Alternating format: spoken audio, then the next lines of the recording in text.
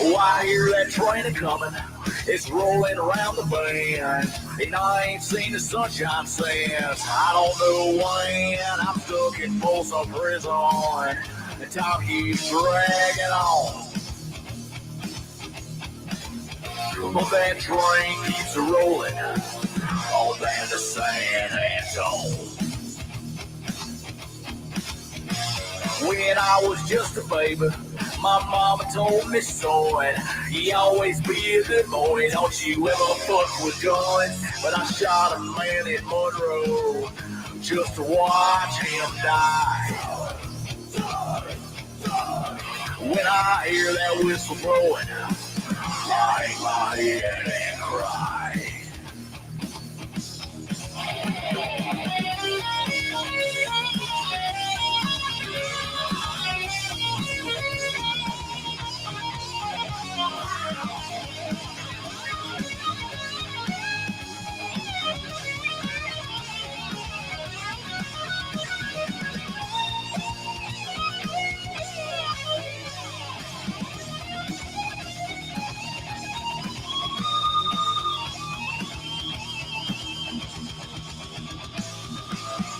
I bet there's rich folks eating in a fancy Dodge car. They're probably smoking reefer and drinking PBR. Well, I know I had it coming. I know I can't be free. But those people keep moving, and that's what tortures me.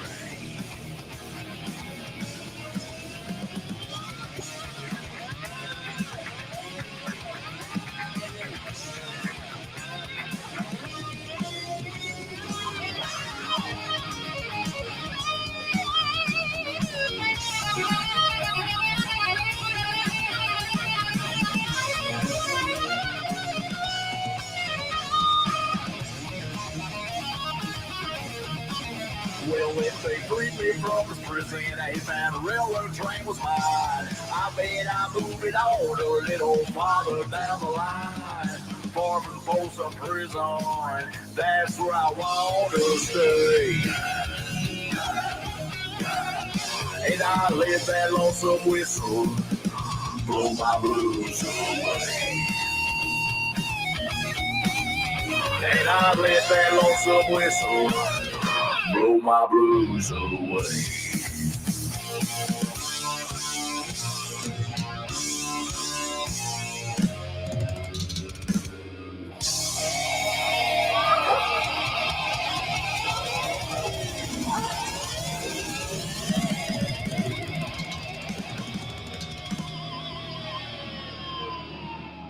Living fast and dying young like an endless poetry.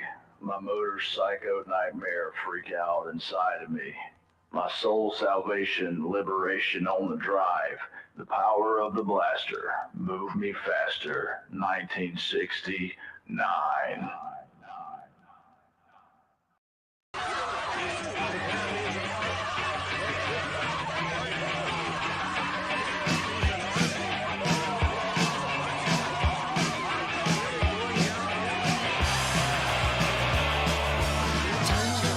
Votes remain to be counted.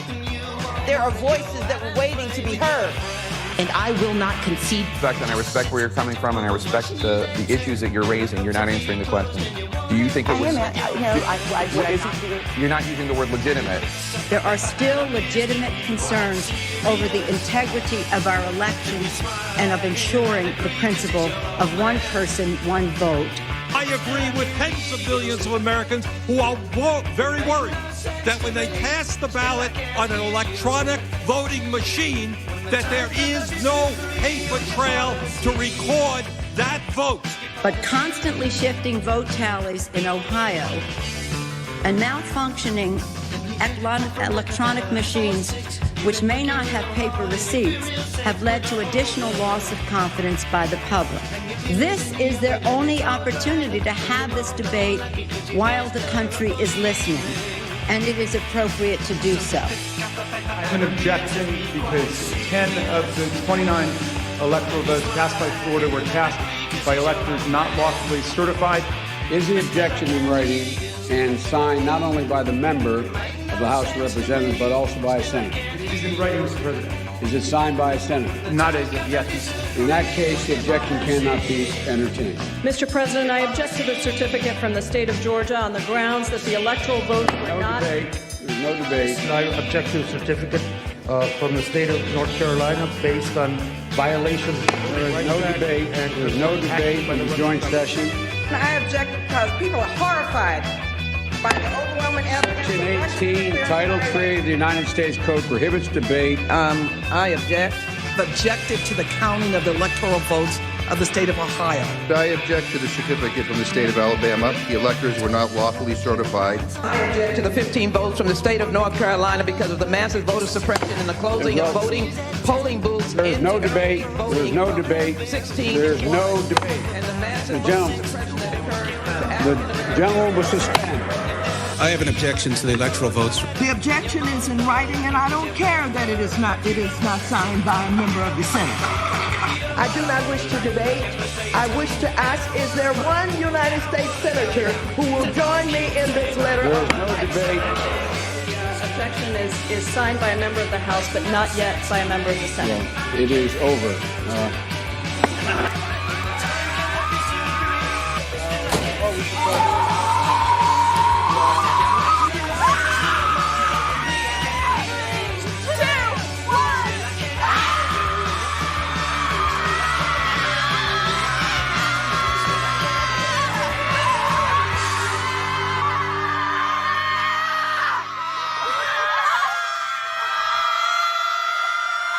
Donald J. Trump is now President of the United States. President Obama is the ex-president. And Mr. Trump, for the moment, steps to listen for the inaugural address. What a great honor to be able to introduce for the first time ever anywhere the...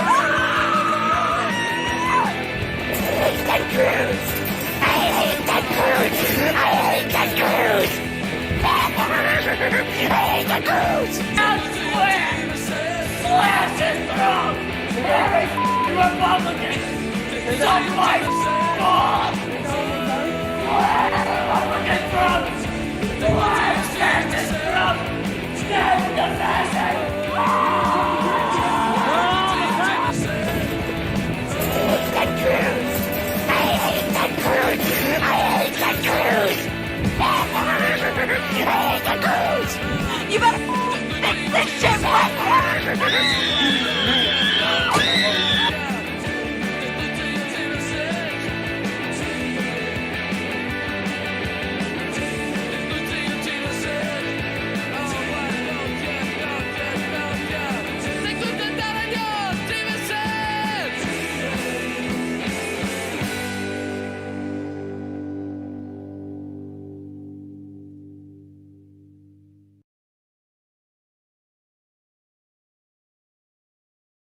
Stacey Abrams doesn't win in Georgia, they stole it. It's clear. It's clear. And I say that publicly, it's clear. You can run the best campaign. You can even become the nominee. And you can have the election stolen from you. He knows he's an illegitimate president. He knows that there were a bunch of different reasons why the election turned out the way it did.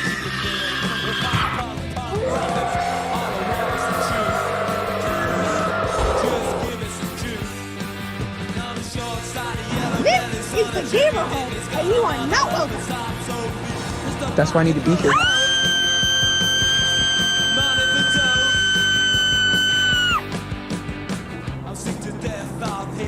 You need Jesus, ma'am.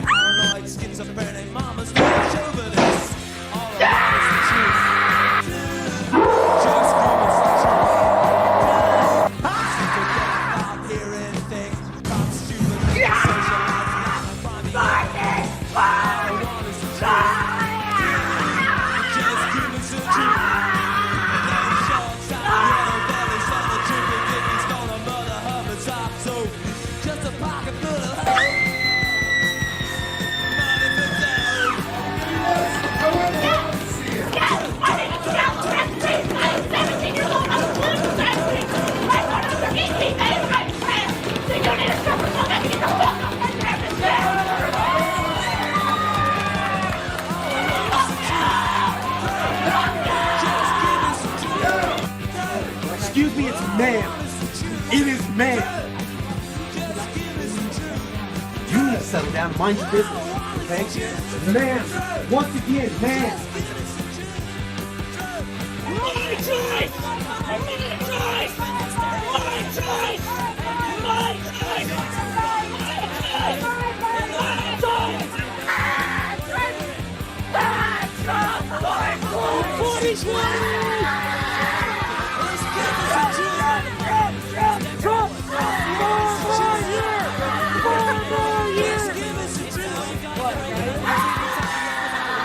The effect of impeachment is to overturn the popular will of the voters. We must not overturn an election and remove a president from office, except to defend our system of government or our constitutional liberties against a dire threat. And we must not do so without an overwhelming consensus of the American people. There must never be a narrowly voted impeachment or an impeachment supported by one of our major political parties and opposed by the other. Such an impeachment will produce the divisiveness and bitterness in our politics for years to come and will call into question the very legitimacy of our political institutions. The American people have heard the allegations against the president, and they overwhelmingly oppose impeaching him. They elected President Clinton. They still support him. We have no right to overturn the considered judgment of the American people. Mr. Speaker, the case against the president has not been made.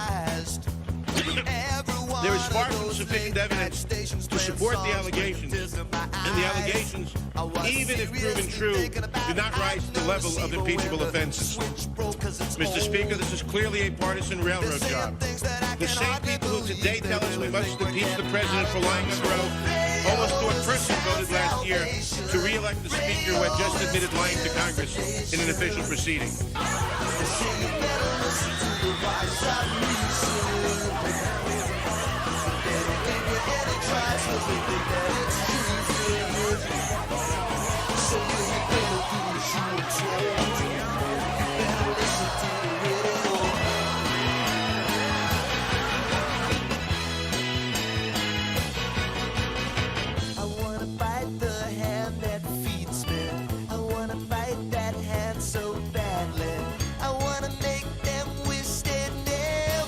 I just don't even know why there aren't uprisings all over the country. Maybe there will be. People need to start taking to the streets. This is a dictator. You know, there needs to be unrest in the streets for as long as there's unrest in our lives. Enemies of the state. Show me where it says that protests are supposed to be polite and peaceful. Do something about your dad's immigration practices, you feckless. When they go low, we kick. How do you resist the temptation to run up and wring her neck? The biggest terror threat in this country is white men, most of them radicalized to the right. I thought he should have punched him in the face. I said, even if you lost, he insulted your wife. Yes. He came down the escalator and called Mexicans rapists and murderers. He said, well, what do you think I should have done? I said, I think you should have punched him in the face and then gotten out of the race. You would have been a hero. I'd like to punch him in the face. I said if we were in high school, I'd take him behind the gym and beat the hell out of him. Punch some people in the face. When was the last time an actor assassinated a president? You're still going to have to go out and put a bullet in Donald Trump, and that's a fact. Look, his character is stabbed to death. Where is God enough when you need him? I have thought an awful lot about blowing up the White House.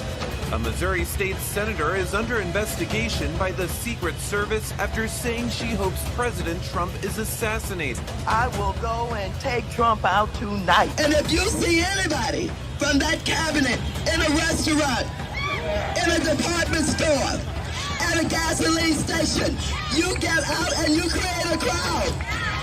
And you push back on them. And you tell them they're not welcome anymore, anywhere. And many men wish death upon me. Blood in my eye, dog, and I can't see. I'm trying to be what I'm destined to be. And niggas trying to take my life away. I put a hole in a nigga for fucking with me. My back on the wall, now you gon' see. Better watch how you talk when you talk about me. Cause I'll come and take your life away. Many men, many men wish death on me, Lord. I don't cry no more. Don't look to the sky no more. Have mercy on me. These pussy niggas put money on my head. Gone, get your refund, motherfucker. I ain't dead. I'm the diamond in the dirt that ain't been found. I'm the underground king, and I ain't been crowned. When I rhyme, something special happen every time. I'm the greatest, something like Ali in his prime. I walk the block with the bundles. I've been knocked on the humble. Swing the ox when I rumble. Show your ass with my gun do. Gotta tip a nigga, go ahead, lose your head. Turn your back on me, get clapped and lose your legs. I walk around, gun on my waist, chip on my shoulder, till I bust a clip in your face. Post to this beef ain't over. Many men, many men wish death on me, Lord. I don't cry no more. Don't look to the sky no more. Have mercy on me, have mercy on my soul. Somewhere my heart turned cold. Have mercy on many men. Many men wish death on me.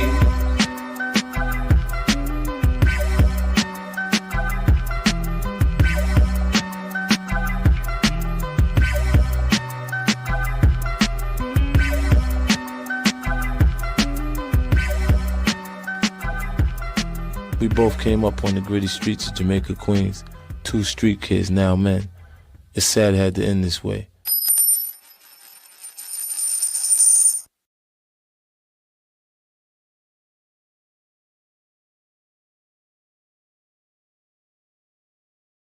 Like a lot of people, I used to be lonely and horny all the time.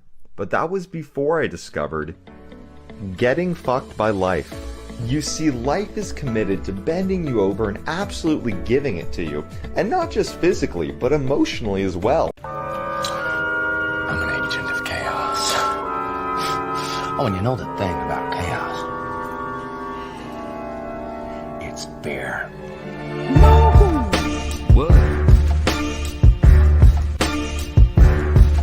Yo, see there's a motto here. Your job is just to piss them off. Get them talking, arguing, and getting all their friends involved.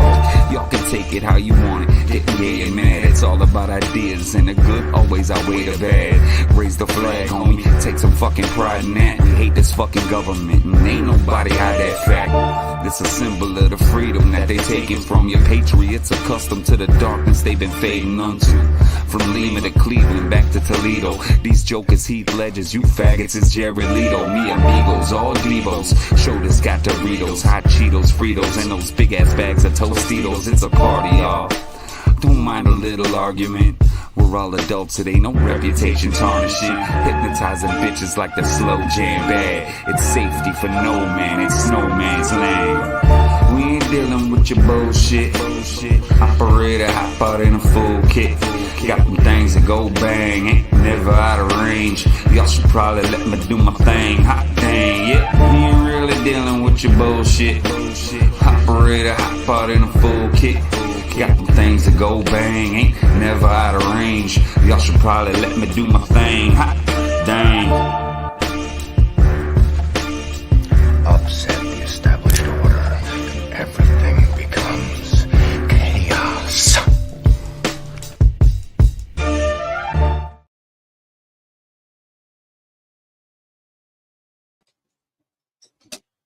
What it do? What's up, everybody? Yeah. Think of the intro on this.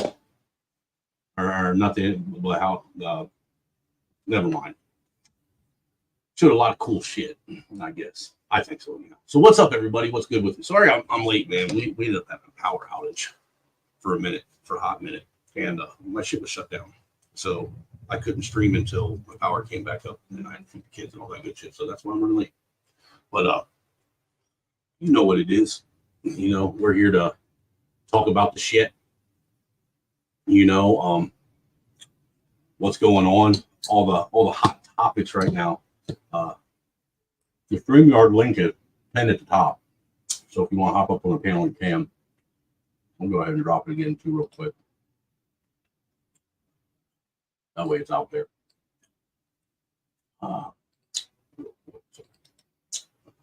Shout out to everybody that's already came through though.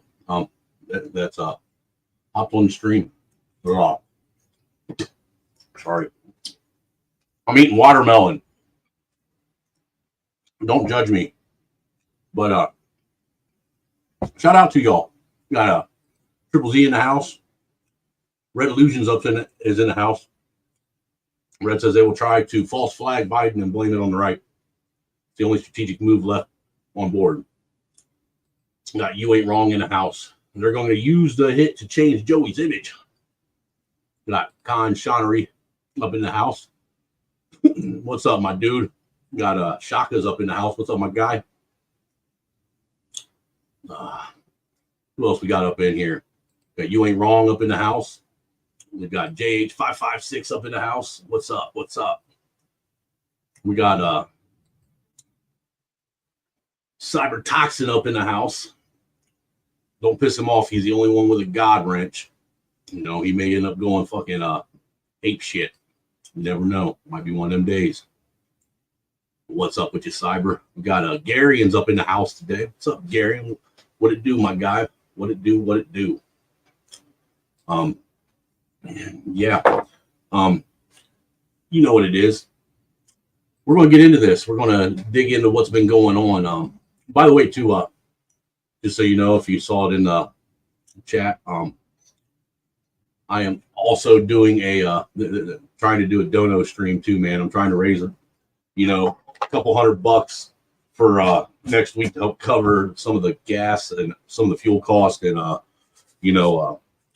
food cost to go to Milwaukee so I can live stream RNC for 2 or 3 days. So if anybody can hit the donos, hit the Cash App or the PayPal preferably, that way I can actually use it next week. It'd be greatly appreciated. Those links are always pinned at the top. They're also always in the description box. And all you guys that do decide to help donate, be greatly appreciated, and it definitely helps out, to get me up there and be able to give you guys a non-biased, actual a trustworthy point of view, of what's going on with the RNC. At least if I'm live streaming, that I'm not going to be sitting there manipulating or editing or doing anything weird. I want to let you guys see what's going on in real time. And I'm really hoping. Well, I'll take that back. I'm not hoping, but it'd be kind of cool if something crazy happened and I just so happen to be right in the middle of it. You know what I'm saying? That'd be pretty dope. What's up, Joker? I see you out there. I see you, sir. And I was on Rumble, but somehow it ended up getting disconnected. Shout out to Gary and with a $10 super sticker. Greatly appreciate it. I hope if that was to help raise funds for the RNC trip, I'll be able to use it next month. I appreciate it, sir. But no, I'm not trying to be a dick about it. But anyhow, I'll give you a little something, a little thank you for that. Where are we? Go up here. Here we go. Stop black people! Who's your motherfucker, Jerry? You, my motherfucker! What you gonna do, Jerry? Show me the money!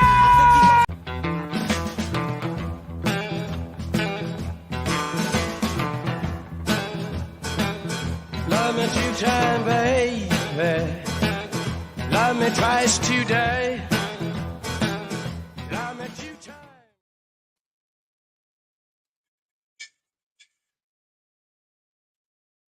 But yeah, I appreciate it, dude. Really appreciate it.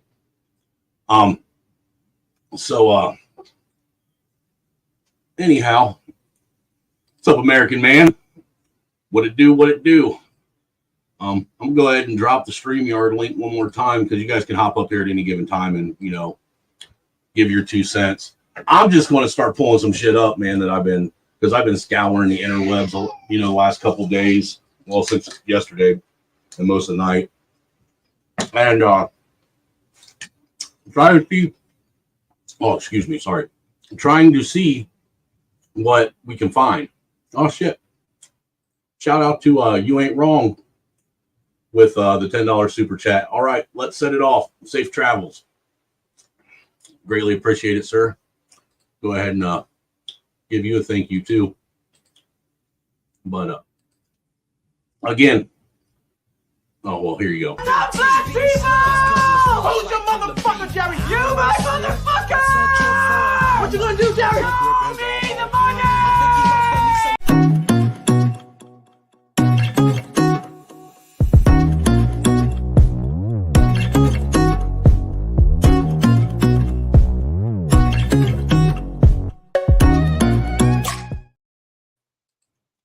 Yep, greatly appreciate it. Again, though, it'll actually help me more if you guys do donate to help, with the funds for gas and stuff. If you send it Cash App or PayPal, that way you can actually use it Monday, Tuesday, and Wednesday instead of having to wait till next month, not be able to use it for what I need it for. But I do appreciate the supers. Don't think I don't. Don't think I don't.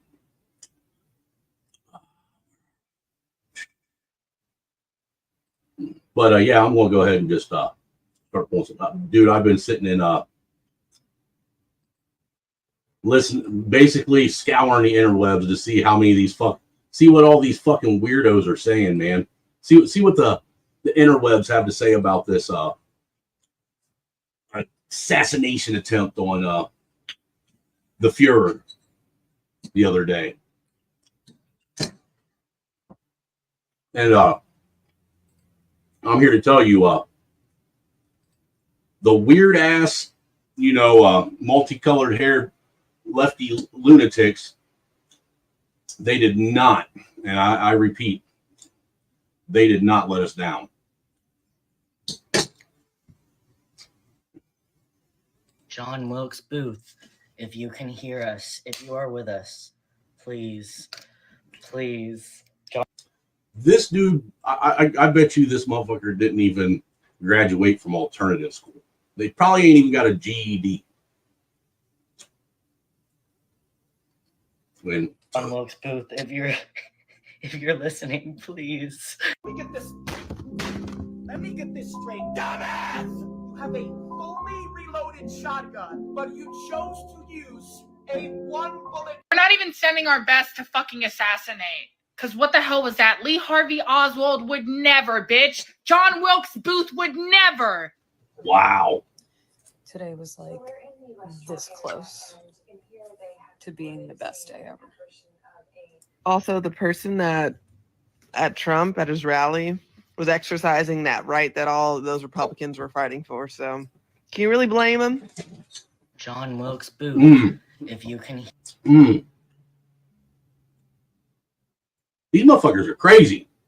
I never thought I'd see the day that we got a bunch of these morons actually actively calling for his death. This is wild. Here's another fucking crazy ass lunatic. Her caption says, "Hey, just thinking about how the shooter missed his shot in Trump." Or, hey, just thinking about how the shooter missed his shot at Trump despite firing 8 rounds. Made me think of all the times we could have been something, but the timing wasn't right. Let's give it another shot. Wow. Wow. Wow. Then there you go. Asking for, someone to. We got this is just, these people make redheads look bad. There's probably a dude anyhow. I think we forgot to mention when we were asking for, someone to bring back assassinating presidents like they used to, we forgot to mention that they have to have good aim. Remember, genies are tricky that way. Wow. Wow. Wow. Man. You know what's crazy is, imagine if this was America calling for the assassination attempt on Biden. Imagine it. Where would we be right now? Do you think these fucking liberal morons would be burning shit down? This is fucking wild. Where are the family leaders at for these children, for these young adults, is what I want to know. Where are the patriarchs or matriarchs of their family to correct this kind of behavior? Because I don't care who you are. I mean, this is just fucking wild. You have people coming out on social media platforms actively, legitimately actively calling. It's like a war cry, actively calling for the death of a former president and a current presidential candidate. Sorry. And none of these motherfuckers are getting rounded up, locked up. None of these motherfuckers have the FBI, the CIA, the ATF, Homeland Security, BLM, as in Bureau of Land Management, any of these alphabet agencies. They don't have nobody knocking on their door, questioning them, taking them to a fucking secured location somewhere out in the middle of the desert to fucking interrogate the shit out of them, possibly waterboard them to death. This is wild. See, anybody that questions the 2020 election, they can't even speak on that on any of these social media platforms without something happening to your platform, without you getting throttled or without your platform getting struck down. But these people right here can actively get on all these social media platforms and literally call for the execution of a human being, a high-ranking human being at that. And nobody bats an eye. This is fucking wild. This is wild as shit. It's almost like where's it at? This thing that I ended up getting a hold of. I found this scouring the interwebs too. This was on. I found it initially on Twitter, And then I found it in one of the Reddit fucking forums going about this right now. And apparently these are the Trump, these are the notes for the way the media wants the mainstream media, or the way the powers that be want the mainstream media to report and handle discussing what happened yesterday. And this was, I'm assuming this was the notes they were given as it was transpiring in real time, because I've noticed that since yesterday that they're actually saying that it was an assassination attempt. But this is what they said. They said, hello, reminder to stick to facts. Don't speculate, editorialize, sensationalize, or jump to conclusions when reporting on the Trump rally incident today. That's interesting, because if it was a,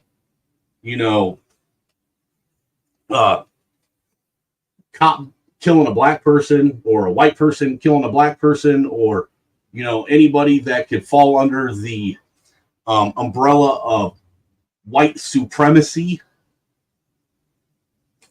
that's all they would do was speculate, editorialize, sensationalize, and jump to conclusions.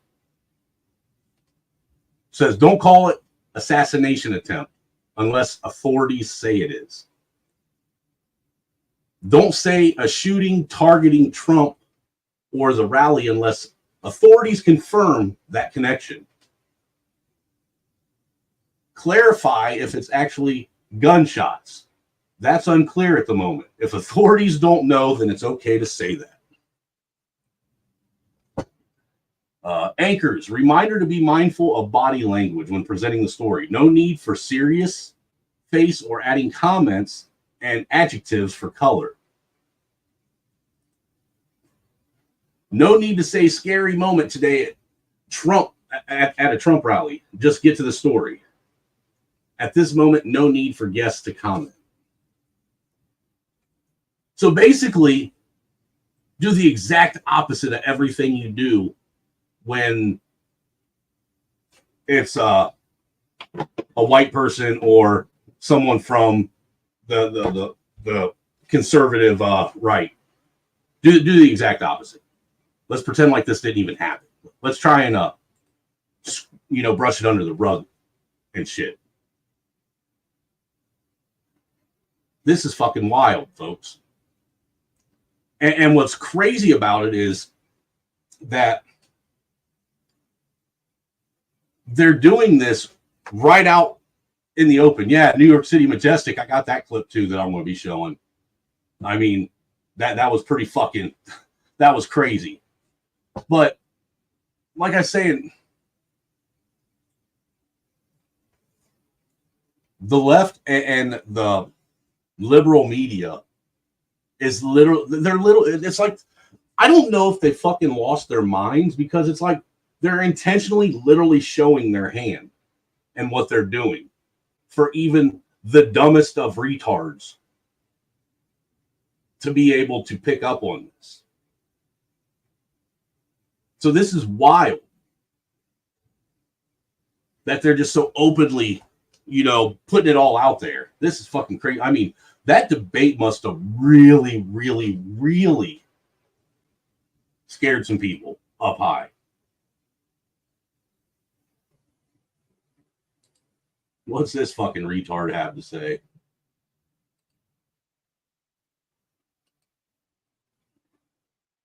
How do you miss that? We don't miss those!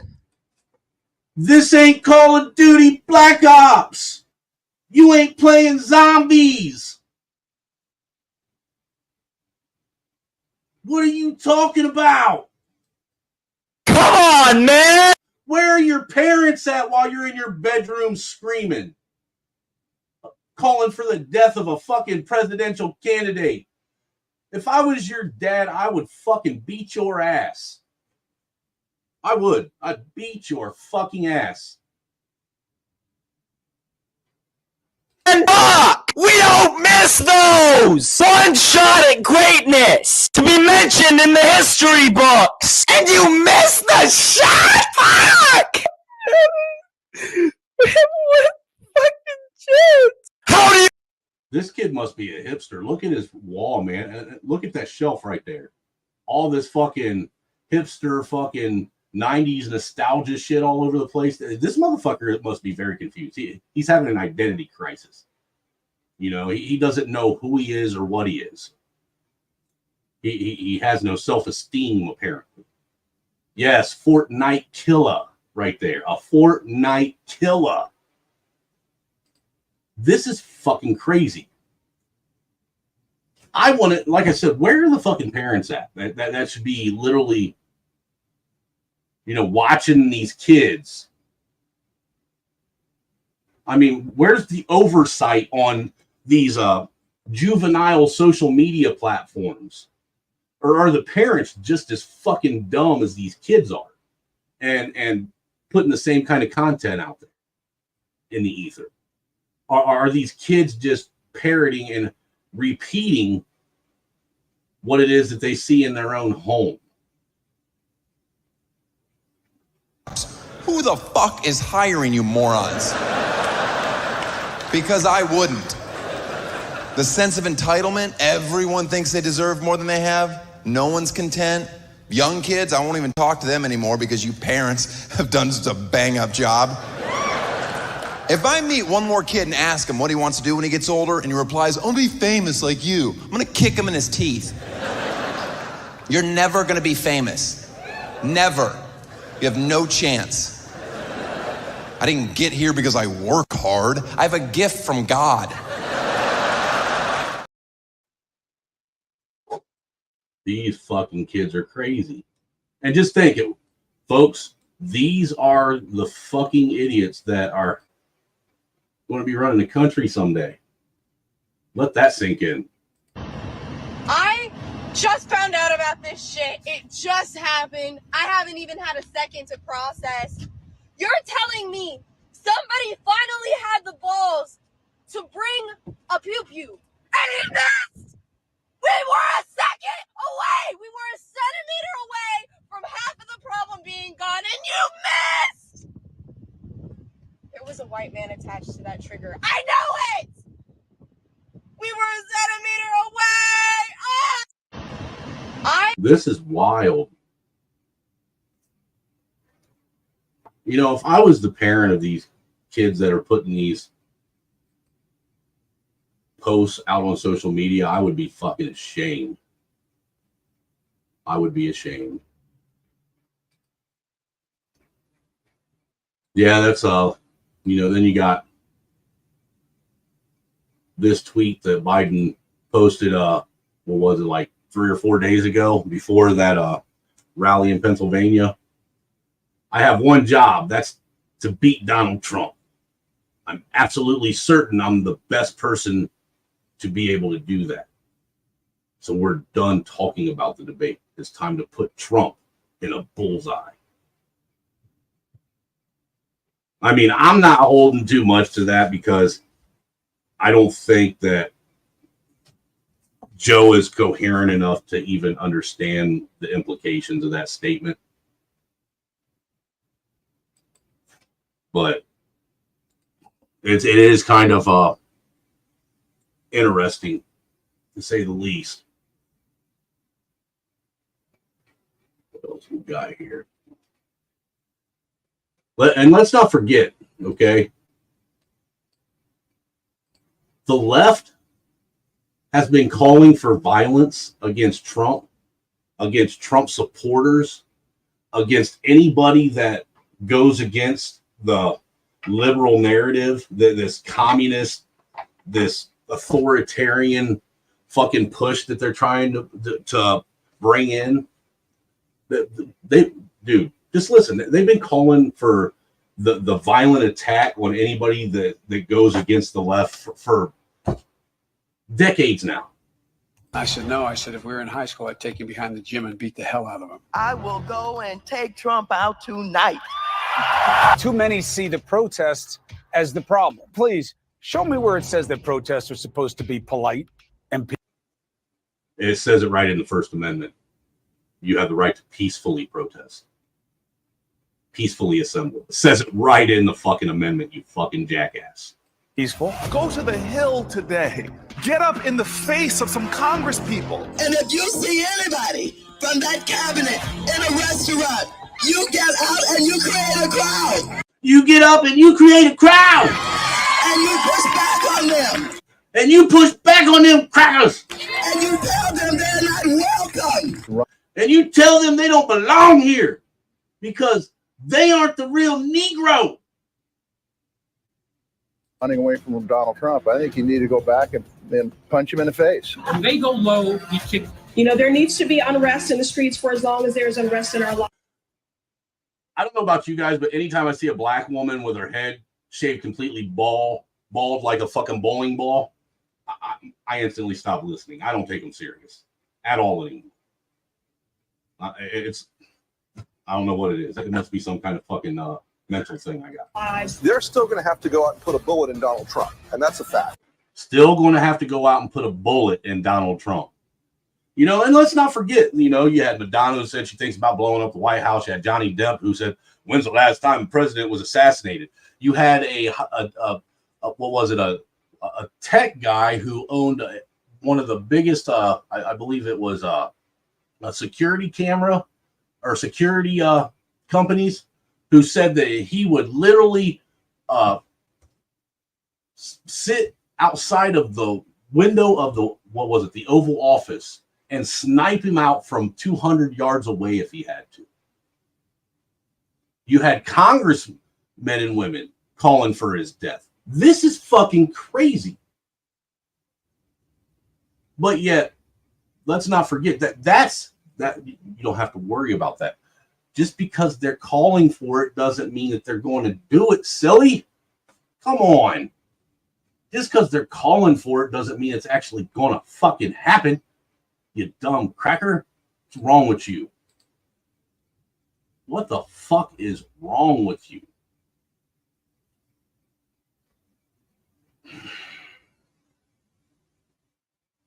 They're literally inciting this shit. Don't they say that the B-dub is basically makes up the biggest part of the Democratic Party as far as groups? I don't know. I could be wrong, but anyhow, I forgot where I was with that. I don't know.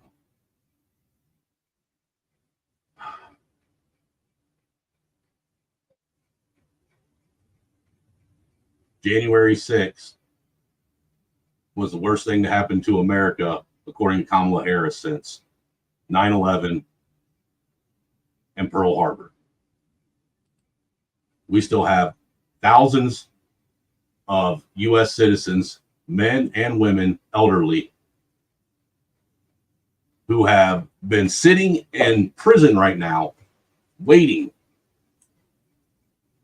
to get some kind of word that they might see a judge or a jury or have their, their case heard to where they can get on with their life.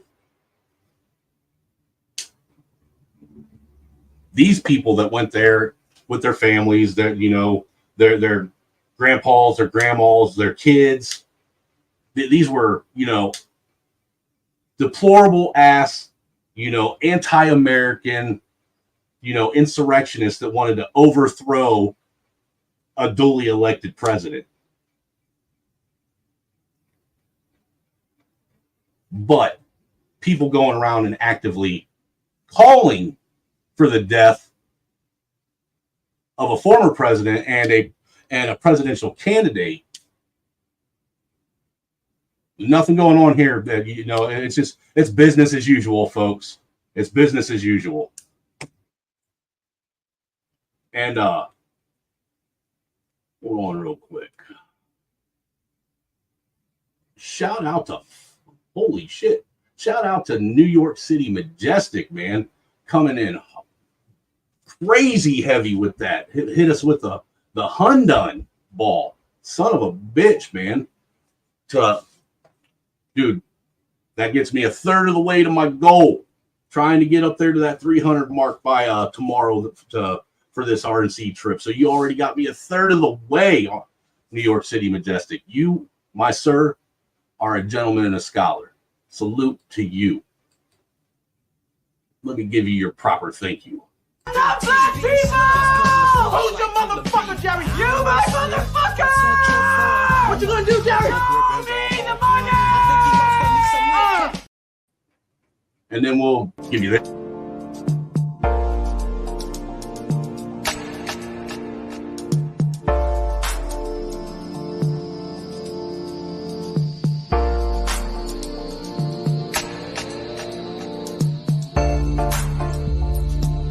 And if you don't like her, we'll give you her.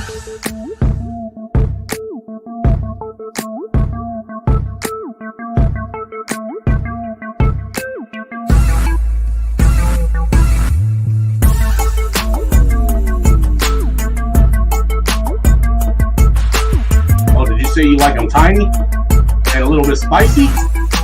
Do you love me?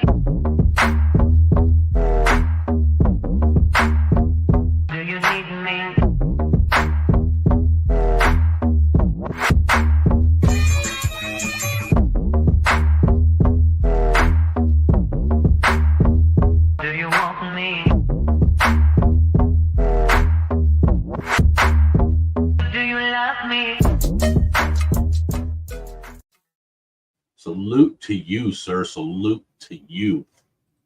That was a huge, huge donation, and it's greatly appreciated, sir. Greatly, greatly, greatly appreciated. So yeah, let me make sure I'll go ahead and get that up on the board where we're at with that. But we got Garion up here too, man. Let's shout out Garion. Angry, can you hear me? Yeah, we can hear you. Let me cool. give you your proper introduction. Let me go over here because I wasn't nice. I didn't give you the proper applause. Welcome, Garion. Welcome, Garion, to the fucking panel.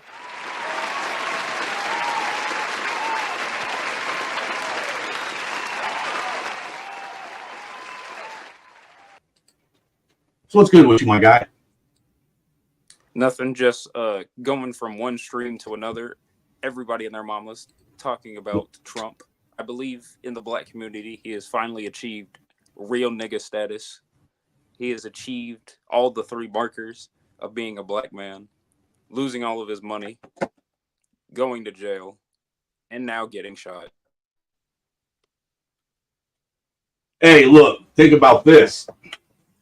He's got more street cred than Tupac and Biggie put together now. Think about that.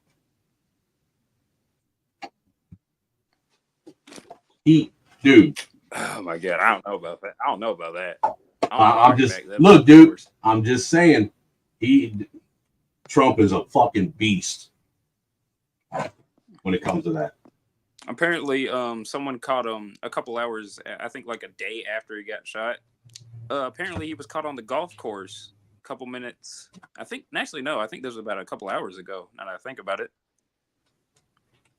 He's really? Not even phased. He's not even in the hospital. Who, Trump? Yeah. Well, if you looked at what happened the other day, it looked like it just grazed his ear, right? Yeah, I believe he got a scratch on it. He got a hole in the ear and a scratch on the cheek, from what I saw. Hey, man. So, how much do you know about this Matthew guy, the Thomas Matthew Crooks? I don't know much about him. I know enough to know that nobody knows for sure who the fuck he really is. Because I've been digging all over the internet all day. I mean, I've been hitting Twitter. I've been hitting news articles. I've been hitting AP. I've been hitting Reddit. And they're all basically giving the gist about his life. To summarize from what I found, apparently he's a Democrat, really, but he registered voting as a Republican in 2021. He stayed as a registered Republican for all up until his death, and also was planning on assassinating Trump with communications with the FBI and BlackRock. he was featured in a BlackRock commercial for some type of vehicle. No shit. Or something like that. And his father is classified, his mother is a liberal. She's a bleeding liberal and his father is classified as a libertarian. After he got the job offer to assassinate Trump, he stole his father's, I think it was an AR-15 assault rifle, and tried to assassinate Trump with it. That's all I know. Shout out to Greenwood with the $5 super sticker. Appreciate you, brother. Greatly appreciate you. I'm not giving you one of the girls. You know what? I'll give you the I love black people, but I'm not giving you one of the girls. You got to give more than $5 for a girl. Just saying. My girls aren't cheap. They ain't cheap hoes, man. But we'll give you. Black people! Who's your motherfucker, Jerry? You, my motherfucker! What you gonna do, Jerry? Show me the money! But yeah, dude, you've heard this Cenk fucking Uyghur clip, ain't ya? That he put out. Yeah, I have. Dude, this is fucking crazy. Hey guys, Trump's been shot. When he got up, he was bleeding from the ear, but he seemed perfectly fine. He's not dead. He's fine. Like, my best guess, and this is just a guess because he was just shot, is that he was. It looked like a BB gun or something. Hey guys. What? A BB gun. A BB gun. Look, dude. A BB gun. I've had an assault rifle. Sir, I have been in a lot of severely intense BB gun wars growing up. And I have never had one do that to my ear. Never. I don't know what this fucking dude's talking about. You know, I'm starting to think the left just talks just to talking. You know what I'm saying? They just want to hear the sound of their own fucking voice. Yeah, because they aren't saying anything of value at all whatsoever. They're just, just running their fucking mouths. Oh goodness, man. Hey, shout out to Cyber Toxin. We got him up on the platform, joining us on the panel. What up, Cyber? Hey. What it do, my guy? What it do? Yeah, Cenk's got nothing but a big mouth. That's all he's got. Big fucking mouth.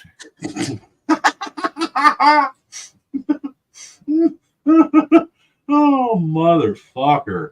You shoot your eye out. You want you could do so you want.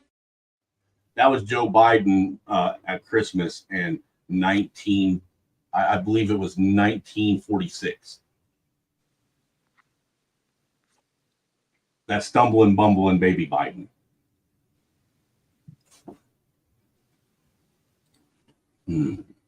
This shit's crazy, dude.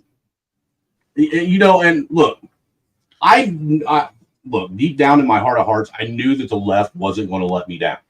I knew that all these fucking crazy ass fucking millennials, zennials, fucking Gen Z, Gen Alpha, fucking, goddamn no gluten eating fucking soy ass fucking God.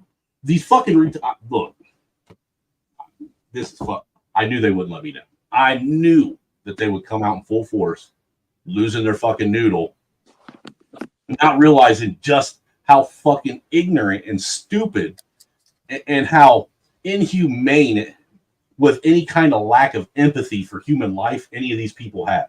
And mind you, these are the same people that for the last fucking 10, 15, 20 years of our lives have been trying to convince us that they're the party of inclusion. They're they're the communities that forgive the easiest and always turn the other way and turn the other cheek. We're all in this together.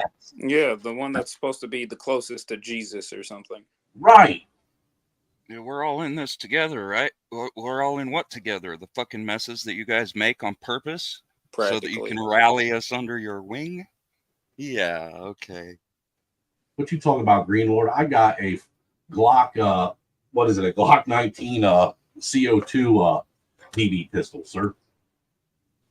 Well, it's not mine. It's for my son, but yeah, we have one here now. We know about this. Yeah, what just happened is almost predictable. You know, you can't say with 100% certainty, but you can definitely see what they're pushing for, the patterns that they're creating, you know, with the media and all of that.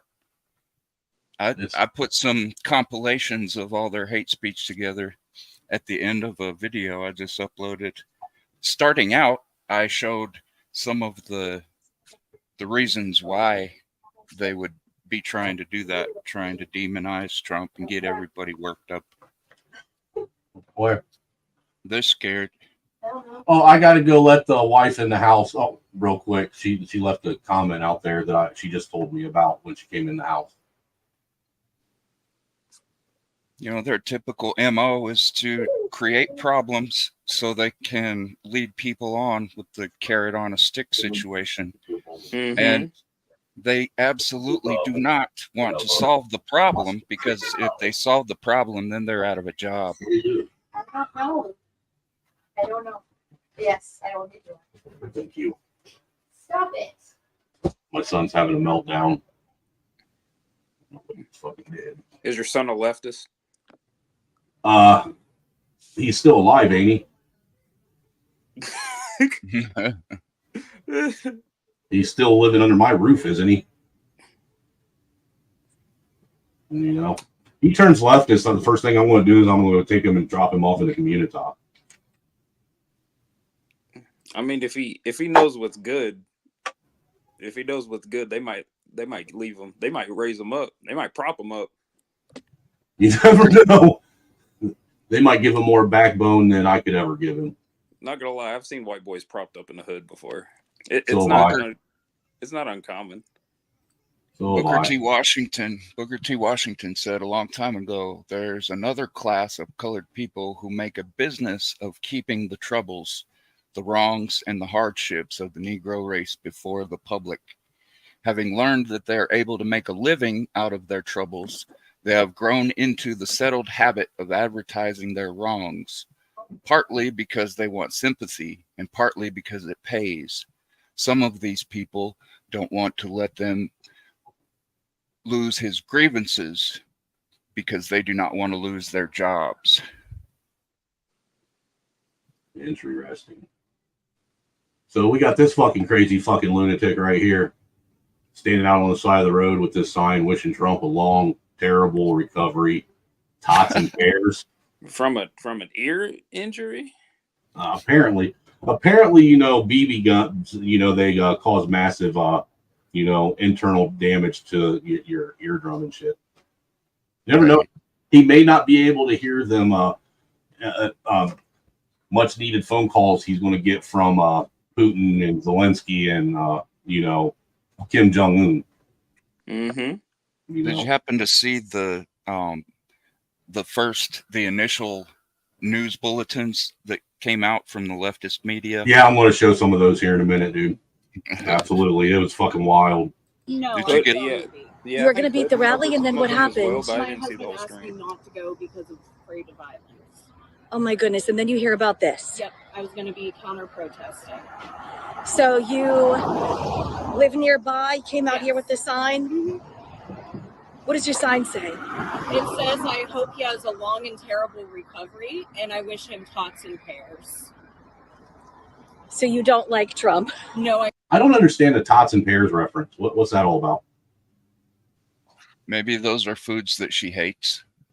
Maybe those are foods that she can only get with her fucking EBT card. It doesn't look like she hates tater tots, though. Because, well, look, I know this much. I know canned pears are not cheap. Have you bought canned fruit lately? It is not cheap at all. Yeah, it's really basically canned anything has been going up recently. Right. I got half a shelf full of canned pears, the other half's full of canned peaches, and I bought all of those like 3 years ago, a little bit at a time. I'm on 4chan right now trying to find some more information on this guy, and everybody's just roasting him based on his nose. Well, here, check this out. This lady she lives in Times Square, and she was actually down in she was actually in the center of Times Square when it was announced that Trump, that somebody had tried to make an assassination attempt on Trump. Listen to this shit. Friends, I'm in the middle of Times Square, and I just got the news that President Donald Trump has been shot, and I'm completely shocked. I've heard it appears he's okay, but look behind me. I'm in the center of Times Square. There's huge video monitors behind me, huge TVs behind me. Not a single report on the news about the president being shot. Not even a banner scrolling across the bottom. Now, on the other side of Times Square, we're looking over Times Square. This is the center of New York. You see all those video monitors outside? Right? See all this? None of them are reporting that the presidential candidate. Wow. Oh my goodness. That is fucking insane. I went to the bar last night at 12 o'clock, and that was the first thing that popped up was Trump being shot. Dude, I didn't know about it till the wife got home from work. Because it hadn't been hit any of my fucking social medias at all. I got a notification that CT was streaming about it. That's how I found out. Did you guys know? Did you guys know that the was a they them? Yeah, I saw that too. I got into an argument with someone in the Discord about if they thems are considered trans or not. It's queer. It's the Q. Oh God. Yeah. I don't get that stuff. That's a political position. It has nothing to do with sexual proclivity. It has to do with political activism as opposition to normalcy. That's what the Q is all about.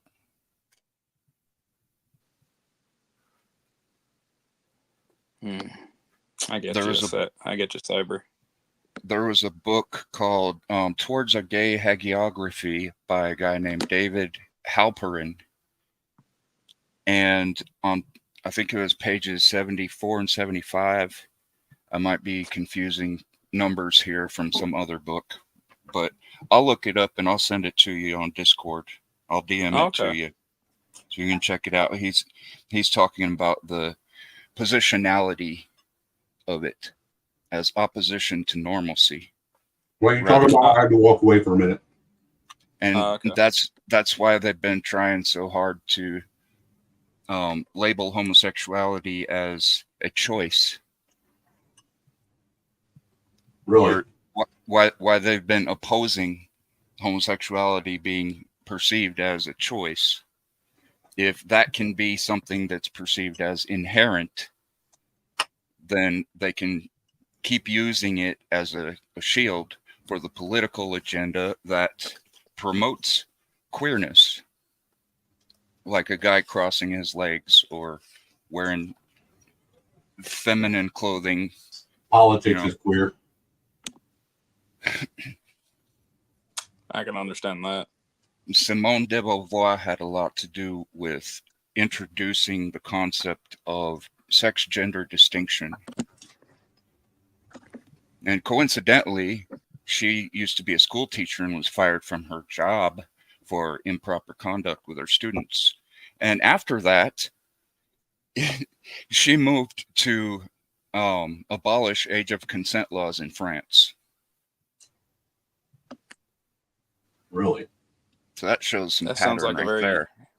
Yeah, I was gonna say that sounds like a pattern. She was good. She was friends with Mao. Ah, she liked genocidal maniacs, huh? Yeah.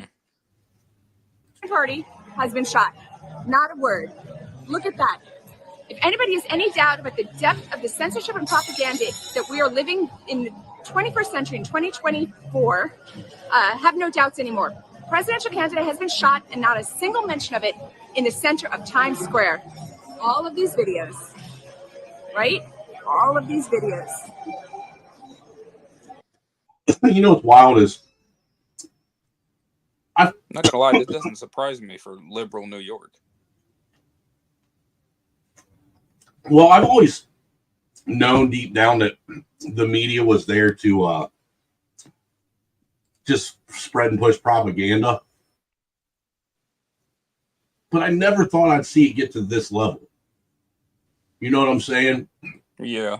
To where you got shit like this right here.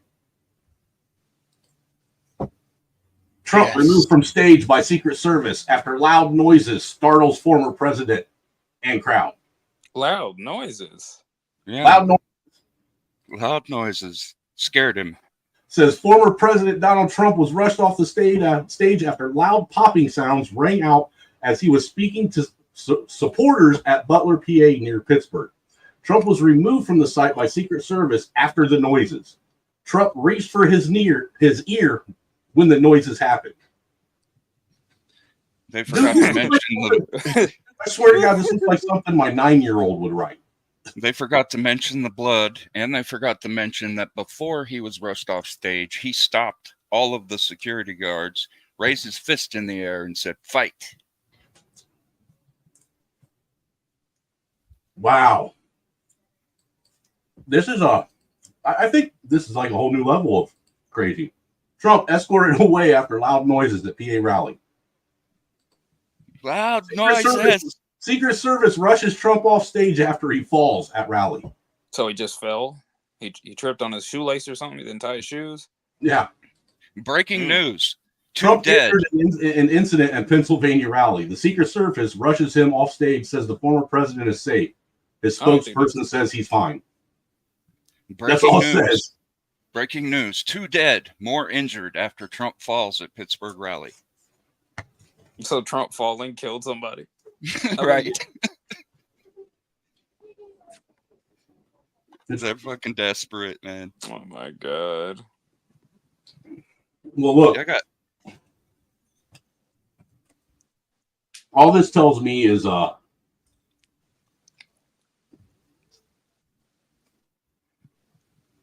something's going on. And I think I'm just going to sit back and eat my popcorn and watch this one. Here's an idea. They have no more use for Joe. So yeah, they do. Yeah, they do. They need Joe to get Kamala in there. Yeah, I was going to say they need a scapegoat right now. They can't use Kamala. She's not marketable enough. Let me finish what I'm talking about. They have no use for Joe. They don't even have a use for his corporeal form. Okay, they have use for his position in office. And in order to get Kamala in there, he's got to be out of the way, removed, either by decree for lack of mental competence, or if somebody makes a martyr out of him.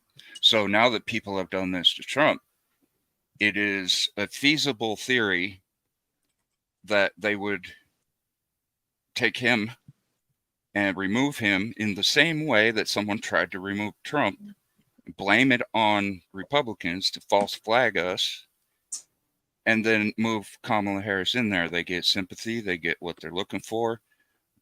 They don't have to worry about whether he's going to be reelected or not, or in their way, or fucking things up anymore.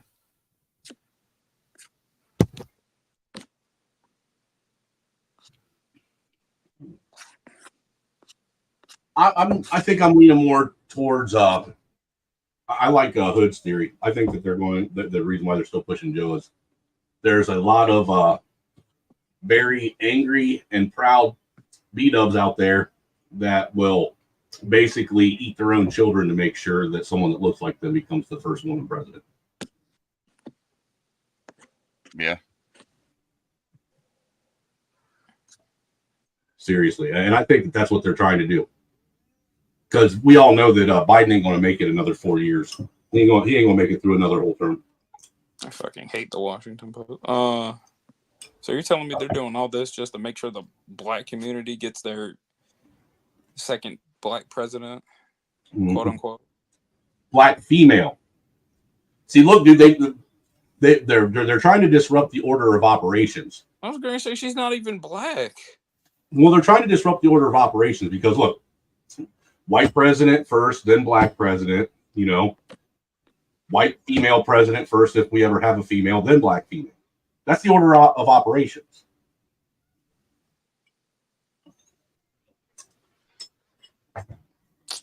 That just could be my inner bias, though, too. I was going to say, why can't they have the Hindu dookie eater as president? At least he seems like he knows what he's doing. The Hindu dookie I mean, he might have eater. a couple failed companies under his belt, but at least he's cognitive. Yeah. Have you guys heard what Kash Patel said the end of last year? Kash Patel. Oh, no. Mm-mm. Well, there's talk about him being attorney general or some head of a department. I haven't really heard any new position for him other than attorney general. Really? Or maybe some part of the FBI or CIA. But that's it. That's going to be under the next Trump presidency. Hold on, this guy was a nurse? I was reading about the Crook's background. Apparently, this kid was originally he worked as a nurse in an old folks home. Also, he was beating old men and, sexually assaulting old feeble women. Yeah. And apparently, in order to carry out the job, he stole his dad's gun. Awesome. You ever notice every time it's one of these lefties, the weapon they use is always stolen or acquired illegally? Yeah. But still, though, it would be funny if it was the other way around. Imagine being like, "Oh, I need to get this government assassination over with. Might as well head over to my local gun show and see if I can purchase me an AR or a sniper rifle." I heard Kamala also identifies as a pothead too, and the only thing that I know of that she was smoking was Montel Williams' dick. Well, she's only a pothead when she's talking to black people, just like Hillary Clinton only carries hot sauce in her purse when she's talking to black people. I mean, Chicken Fried Joe only talks about fried chicken when he's talking about black people. So, isn't that crazy? When he went to that black person's house, he brought him a bucket of fried chicken and he eats a cheeseburger. Yeah, he was like, "Here you go, you N-words. I got yourself some Kentucky fried."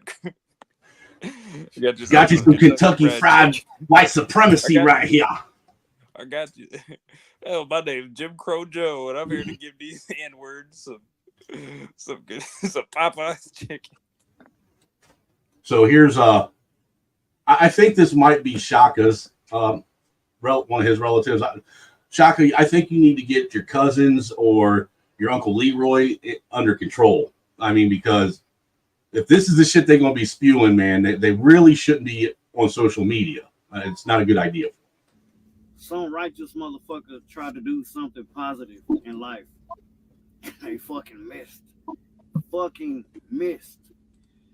Positive? Do you know how bad the fucking blowback is going to be for fucking missing, man? Y'all black people, I've been trying to tell y'all for 4 years to fucking prep. I've been telling y'all a lot longer than that, but I can't. This motherfucker missed. So like, it's gonna be way worse. Y'all disorganized. Some of y'all got some food. Y'all ain't got no organizational skills. That shit gonna be bad, man. Like, it's not something you do. This is the leader of the biggest cult in the world. You trying to take him out? He believes that shit as much as he believes Roots is based on a real story. Roots is based on a real story, bro. That shit was real. I don't know what you're talking dumb as fuck. You dumb as fuck. I'm just joking. I've never seen Roots. Which is a positive thing. But you fucking missed. So yeah, historically that's super bad, bro. Super duper bad, bro. Yes. He was already bad. Sir, are you white or black? I'm confused. You look black, but you talk kind of white.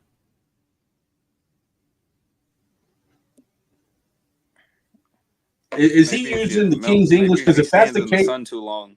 if he's using the King's English, that's not allowed, man. He has AAVE. White people are not allowed to use AAVE, so all you darkies need to use your language of English, and we'll use ours.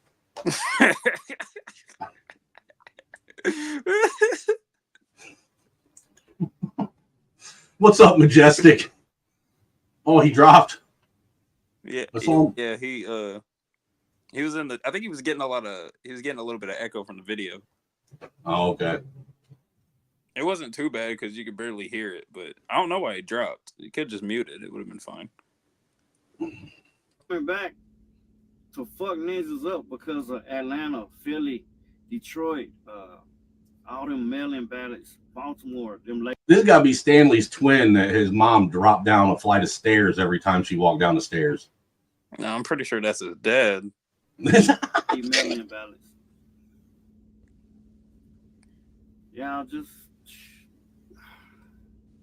don't let them get behind you this week. Don't let none of these motherfuckers sneak up on you. That's all I got to say, man. Do you really think that white people are just going to go around and start murking darkies? You think that's what we're going to do? No, man. Do you think that white people are getting up now because somebody tried to assassinate Trump, and now the first thing on our mind is how can we go fuck up a black man's life? I mean, Trump's the blackest president we ever had. So with that logic, maybe. Bro, you just don't even know. Let me find this. Let me find this that. Where is it? Where are you? And remember, most of the people that think and talk this way live around white people that actually are like that in these Democrat strongholds. And they don't realize that those are the people that they're terrified of. Those are the people that they know. And those are the same people that tell them over and over and over again to not get out there and discover who other white people actually are. Keep them trapped in a nightmare. You ever had a dream that you couldn't wake up from? No, I've woken up from every one of my dreams, sir. Yeah, I don't remember a lot of my dreams. I don't either. Well, I remember years ago, after I quit smoking weed for the first time, there was like some kind of banshee or succubus thing just walking towards me real slow. And my brother woke me up. I almost knew that it was a dream, but I couldn't look away. I couldn't run. I couldn't scream. Nothing like that. And he had to wake me up from it. Oh, yeah? That's the situation that I see a lot of people in.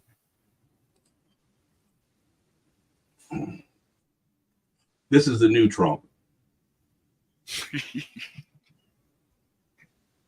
This OG Trump. Look, Trump is so gangster now that Trump is so fucking gangster. He's going to be able to bring a truce between the fucking vice lords and the folks. He's going to be able to bring a truce between the Bloods and the Crips. He's going to be able to unite the Hells Angels and the fucking what's their names? The fucking other one. God, I can't remember the name of that other biker band. The Outlaws. The Outlaws. Yeah. You know, he's going to unify and bring order to the disorganized crime syndicates that we have. This is the OG now. Oh my God, he looks like Tom McDonald. He looks like Tom without his beard. Uh-huh. He's right in the middle of saying, "You missed me." It needs to say "you missed" on his forehead. That's what it needs to say. That says Aryan on his head. Yeah, I see it. That's dope. I love it. Aryan wanna something. Wannabe? Warrior. Oh, Warrior. Oh yeah, I got that one too, Majestic. But shout out to Majestic with the $10 super chat. He says, was just trying to post a pic of a shirt they're selling on eBay. Trump giving double middle finger saying, "You missed." Yeah, actually, that one right there, right? You missed. Oh, they're trying to sell merch off of this? Oh, already. Wow, I didn't think they'd be doing it this early. It's literally been a day. But let me give New York his proper thank you. Black people! Who's your motherfucker, Jerry? You, my motherfucker! What you gonna do, Jerry? Show me the money!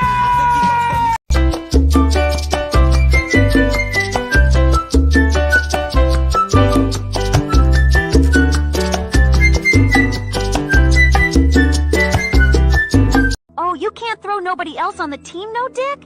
See, that's that bullshit. Bitch, ain't nobody about to throw you no dick while you out here smelling like a hot NBA locker room during double overtime in the 6th game. You've been wearing that sweater since September 1969. Fuck you, Fred. You fucking wish, you musky mushroom goblin bitch.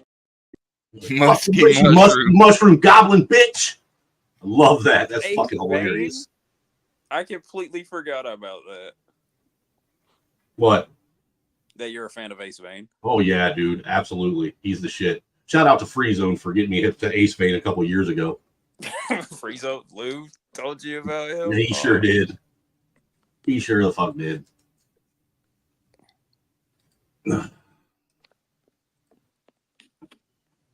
What else? Oh, dude. Did you hear Biden's press conference he gave after I plan on talking to them shortly. I heard something. I hope when I get back to the telephone. Look, when he gets back to the telephone, he's going to talk to him, he hopes. To the daggum pager? To the telephone. The booth. You know, the Obama wireless is down his back pocket. The Obama booth. The hand cranked dial up. You know, it's the middle of the month. He's got about half his minutes left. I was going to say, I think he's running out of gas. I can see smoke come out of his ears. no place in America for this kind of violence. It's sick. It's sick. It's one of the reasons why we have to unite this country. We cannot allow for this to be. Hold on a second. Didn't I just show a clip a few minutes back where he was talking about getting beating the shit out of him behind the fucking high school or some shit? We're in high school. I'd take him out back behind the bar and beat the hell out of him. Yeah. Yeah. Happening. We cannot be like this. We cannot condone this. And so. You notice he's smiling? Well, when you notice that he doesn't look anything like that frail thing that fucking debated Trump. This is a totally different Biden. I think they might have upped his dosage. That's probably what happened. I think they may have got him a new mask. You think he's wearing a This one looks like it fits his face better. Or put a new dude inside the mask. Maybe that too. Who knows? Nah, this is probably some Five Nights at Freddy shit. That's probably an android. Weekend at Bernie's and shit. I want to thank the Secret Service and all the agencies, including the state agencies, that have engaged in making sure that people and we have more detail to come relative to other people maybe injured in the audience. I don't have all that detail. We'll make that available to you. I may be able to come back a little later tonight, but we'll put out a statement if I'm not able to if it's not convenient for you all. But the bottom line is that the Trump rally was a rally that he should have been able to be conducted peacefully without any problems. But the idea that there's political violence or violence in America like. Well, when you guys have been actively calling for it for the last fucking 10 years, what do you expect?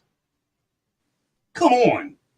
We're not going to sit here and pretend like you motherfuckers ain't out here actively on these platforms and on these fucking leftist fucking media platforms and shit, talking about doing everything you can to fucking violently make sure that your opposition doesn't get in your way.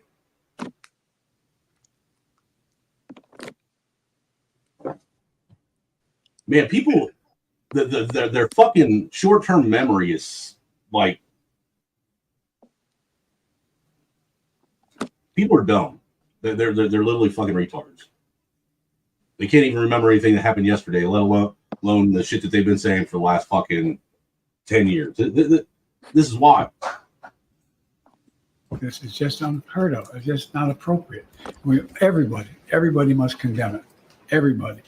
I'll keep you informed. Are you going to bring charges to all these fucking lefty fucking TikTokers that are openly and unapologetically calling for another assassination attempt on a presidential candidate? Are you going to round them up like you did the January 6ers for trying to manipulate and sway the outcome of an election? I mean, that's the best way to sway the outcome of an election is to fucking eliminate the candidate altogether. Are they going to do this Mexico style? I don't know, dude. I don't know. This fuck crazy. I mean, if I maybe we'll speak they might need to hire one of the Mexican cartel assassins, man. Mexico's got like 33 dead presidents under their belt. They clearly know. I think the problem is that they sent Biden or Hunter out to hire the assassin, and he went to a Hunter club. did the hiring. I'm just assuming as much, I was going to say, and they decided to hire this dude. You don't send a crackhead. A crackhead went to hire a fellow crackhead for an assassination on one of the most influential presidents that we're probably going to have. Jesus Christ. Donald, I'll let you know that as well. So far, it appears he's doing well, number one. Number two, that there's thoroughly investigating what happened to anyone else in the audience. We have some reports, but not final reports. And every agency in the federal government, I'm going back to my phone to speak with the federal agencies that are being put together again to give me an updated briefing. Has anything happened? They learned any more in the last couple hours. So thank you very much, and I hope I get to speak to them tonight, and I'll get back to you if I do. Okay? Mr. President, do you think this was an assassination attempt? I don't know enough to. I have an opinion, but I don't have any facts. Hey, dude. Remember, don't call it an assassination attempt unless the authorities say it is. He's following the rules. He's following the rules. So I want to make sure we have all the facts before I make any more comments. Thank you. Are you worried, President, safety? With the security failing, Mr. President? God, no. Securities were the one that set that up. Did you see that the FBI apparently sent a statement to what was it? The Secret Service that there's going to be an internal investigation on how this happened now. So the same FBI that has went on an attack against anybody who is considered right leaning or even alt-right. The same FBI that's been investigating Trump and been involved with these phony dossiers and claims about him being in bed with Russia. The same FBI that is blaming him for what happened in January 6th. The same FBI that raided him in Mar-a-Lago.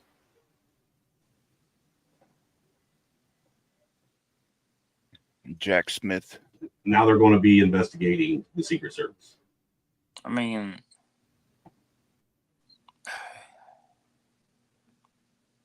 not gonna lie, I wasn't expecting an assassination attempt this early. Honestly.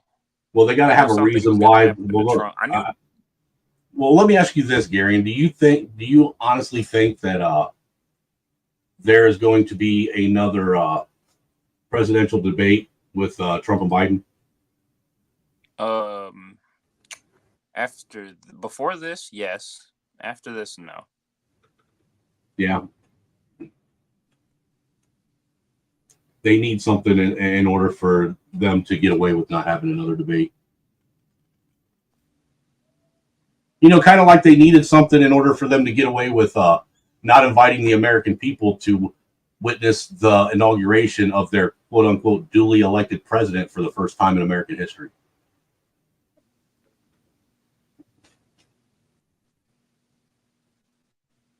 Yeah, that was weird. Yeah, I do agree. That is weird. Con Sonry said that they have another presidential debate scheduled for September. We ain't gonna see it. Yeah, I don't think we're gonna see it. I think it's gonna get no. I think it will go through, but I think it's gonna get miraculously canceled. I don't know about you guys, but Ron Goldman has the most punchable fucking face I've ever seen in my life. It's just it's not punchable. It's just that is fucking punchable as fuck, dude. No, if I grew up with that dude anywhere near me, I would have tried to punch him in his fucking mouth every day of his life.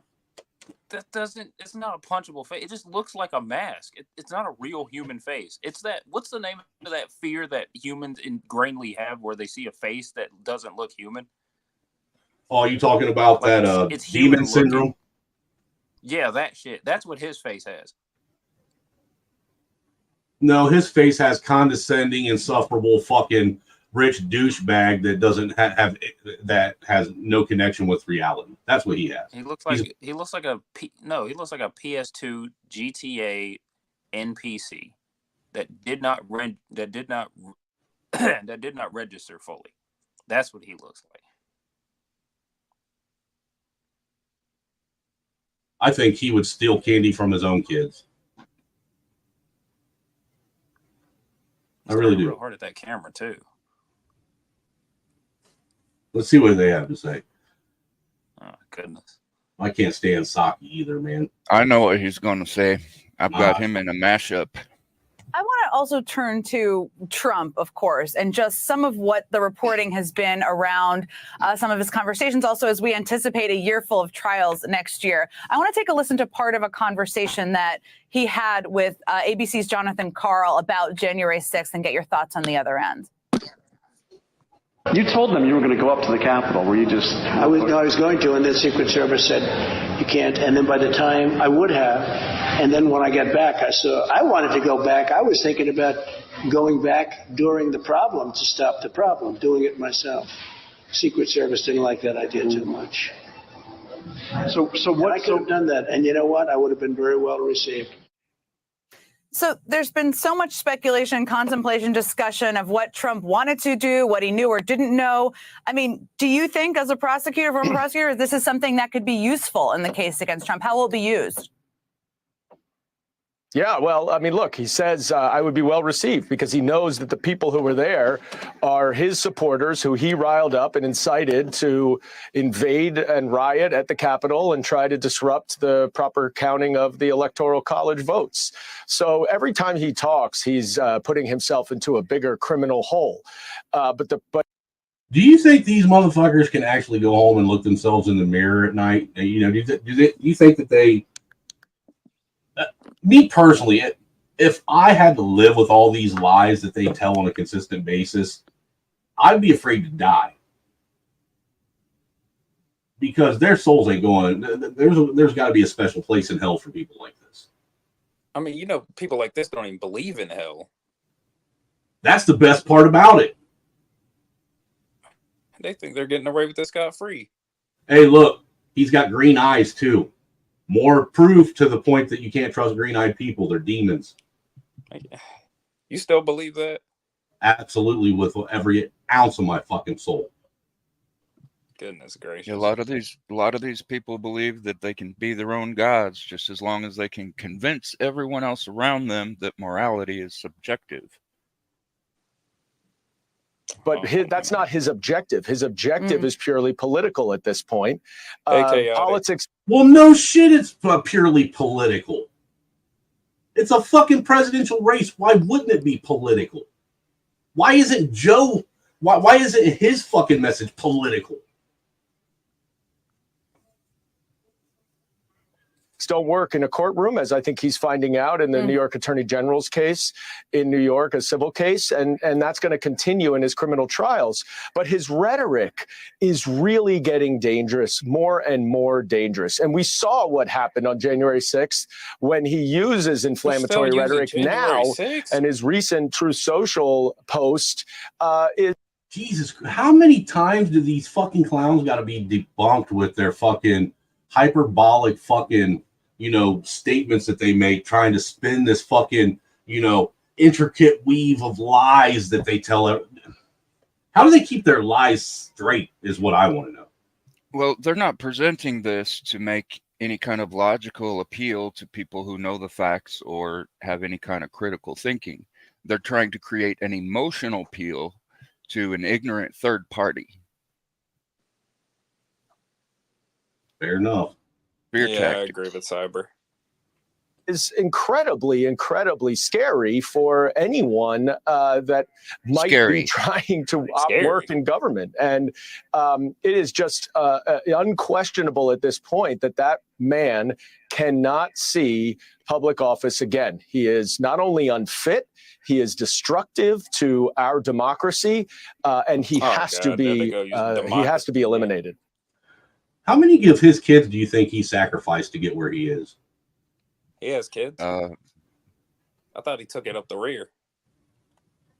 Then he sacrificed them all, apparently. He sacrificed them into some guy's booty hole. Fucking crazy. Trump removed from stage by Secret Service after loud noises. Dude, listen to this fucking crazy bitch. Oh my goodness. Dude, and she looks fucking special, don't she? Imagine that being your grandma. Imagine being a fucking little infant baby or a toddler and waking up from a nice, calm, just invigorating nap. You feel like you're ready to take on the world, and this opens the fucking door and greets you when you open your eyes. I was like, Grandma, we're gonna have to put you down in the yard. Dude, she looks like fucking what's her name? Ursula from fucking The Little Mermaid. Little Mermaid, and only Ursula's fucking cousin that's a land dweller. She looked Jafar. He should have spent a bit more time at the range. He should have spent a bit more time at the range, is all she said. What's this all about? Oh, one of the queens. One of the queens. That shit was more staged than a Tyler Perry production of Medea Runs for President. Okay, of course, that's what you're going to say. Okay, that was. Nah, man, this was not. This wasn't even white on white violence. This was a proximity crime, and it would serve you right to understand what the fuck you're talking about.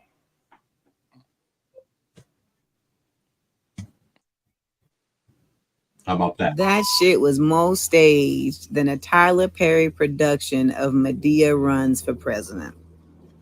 I lived in Harlem long enough to know that gunshots do not sound like making popcorn on the stove. Sounds like gunshots. Them sounds like gunshots. I'm just saying. Them sound just like gunshots. That sounds like a rifle going off. Actually, it was a rifle. It's an assault rifle, I believe. There's no such thing as an assault rifle, sir. Rifles can't assault anybody. Quote unquote. All right.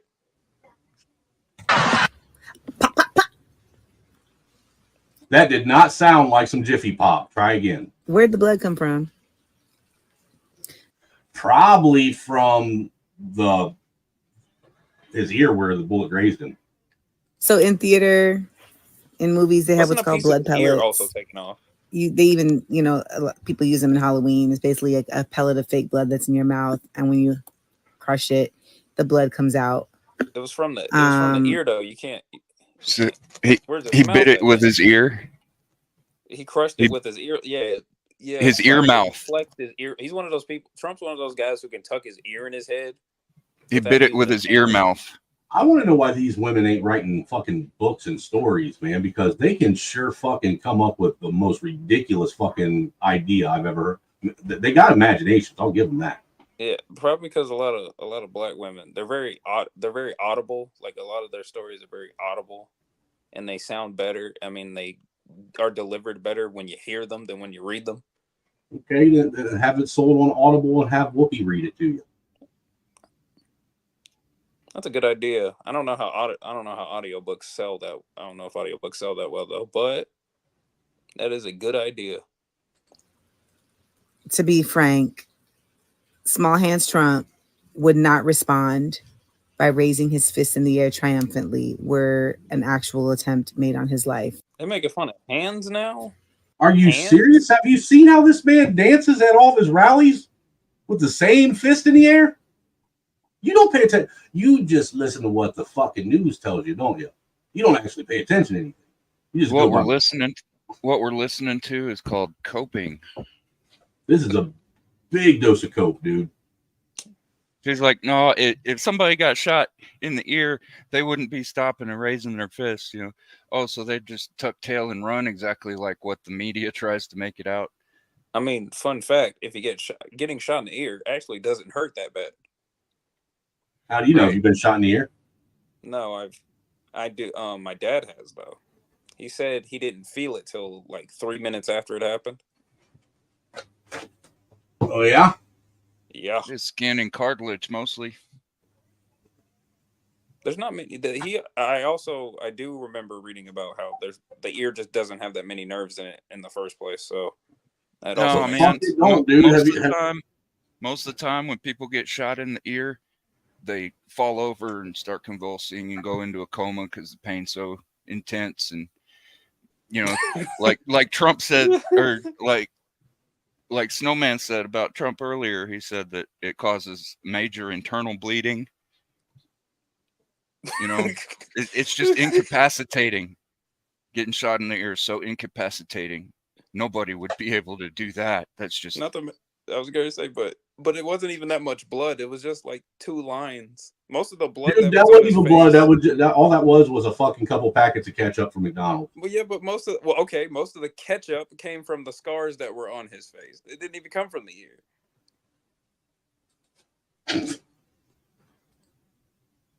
Oh man. Most of the ketchup came from his cheek.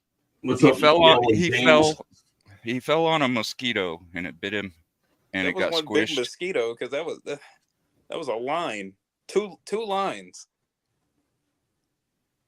Yeah, that was from when it popped. He fell on the mosquito, and then it popped. And oh, well, I'm sorry, dude. You said lines. I was looking for a bag of cocaine somewhere, man. Oh god. No, the streaks of blood on his face. What's up, man? I'm dropping the link. So it was 2 mosquitoes.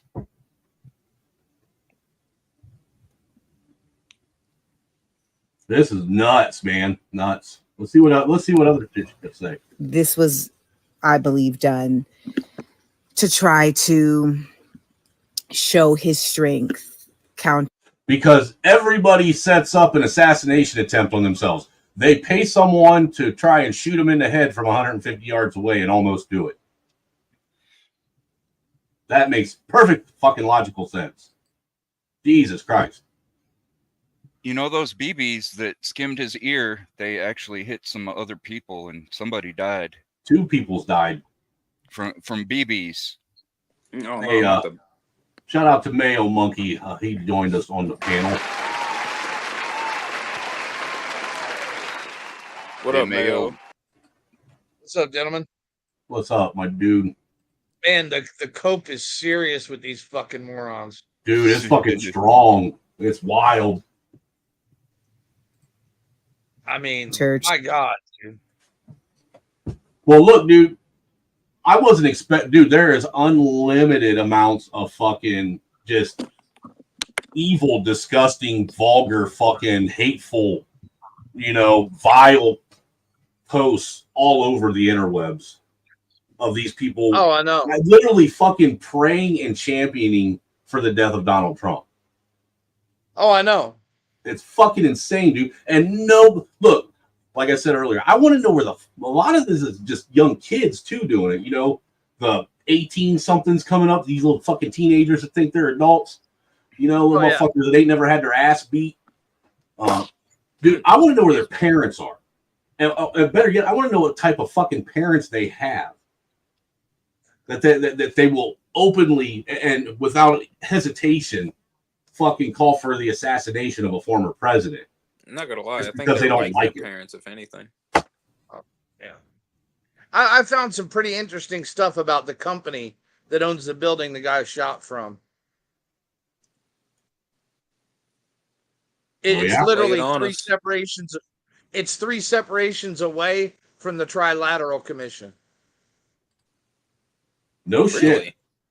Wow. 100%, sir. Wow. That's the fucking World Economic Forum and shit.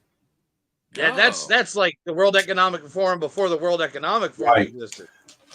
Did he come from the building? He shot from the top of the building. That's You all never we know. know. You never know. He might have been sent by the fucking Vatican.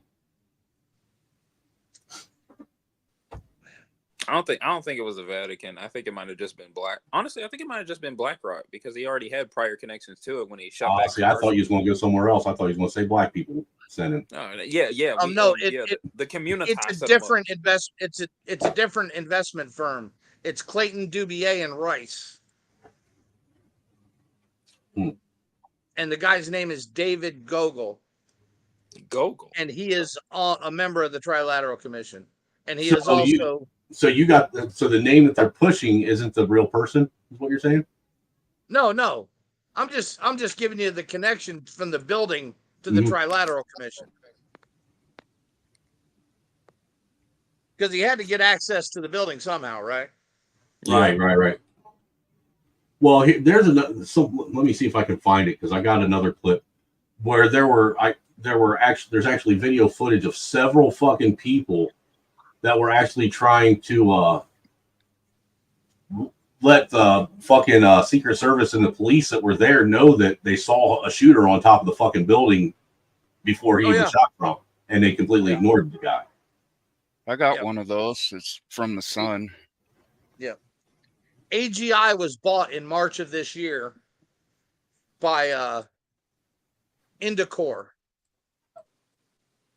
Indicor is a subsidiary of that investment group. Here's one. Where the chairman.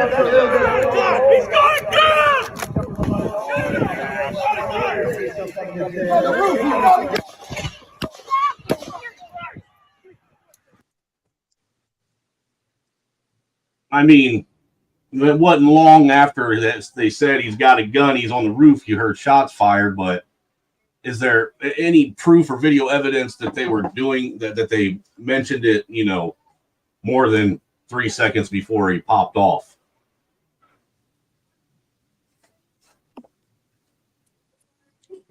I mean, I haven't heard anything, but there's still hundreds of videos out there to be seen. Well, Mayo, the one thing that I find interesting about this, though, is when they hold these rallies, don't they treat the security they're supposed to kind of like holding basically a national convention, right? Would be my assumption. And when I went to the Republican National Convention back in 2016, they had fucking snipers and spotters on top of every fucking building in downtown Cleveland. Yeah. I mean, there's no way that guy should have been able to get on top of a building that close to a former president. Well, right, and it would make more sense if man, wouldn't it make more sense that he would get away with it if it was in a more, a bigger city type environment where it was more, basically there was a bigger crowd and more ways for him to be able to blend in, so to speak, rather than out in a fucking field in the middle of fucking New Jersey somewhere with an AR. Well, yeah, it's harder to pick a guy out of a 100-window hotel building or apartment building than it is off the top of a white roof that's single story. You know what I mean? Did they have any drones? Now that I think about it, did they have They any should have drones? had drones and helicopters on. They should have had drones and helicopters working. That's what I was thinking. Why in the world did they not?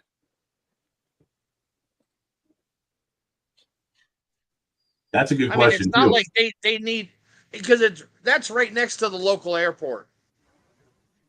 Just a little single strip airport. But it's not like they should have been on high alert anyhow, because even with small airports, the airspace is fucking restricted. Yeah, well, and I'm sure there was a NOTAM. Have drones for security reasons now. So if he was climbing up on that white roof, a drone, some stray camera or some sort of drone would have should have should have spotted him beforehand before he even got a shot off. No, the airport was closed by a NOTAM. If a president lands at an airport, especially a small one, they just close the airspace. And they didn't have their security active while it was closed. Dude, this is a small regional airport of single plane owners. You know what I mean? Yeah, I get you. That makes more sense. You know, yeah. Honestly, I'm surprised. I am a little confused on how he was able to get through. I can understand how he got through the crowd, but clearly, with a weapon? No, he never entered the venue though. Yeah, he was out. He was outside of the venue. That building was outside the venue. But even still though, Mayo, what I was talking about on Hood's stream yesterday when someone brought up how to even get a rifle in there, it all depends on where you're at.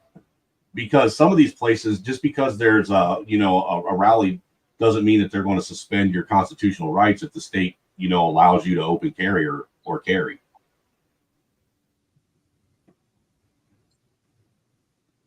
Oh yes, they will. No. Ohio didn't. So you got I got right down to the Staples Center around all that shit. With my plate carrier on, my rifle, my pistol. Yes, but was the former president in view at the time? The president or Trump was never in view outside that I ever saw, but there were several delegates there from the Electoral College. There were people from all over the country that were very high priority people that were out. Yeah, but they're not the president of the United States. No, and I get that, sir. And they would push that security cordon farther out for him. No. See, that's the thing is they tried to get DeWine to suspend our open carry in Ohio when they had the convention there, and he said no, it wasn't going to happen. Do you guys suspect that the Secret Service members could have spotted him a lot earlier, especially with him catching? They should have. They should have known. They should have known everybody that was within a fucking half mile of that place. That's what I'm saying. How do you know they didn't spot him earlier? And maybe one of the Secret Service members got paid off, and he was just let through. They just let him get. They had eyes. He they never had went eyes on through any. There is no let through. He never went through any security because he never entered the venue. Yeah, but don't they still do a soft perimeter around the outside just to monitor any unsavory characters? Just of the parking area, just of the venue. Well, then that just shows that the Secret Service are incompetent as hey. They didn't even cover every corner to secure the area. It would be the local and state police that would cover those outside areas. I put some links in the back. Yeah, I'm going to play this one. The one from Liberal Hive Mind shows that they had eyes on him before shots were fired. Oh, yeah. I called it. Have you guys ever seen The Sum of All Fears, the Tom Clancy movie? No, I think I've read the book. You'll see how the Secret Service is supposed to act in those situations. Yeah, they're not supposed to be dropping their fucking duty pistol and shit and not being able to put it in a holster and not know what to fucking do when shit happens. Well, not just that, right? Number one, get him off the X. You do not let him sit there and dwell on the X. Dude, you do not let him put on his shoes. You don't even talk to him other than to tell him we're moving. Yeah, as soon as that first shot popped off, they should have fucking grabbed him and ran. Yeah, I was going to say he took too long just grabbing his ear. I mean, remember how they reacted when Reagan got shot? That's how the Secret Service is supposed to react. There literally should have been no stop in motion of him from the first shot to him leaving the venue and leaving the area. That should have been continuous motion, and it wasn't. Well, these are the same people that have come from the same Secret Service department that allow Joe Biden to fucking wander around and fucking steal ice cream cones from little babies. Yeah, that was actually pretty funny, not gonna lie. Well, what do you expect when the head of the Secret Service is the former head of protecting Cheetos at PepsiCo? That's the woman that's in charge of the Secret Service right now. Dude, we are literally only like I think 1 or 2 more moves away from having a stripper and a fucking porn star working in the White House. Dude, Y'all were gonna say, yeah, we y'all have a ready for stripper having, and a porn. y'all want Mandy Muse as president? Dude, we No, got Secretary of State.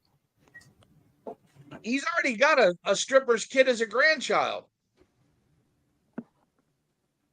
Close enough. It don't count when it's your own son that made his niece a stripper. No. The woman he impregnated is a full-on OnlyFans is a model. stripper. That's what we need. Ah, The woman he just had a kid with is a stripper, sir. gotcha. That's interesting. Well, the Ukraine already has Zelensky. Zelensky's a stripper. Basically. Well, I'm gonna play some of this an video. actor like Reagan. I'm gonna play some of this video so I can run in the kitchen real quick and fill up my bowl with some food. My trough is empty. Whole crazy thought is, President Trump missed that bullet by an angel's breath. He might have been on stage with his vice president as well. Not only could the leader of the Republican Party have been killed tonight, but also his anointed successor. I was standing there, and all of a sudden it sounds like firecrackers going off. But then I heard the shots, and then all of a sudden somebody hollers, "Get down on the ground," and everybody's going down on the ground as low as they can get. Then the Secret Service comes running up through and says, "Everybody out, get out of here now." And they ushered us out of the area. Everybody stood together and everybody screamed out the Father's Prayer and everybody prayed together. That was amazing. That was something that was beautiful. That was really cool. Everyone together. They did a prayer circle. Horrifying. I mean, the shot, and then the stuff was coming off the side. For people to do that, I don't know. It's just, it's stunning. It's absolutely stunning. It's just going to drive people to even be more for him. Especially when that picture comes out. I'm very upset.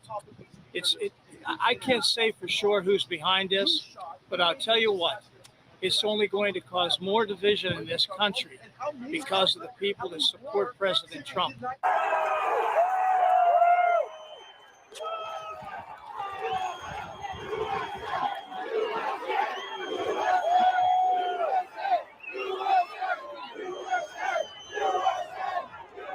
And so when those first few bullet noises happened, there were people all around me, including myself. Bullet that noises. This was a firework or a BB gun, that it wasn't an actual shooting event. But as they kept coming, everyone Did he say kind of BB really gun? quickly hit the floor, including the president. And it was a little bit of a dazed situation at that point. As we kind of peeked our heads back up, Secret Service had formed that kind of shell around him. And I got a little bit of footage of that. And the first thing I saw was him, reach out his fist to the audience. Come to find out later that he was saying, "Fight, fight," and that definitely caused a ripple through the crowd. Everyone noticed that. It really kind of energized everyone. He gets on stage, and I was standing right there, probably about 40 feet from him in the friends and family VIP section, and he gets on, and within the first 5 or 6 minutes, he immediately begins telling a series of stories about this chart that he had brought on about immigration that had to do with the difference between President Biden's record in when it came to the border versus his. And thank God for that chart, because I think it's because of his head turning left and right as he was explaining the things that were on that chart that first bullet actually missed him. There is that picture of one of the bullets whizzing by his head that one of the New York Times reporters got. I think the only reason that he didn't get hit today is because that chart was on the television and he was turning his head.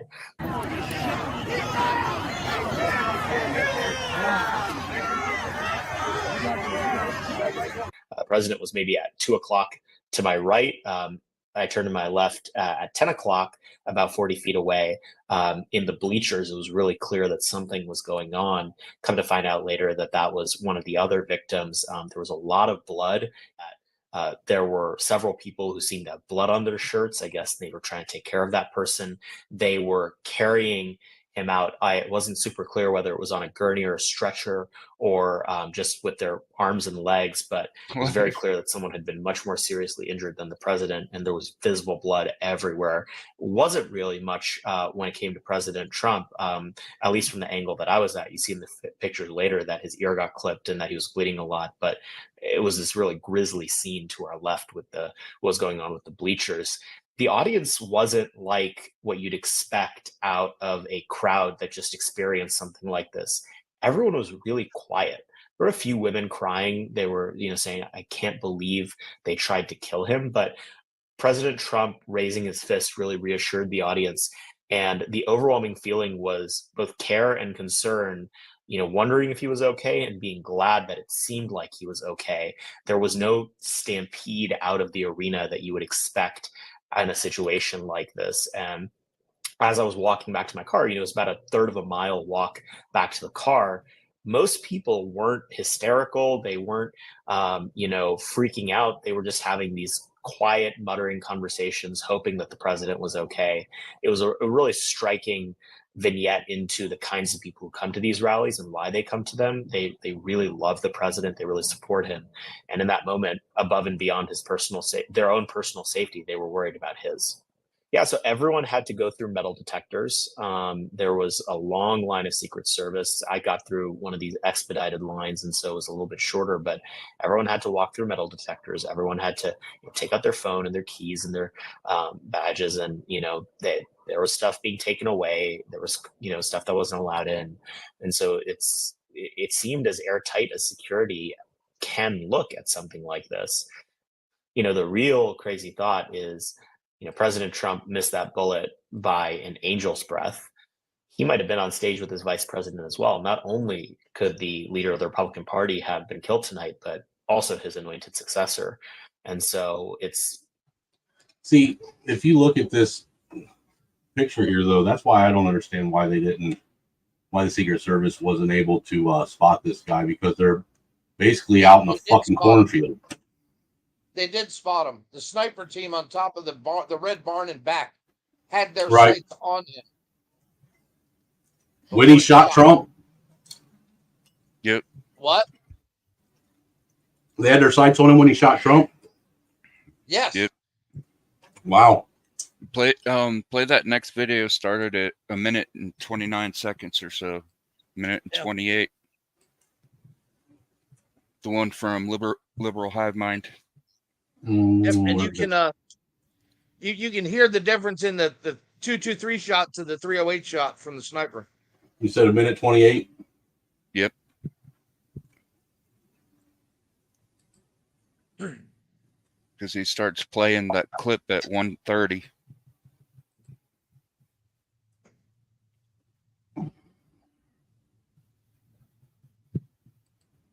And you can hear the speech as well. Yep. You guys got it up there? Yep. This clip. And that's a little bit old, that shot. That shot's a couple of months old. And I don't know why he blacked out the sniper team, but take a look at what happened.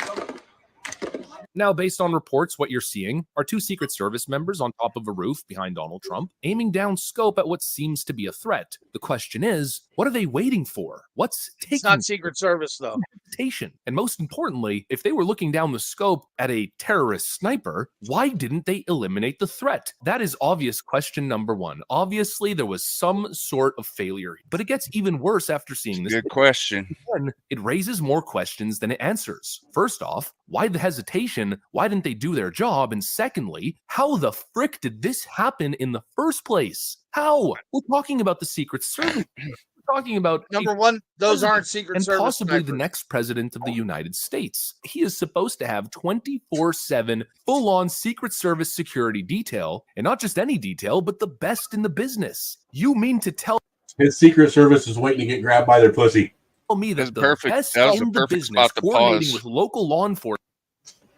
That's not a Secret Service sniper team, though. That is not a Secret Service sniper team, though. They are marked as police. Okay. So they are most likely from Pennsylvania State Police. They're probably locals. Yeah. Well, that right there shows And my the guess is layout. the delay is the comms clearance to shoot. Oh, yeah. Because a Secret Service sniper would have the authority to already shoot. A state police sniper would not. What's this property over here? That's a good point. That's AGR glass, sir. Were what was the rally using their parking lot for parking? No. I'm assuming these are all connexes right here. No, sir. Oh, that's all. Yeah. Well, no, let me see. I got a better picture of it, of the grounds. They're like portable office buildings. Right. They're That's what a connex is. Well, no, this is just one continuous metal building, but the roofs are all white now. Okay. This is an old picture. If you look on Google Earth, you can see it a lot better. Well, the only reason why I asked if they were using their parking for the rally is, well, you already know why. Yeah. I mean, would it be safe to assume that there were some people that probably did use that for parking? And just walk across the field to get there? There was people watching the thing from there. When you see the people, the videos of the people looking up at and seeing the guy on the building, they're on this side of these trees. They didn't have to enter the venue to hear it. So yes, there were people parked over there, and it should have been covered. Yeah, it should have. Plus, it's the fact that it's so close to the venue itself where the rally was happening, I mean, that would be basically, wouldn't that be like a critical point that you would want to watch? Actually, the building right in back of it would have been the perfect Overwatch sniper point. The one where they got that Butler County thing? Is that what you're talking about? No, the one right above the yellow square, the big 2-story one in back of it. Oh, that one? Yeah. That would because they would at least Overwatch the whole thing. Yeah, if they were there, they put one on each corner, they would have had high ground and would have been able to see everything. Yep. This was a catastrophic failure, man. It really was. Oh, yeah. Because what I saw was the Secret Service react to something. In this situation, they should have acted on a preset plan. They're supposed to be proactive, not reactive. Well, they're supposed to act when this happens, not react to it. You know what I mean? Mm-hmm. And they did not do that. They did not meet the level of their training. They did not rise to the occasion. They met the level of their substandard training. I think Trump got the alternative school fucking Secret Service team.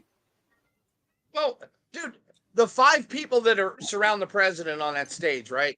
You got the detail leader and the 4 body blocks. Why is one of those body blocks a 4'9" woman when that dude is fucking 6'6"? She can't even cover the president. Those guys' job is to take bullets for the man. So they have My question is, why are there so many taller and as big as him? Why does he have so many women on the Secret Service detail anyhow? Because the woman that runs the Secret Service now has made it her job to ensure that 30% of the Secret Service is women. Equity, inclusion. Yep. That is her mission in life. Wow. Jeez. And has stated so publicly on the news. Wow. And this is the result of DEI. And I'm not saying there's not women that can't be Secret Service members, but there are enough of them to where they are statistically insignificant. Folks, Mayo doesn't have to. I will. Women don't need to be Secret Service members. Well, no, they can be as long as they have to actually meet the standard. And some of them can. But none of them out there met any kind of fucking standard. That's obvious. No Secret Service agent left behind. You ain't right. I mean, I'm waiting for one of them to blame it on, oh, I was having my period. I was crampy. Literally, one of them is hiding behind the fucking president up on the stage. I think that if you use your period as an excuse for why you failed, you should be waterboarded. Sir, I think they should use diesel. That way they don't call it waterboarding. Fair enough.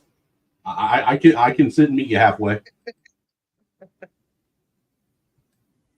Well, they were already trying to remove his Secret Service security detail. They were trying to use the convicted felon angle to do it. Oh, what is that? What's that liberal website that does petitions? Oh, you're talking about fuck, I know what you're talking about. Yeah, there's one on there to remove his Secret Service detail. I'll bet that bitch is gone now, though. I bet you if they could get away with selling all of Trump's fucking children into some kind of fucking sex trafficking ring, they would. Oh, yeah. Well, you know, down in California right now, they're having this legislation battle as to whether or not they can either outlaw or raise the punishment, raise the bar on trafficking not trafficking minors, but selling them for sex. Yeah, and there's an alphabet communities fighting back against it. Yeah, SB 1414. Yep. The fucking excuses, the excuses they're coming up with is saying this will disproportionately affect members of the LGBTQ community and black and brown people, because they made it a point to point out that black and brown people are inherent rapists. Yep. So fucked up, man. And those are the kind of people that are surrounding the people who are told to hate everybody outside of that circle. Yep. Just like Manning Johnson warned about. They want people to unite with the white communists and not with any of the other white people. Black people aren't a monolith until the need for a monolith is monolithical enough for their monolith to not be a monolith. Yep. It's a selective monolith. And anybody that treats them like one isn't as guilty as someone who points it out. Don't say anything because you're racist. You know, doing it isn't the problem. How dare you point your pale fucking cracker bony finger at me? Fucking wicked, man. Yeah, dude, I'm telling you, this Secret Service head, she needs to just. I mean, honestly, she needs to be prosecuted. Because the thing about this, right? You could bring the most qualified guy in the world to run the Secret Service, and they're not going to be up to speed from the damage that has been done for a fucking year. Hold on, you didn't say nothing about qualified. When did this fucking qualifier come into play? As soon as they lowered the standard. I mean, you would literally think that the head of the Secret Service would come from the Secret Service. Because there's no other entity in the United States government that exists that does the same thing. You don't think they'd pull executive security from fucking Pepsi? Well, Pepsi's got to know a thing or two about service and secrets. So, I mean, think about it. If you don't think about it, it makes sense. I'm tired of not having to look. I'm tired of not being able to think in order for shit to make sense, dude. I'm tired of it. It's got my brain hurting. I could understand it if it was Coca-Cola, because that formula is secret. Yeah, well, dude, the only reason why it's secret is because they've convinced you that it's okay to eat something that'll eat rust off of fucking steel. Well, if you don't think about it, it's fine too, because it doesn't have to make sense if it makes emotion. Yep. Right? Scary and bigoted and he's trying to destroy America. You know, like show Not some receipts. democracy. Gonna put you back in chains. I mean, literally, I watched a video of a Democrat congressman literally using the words, "Trump has to be taken out." On MSNBC. Yeah, there was somebody said they had to put a bullet in him. Specifically said a bullet in him. Yep. I've got that in my compilation too. I uploaded a video a little while ago called "Radicalized: Why Do So Many People Hate America and Donald Trump?" Because they were told to. That's why. Yeah. That's the fucking short and simple answer. They were fucking told to. Hey, Orange Man bad. Orange Man bad.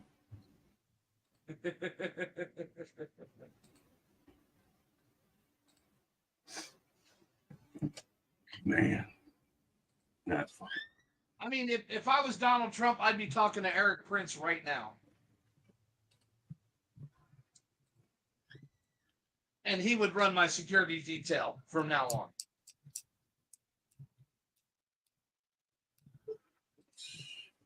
You want to watch? Khan says it's been proven easy to take Trump, apparently. Well, I mean, he's an easy target. I mean, the motherfucker's like 18 feet tall, and orange is the sun. Imagine the rash of assassinations on right politicians if this would have actually worked.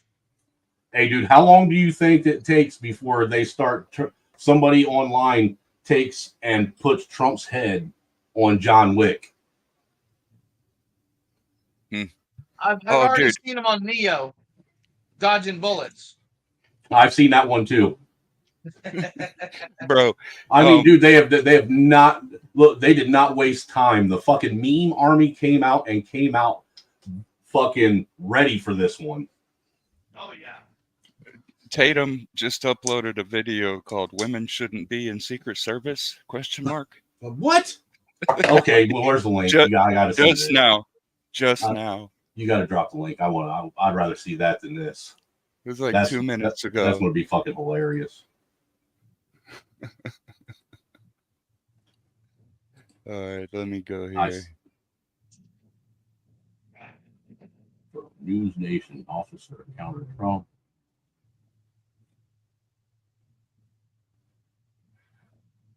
What's wild, dude? Didn't you think it was wild though? Did you happen to catch Hood Stream yesterday, Cyber? Yeah, a little bit. Did you see the news clip that he played where CNN was sitting and saying that white people and specifically Donald Trump and his supporters seem to think that there is an active attack on them right now, and that's not even far from the case, and made that statement after the fucking assassination attempt on Trump. I mean, they killed some of his supporters. Got killed. What about the teenager that was run down by that guy in the truck a couple years ago? Oh yeah.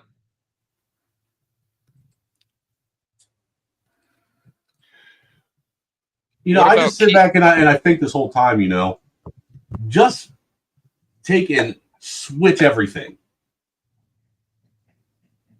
And and let me ask you this: where do you think the nation would be right now? You know, as far as a collective, if somebody had tried to take out Kamala or fucking Biden or any of these fucking liberal fucking shittards, do you think that the liberal left would be sitting down and just taking it to the chin? No. They would be burning down. A crackhead died and they burnt down cities for a year. That's why we don't use their tactics. Yeah, but the thing is it's starting to make the same people look very fucking weak in this country, that they're not willing to stand up and fight. Oh. Yeah, but you You know that study they always say that, right-wing violence, right, is the biggest problem in America. No, it ain't. But yeah, I know what you're talking about. All right. Do you know what that study actually says in the foreword? Say what now? Say that again. Do you know what that study actually says in the foreword of the study? No. I'm interested. It states that the use of right and left wing in this document is not related to political parties in the United States, but related to pro and anti-government movements. Anti-government being right and pro-government being left. They called the Dallas police shooter right-wing violence. Interesting. Okay, so all the You people. look at this. That means all the people that left. were, all the people that were burning down police stations, the ACAB movement, and all of them. All right-wing violence, sir, because they were attacking the government. Wow. That's how it's counted. Talk about gaslighting. I'm anti non-elective government bureaucrats pushing regulations and interpreting law while they put their hands over judges' mouths and grab the arm of Congress and try and write the law themselves. Sir, That's how what I'm dare against. you disavow my technocrats?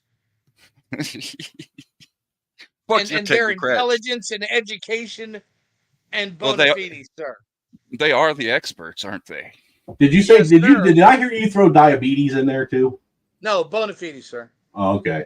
I just want to say, if you threw diabetes in there too, I was going to give you a kudos, sir, because that was a great way to, throw an underhanded fucking jab at them. I mean, and guess what? That Supreme Court decision that's going to put Dude, that Chevron deference, dude. Yep.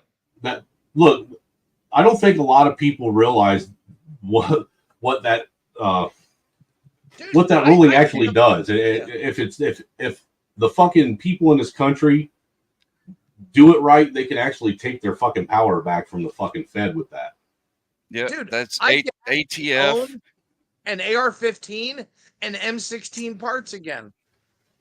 Yep, that's ATF, that's EPA, that's NIH. The medical. Dude, that's it. Dude, OSHA's even wrapped up in that, right? Yeah. Yeah. I've been putting stuff together ever since it happened. Noah's wrapped up in there. I caught the article on the 28th in the afternoon about 3:00, and I started telling people about it when I got home, and pretty much every day since I've been putting stuff together, turning the articles. I took screenshots of the articles to turn it into scrolling video. I've been adding commentary text on the side, other newscasts and things like that. It's so fucking big.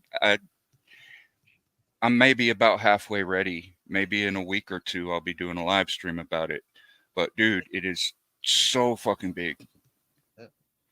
I watched a video last week of a C-SPAN meeting where the questions being asked to the FDIC head was why are you requiring banks to give climate change reports? Yeah. And what purview does that have to do with the FDIC? The Clean Air Act. That's the basis for the Chevron doctrine. Right? Oh, Clean Water Act. Clean Water Act. Brought in the EPA. Right. And the language that they use in some of these articles, calling things that they don't approve of decades old. Yeah. But things that fit their narrative, they talk about a long-standing precedent. Yep. But things they don't like, it's a decades-old law versus a long-standing precedent.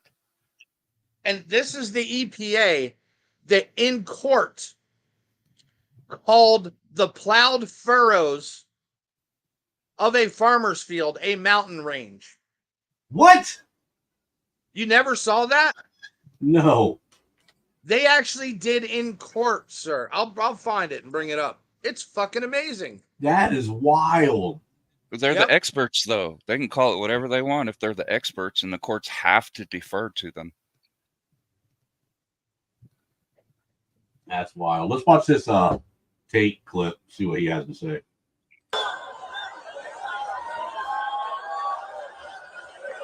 Tatum, sorry.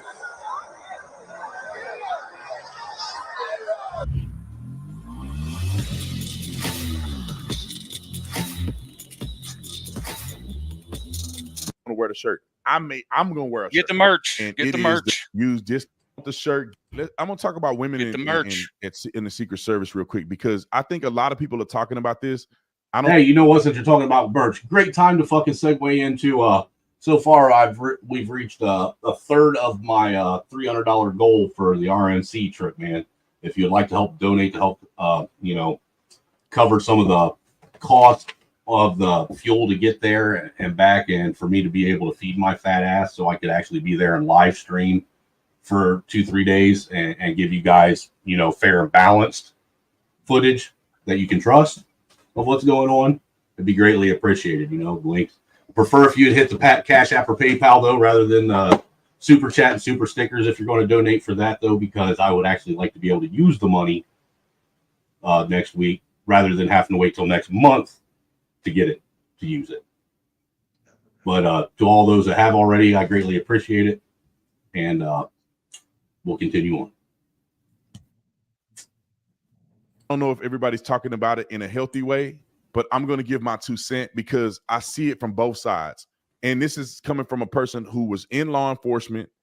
We had women in law enforcement, and then I was on a SWAT team, and we had one woman on the SWAT team that went through the class that I went through, and she outscored me in that class. So, there's a reason for it or whatever, but I'll explain it. I think I have some arguments here. All right, are we ready? Okay.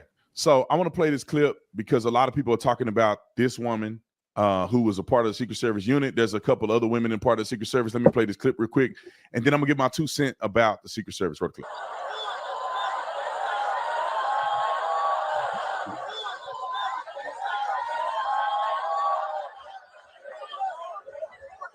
That's an awful lot of disorganization going on up there for that to be the Secret Service. Just saying. Dude, that's the Keystone Cops. Oh, okay. But they're saying that's the Secret Service. Yeah. And they're saying that's actually the Secret Service director that's there. No, that's not her. Okay. But what was you going to say before I finish playing this? Oh, I put that in the back, and I used one of the most left-wing examples available, being the LA Times about that. Oh, you are just a horrible, horrible cracker, man. Why would you want to bring lefty propaganda into, fucking, Dude, white Wakanda? If the LA Times is calling bullshit on it, you know it's bullshit. Get that shit out of here. She couldn't store a gun. They just seemed disheveled. They just.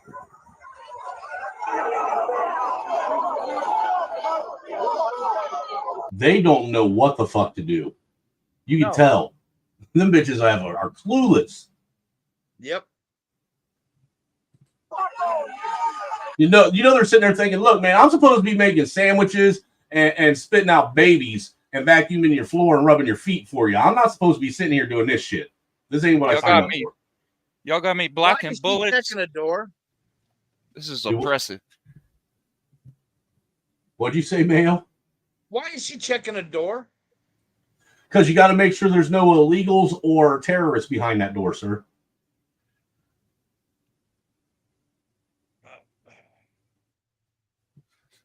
Just don't think about it. It'll make sense.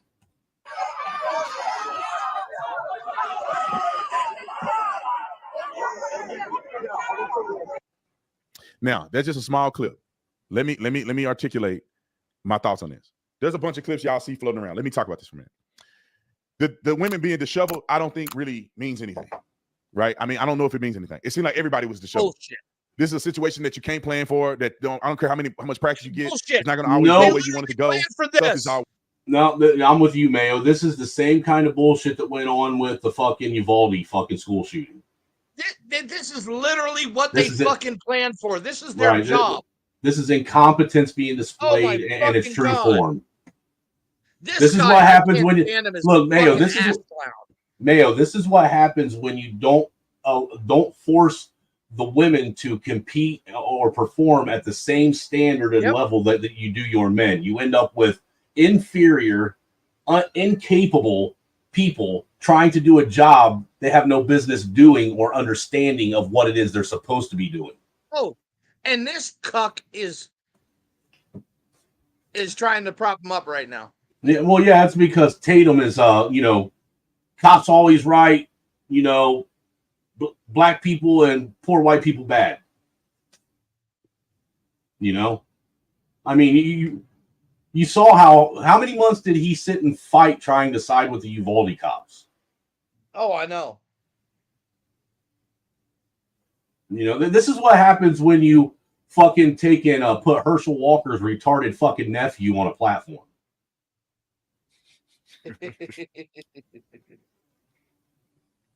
There's different communication between SWAT and these people and this people and these people and this people. They're scrambling. It don't seem like nobody had their stuff together. Maybe they did. It just didn't look like they did. So I'm not. My feelings ain't hurt. But what I will say is that they need to stop putting women in certain instances or incidents, or not incidents, but professions, just because you want equality of representation. As a former police officer, a lot of women should not be cops that are cops. They shouldn't be. There are women that should be. There is room in law enforcement for female police officers. In many cases, women have attacked. Yeah, at the desk, being receptionists, taking messages, going and getting coffee, wearing something nice and being pretty to actually make the fucking place look decent, But you need him in family violence and sexual assault. Hashtag cops need sandwiches too.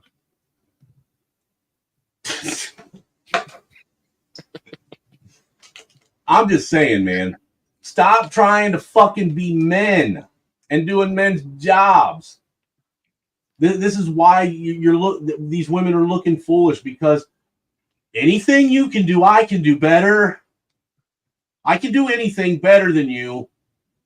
Well, they've been being told even before women's suffrage and up to and beyond Judith Butler, Simone de Beauvoir, all these people. You can even go back all the way to Mary Stonewallcraft, Mary Shelley's daughter, who was also a fucking feminist. And they've been being told that if they don't do all the things that men can do, then they're being oppressed. While men are being told that unless they slow down and give up their masculine character, that they're oppressors. And it's purposefully fomenting an identity crisis, because nobody knows where they fit in anymore. And the reason that's being created on purpose is so people can come in and tell them where to fit in. It's really hard to convince someone to do what you tell them when that person is already serving their own determined purpose. Now, if you take that away from them and leave them blowing around like a leaf in the wind, it's real easy. You just come in and say, oh, you want to fit in? You fit in right here. All you got to do is cut your dick off. Well, look, dude, the thing is this whole DEI shit, the diversity, equity, inclusion nonsense, that right there should have told the vast majority of people that have any kind of fucking common sense or the ability to, problem solve or even think on a, middle school level. That should have told them that this whole fucking feminist, third, fourth, fifth wave feminist fucking bullshit, trying to convince people that they're fighting for fair and equal treatment for women to be able to have the same rights men do. It's bullshit. They ain't fighting for equality. That's why they changed it from equality to equity. Equity has nothing to do with equality. Equity is just give me the fucking position because I said so. Yep. Well, they're teaching them that shit in middle school, and they have been since. I mean, I have proof that they had intention of teaching this to children in school, going all the way back to 2002, in a book called It was long before that, sir. They were pushing this No. shit in the 80s when I was in school. Well, I'm not talking about them doing it. I'm talking about the proof in writing that I have. Dates April 2002 in a book called Against Repetition by Kevin Kumashiro. That sounds like a white Asian.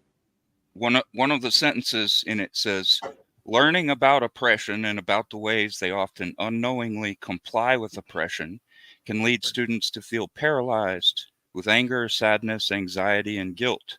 It can lead to a form of emotional crisis. And later on, he says, entering crisis then is a required and desired part of learning. Therefore, educators have a responsibility not only to draw students into a possible crisis, but also structure experiences that can help them work through their crises productively. What that is struggle session. Yep. He's talking about deliberately putting students through struggle sessions. Yep. By design. Isn't that the same shit that fucking old fucking white cracker fucking lady does when she does that blue eyes, brown eyes fucking shit? You know what I'm talking about? I don't know which one you're talking about. The one that Sarah Rao chick on Twitter. She does those white guilt dinners. Right. That's a struggle session. No, you want to see some white guilt? Let me see if I can find this clip, dude. This is some fucking white guilt for you that I about. Dude, this shit that I'm going to show you fucking disgusted me when I saw it. And it should disgust every fucking, person of, European or Caucasoid descent. Anybody that has, Aryan blood in them. This should piss you off to see your people being, reduced to this type of shit. I think it's absolutely absurd, to be quite honest with you, that white people are just collectively supposed to feel like shit, like they're, a piece of shit or less than human because of something someone did that looked like them fucking 300-400 years ago. Yep. Going back just a little bit in that book I just quoted from, he said, for example, suppose students think society is meritocratic, but learn that it is racist, or think that they themselves are not contributing to homophobia, but learn that in fact they are. Like suppose that they don't. Suppose you don't fill their head with bullshit and lead them into emotional crisis. Suppose that you're not so fucking brazen about what you're doing in 2002 that you come out and publish books about doing it and encourage people to do it at an even higher level. And suppose that you don't do any of that, then we can suppose that the increase in school shootings would have never happened because they lead kids into this crisis. And what happens? They go to a new class or a different school and they're never, as he said, they're never able to work through their crises productively. Then they're just in an emotional state of despair. Well, that's why this anti-bully culture is actually really detrimental and harmful, specifically to the male growth. Yeah, you learned your spot in the social order. You learned your spot in the social order on the playground. Yes. Yeah. Well, and not only that, you also found who you were and as a man on the playground. That's what I mean. You found your pecking order, your place on the pecking order. And you found out how to change it. Isn't it fair to say that you learned how to deal with, altercations of different levels? Yeah. On the playground. That way, when you became an adult, you didn't have this fucking 26-year-old, fucking 13-year-old fucking throwing a temper tantrum like you just told them that they can't have a fucking box of fucking Cheerios at the store. Yep. Now, this is the did this pop up? Yeah, it did. I see it. This shit right here is disgusting, dude. Listen to this shit. To ask the white Americans in the room to please repeat after me. On behalf of myself and on behalf of my country. I would like to first sit and say right now, before this continues on, that this bitch can eat a fucking entire hefty bag full of fucking black cocks, as far as I'm concerned, and choke on them all as they're going down her fucking throat. And I disavow and do not fucking support any of this fucking nonsense right here. Grow a fucking pair. On behalf of myself and behalf of my country, I would like to say, eat a bag of dicks, bitch.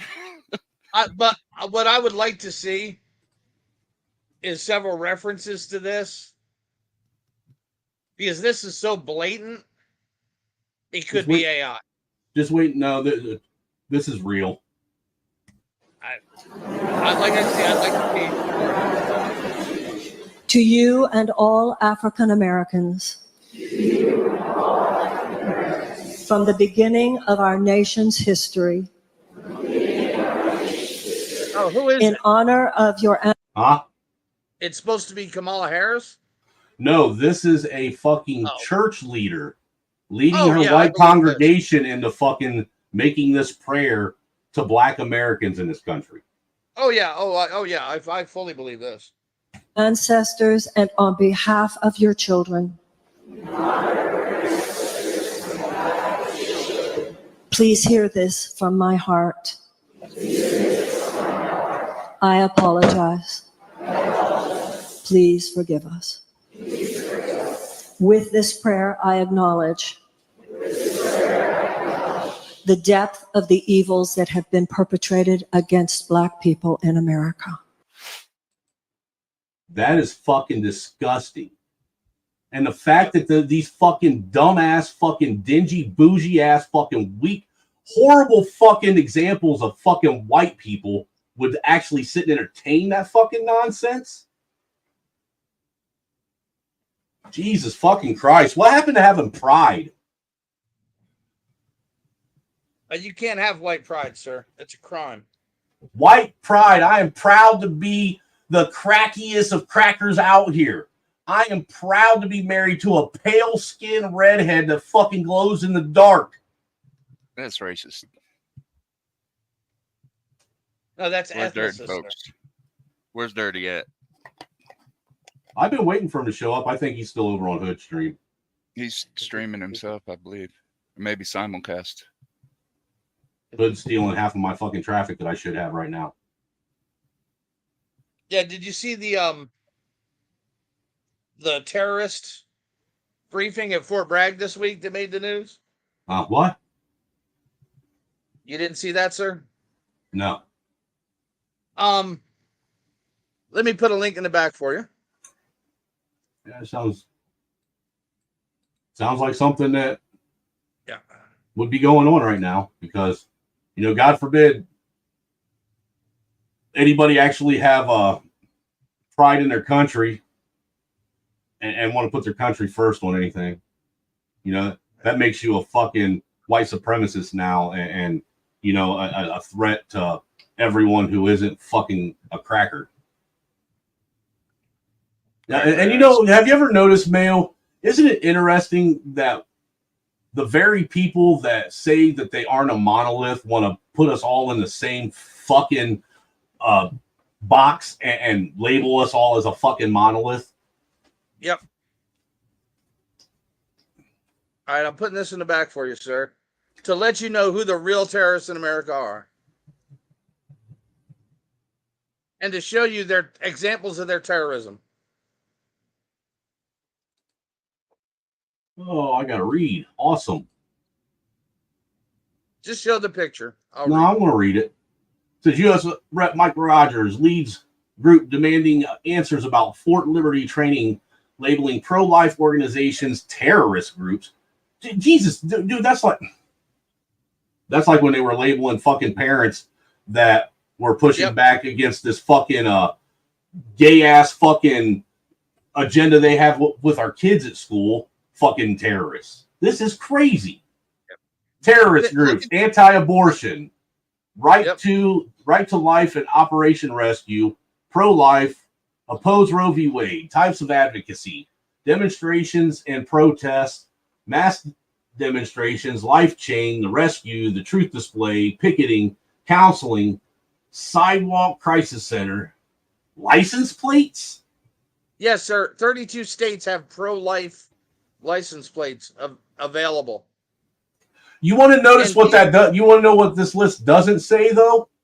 It doesn't say assaulting innocent citizens in your neighborhood. It doesn't say burning down businesses in your neighborhood. No. It doesn't say looting fucking your local fucking five and dime store. It doesn't say anything about burning down your neighbor's fucking house. It doesn't say anything about fucking burning down police departments. It tells you that First Amendment protected activities are terrorism if they're done by these people. Well, the license plate things, right? These are the same people. Go ahead. My bad. These law enforcement agencies that were given this briefing, which is literally every MP in the country, they have access to the national database for license plates. And they are telling you that every person who has a pro-life license plate is a terrorist. Yeah. Just like every parent that is concerned about their kid is a terrorist. Yep. And shout out to Torrin Flame. For those of you that don't know, I believe he gets his name from the movie The Stand and the villain in that book/movie. Welcome to the panel, Torrin. Ladies and gentlemen. You guys... Go ahead. I thought I hit the applause and I didn't. There's the applause. Well, hello, gentlemen. Can you hear me well? Absolutely. Howdy there. So this is a momentous occasion, isn't it? Everybody always kind of thought and joked about the possibility of President Trump being assassinated. Well, now we've crossed that bridge, haven't we? I think that the way that it turned out was the best possible scenario for that sort of thing, where like Trump got to like survive the assassination attempt and make the deep state look like fools. And then he got one of the most iconic photographs like of all time taken all in the course of a couple of minutes.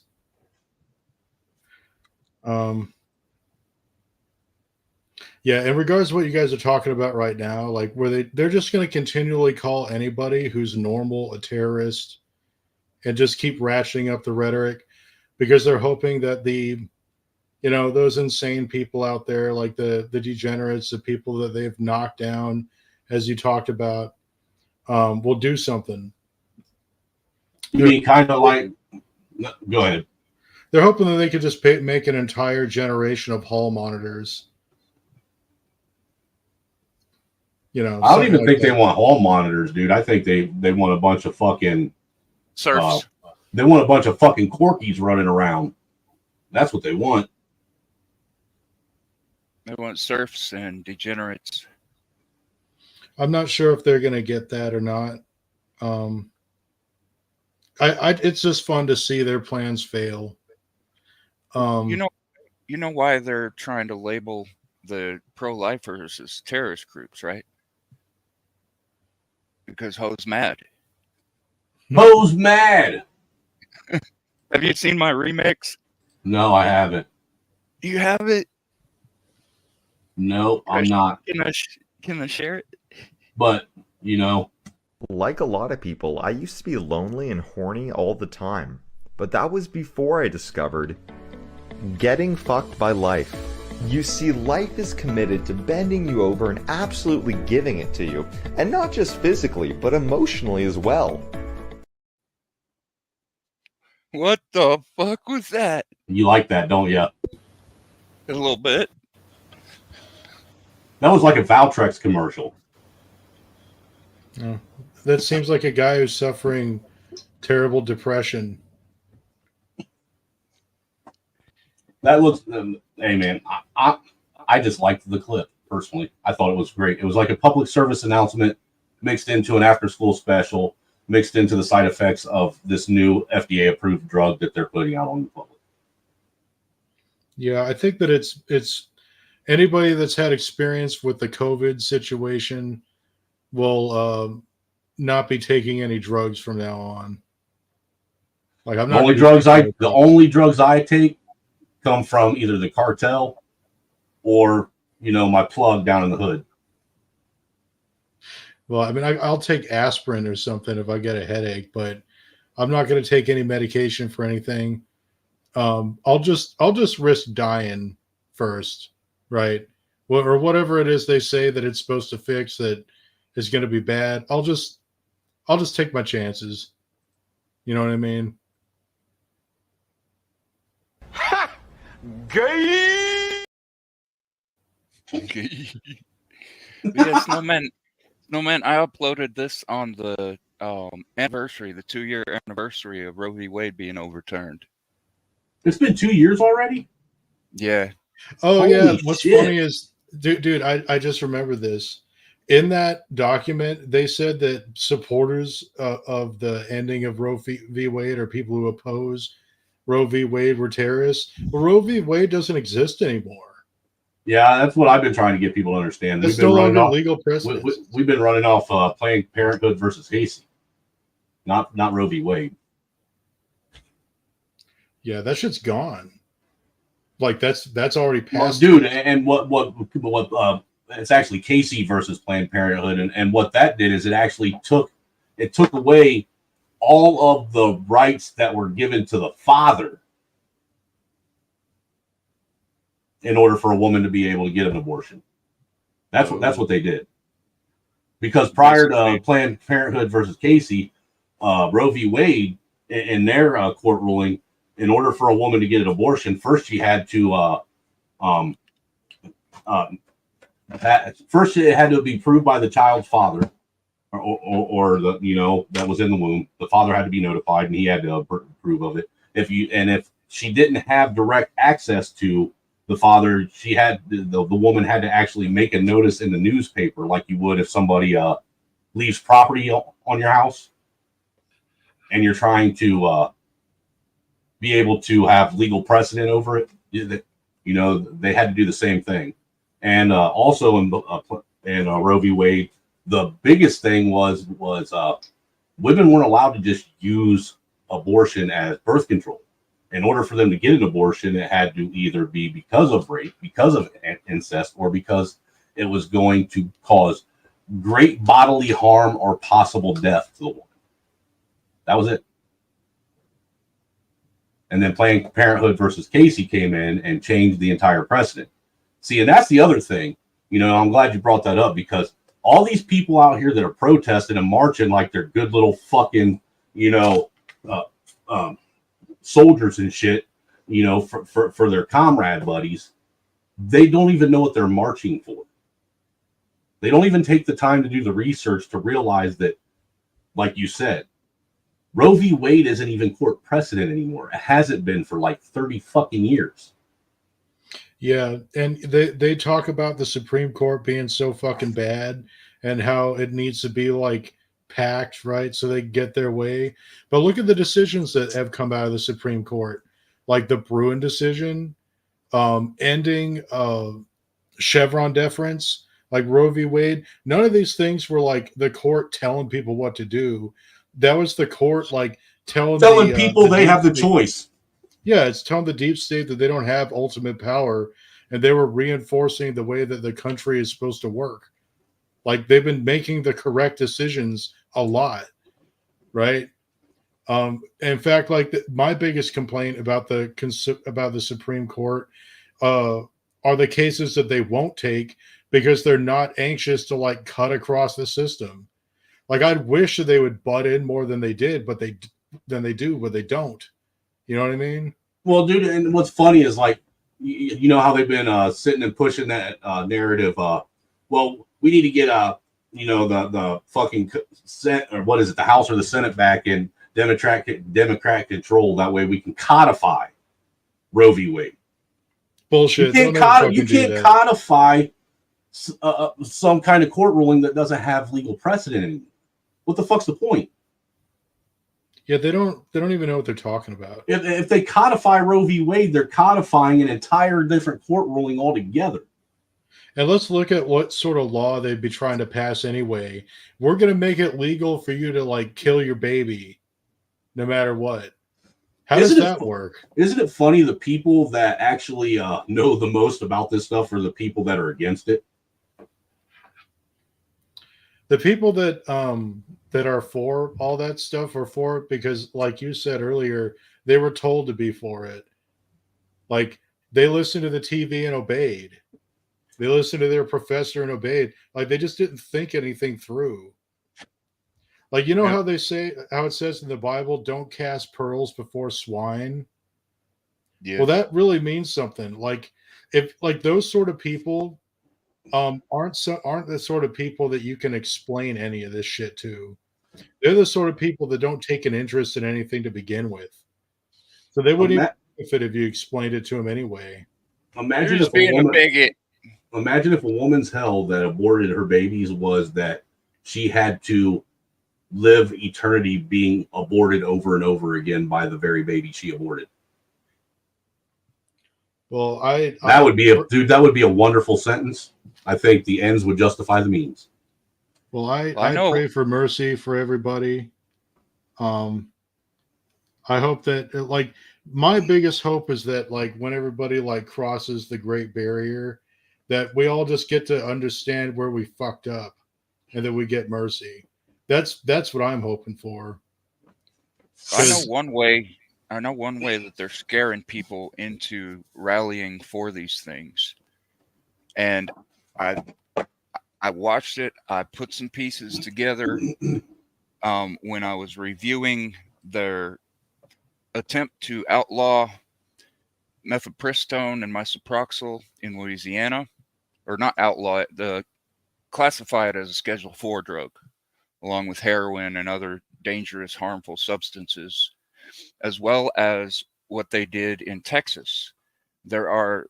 In Texas, there are doctors who are basically sitting on their hands when a woman comes to them with a baby that has died in their womb and they're starting to get septic, and they're saying, well, our hands are tied. You know, the laws don't say that we can, they're telling us that we're not allowed to carry out any abortions.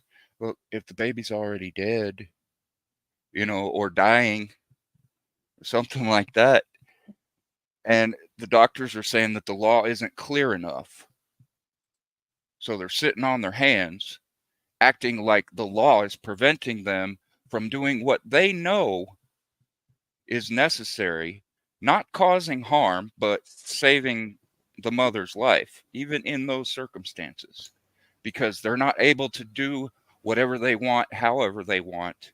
They're just sitting on their hands saying that they can't do anything at all. And shout out to real quick, shout out to American Man for joining the panel. We're grateful to have you up here with us today, sir.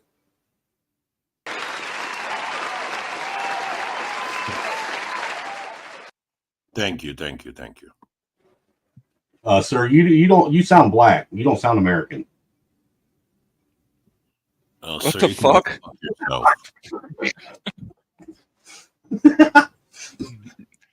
Black Thoughts. It's been a while. I haven't been able to fucking pop one off on Black Thoughts.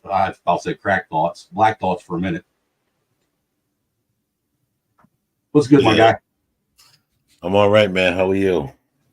Oh, you know, just up here trying to not be racist, I guess, while being racist, I guess. Fail. I think I'm doing a pretty good job. Hey, we got to admit, at least YouTube keeps him from going around colonizing everybody. Fair, dude, that's actually a fair statement, too.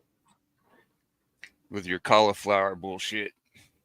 Hey, don't hate. You're just mad because I'm the caulifloweriest of all colonizers.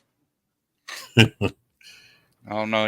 Your avatar looks Italian to me. You can eat shit, sir. It's a Mario.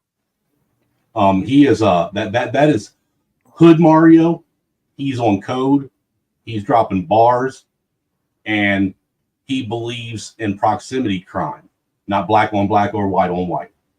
All right, I'll see you did that. Yeah, have you ever looked at the women that fight for abortion? None of them are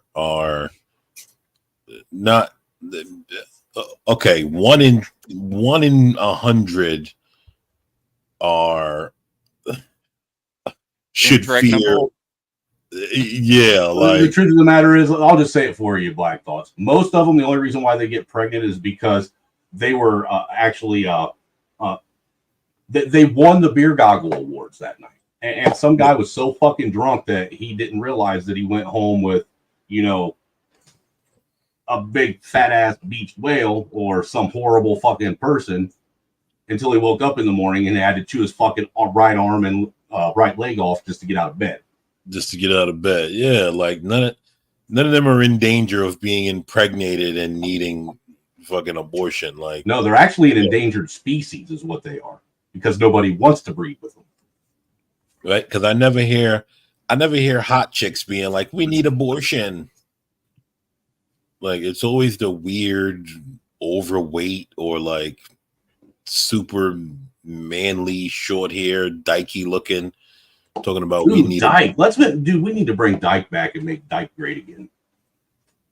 I didn't know that word left. That word had gone somewhere. I don't see it very often. I don't hear it very often anymore. You know, because nobody knows what a woman is anymore. So well, it's kind of hard to call someone a dyke if you don't know what a woman is. Well, yeah, that's the reason why you don't hear about dykes very much anymore is because they stopped building them. It's the same reason why you don't hear about tomboys anymore. It's because they're females. It's a distinctive like gender. It's like it's a gay woman or just a manly looking woman. All women are gay. It's not like, oh, she looks kind of like a man, therefore she is a man. She is a he now. See, it's normal, right? There've always been like very unattractive women and very unattractive men. Like that just comes standard. But you don't just start calling them like the opposite gender just because of that. And so those words like tie you down to a gender binary. So that's why you don't hear about that often anymore. Yeah, I guess that. The fuck up. Shut all the way the fuck up until you reach the top of Shut Fuck Mountain where there are no more fuck ups to shut. What? I think we need to bring back, certain like traditional virtues as like a necessity for getting by in society. And one of those is like not swearing when you're at a fancy restaurant, especially if you're a female. Gay.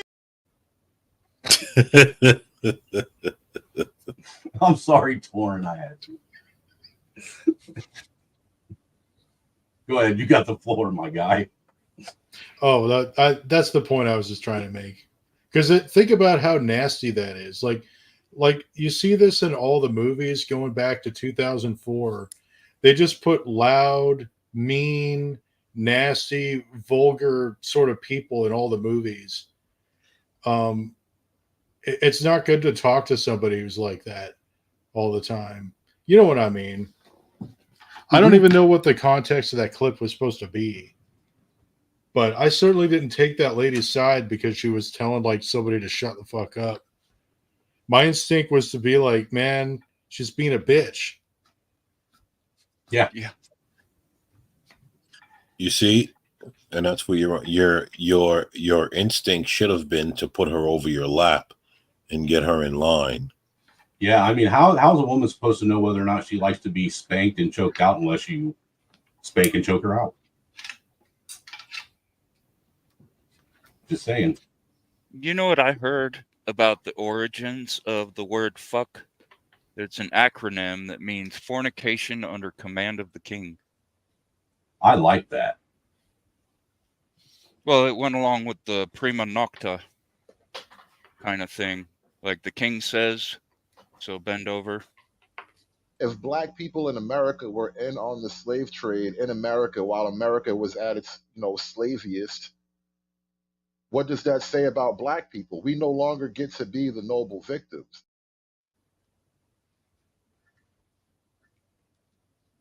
That did not say what the fucking title said it was supposed to say. It was supposed to say something about you were made to be ruled. When it comes to the question of who's responsible for slavery, like who's bad and who needs to pay, I can give you the answer. You know the worst thing about niggas? The worst thing about niggas? Niggas love to not know. Nothing make a nigga happier than not knowing the answer to your question.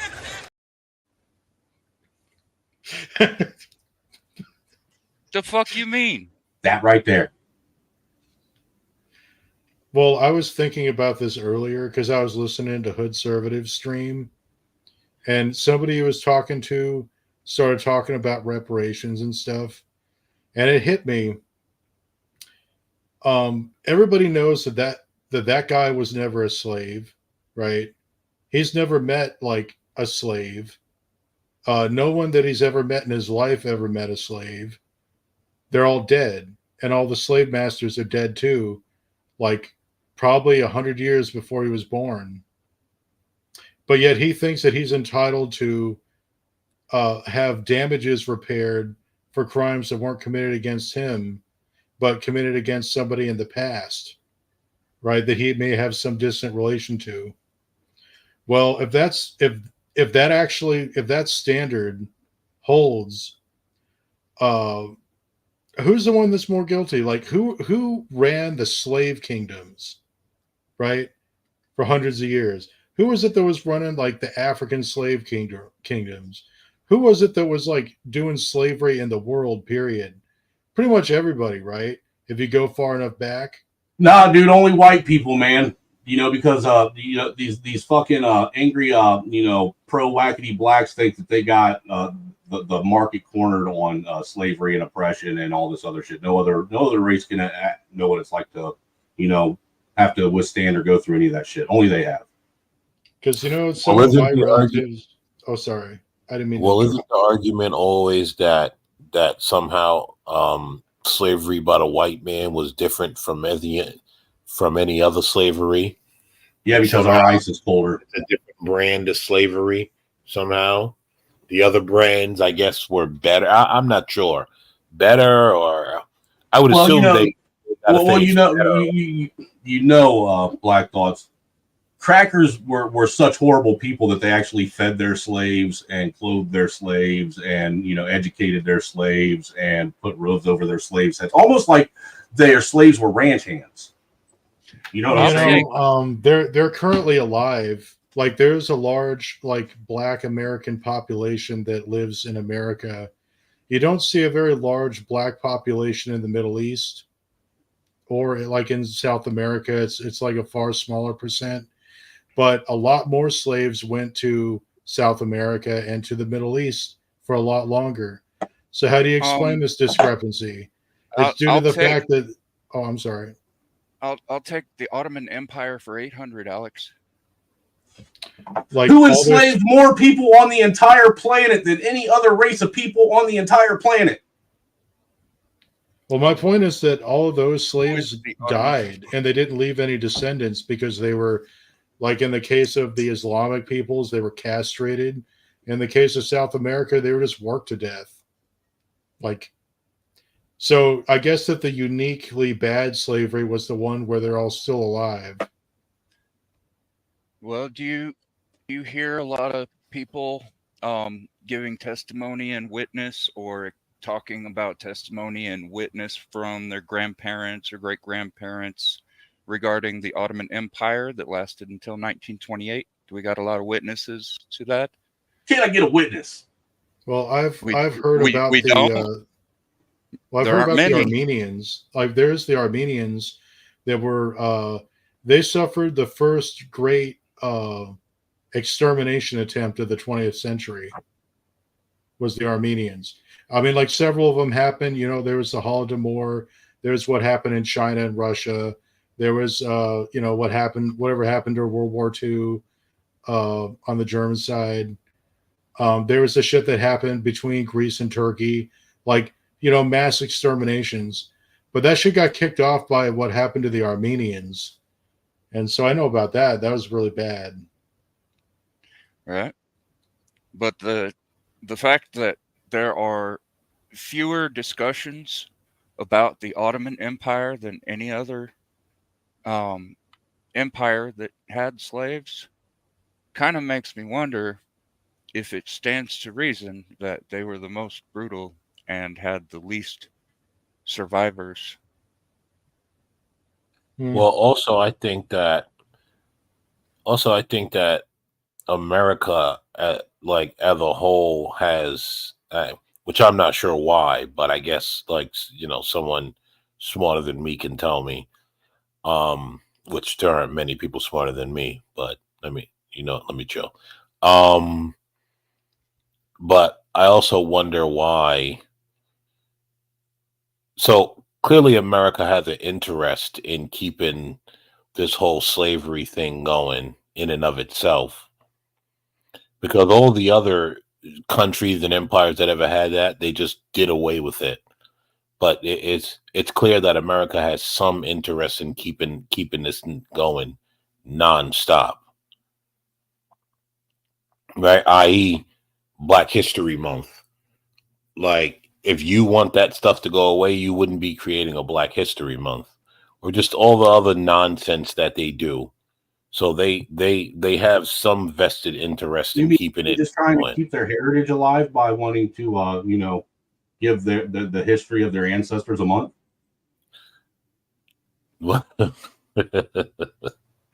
You know what? Well, I don't mean, mind, don't get me wrong. I understand. I get where you're coming from. I'm just saying, I don't mind having a day of celebration for anything. In fact, I think that the number of holidays that we have in America is way too few. Like in Europe, they have a fair or a holiday, like a day off or a festival. Like it seems like every month, maybe 2 in a month, like sometimes. And you need that sometimes just to get a break from the fucking grind. But we basically have Thanksgiving and Christmas.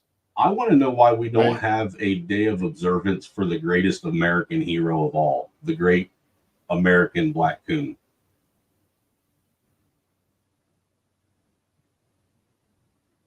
The great American who? Black Coon. Where's his day of observance and recognition?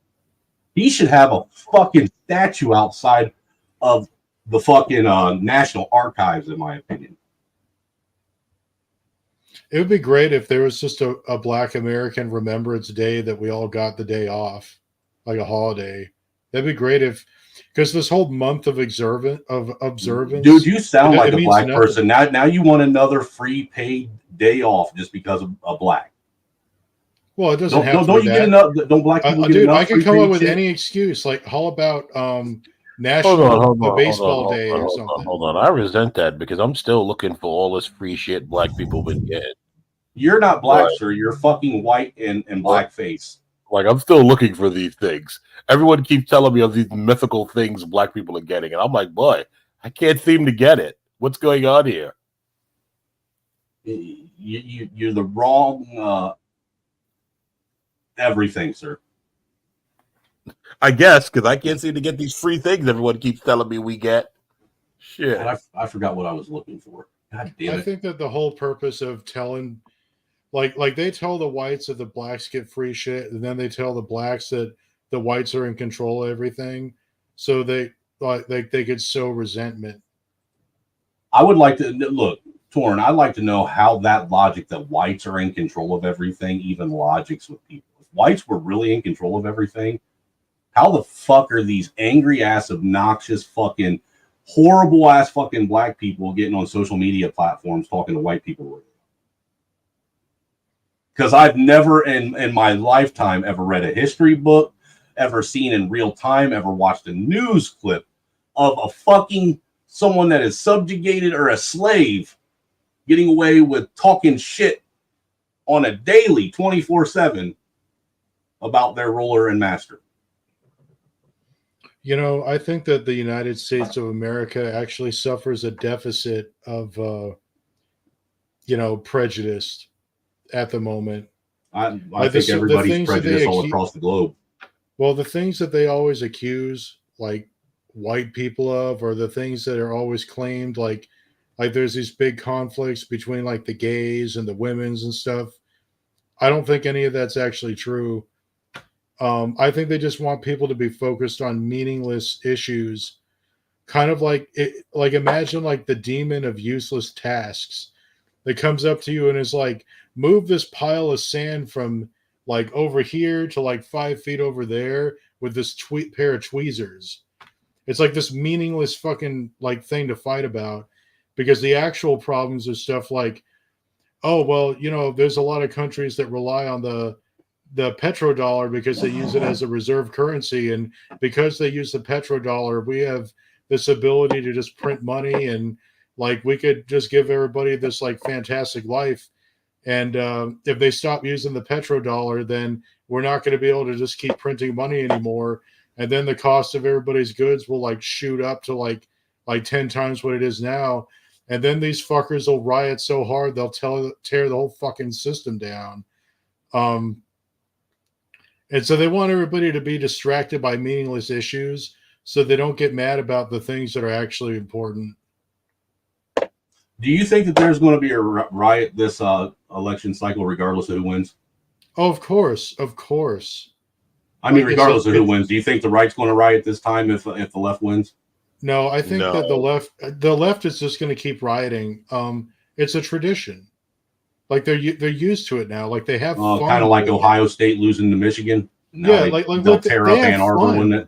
It's like a big party for them. Of course they're going to riot. Even if Biden wins? No matter what, they can't wait to do it. They're just going to do it anyway. Well, it's getting close to the 4-year cycle of free shit. We're having discount sales at all the outlet stores. Do you think about the level of depression that the left-wingers must be feeling? Like, from their point of view, they're like facing this like inevitable catastrophe where everything that they think they care about is going to be destroyed, and then they're going to have to deal with like the person they've abused for years and years getting a chance to take a revenge on them. And it's like I don't know, it's like when the dude like fucks with like the alpha male in some way, like he does some like little bitch move to him, and like the alpha male's gonna like beat him up for it, and he's like shrieking and running across the playground to get away. Like they're kind of in that state of mind right now, so they're gonna need some sort of like release from that. So of course it's gonna be rioting. Well, yeah, that's the weird part, because like they say it out loud. Oh, Trump's gonna retaliate, and I'm always thinking to myself, when you use the word retaliate, you're telling on yourself. Exactly. Right? Because it's an admission of guilt. It's an admission of guilt. They know what they've been doing. They know what they're guilty of, and they know what they deserve as a result. Like, right? Because like, if no one has done anything to me, there's nothing for me to retaliate. So when you keep using this word, you clearly know that you've done something for someone to feel that they need to retaliate against you. Yeah, and of course he won't. Like the sort of thing that they're hyperbolically like saying he's going to do, it's not something that like he's ever like done. They say that because what they think he's going to do is the stuff that they dream of doing to other people, because they're not the same kind of person. No, it's actually the stuff that they're doing. They're afraid that do right, because here's the thing: if someone's a thief, the thief always thinks that someone's trying to steal from them, right? Yes. And so they're always on the lookout and concerned about someone stealing. And so everything that they're doing, they're on the lookout and concerned that see, somebody's going to come along and do it to us. That's basically what it is. Mm-hmm. Yeah, you know, there's a Real quick, we word got that goes Bingo way back. back that describes this mentality. They're bullies. They're bullies. They're like the archetype of bullies. Like, make bullying great again. Send your kids to a fucking alternative school. That way they can see what it's like to get punched in the mouth and deal with it. like from my experience growing up, like you didn't get punched in the mouth unless you misbehaved. So Yeah, it that's wasn't not necessarily true, man. With me and my buddies, we used to punch each other in the mouth just to see if we could take it. well, that's not the same. That's like male bonding behavior. Like Right, if you that's like, bullying, but that's still bullying each other. Even best friends bully each other. That's what men do. We bully each other. I'm not sure that the word like coincides with that, because there's people that like are just really nasty and vicious and cruel for no good reason. They're just trying to take out some shortcoming that they have in their life out on somebody that they perceive as being weaker. What you're talking about is like this sort of like a bonding ritual almost. It's more of like a because there's not how really dare you reduce what I said to something as simple as boys being boys, sir? But it literally is, and it's voluntary behavior. But it's necessary behavior. That's being that's being removed from young male lives right now. Oh yeah, surely. Look, people used to do things that were a lot worse than what any of us saw growing up, like in the past. Like their version of what we're talking about here was a lot worse. And their version of what bullying was a lot fucking worse. Like my grandma, well, actually I won't tell that story, but just just take my word for it. It was a lot fucking worse. Hey, all I know is when we were kids, we loved playing Smear the Queer, specifically when we had a queer that we could throw the ball to. Dude, I love dodgeball. There was nothing better than smearing a real queer. Dodgeball was my favorite sport game of all time, aside from like airsoft and paintball. I probably enjoyed those more, but I did that outside of school. But like my favorite school sport was dodgeball. I thought it was everybody's favorite game. I was shocked when they like did away with dodgeball. No, my favorite game in school was rolling joints. Well, they only did away with dodgeball because the kids and their parents became a bunch of pussies. Dude, speaking of that, it was great. Dude, Black Thoughts yesterday, the wife was outside with the boy, and we got a couple of those dodgeballs at home. You know what ones I'm talking about. Yeah, the ones that you make you can still smell the rubber off of that motherfucker right now. You can smell it.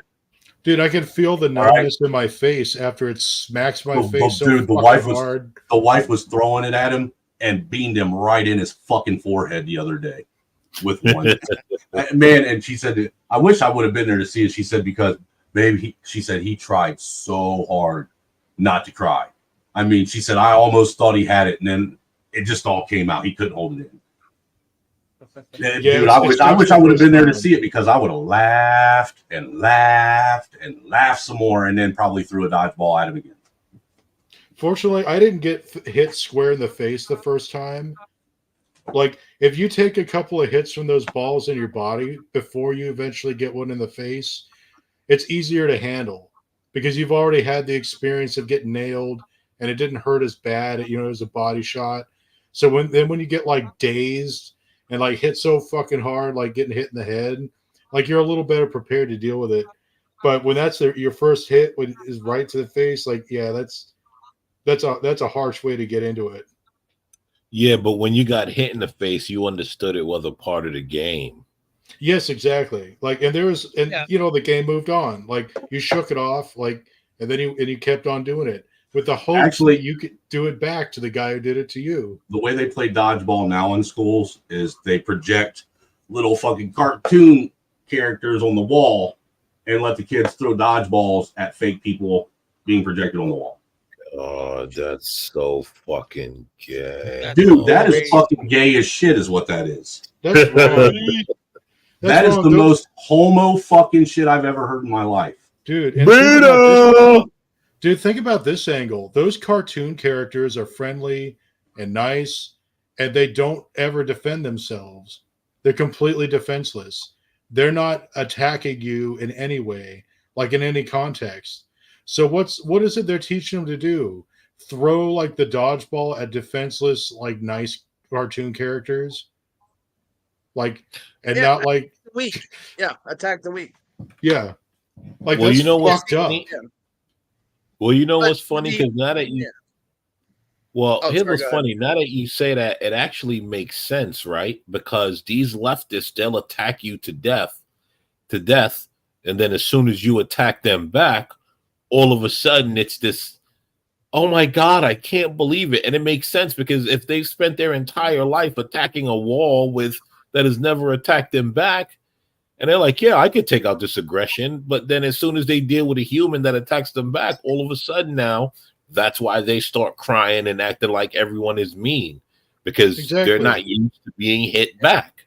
And psychologically, they're attacking. They know what the cartoon characters are. They know what their characters are like. They know that they're friendly and nice. That's what they're designed to be. And they know that they didn't attack them. They don't mean any aggressive behaviors towards them, but they do towards them, and they do attack them. It's not like this on par thing where you're both trying to hurt each other with the dodgeballs, right? And so it's this fair thing.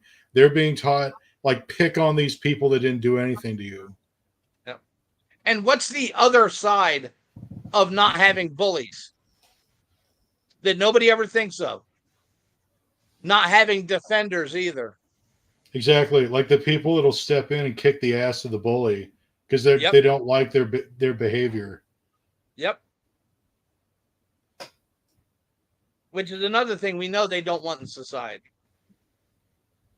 Defenders, that's a fact. You know, the people that are like setting all this up so that they could personally benefit are eventually going to die. And all the people that come up after them will have been raised under that system and be as fucking damaged as the people that they're trying to make everybody like. So imagine what those fucking rulers are going to be like. Like, we're already seeing what the elite's kids are like. They're nowhere near as smart as like, like George Soros is fucking smart. He's evil, but he's fucking smart. He knows what he's doing. Henry Kissinger, like, he was a fucking playboy back in his day. He was like, a really immoral guy, but he was fucking smart. They're not even smart anymore. Like, a Harvard degree doesn't mean spit. And so, like the people that they're going to be leaving their legacy to, because they must leave their legacy to somebody, they will die. They don't live forever. They're not going to be able to maintain all this. No. Oh, no. Sure. Well, they will, but only under our authoritarian rule. But they won't even know what to do with it. Like, oh no, they'll know to smash innocent, quiet people. Because they were taught that in dodgeball. Yeah, but the net result is they're going to make some very hard times. Yeah. Right? And they're going to make people used to suffering. And that's going to make people harder. I mean, this kind of happened, within the Soviet Union. Like, people got so fucking docile to the point where, like, they knew that all the news was lying all the time, but they just like chose to believe it anyway. But like, because they had no power to change it. Exactly, but because they had no power to change it, they stopped caring. They stopped maintaining, and the whole thing just rotted apart until one day, Charchechnu and his wife were getting machine gunned. Like, I'm talking about the dictator of Hungary. Yeah. That guy was a vicious murderer and an authoritarian, as bad as any you've ever heard of, right up until the day he was machine gunned by his own soldiers. Yep. And like, they're creating a situation where their deepest fears will come true. The resentment of them instead of whatever fake resentments they give out. In order for us to abide that we're supposed to have the resentments that we're supposed to have based off of what they tell us in the information control, we have to first believe what they say, right? What happens if nobody believes anything they say?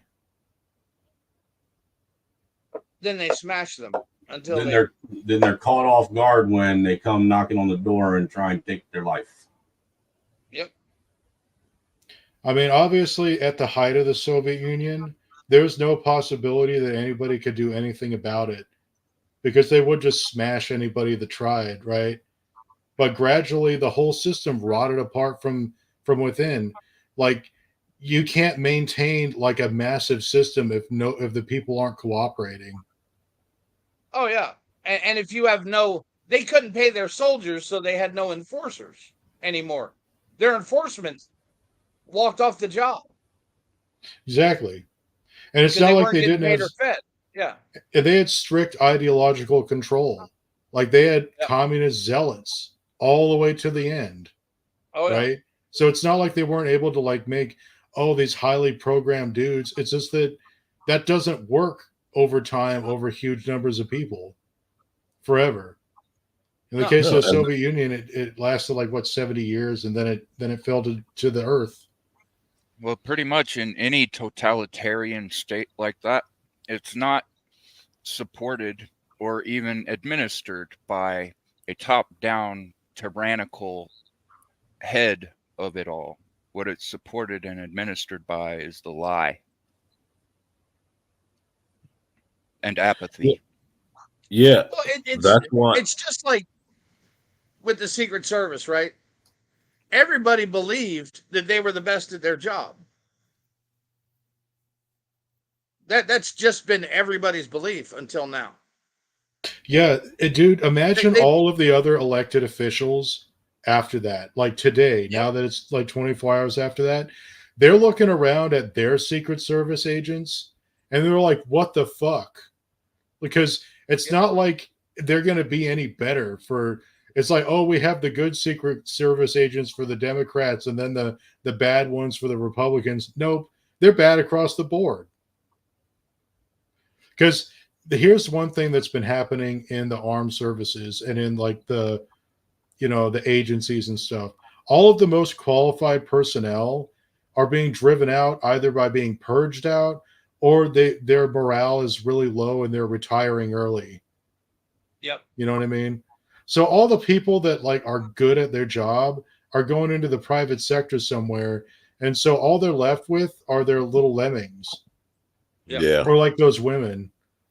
So well, according to Brandon Tatum, you can't prepare for things like an assassination attempt. You can't prepare for some skinny fucking soy boy to steal his dad's rifle and climb up on a white fucking roof and sniper crawl across it. Why can't you prepare for that? That's all white people do, according to the media. You know, the most famous example of this is the assassination of Archduke Franz Ferdinand. Yep. Yeah, where like the guy, like the assassin ring, lost him because he took a different turn, and so like the guy just went and ate a sandwich, right? Because he gave up. How is anybody supposed to know that when the driver stopped his car, like right out there, just in the right place for that guy to notice him and walk up and shoot him? Like that was all coincidence because their plan fell apart. Like he was just having his lunch because they failed. Yep. And then by chance. And the killing of the nephew of the king of that country led to World War I. A pretty insignificant figure in the grand scheme of things. Yeah, he also wasn't very popular. Well, wasn't the nephew actually killed? Wasn't the nephew killed by his uncle, who was a leader of another country? Archduke. Because my understanding is World War I was more so a war against three cousins that were having a family squabble. No. Well, I mean, it was a lot more complicated than that. Like, first of all those great powers. That's the incident that sparked the fire. Yeah, you know what I mean? But they wanted to have that war. Was the thing. Oh yeah. All of the great empires of Europe wanted to have that war. They've been getting ready for that war. Like in the case of France, like the French lost the Franco-Prussian War and lost a bunch of territory to like Germany. And so they were really pissed about that. Like that happened in the 1870s. And so they were like really gung-ho about going back to war with Germany again, so they could try and take that land back. England was like having beef with Russia. And you know, Serbia was having beef with Hungary. Right, they wanted independence from Hungary. Like there was all like basically everybody in Europe already wanted to go to war. And so that just happened to be like the thing that kicked it off. Like that was the whole point. Well, no, the thing is that what I wasn't taught in school, which I found out myself, and this is actually information I just found out that I just ended up stumbling across probably about 7-8 years ago, is the fact that with World War I, they call it Great War, which I didn't even know that until I was trying to find it in an encyclopedia, and I couldn't find World War I. But what was it? The King of England, the fucking Tsar of Russia, and the fucking what was it? The Kaiser. The Kaiser of fucking Germany were all fucking related to each other. Yeah, yeah. Like, well, that's the way that the nobility had been for centuries, though. Yeah, that's you know, and I was unaware that the whole war was a war between 3 fucking cousins. Well, that was the same, trying to take each other's land. That was the same as it was during the Napoleonic Wars. Everybody that was in charge of anything was related to everybody, and they all knew each other. Like that's just the way things were in Europe, like for centuries going back. They did the intermarrying to promote peace, but it didn't end up that way. No, that never worked. That never worked. Oh, I know, but they tried it. They had hoped that like that interbreeding and like, well, not just interbreeding, but family ties were gonna like alleviate that problem, and it didn't, because it's a lot more complicated than what the leader wants. Yeah. Right. If you're the leader of a country, you have a lot more concerns than what you want. Right. Like you have to run a country. You have to put aside like your personal shit to look after a whole bunch of other stuff. Yeah. Like when you have a leader like Napoleon who basically just gives a shit about himself and what he wants, then you end up with stuff like the Napoleonic Wars. So the nobility weren't really like brought up to be like that. No. It's just, I mean, people right now, most people can't tell you why we went into Iraq, the real reason. Well, it's because Saddam Hussein supported the Palestinians and he had Scud missiles pointed at Israel. No, sir, that's false. No, it wasn't oil either. It's because he refused to let the agreed upon U.S. or UN investigators in. Well, wasn't Iraq too also? No. Like the investigators did go in though. No, they weren't. No, he stopped them from going in and would not allow them to inspect further. Yeah, there were like 3 different fucking weapons manufacturing plants that he wouldn't allow them in. Wait, which one are you talking about? Are you talking about Gulf War I or Gulf War II? Gulf War II. Okay, I was when talking about they were Gulf War I. When they were looking for WMDs. Yeah, WMDs everywhere. They got WMDs. But this is a war that happened in these people's lifetimes, and they don't know why it started because our education system sucks. I was talking about Gulf War I right there. Oh, okay. What's good, blacks? Well, that and they invaded Kuwait. I mean, that had a little to do with it. Well, he did that because, like, he asked his fucking CIA handlers if he could do it, like all those dictators would before they went to war, and they gave him the green light, just like they gave him the green light to go to war with Iran. And it was the reason why they gave him the green light is because the Israelis were like, we don't like that Saddam guy. We want him taken out. And so they arranged for all that to happen. Hey, you got to admit the way our military murked Hussein was fucking crazy. Saddam I Hussein? see nothing wrong with it, sir. No, not Saddam. His fucking sons, Usain and Kusay. Oh yeah, dude. When they dropped fucking what were they fucking Tomahawk missiles on them? Yeah, they destroyed the building where Kusay was, and Kusay was one of the worst guys in history. He used to torture their fucking Olympic fucking athletes and shit. Those guys. His sons were fucking monsters. Yeah, I have no he was doubt about bad. that. Like Yeah. Saddam was like very practically violent, right? His whole sons were thing was evil like- incarnate. Real quick, let me bring up it and welcome Blacks Who Defy to the panel. Thanks for joining us. Governor. Hello, Governor. What's good with you, man? I'm just up here doing what I do, talking about the Trump thing, trying to raise money to get to the RNC tomorrow, so I can live stream it for a few days. Okay. If anybody donates, please hit the Cash App or the PayPal. That way, I can actually utilize the money tomorrow instead of waiting until next month. Wait.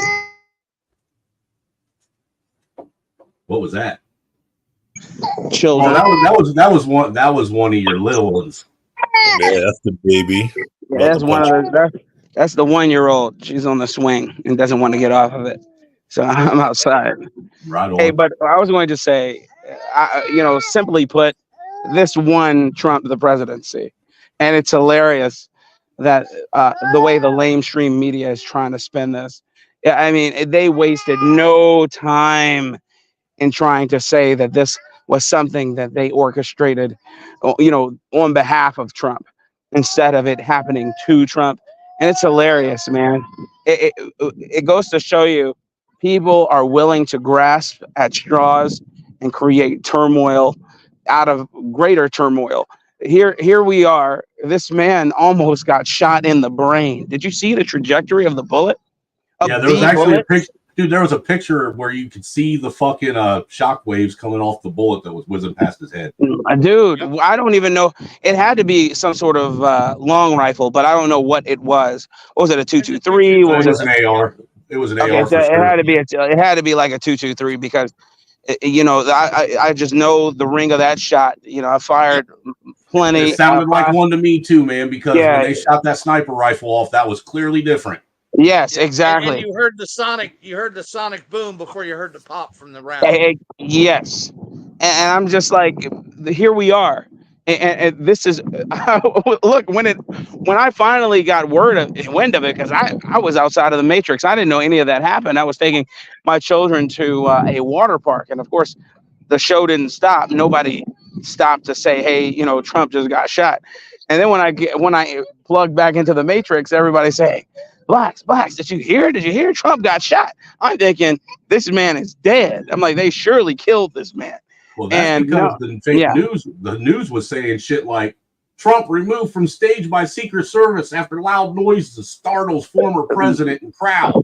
Oh my God, man. Or Trump escorted away after loud noises. Or Trump injured in accident at Pennsylvania rally. And brother, and then the responses from the punditry, Roland Martin, Joy Reid, Jamal Hill, the rest of them, it was so mundane and bland. They didn't care anything about President Trump. They were like, "Oh, this is Blacks." What's more troublesome and worrying for me is all of these Gen Zers and Gen Alpha. Oh, talking about getting the pew pew. Yeah, that are fucking making they're doing little quick live streams and shorts. Yeah, advocating and calling for a second assassination attempt on him. Well, these people are unhinged. That's idiots. wild. And Mayo, don't think I didn't hear your conversation with OG, and I agree with you, by the way. That is all. Well, yeah. People don't think these kids got it in them, but they're all for it. Yeah, got it in them for what? To go to war? No, not to go to war. No, but to serve political violence en masse. Well, yeah, they benefit off of it. Why wouldn't they?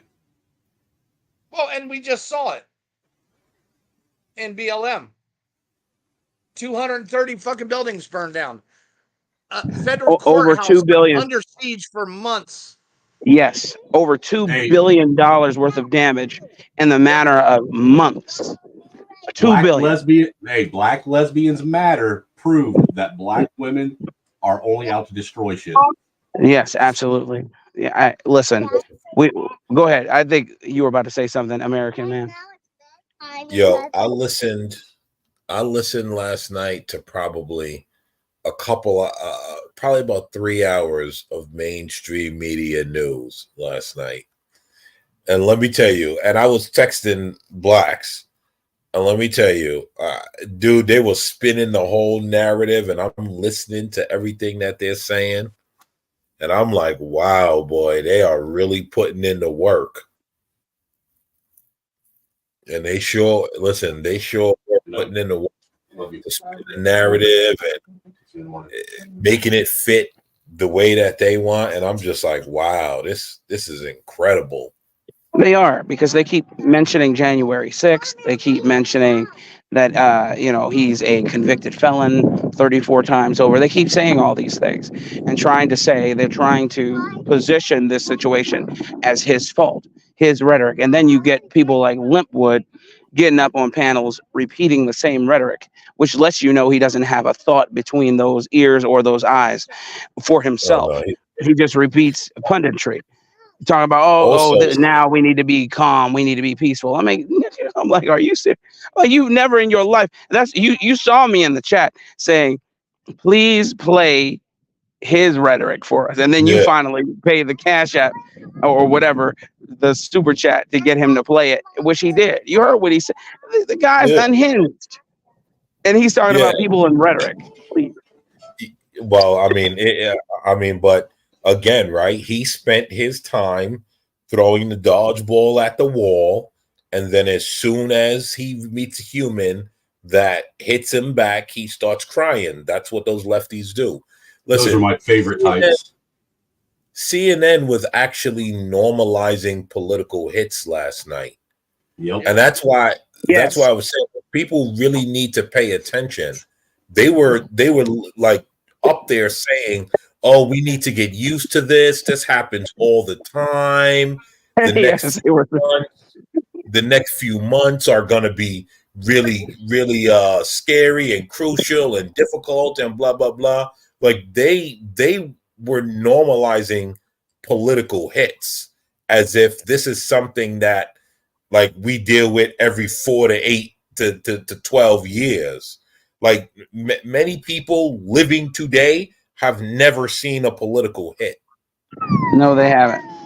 So I don't know why they're trying to normalize that. Like this is something that happens. Well, I do know why, but here's the thing, right? Because if that was old Jim Crow Joe, there would be no normalizing. Oh, we don't live like this. We're not a third world country. That's what they would be saying. But when it's Donald Trump, now they're trying to normalize it and act like, oh, get used to it. This is what's going to be happening in our country from now on. And you already see the effect on Trump himself, right? That man that put his fist up on the stage, he was pissed. It's not the same man that walked out of that hospital last night. Fuck no, he wasn't. That was a pissed off man right there, dude. He was ready to go to war. Because that man right now does not know who he can trust. Yeah, well, look, it's not only that, man. You don't know. You know this, Mayo, and anybody that served. You don't understand what it's like to fucking get shot at until you get shot at, and how that affects your fucking mind. Dude, 45 seconds on the X is a fucking lifetime. Yes, it is. Yes, it is. And people don't, and they act as if everybody now is a ballistic specialist. Everybody now is saying, oh, the reaction time for the Secret Service was too slow. Okay, listen. The females up there, they didn't know what the hell they were doing. All right. But the guys who came afterwards knew what the hell they were doing.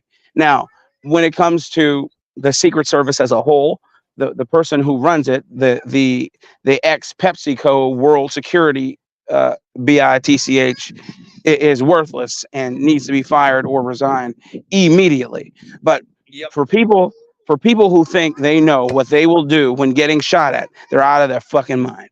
That's a fact. I'm telling you, it doesn't register. You don't know what it is at first until you. Yes, unless you have. Right, you don't, man. You completely. Really, in all honesty, like when it happened to me when I had the home invasion, all sense of time and space came to a dead stop. Yes. You know, It does. Can I cut in just a second? I apologize for interrupting, but I have to go now. So you know, good evening to everybody, and good evening to you, sir. Hey, Turn, it was nice seeing you, man. Appreciate you coming through, man. And make sure you tune in the next few days. Hopefully, I can get these donos up and I can live stream and come across some pretty cool shit at the RNC next week. I would like to, yes. See you later. I'd like Turn. to. If I have time, I'll get on here again. Yep. But yeah. Everybody have a great evening. Thanks for Later swinging on. by. Cool. Yeah, man. Thanks for the chat. So Limpwood all of a sudden is saying that people shouldn't be promoting violent rhetoric and hateful narratives against While people. promoting violent rhetoric and hateful narratives. Well, no. What that is? Hold on. Do you think he's starting to come around, or is he trying to No. prevent What this retaliation? is? Or is he trying to prevent retaliation? I just wanted to finish the sentence. It doesn't happen very often. So what this is again, like Black said, he's just parroting what the media says. So basically, everyone knows that at this point, the attack on Donald Trump, everyone's looking at the left. Here's why. Everything piled up, all the investigations, everything, right? It's all piled up now. And so the last thing is assassination. So no matter how much people try to say it wasn't the left, guess what everyone believes? It's the left, because we've watched you for what? Almost 12 years? Yeah, right? Yeah. 4 years of his presidency? Okay, over 8. Okay. Yeah, we've watched, right? About 5. Yeah, so yeah, about 9-10 years, right? We've watched you do everything you can to destroy and disrupt this guy. Yeah, ever since he joined the race, it was before he was elected, all throughout his term, and all throughout Biden's. That's a fact. So yeah, I've never seen anything like it. Right. So we watched you try to destroy it. And then you go to take a hit on him and then come out and say, oh, no, we need to be peaceful. We need to be, no, we all have to be peaceful. Like, and so that's why Linwood is talking that. Linwood doesn't really have a thought of his own. Linwood's an idiot. He's not turning a corner. He's just parroting what they told him. Well, what he feels like he needs to parrot. But trust me, pretty much. But trust me, 5 minutes from now, he'll be back to the normal Linwood. Yeah. And, you know, they want to normalize this and make it less of a big deal. We witnessed fucking history yesterday. We've witnessed a lot of history in the last decade. This is something that hasn't happened but once every 35 years in the U.S.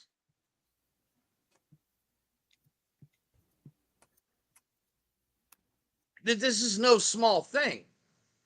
Well, Mayo, to be honest, I think they don't want to make it a big deal is because they don't want to humanize Trump. And one of them said as much in a tweet. Surely. Right? Yeah. One of them said it in a tweet. It was like, oh, great. The last thing we needed was to humanize him, and now this. Yep, and I read that too. Right? Because here's the thing. We know that if this was old Jim Crow Joe, it'd be the end of the world for these people. Oh, absolutely. They'd be calling for people to be round up. Everything. And disarmed. Yeah, they'd round up anybody that texted FJB. Yep. Yeah. That's fuck Joe Biden for those that don't know what the acronym means. Right. And so they're only trying to downplay it because like, it's Trump. Don't worry about it. It's not a big deal. It's okay. Basically, what they're trying to say is it's okay if we do this to Trump. Don't worry about it. It's not a big deal. Well, it's no different than them saying it's okay to be racist towards white people. You know, it's okay. It's not a big deal. They've been racist to everyone else for how many hundreds of years that they can handle it. And I guarantee because they will try again. You think so? That's why I've never believed that this was. It is really the only way they can stop him, and that is their goal. Well, Mayo, this is why I've never believed that there's nothing in that white folks in America can ever do to satisfy the liberal left, and specifically the black community in the liberal left. They're always going to want more. They're always going to take more. What you do is never going to be good enough, and you're always going to be a piece of shit. Well, That's and why you gotta you kill don't 'em. negotiate with terrorists. Yeah, you got to kill them. That's the only way you'll be rid of them, or lock them up. That was a black man that said that on my panel, not this Yeah. pasty, blue-eyed demon Listen, up here. I get it from all sides, man. For instance, my one of my closest friends, he's a doctor. We both went to medical school together, and he, a white guy, and he got his balls effectively cut off by his half Korean, half Chinese wife, who is a dentist. And this bitch, you know, I mean, I'm just gonna call her bitch. That's what she is. Is over here putting up shit, talking about, oh, Project 2025, it's frightening, so scary. And all, you know, out of respect to my close friend, I don't say anything to his bitch of a wife. But that's the type of shit you see. Okay, Handmaid's Tale. My God, dude, it is insanity, and it's never. And when I talk to talking heads like Limpwood or a couple other people we see in these streets, and I'm telling them, or even damn Santa Claus himself. What's his name? Be brave. Yeah, be brave. When they say it's the black people in the inner cities who are destroying the cities or destroying the country, I'm like, no, it's not. Like, they are the arm that they utilize to do it with. Yeah, Like he's got a very typical Democrat perspective on it. They blame the guns for gun violence, right? Exactly. You know, and this, but we really know. Why is Maxine Waters trending right now? Who knows, man? Because she had a lot of violent rhetoric towards Trump. She said, with that kind of inspiration, I will go and take Trump out tonight. She said, you see anybody from that cabinet, you tell them they're not welcome anymore, anywhere. And if they're at a petrol station, if they're at a that old if bitch. you see them, you make a disturbance, and you tell them they're not welcome here anymore. The Godfather of soul herself. My God. I'm surprised that one hag from the crew, AOC and her friends, the squad they call it. I forget the lady's name. She's the one with alopecia. Bush. Presley, Ariana Presley. Yeah, Presley. Presley.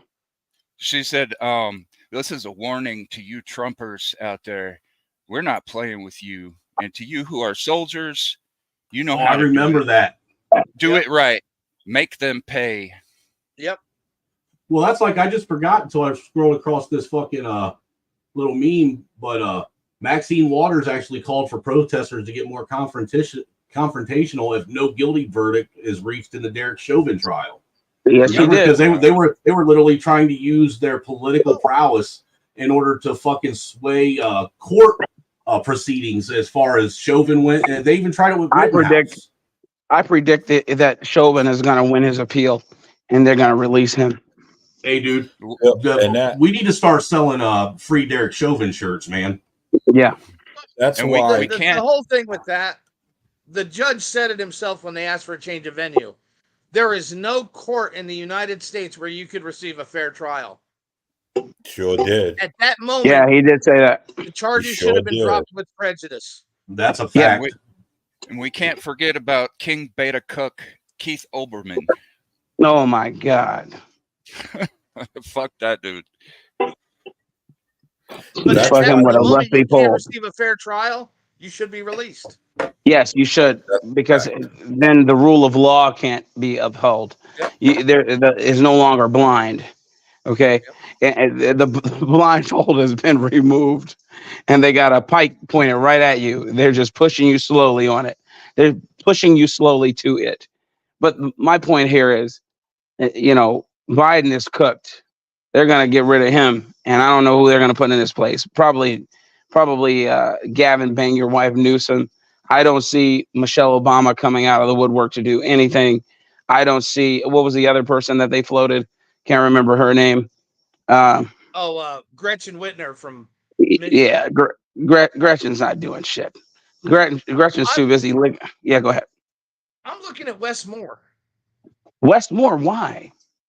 Because Why he's Wes Moore? Obama with a military record. Oh, yeah. Mhm.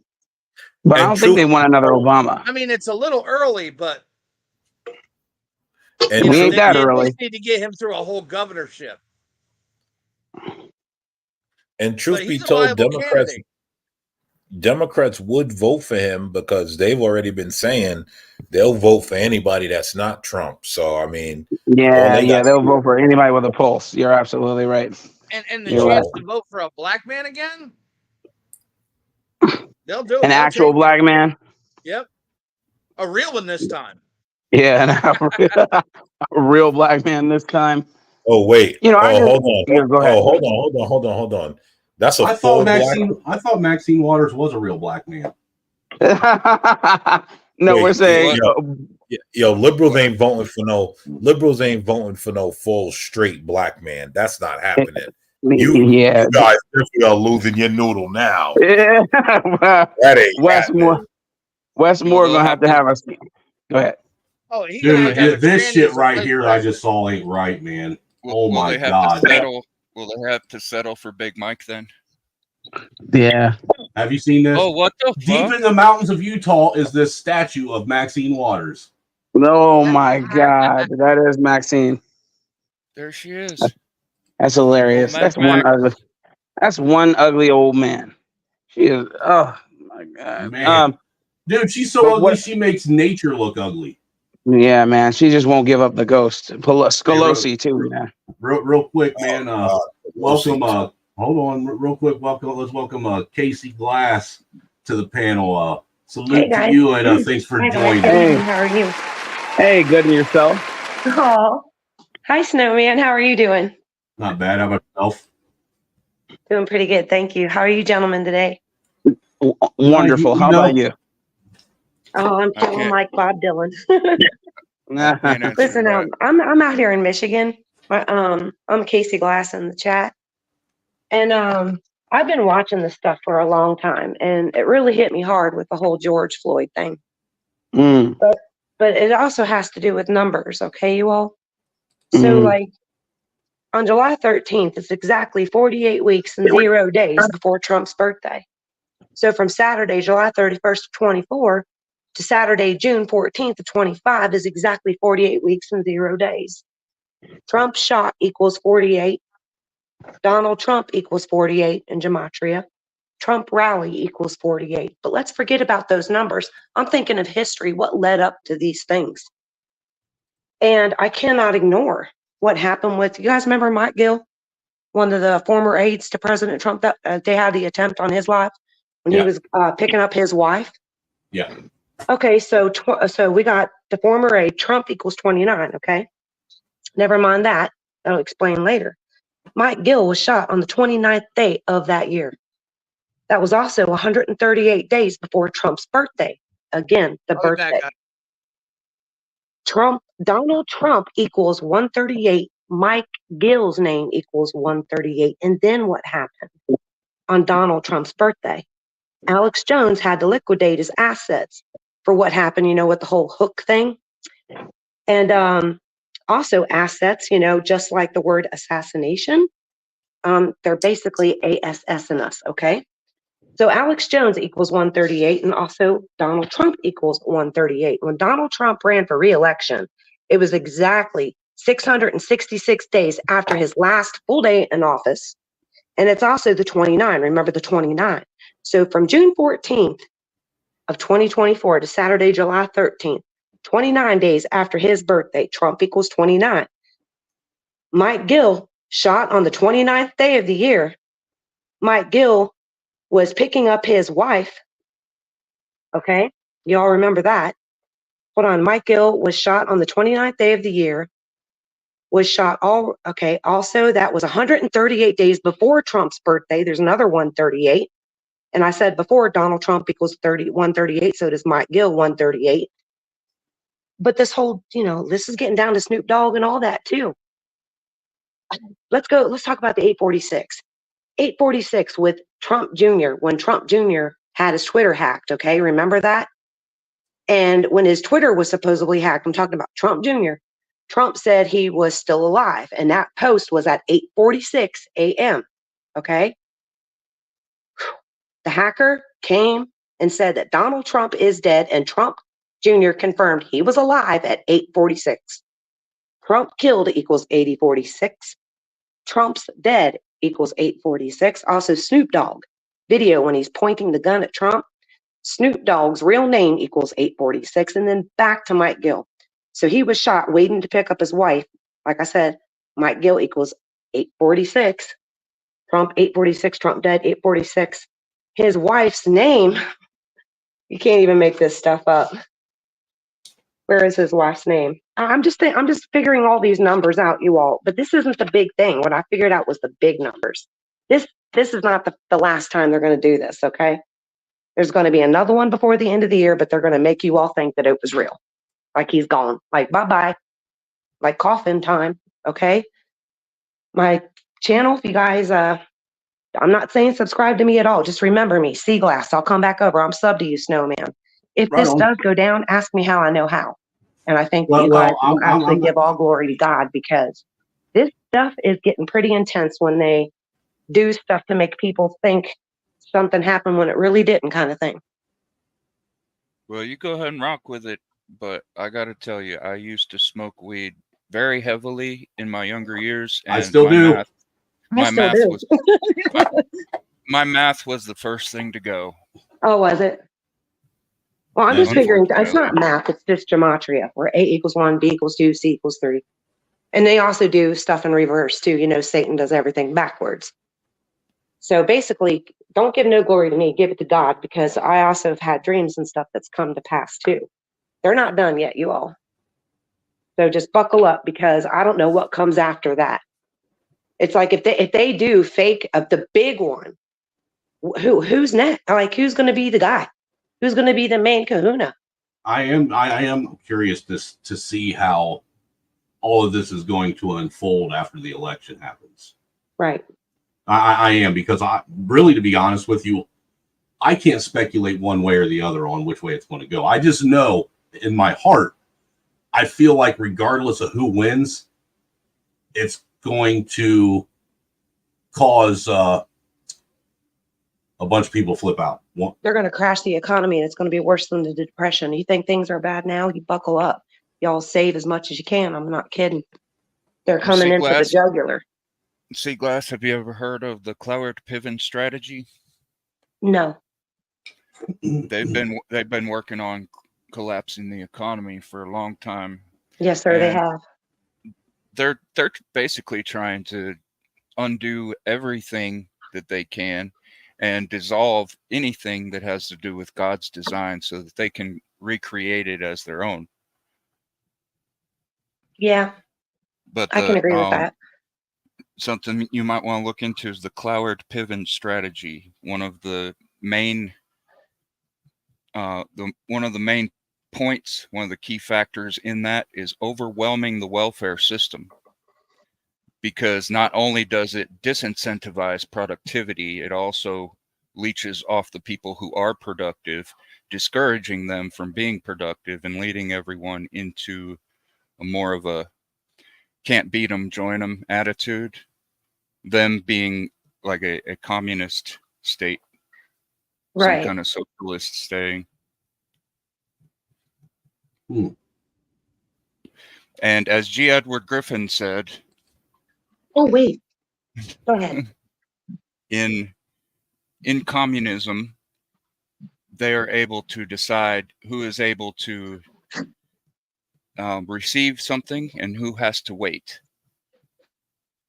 And it's quite obvious that they want to be able to control who gets to buy things and who gets to sell things by putting everything online and then putting everybody on this social ranking system with a digital money system and social credit scores. And all they'll have to do is tell the machine that the money that you have isn't valid in that store, and basically turn your green light red for any of the simplest things. It wouldn't be only because you're not wearing a mask or because you don't have your shot or something like that, but they can also make it to where if you post a cross or a Bible verse on your social media page, they can turn not just your social media account off, but they can turn your central bank digital currency card off. Yeah, money is just an illusion.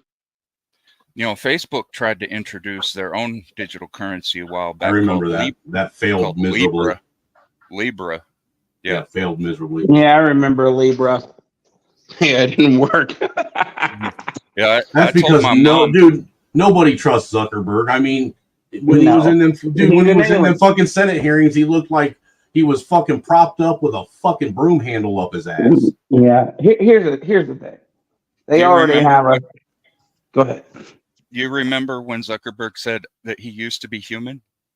Yeah. Oh, yeah, I remember that. Yeah. Yeah.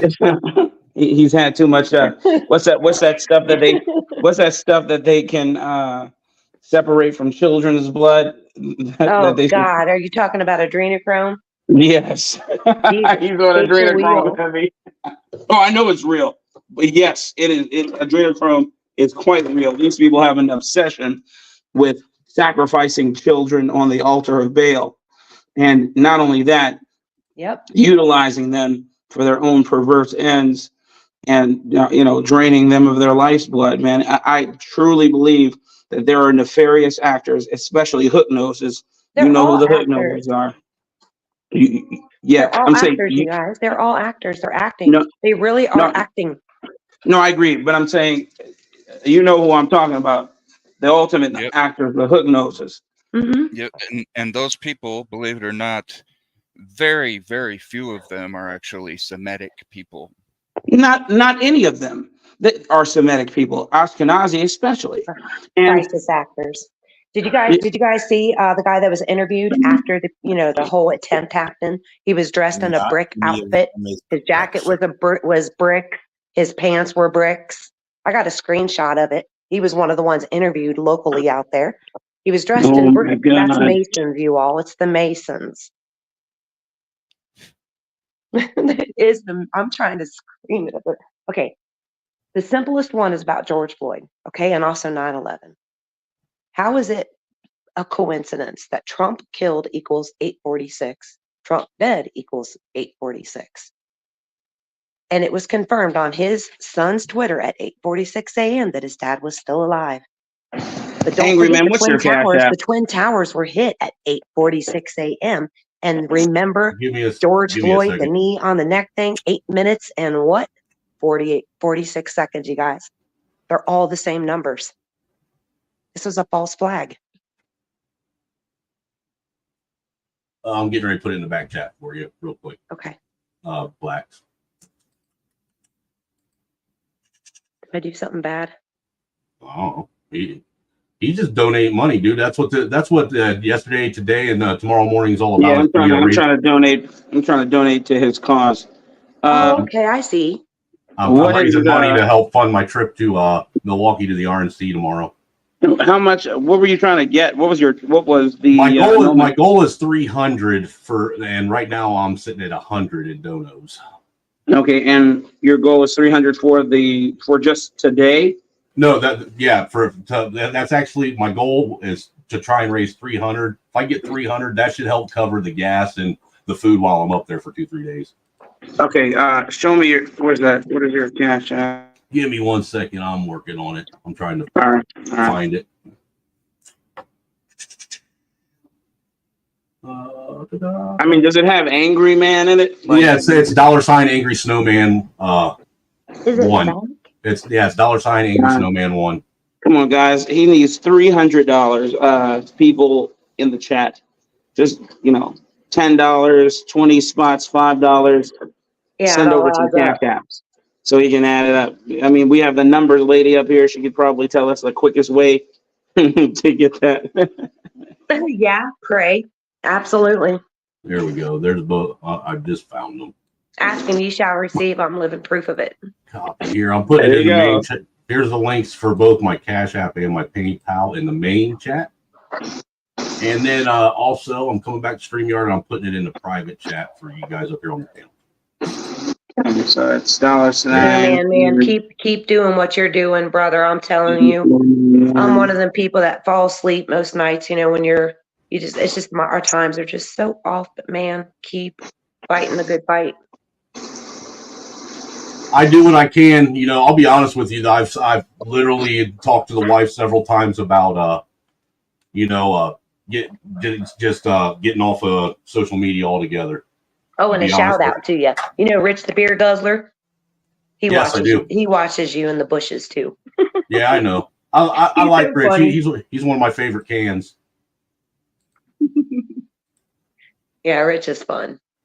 Okay, guys. Well, much love. Thank you for giving me the opportunity to speak. But yeah, when it happens again, it's not a matter of like when. Okay, it's going to. Okay, we just buckle up, you guys, because you remember the 3 words: fight, fight, fight. Don't do it. Stay in your homes, you guys. When the shit hits the fan, I'm telling you, stay inside. Don't give them any excuse to take your rights. Okay, they've already suffocated enough. We'll get them in the end, y'all. Just hold on tight. Okay. I ain't too terribly worried about it. And, Me neither. Shout out to Beak, man. Hit me with that $25 ball on the Cash App for the RNC Yes, support trip. him, please. Much love, guys. Hey, thank you, Casey Glass. Greatly appreciated. Greatly appreciated. Greatly appreciated. Let me get over here to my donation section and give you your proper thank you. Here comes the money. Here we go. Money talk.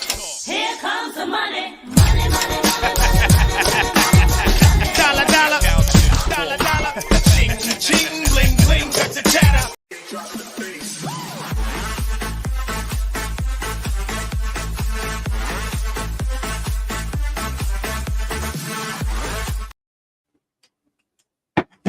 Salute to you. Greatly appreciated, Beak.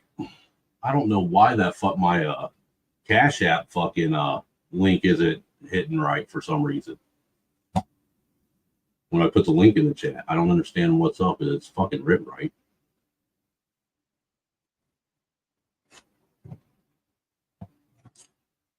But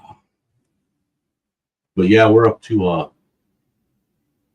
125 out of the $300 goal, so we should be all right. We're getting there. I may have to panhandle once I get to Milwaukee to get back home, but we'll figure it out, right?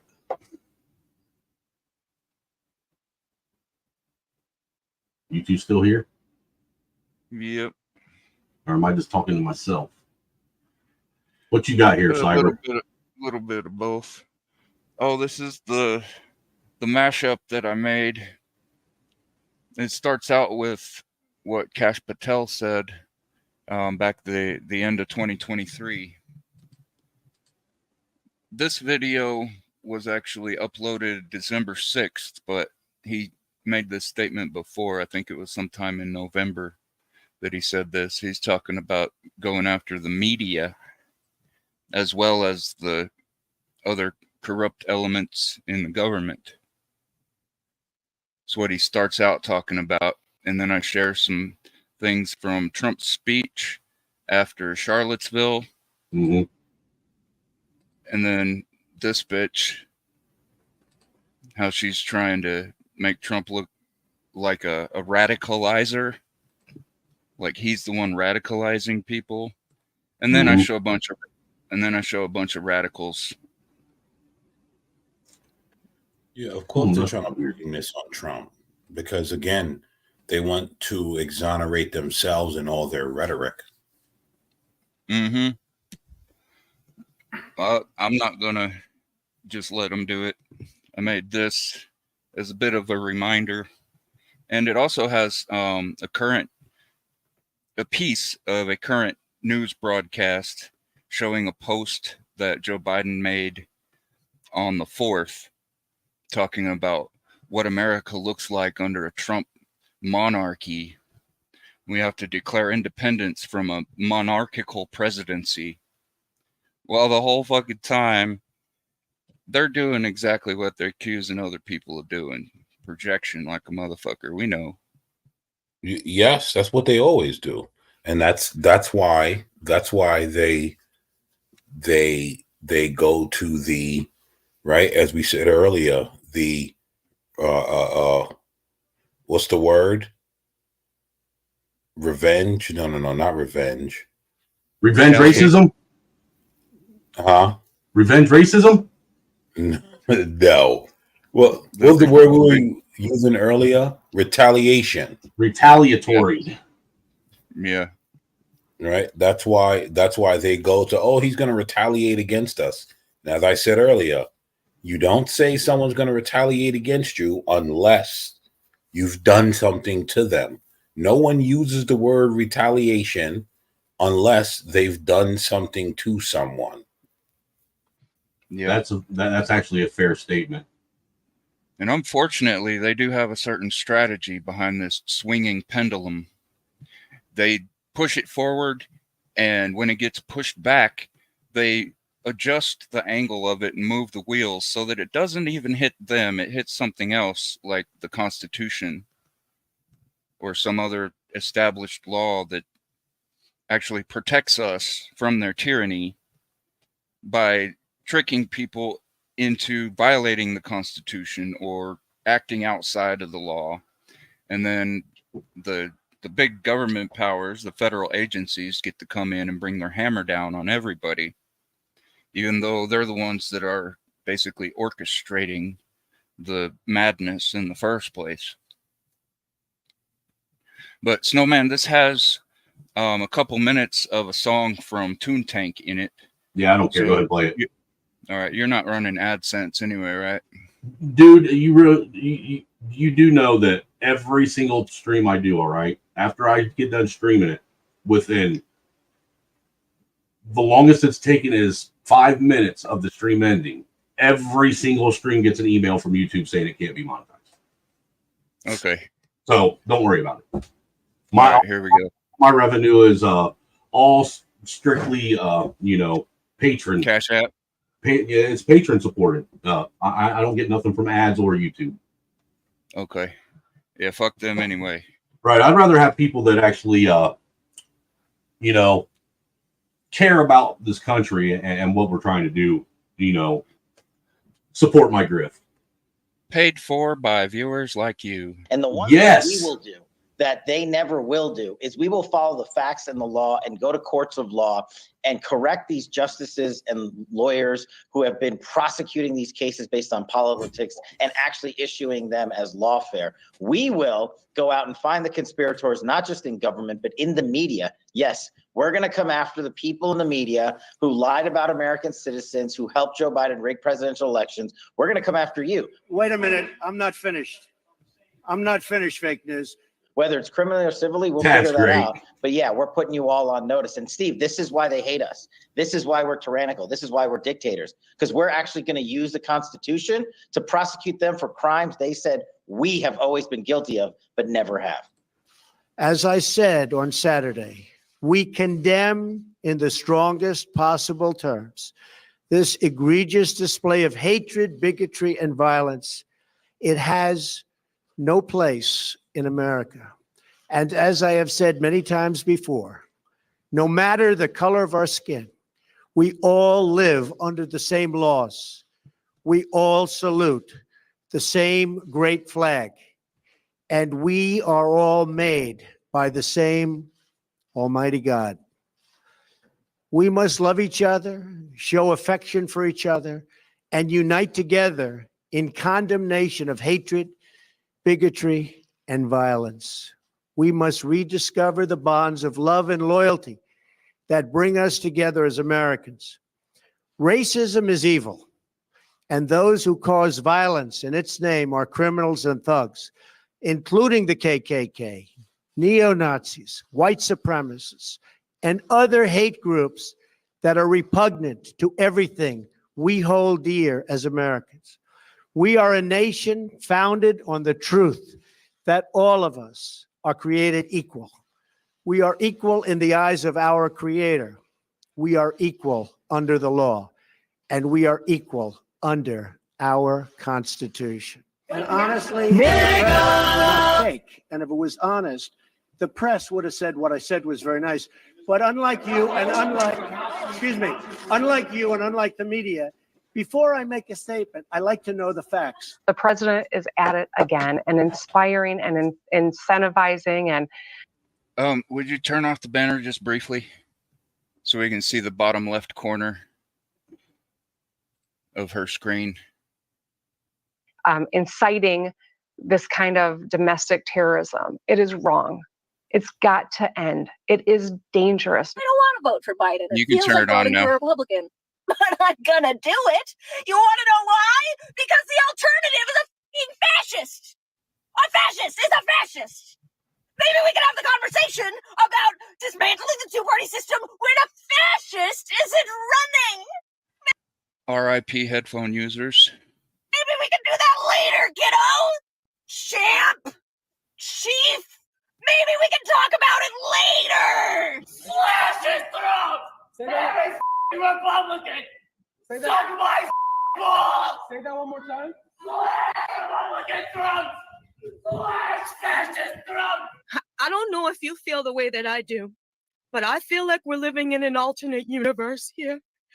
That something has happened to the United States of America, and we're all grasping and trying to hold on to our democracy. This is evil. This is wrong.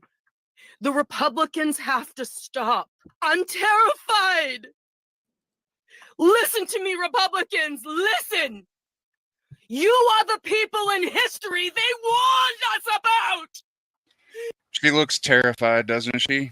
I got a response to her when she's done. You! Pay attention! We're losing our democracy!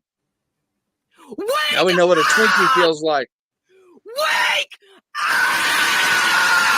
up! Pause this a minute. Hey, whine and crying, whine on the internet and whine and crying. Hey, whine and crying, whine on the internet and whine and crying. Hey, whine and crying, whine on the internet and whine and crying. Hey, whine and crying, whine on the internet. Shout out to Chief Whine and Cry. Yeah. Now I know It's funny. The Biden campaign posted this picture saying, What's up? Now I It's know funny the that horrors these of a people. Twinkie. Facts. Facts. Yeah, it's funny that these people don't realize that, like, you are the people that.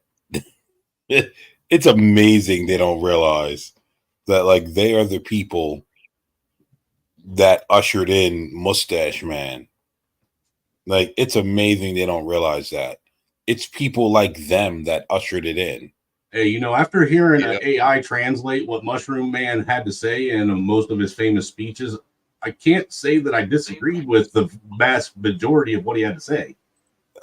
Listen, I listened to the AI translation too, and I'm just gonna say I understand your sentiment. I'm just keeping it real, dude. You know, he sounded like a nationalist to me. Here's the thing, right? Yeah, but- Those languages sound extremely violent, but then when you translate it, you're like, oh, okay. Yeah, the German fucking vernacular is just, it just, like you said, it sounds violent. Oh yeah, I love you. Well, in Russian German is too. Lieber dich. That's I love you in German. It's fucking Well, insane. Russian is the same way. Russian sounds violent, and then when you know the thing, you're like, oh, okay. Like, 4th of July under Trump's Project 2025. As you can see, the Washington Monument has turned into a cross, those terrible Christians, and features ladies from The Handmaid's Tale with which they're obsessed. Democrats have demonized religion, Right. have demonized traditional values here in America, and they literally embrace radicalism. This July 4th, Donald Trump wants to make America a monarchy again.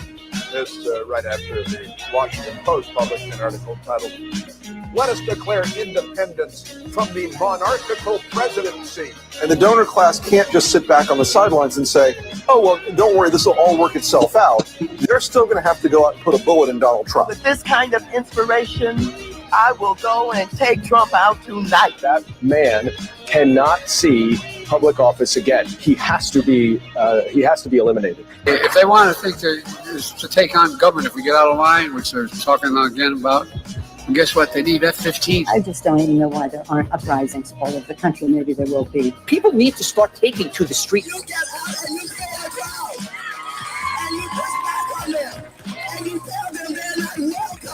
There needs to be unrest in the streets for as long as there's unrest in our lives. We've been patient, but our patience is wearing thin. Show me where it says that protests are supposed to be polite and peaceful. I'd take you behind the gym and beat the hell out of them. Mostly a protest. It is not generally speaking unruly, but fires have been started. Everyone beware, because they're not going to stop. They're not going to stop before Election Day in November, and they're not going to stop after election. Are people who are cheering in this crowd as this police precinct goes up in flames. I want to tell you, Gorsuch, I want to tell you, Kavanaugh, you have released the whirlwind, and you will pay the price. Any reasonable person would say we shouldn't be destroying other people's property, but these are not reasonable times. This is just a warning to you Trumpers. Be careful. Walk lightly. And for those of you who are soldiers, you know how to do it. Do it right. Be in order. Make them pay. I have thought an awful lot about blowing up the White House. At some point, maybe there needs to be a formal deprogramming of the cult members.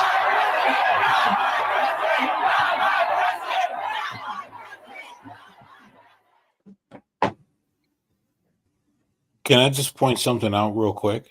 In just a second, I was just about to ask you if that was you, Blacks. That hit me with that 50 ball. Yeah. Salute to you. I greatly appreciate it, sir. Greatly appreciate it. What's your poison? What's your poison? You like thick? You like Oriental? You like Becky's? You like brunettes? You like redheads? You like blondes? You like big tits? You like little tits? Little mom. All right. Who's your motherfucker, Jerry? You, my motherfucker! What you gonna do, Jerry? Give me the money!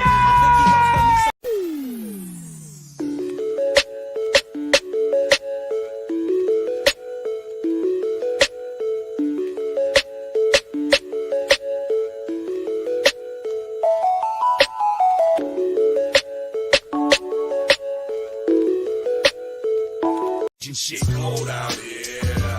You can lose your soul out here. Lord have mercy on us all round here, cause it's all round here. Gotta watch where you go when you roll round here. It's cold out here. You can lose your soul out here. Lord have mercy on us all round here, cause it's all round here. Gotta watch where you go when you roll round here. Hey, shout out to Roots Calhoun for that track too, by the way. I just want to point out, Snowman, that I think Blacks was a little uncomfortable with you pointing him out. Dude, I was just trying to make sure that he got the proper thank you. I'm a married spud. I'm a married spud. I'm a married spud too, dude. But there's I'm not talking about that. I'm talking about there's nothing wrong with appreciating beauty. No. I get it. Hey, that's how we give thanks over here. We give you beautiful women to sit and oogle over. I know what you were talking about. I'm sorry, American man. Yeah. I just want to point out he's a little uncomfortable. You just keep that under wraps, Snowman. Keep it under wraps. That's it. Okay. Yo, but I want to point out something. Did anyone notice in that entire clip, right? And this is the part that no one wants to notice. In that entire clip we just watched that Cybertoxin put together, you only had one black man up there, and guess what? He was a gay black man. You guys weren't here at the beginning of my stream, were you? Other than that, it was all black women, white women, and Hispanic women, and fucking gay men. Because listen, you're not going to tell me that leftist men that purport to be straight are gay. They have to be gay. So I just got to point that out. There's no way there's men. You weren't here for the beginning of my show, were you, blacks? Or you know what? It started, and then my nephew called me, and then he made me so proud because he's turned into a beautiful conservative young man that I raised. You know what? Whatever. But it was tear jerking. It was tear jerking. I'll say that. To you. Salute to you, sir. Salute to you. Well, the reason why I asked is because I put together like a little 10-minute clip myself at the beginning of my stream of a bunch of shit, a collage of stuff. You know, thought you guys might be interested in watching it if you weren't here at the beginning. I didn't get the beginning. You were going for about an hour before I. All right, well, here, enjoy this. This is what I put together to start show with. Yeah.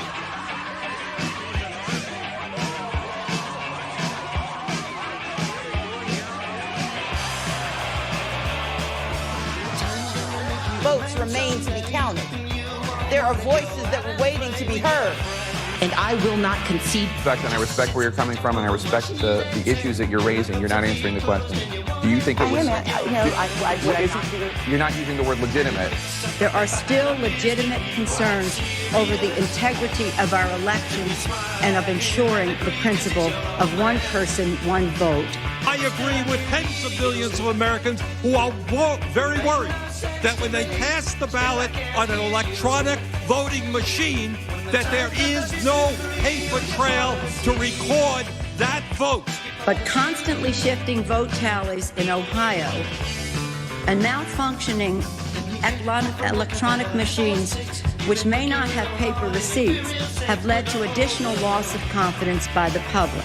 This is their only opportunity to have this debate while the country is listening, and it is appropriate to do so. An objection because Angry, can you stop it real quick? Electoral votes quick question. Did Nancy have the fake titties done, or did that come after? Because that's really important. That was very unniggardly. Nigga, what? I'm just saying, did she have the fake titties or not? That's important. I couldn't tell you. Cyber, did you make this? No. Snowman did. No, I put this together. Okay, sir. Tone down the background music a little bit. It's a little loud. Yeah, I know. All right. Just a recommendation, sir. It kind of overtakes the subject, you know what I mean? Well, fuck you too. Don't watch my shit.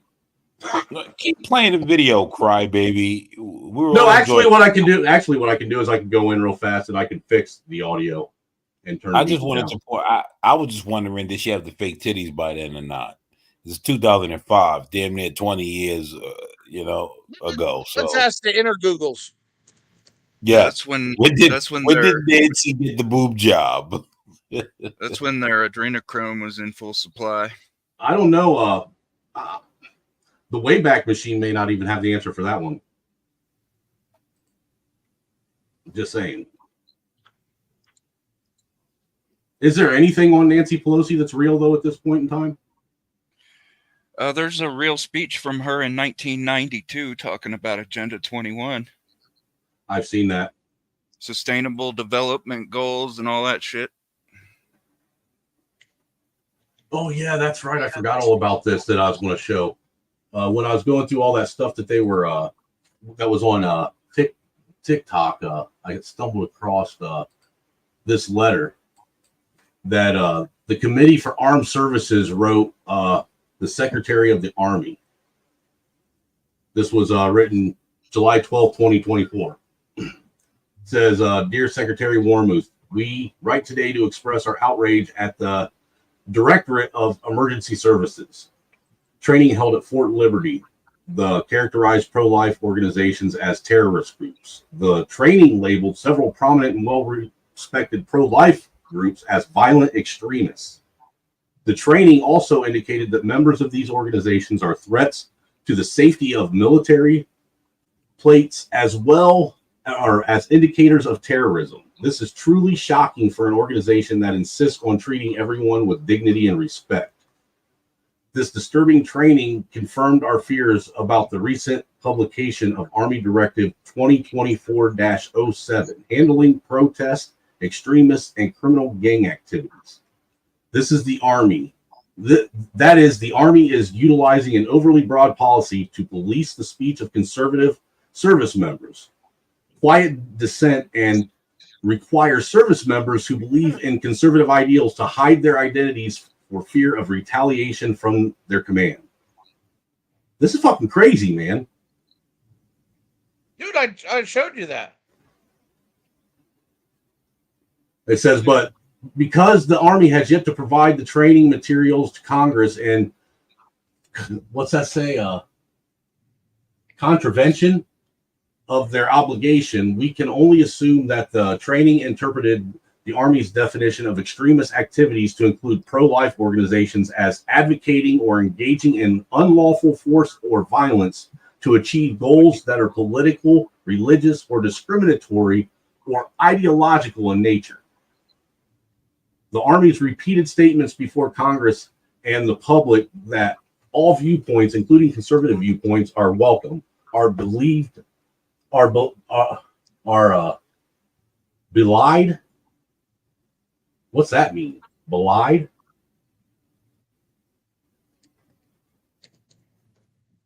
Or be led or something? Not only by this policy, but also by this training. Even more disturbing. To give true notion or impression of a thing.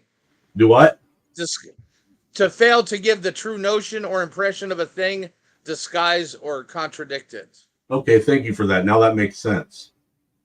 Last paragraph says, even more disturbing is who this training was conducted for. 47 uninformed soldiers tasked with guarding the access points for Fort Liberty, one of the Army's largest military installations.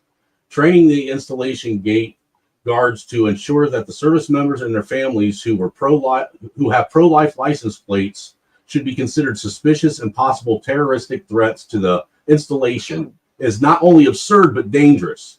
Young soldiers trained to treat certain state-issued license plates as terrorist threat heightens the risk that they will be involved in a needlessly confrontational situation, which otherwise permissible drivers accessing Fort Liberty. Disturbingly, it also requires soldiers at the gate to profile conservatives for their political leanings. Dude, this is fucking insane. Ho's bad. Dude, for real. It is. Yeah, but you know what the worst? You know what the worst part about it is? All right. Tens of thousands of troops have seen this. Gone through the same briefing, right? Mm-hmm.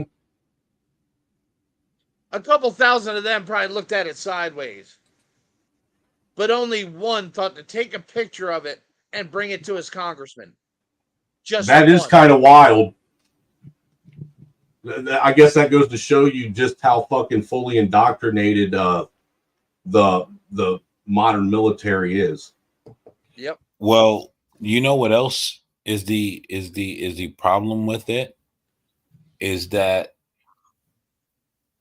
it's almost like a leave the gates open to the weak for someone else to come in, because you're literally trying to trying to weed out the strong and just leaving it all to the weak. And so essentially you're leaving the gates open. Oh yeah. They did the same thing with the police force. Like it's but that's how you know, like, they're purposely trying to destroy this country, because they're trying to root out all the strong men and leave us with weak soy boys. It's very weird. Whatever. What do I know? I'm just a plumber. No, it's funny, right? The Army has vilified white men for decades, while white men still lined up and filled their coffers with bodies. Now they can't get white men to join, and now they're all fucking, oh well, please come back to us.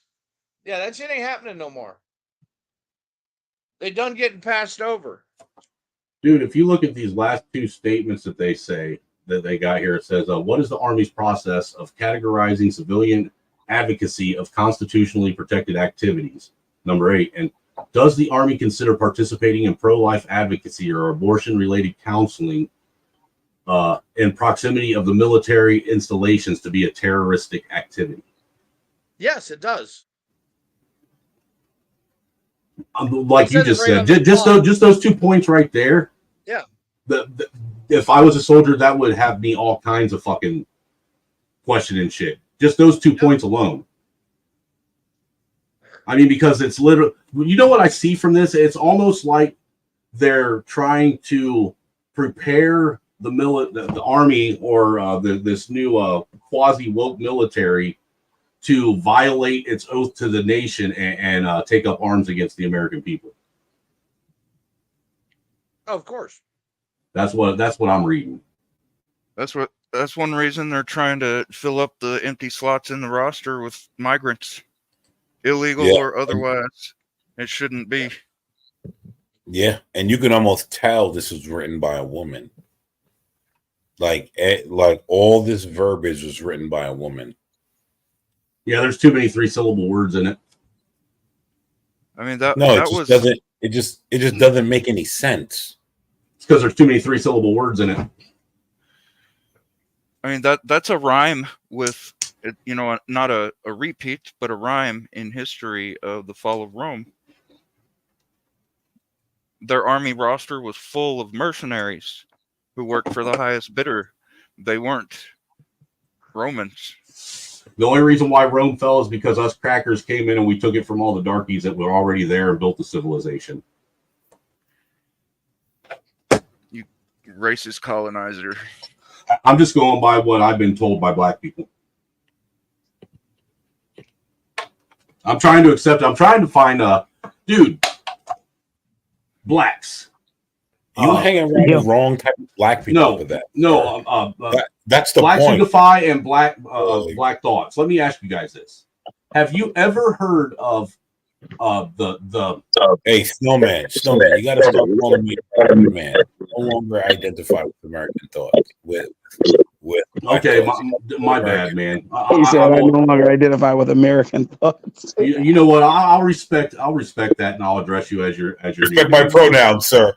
You know, it's just hard, you know, because you and I we have this I know special bond with each other that was built off of Black Thoughts and Angry Snowman.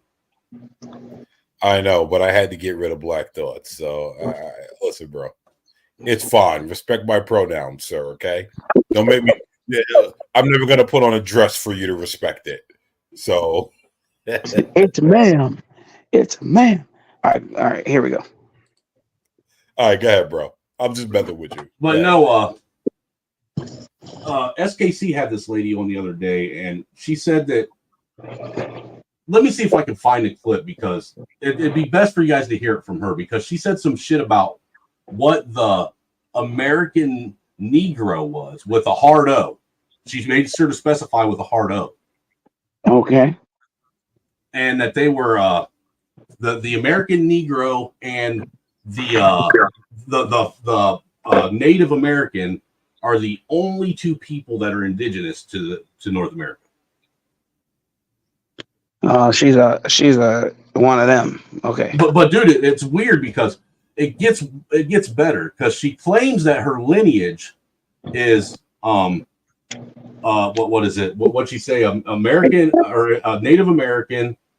Said that she was European, Black European, and African, all rolled into one.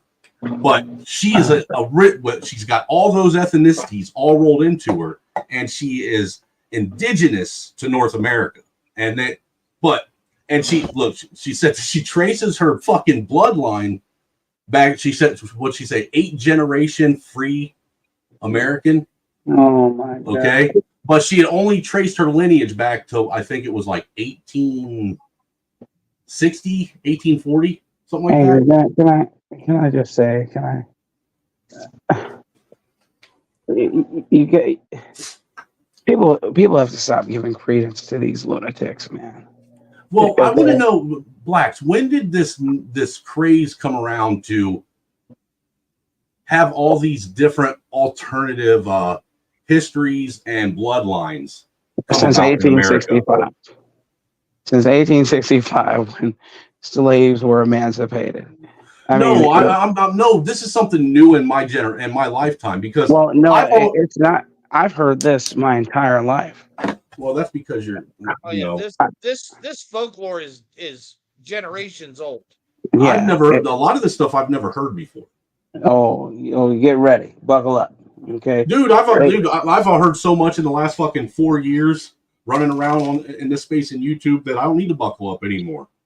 It's just, it's always changing. It's always new stuff. Yeah, but it's always facts. I wanted to say that if what they are saying is true, this is the best kept secret in the history of mankind. Somehow, some way, all white people, including those who weren't even considered white at the time, are keeping the secret that Black people are really from America. They all had a concerted effort to destroy the busts, the noses on the busts of pharaohs, and destroy the nose on the Sphinx, in freaking Mexico down there. They destroyed all the artwork that depicted all the Negroid features. The Olmecs were actually Black and not Mexican, and not from that region. They were actually Black people. Man, listen, dude, I've heard it all. And like I said, this has to be the greatest secret on the face of the planet if this is the actual truth. So if you know me, you know I'm being facetious, and we know it's not true.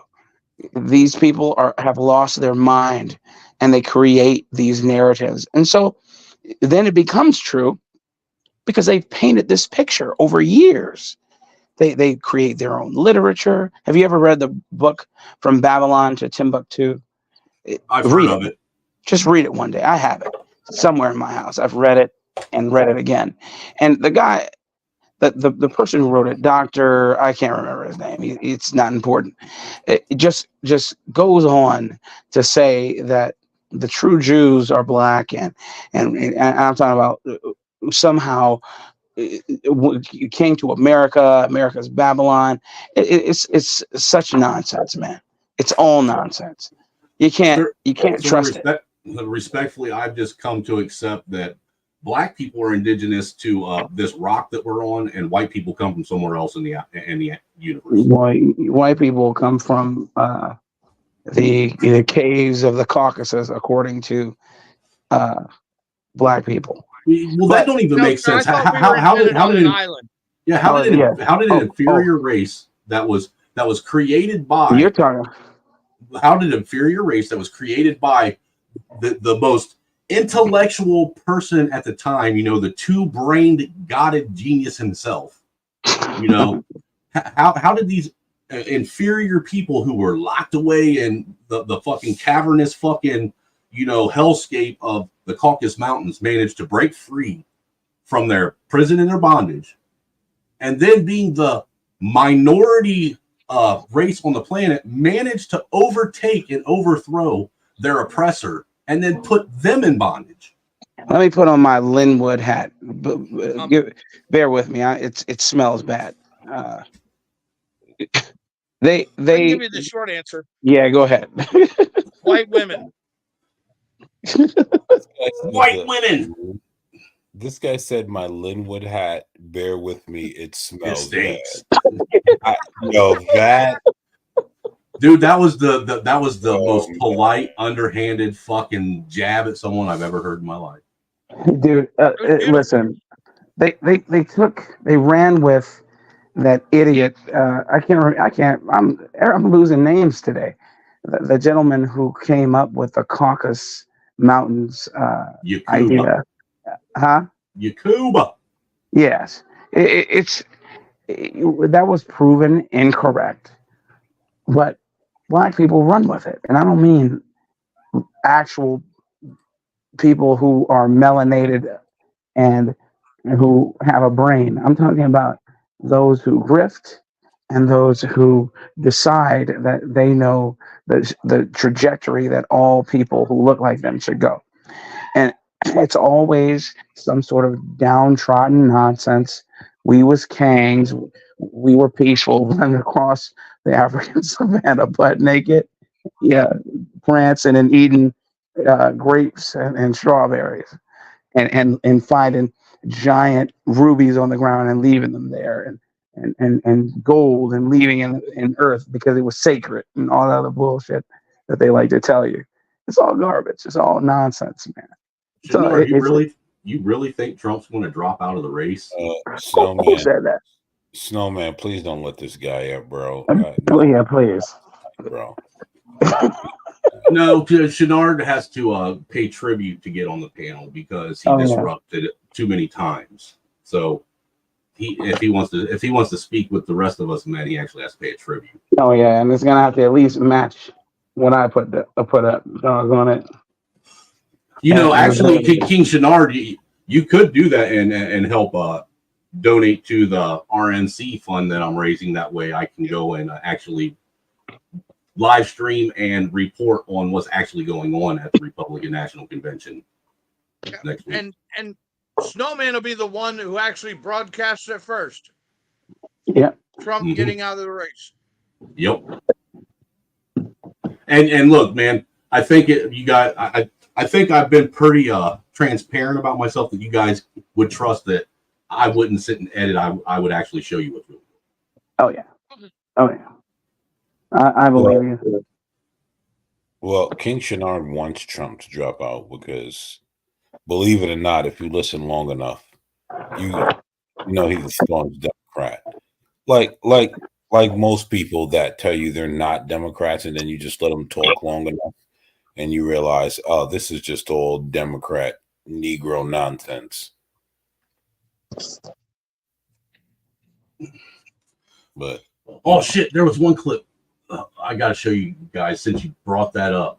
This is all, the Democrat Negro nonsense. Let me find this Twitter feed real quick. Let me go back. Because there was this dude, he was talking about his, really elderly, either mom or grandma. I think she's like in her 60s or 70s or some shit. And her losing her noodle about this. Where are Here it is. Yeah, the 66-year-old black grandmother. Here, listen to what. I'll let him. It'll be let's present. Share screen. There we go. Share. Listen to what this guy said his grandma said. What's up, guys? CJ Pearson here. My 66-year-old grandmother. I know this guy. Black grandmother who has never voted for a Republican president in her entire life, just told me she's voting for Donald Trump in November.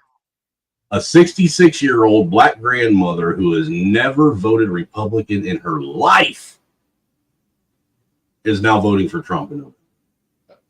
That's wild. Today was the tipping point. She said, and I quote, "The Democrats have lost their damn minds." And she's absolutely correct. She's absolutely right. Guys, they tried to kill that man today But inadvertently, what they do not realize is they only made him stronger. What's up, guys? CJ Pierce. Where's that guy from? CJ Pearson? I've seen that stupid fucking mustache that he has. He is the co-chair at the GOP Youth Advisory Council. He's a Gen Z activist, proud Gregorian, and lifelong conservative. Yep. Yeah, he came up during Trump. He did, right? Very outspoken and very well. Oh, he's one of them, part of the Blexit movement. Yeah. I better stop showing that and scrolling Twitter. Oh, what's that moron saying now? What? I ain't heard Oh, their take. dude, that was him. That was the clip where he said that it looked like Trump got shot in the ear with a BB gun. You didn't see that? Listen, I think here's the thing, right? His grandmother is 60. I don't know. Whatever. I'm wondering what kind of BB guns Chinks used to playing around with. It's going to travel 150 yards, go through somebody's ear, and kill somebody on the other side of them. Damn. These people don't know ballistics, man. Again, they're talking like they are ballistic experts. Talking about darts, talking about BB guns. Oh, they have the BB guns now, which are powerful enough to kill, small animals. I mean, I own one of those. That's not going to do that. Okay. You can't actually kill squirrels and rabbits and birds with a pellet gun. They have air guns now that will kill deer. Yes, they do. But that's not what was fired. No, not like you not can't with that. You can't hear a pellet gun or a BB gun go off from 150 yards away. No. Sorry. No, it's not going to hit sonic speeds either. Thank you. That was the most important thing that I was going to say. Yeah. It's not going to hit sonic speeds. You'll hear it because of the air pressure, but it's not the way that bullet came across that stage, man. The backfire, the sonic boom you heard, you don't hear that from a pellet, okay? And then the pellet will start to tail going, at the speed it's traveling at 100 and some odd yards or meters, yards. It's not going to hit true. There's no way, especially being that small. These people are nuts. Well, what if somebody behind Trump farted and somebody down the field threw a firecracker at the same time somebody shot a BB gun? Possibilities. See, you got to think about all the different angles. He just squeezed a blood pellet in his hand. You know that, right? Right. And Trump knew that all that was going to happen, so he had a blood pellet ready and bit it with his ear mouth. So you got to look at all these different angles. He said, bit it with his ear mouth. You can never be prepared for this kind of shit, Well, sir, he too is reptilian. Yes. Not even Secret Service can be prepared for this kind of stuff.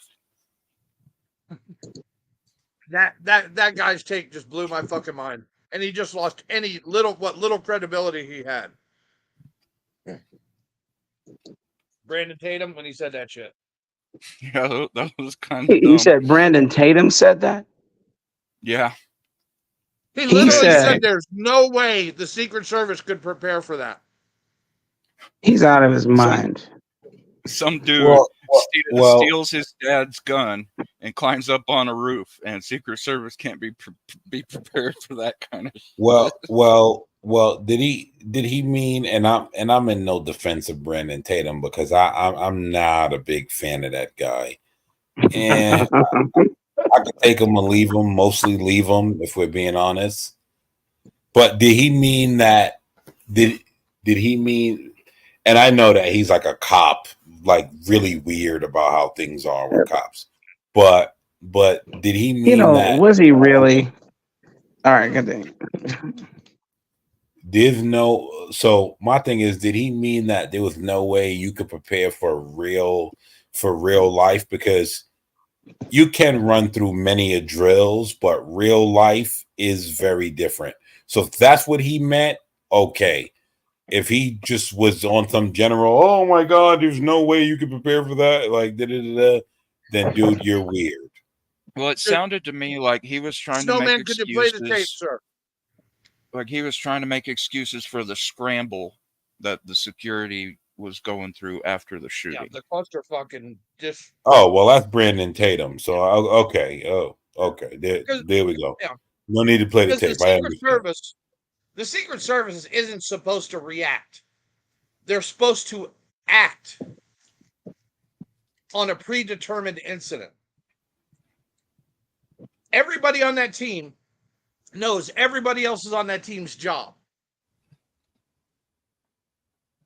That's the way they're supposed to be. If this happens, we do this. It's not a decision. There's no thought about it. We just go into action because we've trained that way. But what you saw was the Secret Service react, which is not their job. I agree. And Snowman, could you pull it back up, sir? Brandon Tatum? I think his plate was empty again. He went to fill it. He's out to lunch. Well, I mean, dude, it was crazy to hear him say that. Like, there's no way they could train for this. What? Yeah, because their entire job is literally training for a shooting of the president. Yeah. That's their entire job. Mm-hmm. Yeah, but when it's a BB gun and a fart and a firecracker, I mean, you never know. And the mouse ran up his leg, and that's what caused him to hit the ground. Yeah, that's when challenges start to pose. I mean, but I was surprised that nobody came up with the headline of breaking news: 2 dead, more injured after Trump falls at no shit. at rally. I'm back. You guys want to watch this After clip? 86-year-old Trump falls at rally. Yeah. You guys want to watch this clip? Because apparently this is a different angle of what happened. And they said the caption or the explanation said that somebody told the cops and security there within a minute or two before he shot it. Oh, yeah. Would you go back for your third plate of watermelon, Snowman? Huh? Nothing. Dude, I already ate like 2 big ass bowls of watermelon while I've been doing this live stream. What you talking about, Willis? I've been munching on watermelon all night long. He was doing the job. I wouldn't even be doing this. I'd be at some beautiful place with the borders. Look, they're all pointing. The Atlantic, maybe the Pacific. Yeah, someone's on top of the roof. Look. There he is right there. Right there. See? They see him? He's laying right there. Yep. Down. See him? Yeah, he's laying down. And so I'm here with you, fighting like hell to get a Senate. What's happening? And to make sure we take back the White House, because if we do, we're going to make America better than ever before. We're going to make it. Yeah, look. And There it's he not is. easy, because we have millions and millions of people in our country that shouldn't be here. Dangerous people, criminals. We have criminals. We have drug dealers. We have people that should not be here. Right on the roof. It's much tougher than it happens. You went right on the roof, big guy. He was doing. You don't even know how to sniper crawl. Yeah, I'm gonna say this. I've been to a Trump rally, and I've watched the protocol and seen it. And I'm gonna say this, and everyone could disagree or agree if they want.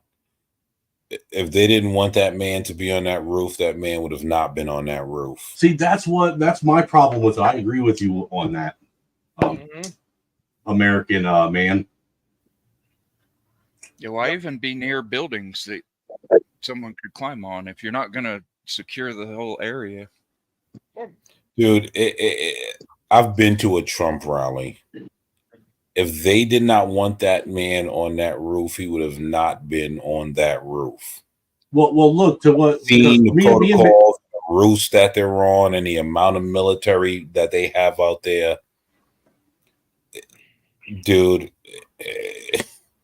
Well, look, Mayo and I were talking about this not earlier. fucking This is possible, why I bro. kept asking him about whether or not they were using that business as parking and this, that, and the other. Obviously, the crowd was all the way over by that business. So why the fuck wasn't security over there? You know, basically doing what they should be doing and monitoring the crowd. Yep. I mean, there should have been a soft perimeter all the way around that fucking business. Dude, those people would not have been near that building. Like, you think that they were just able to be so close to that building where that man was crawling and there was no level of security around to watch? Hey, this is what happens when you have diversity hires as Secret Service agents. Well, this is my idea on the because we saw the sniper team clocking the guy, right? Mm-hmm. In the other video. Right. I think it was probably state police, and the communication difference was the problem. Why he didn't take the shot. Because I truly think he didn't have permission to fire unless it came from the Secret Service. You think who was state police? The guy on the roof? Yeah, the sniper that was covering the guy on the roof. The guy had the gun on the tripod. Oh, you think so? I think the guys on the roof above Trump might. Well, from what I saw, right?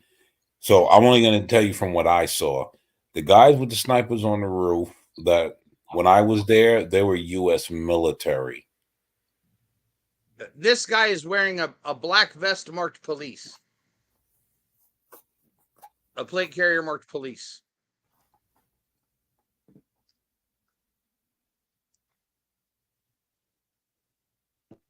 And so you think that he didn't? A little unknown or known fact. The majority of the Secret Service, when any president is in town, is augmented by CID and state and local police in plain clothes. So absolutely, I can believe that the sniper up top was a state police asset or something like that. Yeah. Yeah. Because an actual Secret Service sniper wouldn't have to ask permission to shoot. He has authority to shoot. No, he already has authority. His job is to take out threats. Yeah. I agree with that. Yeah. But an observer, and what you saw was the comms delay between the state police control through all the rest of the agencies to the Secret Service and back. I really think that's the reason that team didn't fire first. I don't know. This do you see this fucking post? This Diane Yap said, let's ask the whites to vote on who they prefer to have around. After all, whites predated slaves. Those slaves didn't import themselves. Okay, whites, who do you prefer to have around if you have to choose between these two, Asians or blacks? Asians. 81% Asians. 2% chose blacks and 17% chose not white. Show answer. What?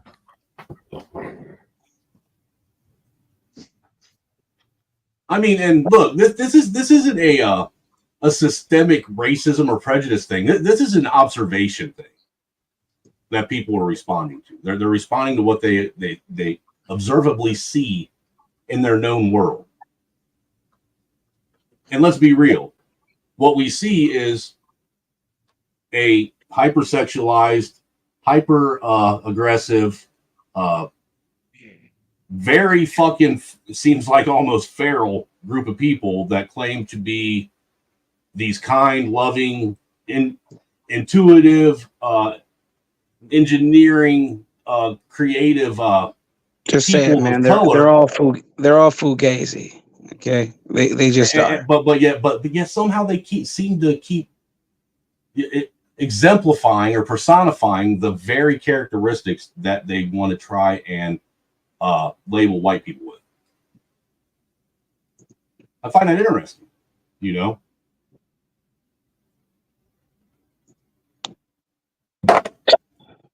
And you know what? To what you guys were talking about with all what we were talking about earlier with all these different histories, do you think that maybe that's a psyop in itself? They do that to help keep the black community divided amongst itself. What? Say, I'm sorry, I didn't hear. Well, all these different histories, like the ADOS history, the foundational history, the pretendian history, the We Was Kings history. What did you say? Did you say the pretendian history? Yeah. Hashtag pretendian. Let's make that let's make that trend. I like that.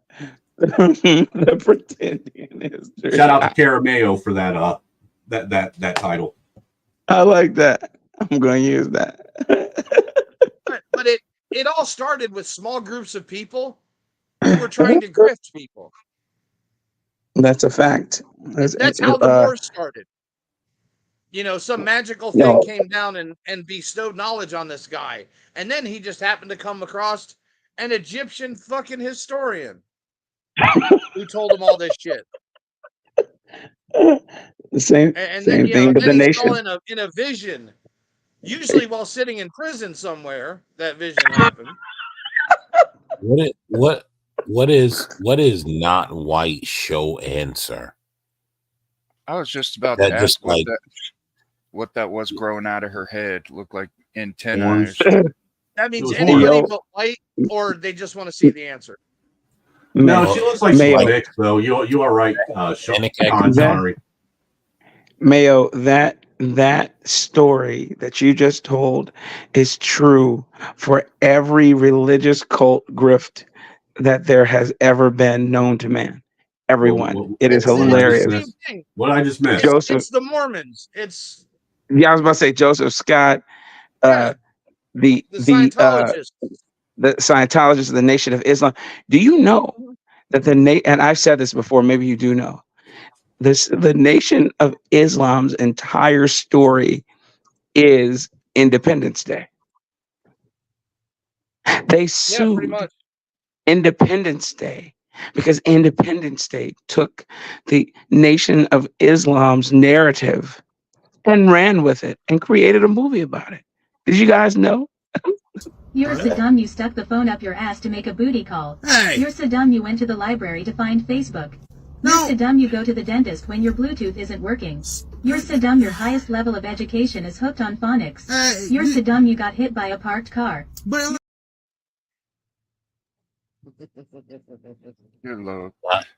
I never knew that. I didn't know that they sued. Dude, look it up. These motherfuckers do not believe in God. They don't believe in anything. What they believe is that they are some sort of higher being.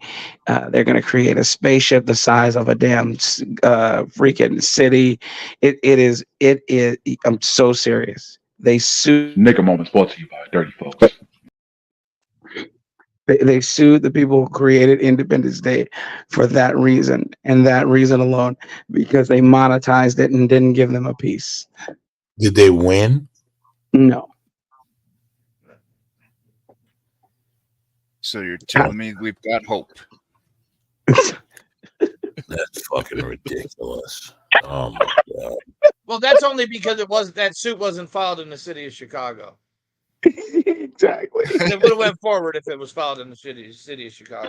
Yeah, obviously. Like AIDS. Fuck that shit. That sounds like AIDS. Fuck that shit. That sounds like AIDS. It's fucking ridiculous. But and it's funny that nobody recognizes that grift. It is. It really is, man. And they just fall for it because at the end of the day, these people are lost. People like to equate this to mental health, but it isn't that. They're looking for a higher purpose. And instead of looking to their Lord and Savior, what they look to is cultish things, because they get to remain who they are. They get to remain these evil, devious people. You know, they usually have some sort of group gang bangs and all types of other nonsense. It's what they do, man. It's hilarious, man. Keep the Lord in mind. When you dirty wine, drop it for Jesus. In the club, shake it to the floor and showing love. I'm on the grind, 'cause for my sins he died.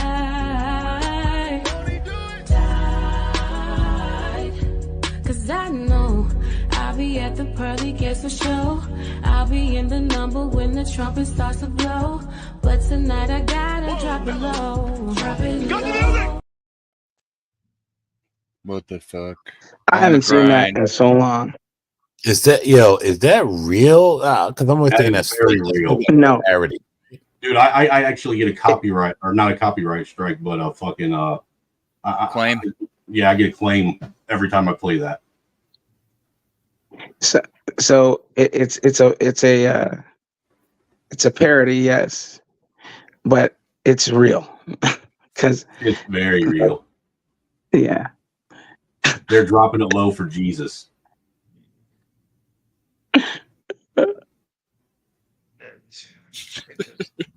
And it comes down to low self-esteem, I think. Yeah, that too. Needing a purpose and needing a That's what I'm self-worth saying. that just isn't there.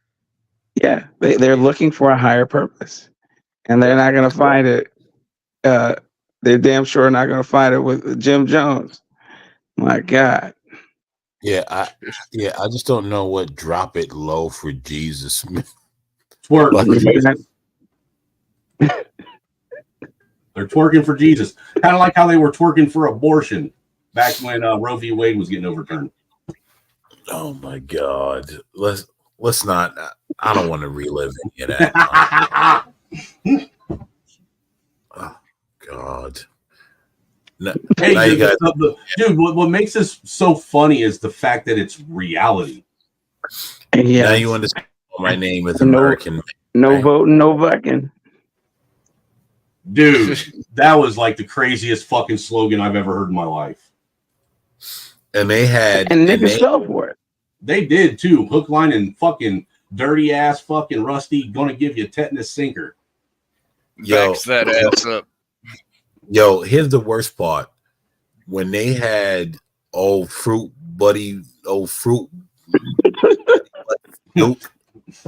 singing, I was like, okay, this is just a spit in the face, kicking your ass, everything. And that's when I was just like, yeah, I can no longer.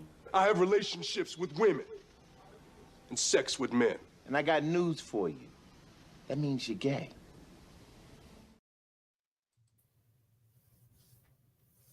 You know, the real tragedy in that exchange is they tried to make Ice-T look like he was as tall as that dude with that shot. With that camera angle. Yeah. Everybody knows that Ice-T is only 4'4". He's basically a man. So he had to wear platform shoes just to get that 5 foot. Yeah, that is the real tragedy. It is. And he tries to do it all gangsta and shit, man, like he's hard. Dude, how is it that fucking cop killer ended up becoming fucking slave catcher? That's the grand irony in it all, Angry Snowman. That's the grand irony of it all. Ain't it though? You know, kind of like smoking blunts, and baking cookies with Martha Stewart now. Yeah, well, you know, Martha Stewart is a jailbird, so.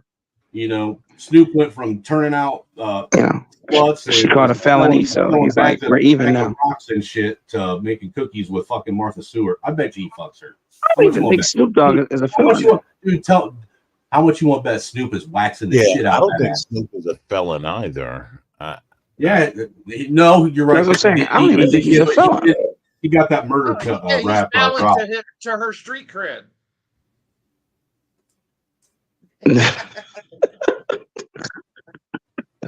He's showing respect. That's pretty much. And that's showing respect, yo. I said there are so many amendments in the Constitution of the United States of America. I can only choose one. I can only choose one. I plead the fifth. I plead the fifth. 5, 1, 2, 3, 4, 5. Anything you say, 5. Go ahead, ask me a question. Did you? 5. I have a secret document that I think you need to say.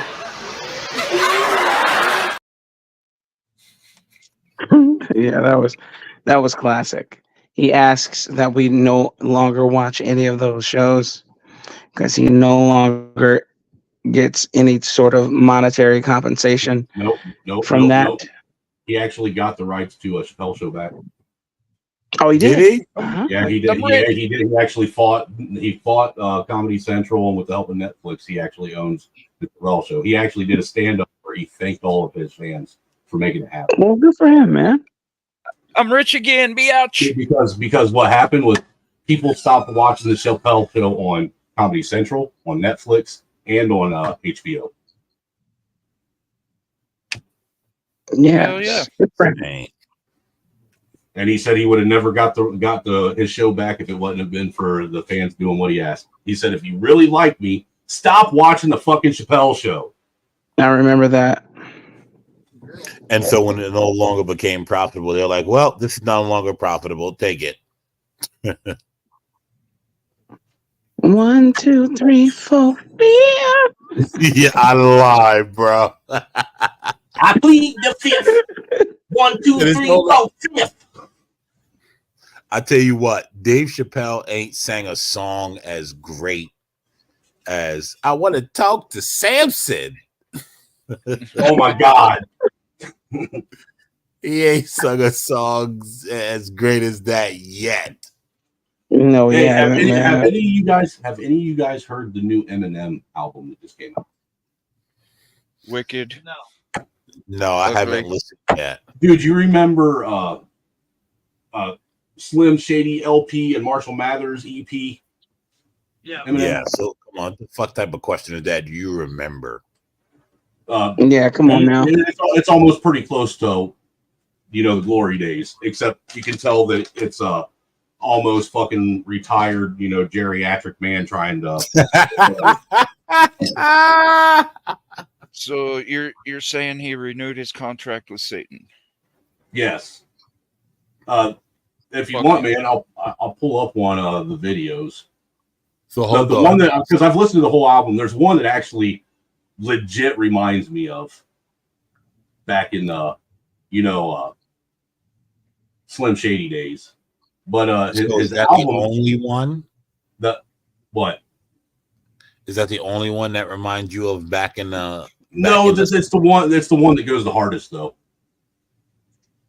You know what I'm saying? I mean, it's all kind of like reminiscent of old Eminem, but if you've noticed, I know you guys have noticed because you guys pay attention. His cadence has changed a lot since he's gotten older.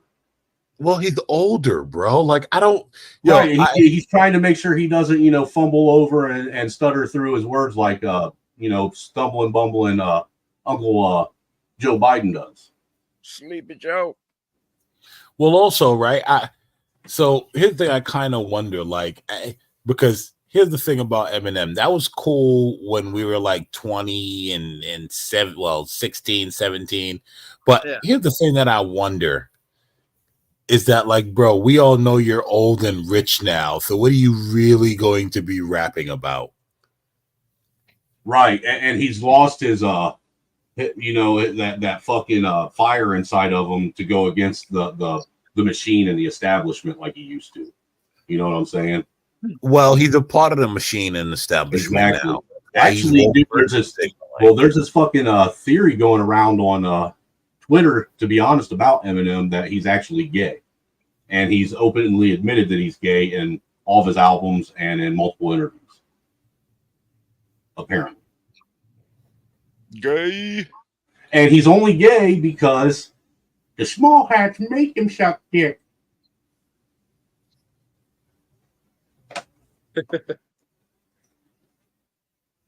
I don't know. All I know is that whole fucking that shit he did with that fucking Donald Trump cipher, that was like weird. Who's this fucking pea pod Martian man you got dressed like Eminem up here? Well, that, and I think another reason why they're suspecting he's gay is because, like, bro, it's been almost He's 30 never been years. with anybody after Kim. Yeah, bro. Like, we've never really seen you with a woman, or like we remember you may have had something with Britney Spears or something like that. Mariah. And then he has all these, bro. We kind of and then he has never. all these dyed, this dyed talking about the goatee, stands? mustache, weird, like dyed black or whatever, deep brown, weird colors. It's so weird, man. That You the look at beard it- that he grows that's fucking like looks like he drew it on with a fucking big fat Sharpie. Yes. That's what I'm saying. So it's like, bro, we like, come on. We'd have seen you or known you to be with a woman at least over the last 15. Like, But yeah, the new album he dropped is called The Death of Slim Shady. Are you serious? Yes. Slim Oh, well, Shady's been.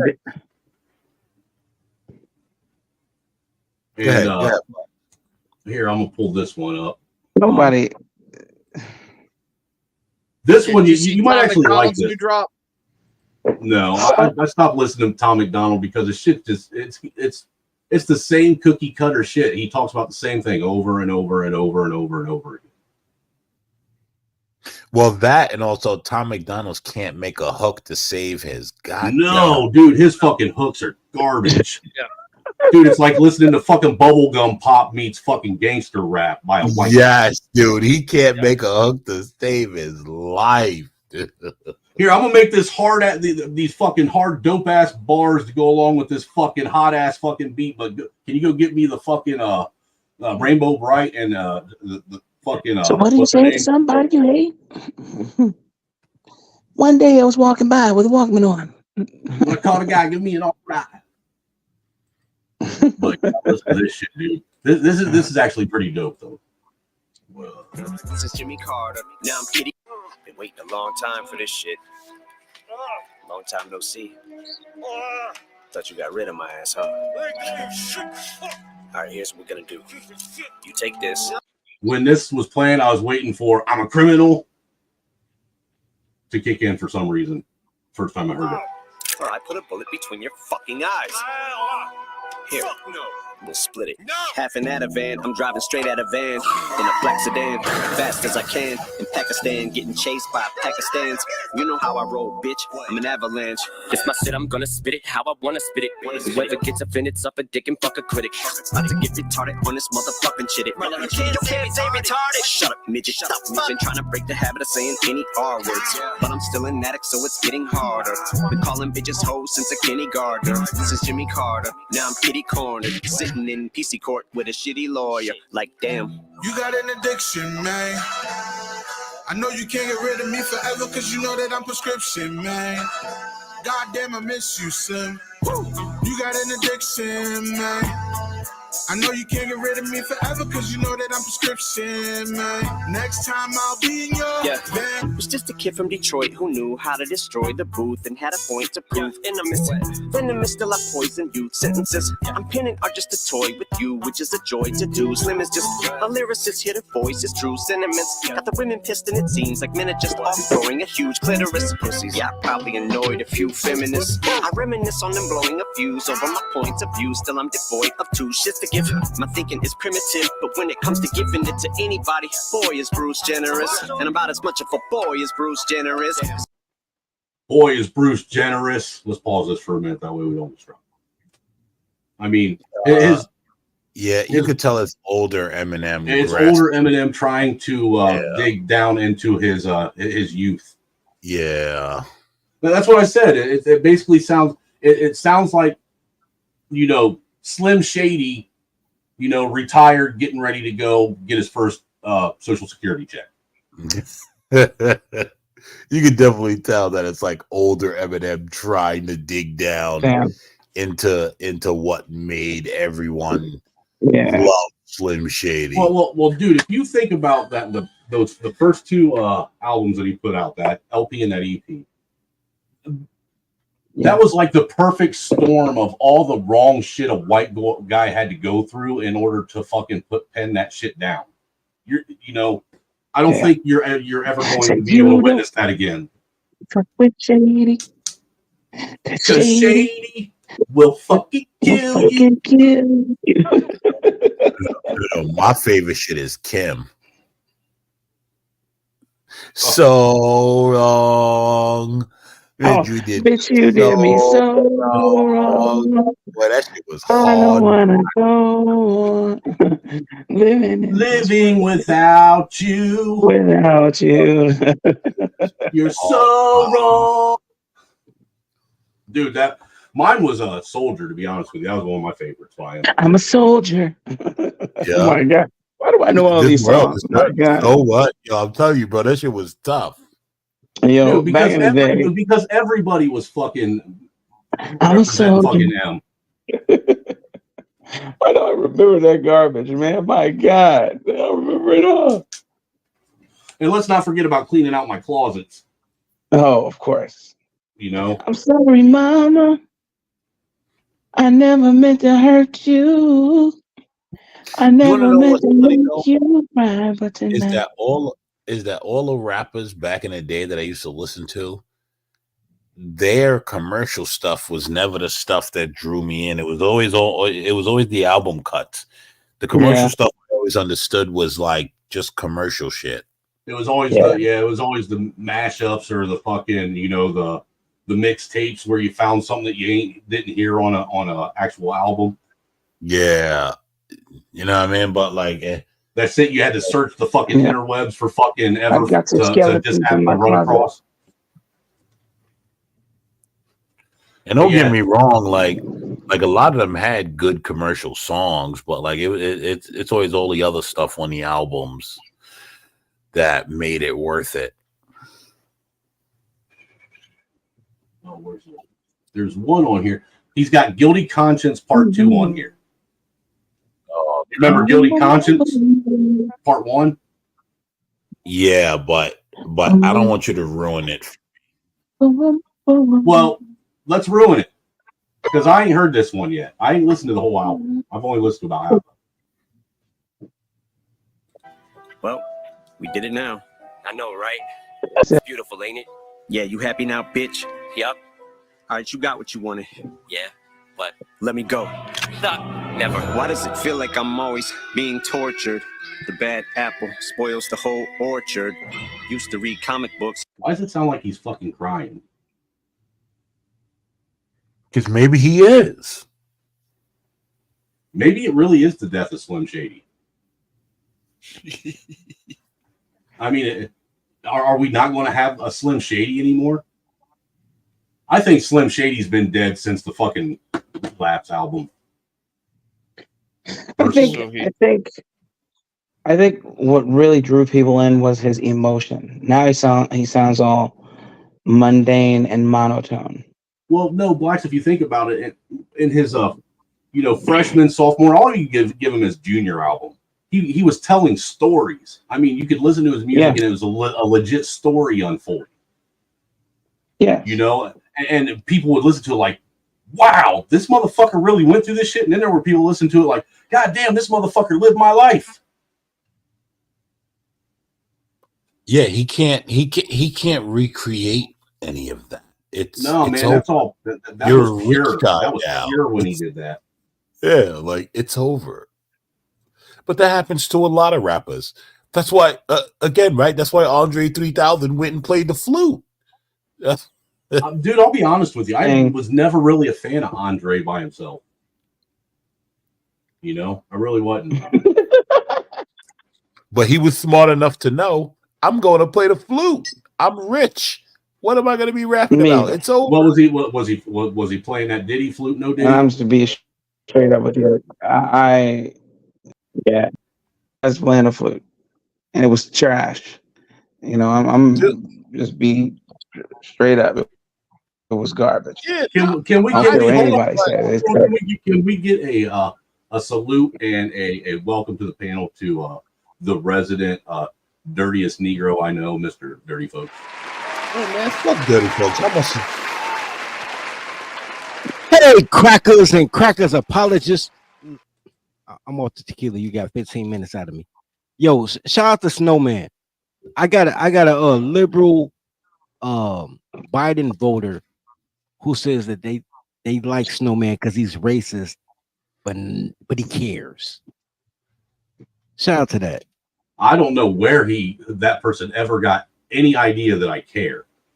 Oh no. He just thought he was cool because I be racist back towards you.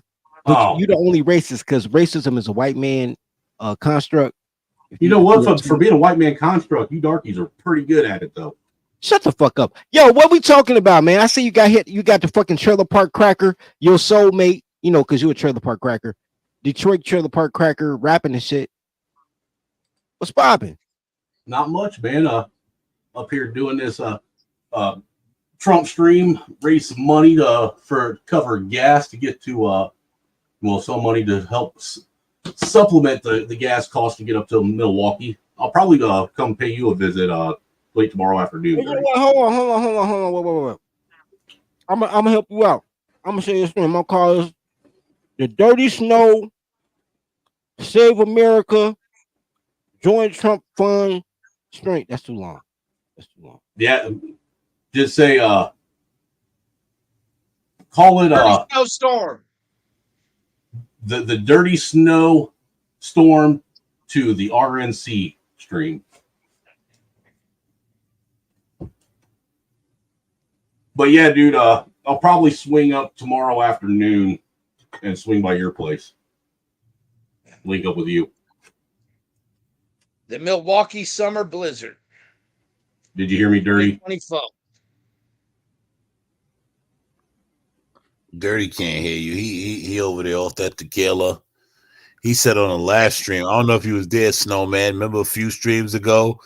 He said something about he liked the Mexican food things in his mouth or some shit like that. Was you there? Pause, motherfucker. Just pause. Wait, what? Yeah, well, you remember that. Yeah, I remember don't even know if I said it or not, but the way you said it sounds cringy. You said, pause. That shit sounded really, really, really. Hold on, we about to go really back to fucking gay. I don't even know if I said it. It sounded like something I would say, but I don't know if I said it how he said it. I think he reworded that shit to sound like P. Diddy. You That's said some shit. He like, whoa, what's happening here? He just called me Snow Black. Chuck is Snow Black. You dirty snow. You dirty snow for real. That's black snow. All I am is a pile of fucking frozen water that got shit on by a dog. I agree with you. I agree that you dog pee. However, listen here, we are not going to be having none of these wet dog fucking slanders, sir. No, just because you smell like a dog don't mean you pee like a dog. Motherfucker. That ain't what I meant to say. What I meant smell like you smell like Crisco and fucking pig's feet. I found that out a couple of years back. Look, here's the thing. Because I don't care if we're talking about colonizer. Let me explain something to you. What's that? You're gonna go to the RNC. No. I'm gonna be tomorrow we're just gonna kick it. You know, that way I can feel comfortable. All right, so I'm coming up tomorrow afternoon so we can kick it and kind of, feel each other out before we go on. We're gonna go to the RNC. We're gonna film the whole shit right there. No Diddy. Feel each other out and shit. Two men. Yeah, that was crazy. That shit was crazy, bro. That was crazy. That was crazy. Feel each other out. What's wrong with you? You niggas are crazy. What's wrong with you? You niggas are crazy.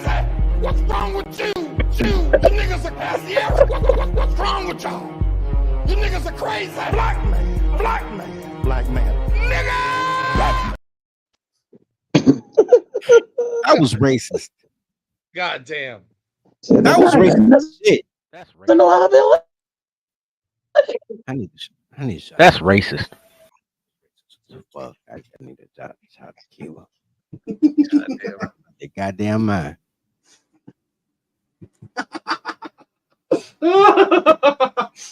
Oh man, it's actually gonna be fun to meet you in person tomorrow, Dirty. I just don't want to get to Milwaukee and it's a bunch of fat white bitches. I can get fat white bitches in Iowa. Dude, I don't want to get to Milwaukee and it be a bunch of fat white bitches either. Dude, I hope we go to Milwaukee and some shit pops off and we're right in the middle of it. Man, you been on for 6 hours? Yeah. Well, look, guys, it's Milwaukee. Yeah, all you guys were over there propagating hood stream instead of coming over here and supporting your white trash Palmerad. I didn't even know you was on. Okay, check this out. I know that's not what you're gonna find there. This is what Milwaukee is. Milwaukee is a bunch of fat bitches that went to University of Wisconsin and got some bullshit fucking bachelor degree that she can't get a job in. Now she worked like food service or cashier at TJ Maxx or something like that. Snowman. What? You need to go to the New York Fashion Times YouTube page. What? And just say thank you to me. Thank you to you. New York Fashion Their Times. YouTube page. New York Fashion Times. Yeah, that sound like some shit that men wear jeggings and say that's the new style.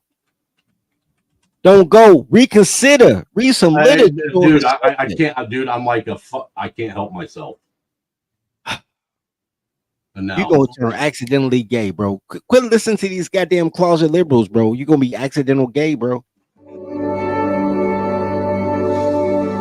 I go to the Hot Miami Styles runway replay. The what? The Hot Miami Styles runway show with models Patricia Pearl, Karen Rodriguez, and Katrina Celeste, whatever the heck. I don't know any of these models, but I'm just watching. That's all. Goddamn right, Sean That's a lot of praise titties. the gay away. Where's Praise it the at? gay I away. can't find it. Oh man, I'm gonna. Okay, hold on. Black, you gonna get yourself What's it in called? trouble. What runway show? Let's go the Hot Miami Styles runway show. I'm sitting here kind of Hold there's on. a lot of titties in my face. Yeah, that's what I'm looking at. Everybody in the stream, look, me and Snowman gonna meet up and we gonna be racist at the Republican convention, bro. Sub to the channel, bro. Cash, bro, so we can afford tacos when we get there. So we ain't got to eat out Trailer Park White. Titties on the stream. Why are you talking, bro? Ain't no titties on the screen. God, Because every one of these bitches has clothes on. That's why he's talking. Yeah, where the titties at? You ain't even clicked the photo yet. I wouldn't talk through titties. I respect tits. You obviously haven't seen it Can yet. you see me? So. Can you see her? Hi. I'm cold Why are you cold? because I'm wearing Not nothing. much. Well, you're wearing something. I mean, this is an outfit, isn't it? This is minimalistic. Well, what are you doing? Where's Chung Lee talking to Drew? That's something. Yo, what's that nigga from Cleveland? Drew what? Drew Carey. Yeah, why is Chung Lee speaking to Drew Carey? Because he can and she will. that's a fact. Drew Carey winning. That's what I know. There it is. Live, right? Holy shit! Oh, goddamn. There you are. That's what I'm looking at right now. And now you know how Wakub fell. Woo! Woo! In Can the we take a second to just admire that? I didn't even see the front. The back is beautiful. My Like I would talk to her God. booty. I mean, Dude, would you not that's give like- up civilization for that? that is mesmerizing right there. Yeah, Holy that's prime. fuck. That's prime booty right there. That ass looks like it was chiseled by Yakub himself. That is definitely $40 each cheek right there. That's an $80 booty. She get double fee. Dude, she ain't even got no cellulite on her gams. Listen, and then she got the natural hair to make the booty look better. Yeah. Oh man. And look, it ain't even fucking like crazy jiggly. It's firm jiggly. It's firm. That's how you know it's real. Dude, And she got the stripper shoes. You ain't gonna smack it, and it ain't gonna be like trying to jump in a fucking waterbed thinking that you're gonna make it. Nah, you can hit it from the back and hit the Duke shoot, nigga. Like that booty right there. That's quality prime. Dude, that is quality. Dude, and look at them calves. God damn, can you play the video and stop talking? You're over. What you mean play video? Hey, he's trying to concentrate on his stroke. Hey, support your guy, man. Support me and Dirty's trip to Milwaukee, man. Hit the Cash App, PayPal, man. That way we can have a little bit of gas money and taco money when we get up there. That way we gotta eat from JP's. She got a nice butt, but she don't have child breeding hips. Like I still fuck because I ain't shit, but like she can't have my baby because she gonna need an epidural. Nah, her face was too manly for me.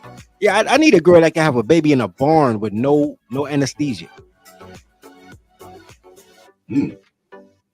Hey, what's sales tax on food in Michigan or in Milwaukee? Sales tax on food? Yeah. What the fucking sales tax? We shoplifting, nigga. You'll see. We stealing. That's a nice dress. I like her dress. I don't know about that little thing hanging down in front. That thing in front's a little weird. It ain't a nice dress in the back. It's nice in the front, but she cute though. You like that little thing hanging down in the front? That little thing in the front, bro. All food in Wisconsin is exempt from tax. Oh, shut you up. Oh, white meat. Oh my God, I love breast meat. What's the best fast food chicken? Oh my gosh, she would have my beige baby, even though she ain't got red hair. But we can work that out. I don't know. You'd have to ask Dirty that one. He's more familiar with Milwaukee and Chicago because they're basically the same city. Well, Hey, what's what's the question? best fast food chicken? I don't know, man. I don't really go to Milwaukee. I go to Kenosha, Wisconsin, but that's damn near Zion, Illinois. Well, either way, what's the best fast food chicken? In Milwaukee? In Chicago or Milwaukee? What shit, nigga? Ain't no good fast food chicken, bro. It's all steroids, the wings little. This ain't the 1990s, bro. 1990s, I could have told you. Now this bullshit. Yeah, even B-Dubs Do you doesn't. like better, KFC or Popeyes? I steal people chicken out their backyard, bro. Popeyes. Nobody eats KFC. You're just fucking up the fucking joke, dude. God damn. No, look, I'm trying to tell y'all what God love. Look, you drive around, you see smoke, be like, oh, somebody queuing. And then you go and be like, I'm Cousin Lucky. And if they kick you out because they racist, you be like, okay, I understand. And then you steal a chicken and run. That's a bad piece of white meat right there, bro. No, but see, she's almost too much, dude. She's got the potential to inherit that pear-shaped body after she gets pregnant. Bro, that's why you got to take pictures. You got to make the flick while you fucking her. So that way, when she get fat, you be like, yo, but this is how she look when I got her. You ever did that? It doesn't matter, man. This is what she look like now. That's hey, bro, she got a black girl booty. No, her ass is way too fucking loose. It's wide, but I do it, bro.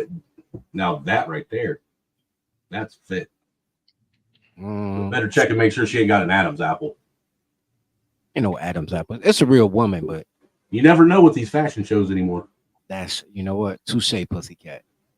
I mean, hell, they had a trans win a fucking beauty pageant recently. You know who she remind me of? What was the name of the girl who was in Transformers before she got fired? Megan Fox. Megan Fox. She got it. Megan Fox. Before she got all weird and ended up fucking becoming MGK's fucking weird ass fucking dominatrix, baby mama. Oh, she got childbearing hips though. I give you that though, Snow. She got childbearing hips.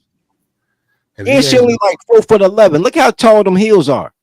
Have you noticed though that all the petite women are covered up, and all the super thick women, I guess, that's bad. Are showing more skin, yeah.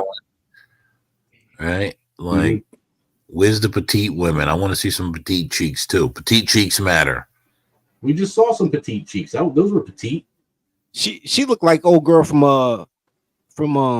damn, what's the name of that group? The Black Eyed Peas in the face. She looked like Fergie in the face, but her body cold. Damn, look at that ass. Yeah. Ass so fat you can see it from the front, nigga. Sunshine. Can I get a hallelujah? Goddamn right, Con. Respectable boobies. I'm not even a depressed I man. swear I can't read. I thought that said hot tamales for a minute. You know what? When you said it, I saw it. That's a bad Damn. bitch. That's a bad bitch. Dude, she giving me jungle fever right now. She might get the whole 40 out of me. My 2 tacos might be like, yo, I get you the whole taco pallet. Dude, in that fucking skin colored fucking underwear, man. What's underwear? Got my imagination running. Girls do not wear underwear unless they marry. Your wife might wear underwear. Girls just bring underwear in their purse so they can leave it at your crib to get you caught up. Girls don't. Dude, that's because you don't. First off, you don't date girls. You date hoes. First off, all girls are hoes until you make them an honest hoe. And you have yet to make anybody an honest hoe. So all you got. Because they be lying. If they was honest about hoeing, I would make them an honest hoe. You are something else, dude. I don't care if you're a hoe. Just don't be a liar. Yo, yeah. How do you get front row seats to these things? Order ticket. Be a designer or a critic. No. Like you can or be be the designer. famous. No, a lot of people got tickets that's like in designer school. Like in Chicago, we got Columbia College, and they make clothes, whatever. A lot of those are like students. You can get tickets. You just got to find out when they're going to have the event, and then they'll give you free tickets, or maybe like $5 or something like that. Shout out to it's right there. Hey, shout out to Mayo, man. He just hit me with the 60 ball. Says gas and a 2-piece for both of you.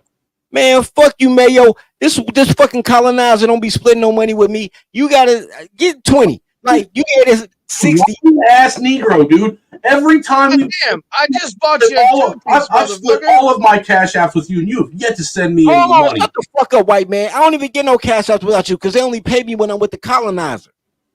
And I still give you half of what I get when you don't Man, get look, none. I ain't asked you nothing. And you have yet to give me jack shit. I'm not going to No. Because there was one night, motherfucker. There was one night we were doing a stream, and the only person who made money was you. Mayo, I'm still waiting to get stream my in Milwaukee is gonna go really well, I'm huh? giving you credit. You have split with me. I'm just saying I don't get cash apps without the colonizer. And you ain't even no colonizer. You're a fucking Irishman. You're a fucking Mick.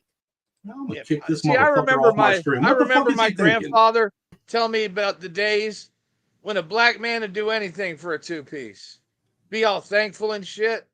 Hey, she bad. You right. Hey, she bad as fuck, bro. Hey, but Mayo, shout out to you. Thanks for those tattoos. That are dono. trash. Can I do what I do, please, real quick? Salute to you, sir. This is. Let's get money, motherfucker. Get money. Get money, motherfucker. Get money. Let's get money, motherfucker. Get money. Get money, motherfucker. Get money.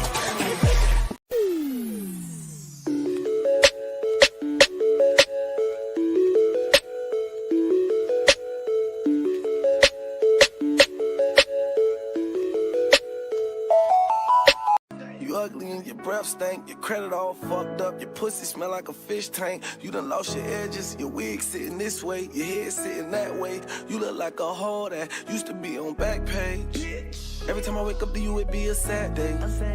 Every time I wake up to you, I have a bad day. One time I fucked you, I thought it was my last day. Thank God the doctor told me that I'd be okay.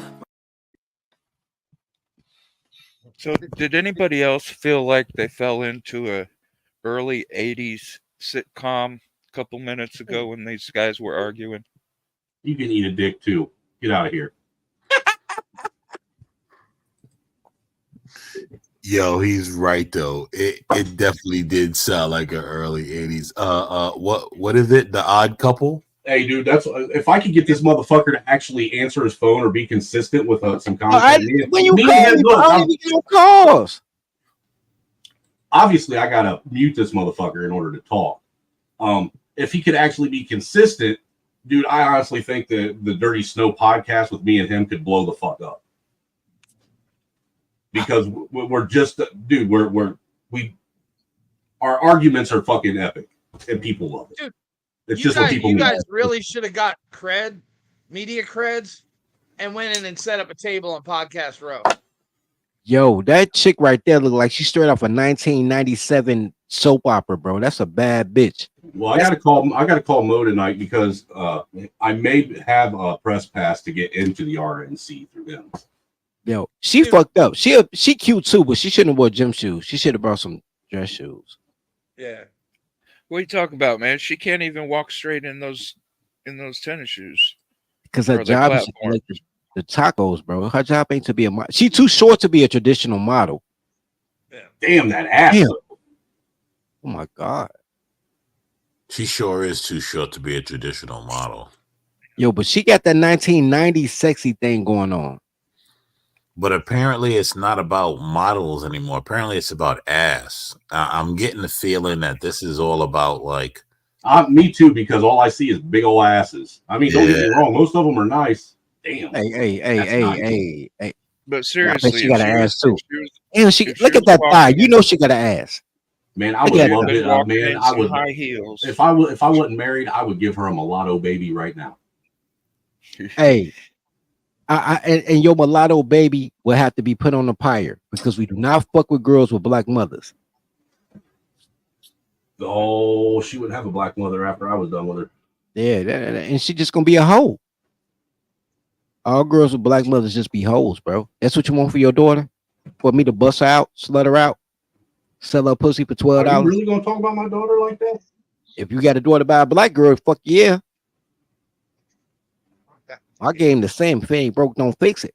I'm here. Have your baby on the stroll, my nigga. I like that top. I like that. I'm talking about the outfit. I like that. She's got too much of a manly like if it wasn't she's not American black, she's African, and Africans all look like me. Real? Because it didn't move enough. It might not be real. I don't know. Yeah. You know what, Black Suitify, you're a bastard for this. Yo, why is she walking like a single mother taking I want to know why blacks actually turned us onto this and then left. And then bounced. And then got up out of there. Dude, it's almost like Dante leading the fucking sheep right to the inferno. Thanks, dick face. This girl right here, her and the white blonde girl. This girl right here is how men get herpes. Because you go raw.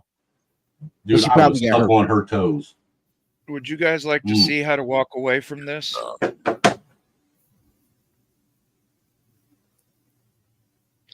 My wife would question me if I walked away from this.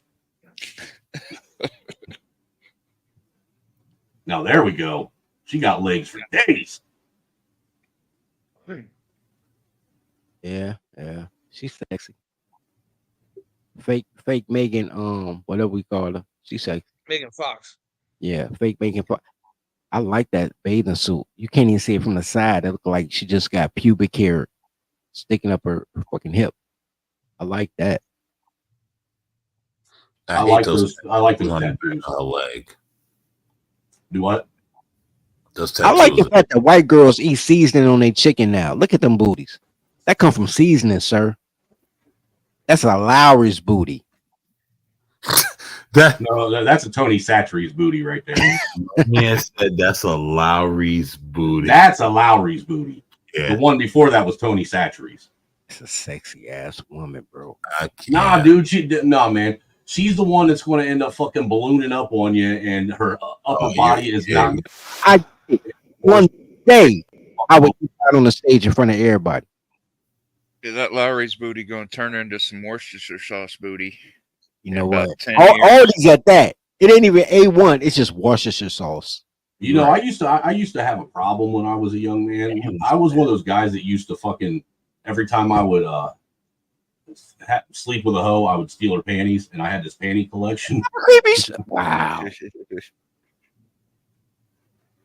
I cannot, sir. That was wild. I'm just saying it was. I had all kinds of panties. That's a nice outfit. I don't know if she nice. I mean, I do her. She kind of looks like Sporty Spice. Yeah, she kind of got that tomboy thing. Like she trying not to be a tomboy anymore type of look.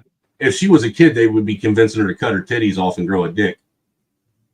I don't know how she'll grow a dick, but well, she's a tomboy that they be trying to figure it out. You a tomboy? You like playing with dirt? Then you must be a boy, not a girl. I want to know Yeah, she what. does like she used to eat dirt pies with the boys. I want to know what they're judging, though. Are they judging the outfit? I don't know. This ain't a judge of anything. All it is a catwalk. They're showing the new swimsuit. Oh, she took her shoes off. So somebody No, told she's her got to back, shoes like, on. take her fucking shoes off. She's sexy as shit with no shoes, bro. I ain't gonna front, bro. There's something, dude. I can't stand a model who has ugly feet. Actually, I can't be with a woman who has ugly feet. Bro, she about 5'2". You could put her on your shoulder and like carry her like a man purse, bro. Nah, dude, my back's not good anymore. That's too much ass for me to be trying to lift. Tiring your beard, bro. That way you could eat while you walk like a horse. I trimmed some of my beard. It's about half what it used to be. Oh, that's crazy. I wish she was a redhead. She got the body I like, but she don't have red hair. Dude, she gives me I just nailed my best friend's mom vibes. Bro, MILFs are a thing. You know that, right? Dude, I know. I used to I used to be one of those guys that worked in gated communities doing construction work, and you know how many desperate housewives I nailed while their husbands were at work and I was supposed to be working on their house. Bro, I did you hear my show yesterday when I told people, I said, man, all you got to do is ring the bell and girls think it's like a Grubhub dick delivery. See, for me, dude, she's the sexiest one out of all of them, really. Bro, I'm telling you, dude, it's something about her natural hair. She is sexy as hell. And dude, man, she got them titties. Oh. But and she pretty too. Like she's a solid 8. I mean, solid 8. She like a sexy, fucking thicker, foxy brown. In the Midwest, she a dime. She's like a Cali 8. She Ohio 10. She's Chicago 10. Nah, she's a Kentucky 10. She's an Ohio 8. All right. So that make her what, a Cali 7? 6.5? Probably 6.5. She bad though, bro. I ain't gonna front. Nah, man, she looked too much like a dude to me. No, not her. I'm talking about the one that just walked off. This girl right here, she's like a Cali 4. But she an Atlanta 10 though, because she looked like a nigga, but she got a coochie. Her tits look more like pets. She looked like a man, but she got a coochie. So she does got nice legs though. She got nice legs. She got the Tina Turner legs, man. I don't like none of that hair though. Her hair is horrible. No, I can't stand black girls that have that fake white girl hair. Yeah, I don't like that. Not a fan of it.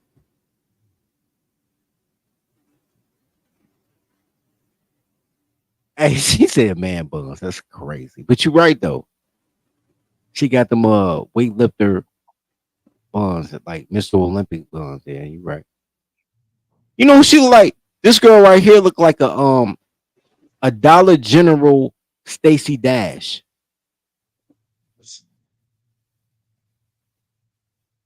Kind of like how you're the Dollar Tree version of Ari Spears. This is why I need a white friend. You're not gonna make the cut. You're not gonna make it. Thick ass Fergie right here. Nah, man, I can't get past them big ass hips, man. I already know where they're going to go. She's going to get pregnant, and then the motherfuckers are going to be concreted into a fucking love seat or recliner somewhere. And but by then she got a beige baby. She gonna call the boy Aiden, and she gonna be a single mom. I don't give a fuck. Now she's gonna be so fucking big when her daughter's boyfriend shows up. She's gonna end up running the dude off from her daughter. No, she's not. Because he's gonna look at her and be like, "Man, I don't want to be married to a refrigerator." She gonna have a son. She gonna name the son Aiden or Jaden, because that's what they call all biracial boys. And she gonna be a single mother. I'm not gonna be there for a fat bitch. On a refrigerator shaped bitch. Yeah, it is on repeat now, though. We can kill the stream, bro. It is on repeat. Con Connery, every woman's a squirter. They just don't know it. Yeah. I remember the first time a girl peed on me. I was like, the fuck? Dude, I remember the first time too, and I thought, dude, I looked at her and said, why the fuck did you just piss on me? I thought she was getting me back because I had peed on her previously, like 2 weeks before. I'm like, bitch.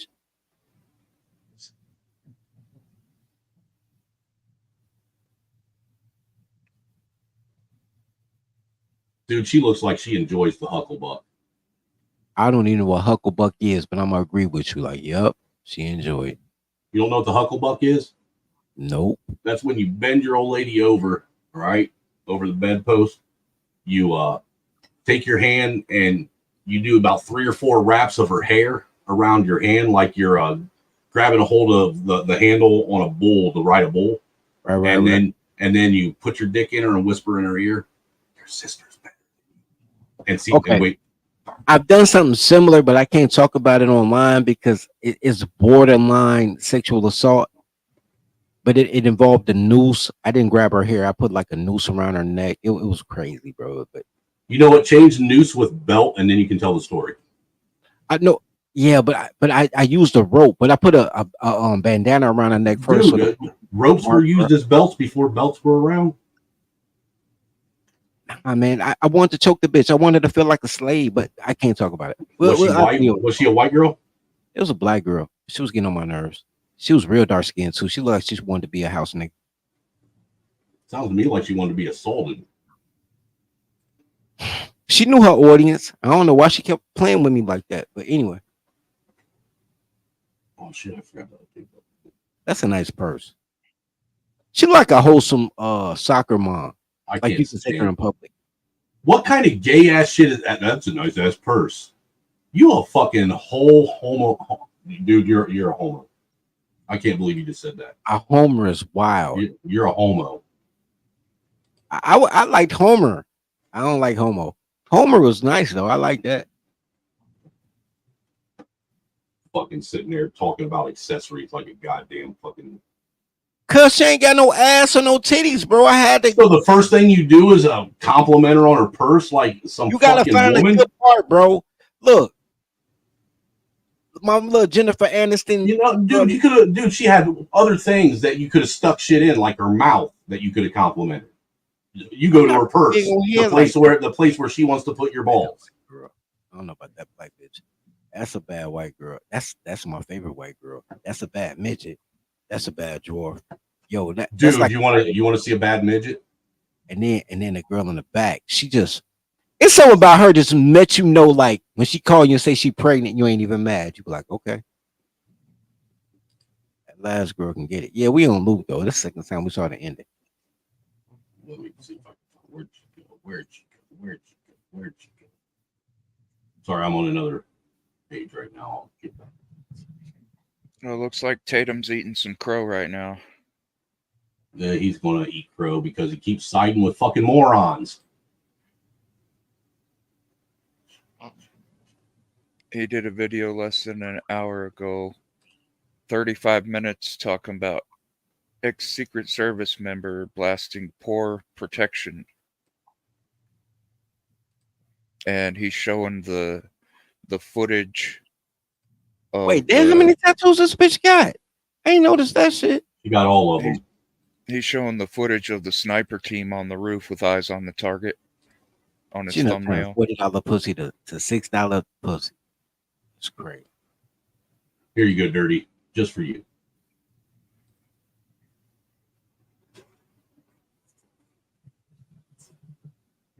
I'm not a big fan of midgets, but god damn. That's not a midget. That's a dwarf, sir. Same fucking thing. I will fuck the shit out of If the she can stand up and suck my dick without getting on her knees, I then they're would the same thing. that bitch everywhere in the Shire, my nigga. Dude, I'm usually fucking Shire. midgets and dwarves. They look like weird to me. You know what I'm saying? I Like, will fuck the but Gandalf dude, spirit out she's that cute bitch. as fuck. She alright. I'm gonna make her one of my dono fucking rewards here soon. No, I would not. You're gonna have to shave her toes first before you. Yeah. Before you No. get to do anything Huff and with Puff and Dumbledore and all type of shit in them fucking $1 Old Navy sandals she got. Look, I only got to fuck her twice, bro, just so I can say I did it. I'm not trying to keep her. Low key though, she kind of looked like Erica Estrada's little sister from Chips, but I'll still go though. So you're saying you wouldn't have to shave a hobbit's toes before you got down with her in the Shire? No, because if her toes touch me, then I did something wrong. You too short for your toes not to stay in the air. Okay. Shout out to Job with $10 super chat. He says Teflon Don 2020. Oh, what we got for you? Give you your proper thank you. Any motherfucking name John that supported the colonizer and before the folks. Not black people! Who's your motherfucker, Jerry? You my motherfucker! What you gonna do, Jerry? Show me the money!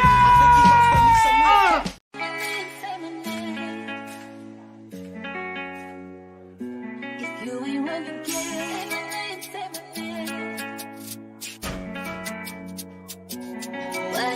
Fuck a bar till she come ride with the boss in the backseat. A lot on my mind, I don't wanna think. She come relax me. Butts and shuts in the sky, so the housing prices are not as high. Zillow cooked all of the books, so we keep the rent low. We don't hit anything. Just a couple bursts trigger the ring alerts. And we keep the rent low. I fully expect you to show me that neighborhood when I come to Chicago. That was first of all, that was Memphis, sir. That wasn't even Chicago. Second of all, I will not show you that neighborhood because I want to live. I don't give a fuck about you. I don't go in them neighborhoods. Dude, I just like going on safaris. We can go on safaris. What? Okay. You know how many times I tell you I'm not even the hardest dude on my block? Mm-hmm. Yeah.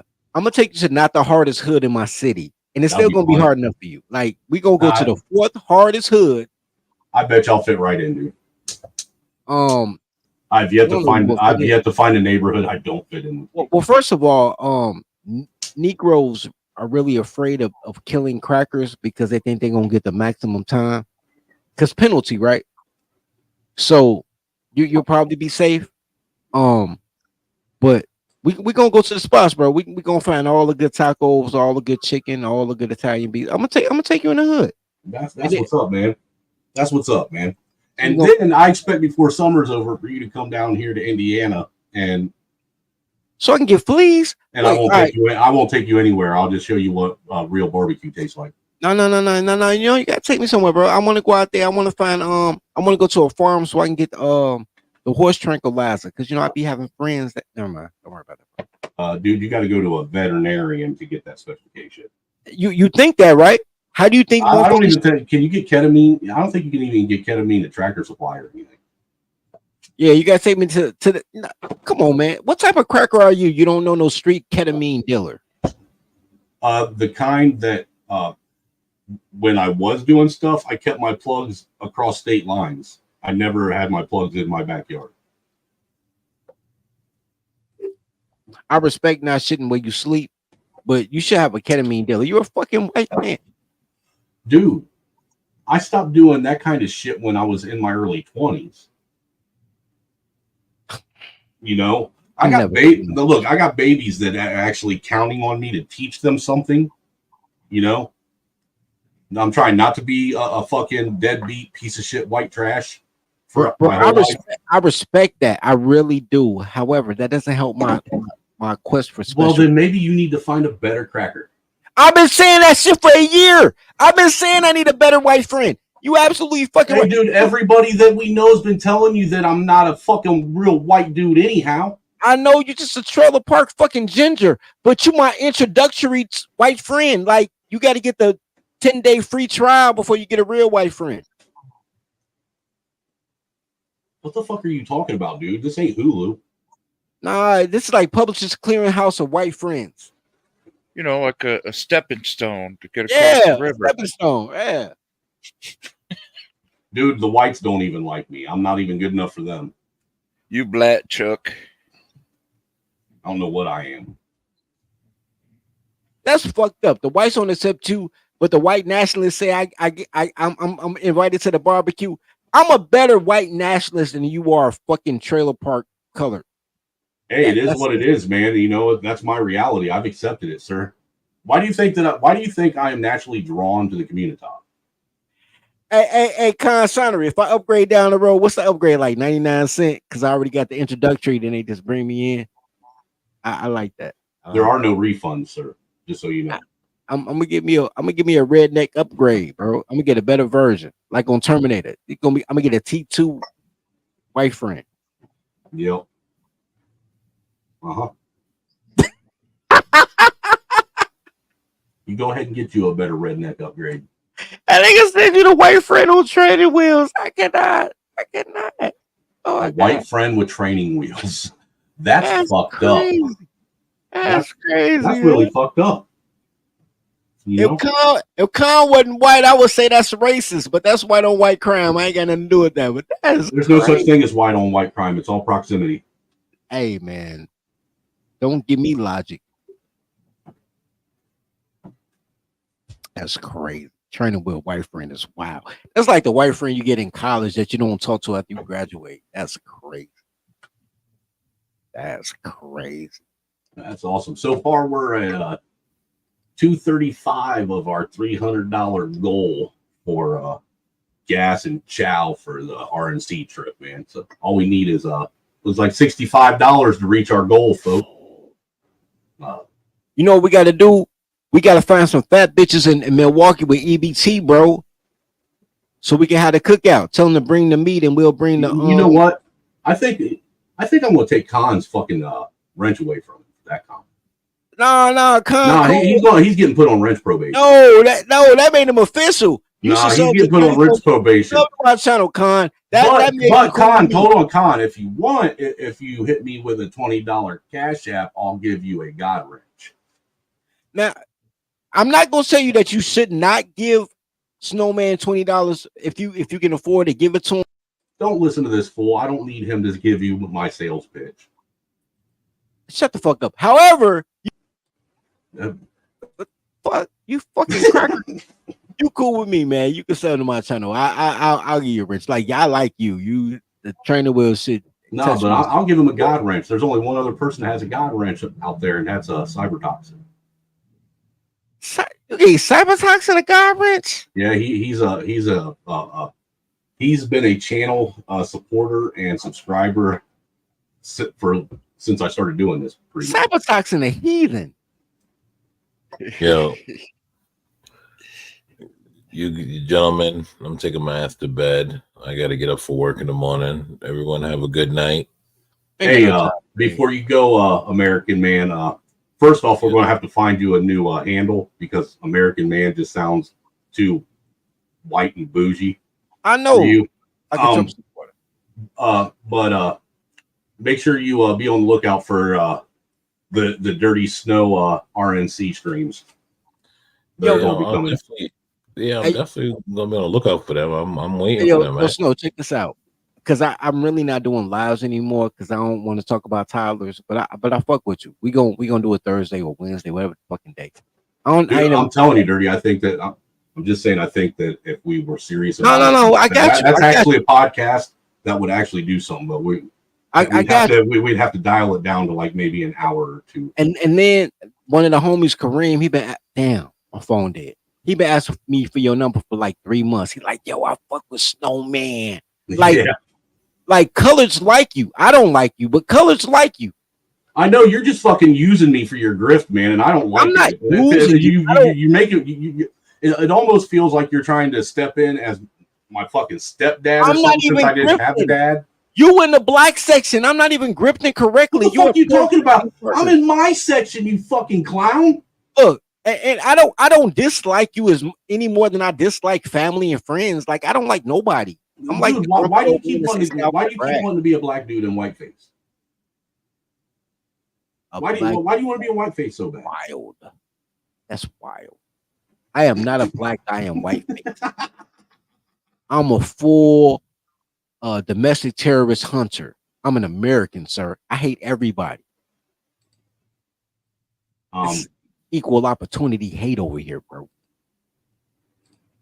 This is dirty, right here. This is what he's trying. This is what your dirty folks is trying to aspire to. But wait. Except instead of the white robe, he wants the purple one. See, you know me. He wants the purple one with the yellow trim on it. You know me. How you know me, man? You know me, bro. You know me. I want the purple one. I don't want no gold trim though. I want purple one with like a maroon trim. That should be slick. You're right, though. I do want a purple one. You're right about that shit. I know you do. Yeah, I go to the club in that shit. And once again, shout out to Mayo with that chicken dinners that he's providing for both me and Dirty. Speaking of that, we got a word for sponsor. You guys know who he is. God damn. You know Bro, who he is. is it I rain? want you to buy my new fried chicken, that is. Sure enough. I used to work for the Pentagon. Now I help you to get your chicken on. And for a limited time only, order a 8-piece nappy meal and get a 32-ounce malt liquor absolutely free.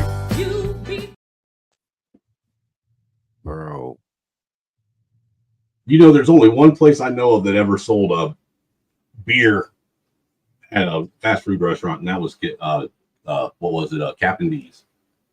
I ain't never heard of that. Captain D's, the Captain fish D's. spot? Captain D's is like the fish spot, right? Yeah, it's like Long John. It's like J&J Fish type of. Yeah, I've been there. Like Long John Silver's, only the white trash version. They got beer there. I've been there before. They got beer.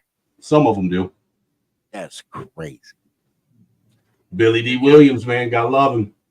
Captain D's is kind of like the White Castle of seafood. of seafood joints. It most certainly is. It most certainly is. It's funny because it's true. Oh my God, that's crazy. Shout out to White Castle. Shout out to white people. No shout out to white people. Shout out to White Castle. Sir, you realize that you're outnumbered on this panel, right? Oh, wait, never mind. My white people ain't going to play me as white people. Look, your white people have accepted me as a white nationalist. You the only one that's in denial. Yeah, Snowman. You're outnumbered on your own. That's fucked up. That is fucked up. What the fuck is going on here? You black, Chuck. You black, bro. You black. I'm whiter than you, Chuck.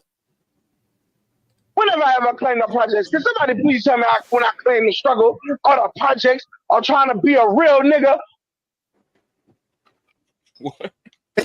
What the fuck? You heard me. Look, I ain't even got to say the N-word anymore. I got plenty of clips of people saying it for me. Yeah, cause Fatty keep dropping clips and you just be No, dude, that I didn't get from Fatty, I don't think. But here's my beef, right? I ain't got no beef with you. I got a beef with the internet. You are the cause. Don't get it twisted. When did I become the voice of racism? When you decided that you wanted to turn your back on your people. Yo, I didn't turn my back on the colors ain't my people. You motherfucking traitor, you. The colors are not my people. The Masons are my people. The Alphas are my people. Why do they keep trying to convince you Disciples are my people? Boy Scouts are my people. I am in gangs, sir. If you don't have a pledge, a creed, and a special handshake, you're not my people. Color does not make you my people. I hate Africans. Color does not make you my people. We got to gangbang together. Pause. Not pause. I run trains with my niggas and everything. Shout out to that, bro. Like, no, dude, I'm not trying to run trains with no dude. I don't want to see your dick. Matter of fact, when we get to Milwaukee, if you don't bring your wife, we gonna run a train on a black bitch in Milwaukee. I'm gonna bring you back black. I'm like, yo, he blacker than me, bitch. Like, we gonna run a train on a whole anything. You can go first because I know you're smaller. Look, you make the mistake of calling my wife a bitch, she'll stab you in your throat. I didn't call your wife a bitch. I said we're gonna run trains on bitches in Minnesota. No, you said that you'll bring me back and be like, he blacker than me now, bitch. And she'll Not stab your you. wife. I said it. And she will stab you in your throat, dude, without hesitation. Comprehension, cracker. I said if you don't bring your wife, I'm gonna tell a girl in Milwaukee, yo, he blacker than me, bitch. I ain't call your wife a bitch. Okay, I said if you don't bring your wife. My bad. I misunderstood what you said. It's cool. It's cool. I respect the fact that you settle down, honky in training. Settle down. Honky in training is wild. Now I feel like George Jefferson. That's crazy. This motherfucker here. I don't like none of you. I'm in the club, bro. I'm in the club. See, this is why I don't like white people. You guys ain't fucking loyal to nothing. Bro, hey, matter of fact, bro, when we get to Milwaukee, I'm gonna burn a cross.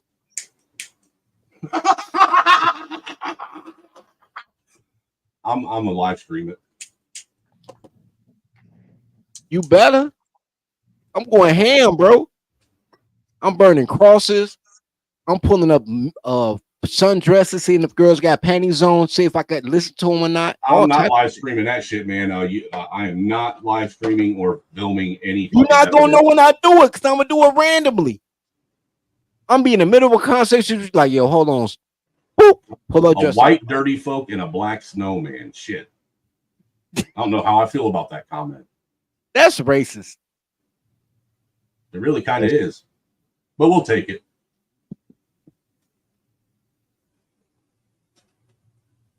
We'll take it. Bank with your broke ass.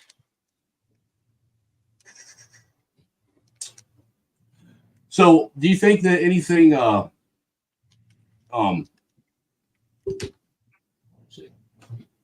think anything like off the top will happen at the RNC this year? I do know this much that there's a bunch of organizations in Milwaukee that are already setting up for what they're calling a block party to counter protest the RNC being in Milwaukee. Okay, here's the thing. Milwaukee is Chicago North, so it's a Milwaukee is trash. It really is. It's a shit city. Chicago North. I mean, damn. Okay, fair enough. You're right. I digress. I'll let you be great. However, any opportunity to go out here and recruit new, you know what? I like new potential slaves. Nigga, what? No, the slaves come later. You should be always on your plantation fucking grind. I always am, but the plantation grind is dependent on men who understand that we have to be part of the plantation. Because you can't do a plantation and then men be like, we gotta rescue the hoes. Like the men gotta be in line to know it's a plantation, B. Well, look, dude, I got a goal, and within 10 years, I want to buy one of these abandoned towns in Illinois. Within 3 years, I want to steal an abandoned town in Illinois. You could probably get Gary, Indiana for about $20. No, there's people. For some reason, Gary will not let go of that fucking trash town. You know why? Because there's too many famous people from there. It's only one famous family from there, bro. It's not a lot of people. There's a couple people from Gary. It's one house. Name somebody else besides the Jacksons that blew up from Gary. There you go. I can Google it, and I guarantee. No, I'll tell you what you're gonna get. You're gonna get Vivica Fox. There you go. You're gonna get what's the brat sister name? The bitch who fucked up a whole fucking country. She had an island country, and she tried to get half the country without realizing she signed the prenup.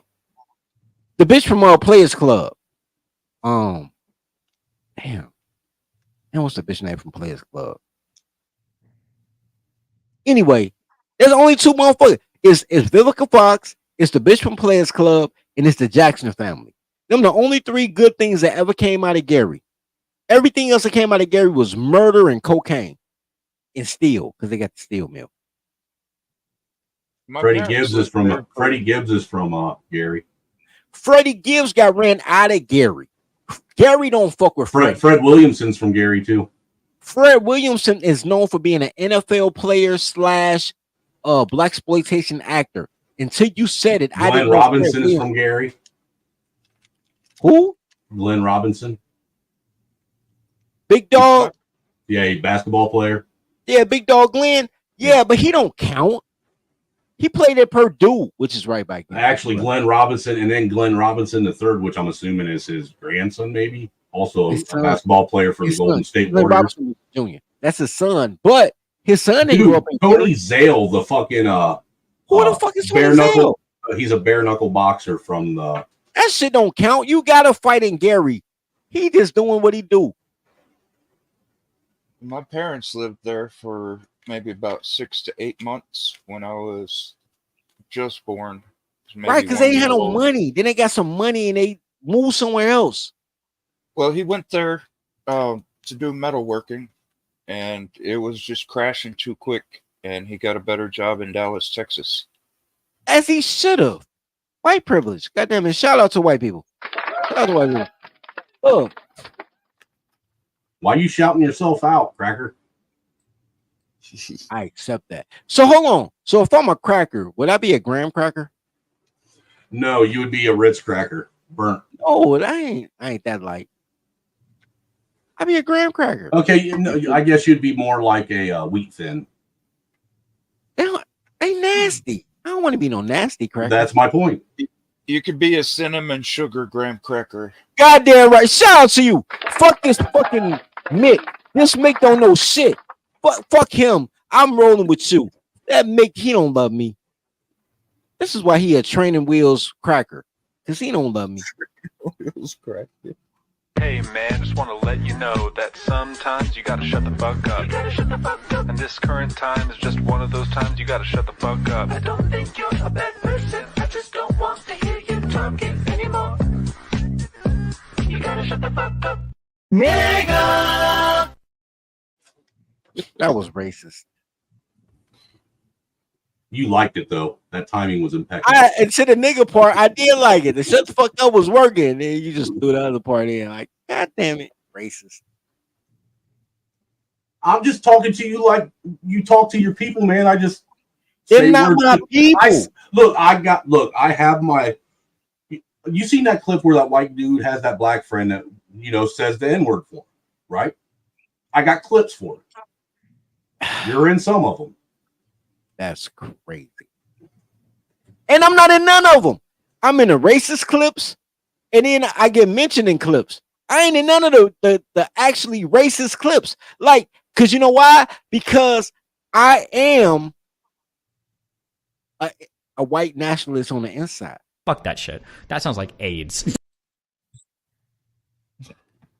Yeah, dude. Like, have you ever fucked a girl with AIDS? No. Have you ever fucked a girl with AIDS before? I fucking hope not. I've done it 3 times, right? What the fuck is wrong with you, dude?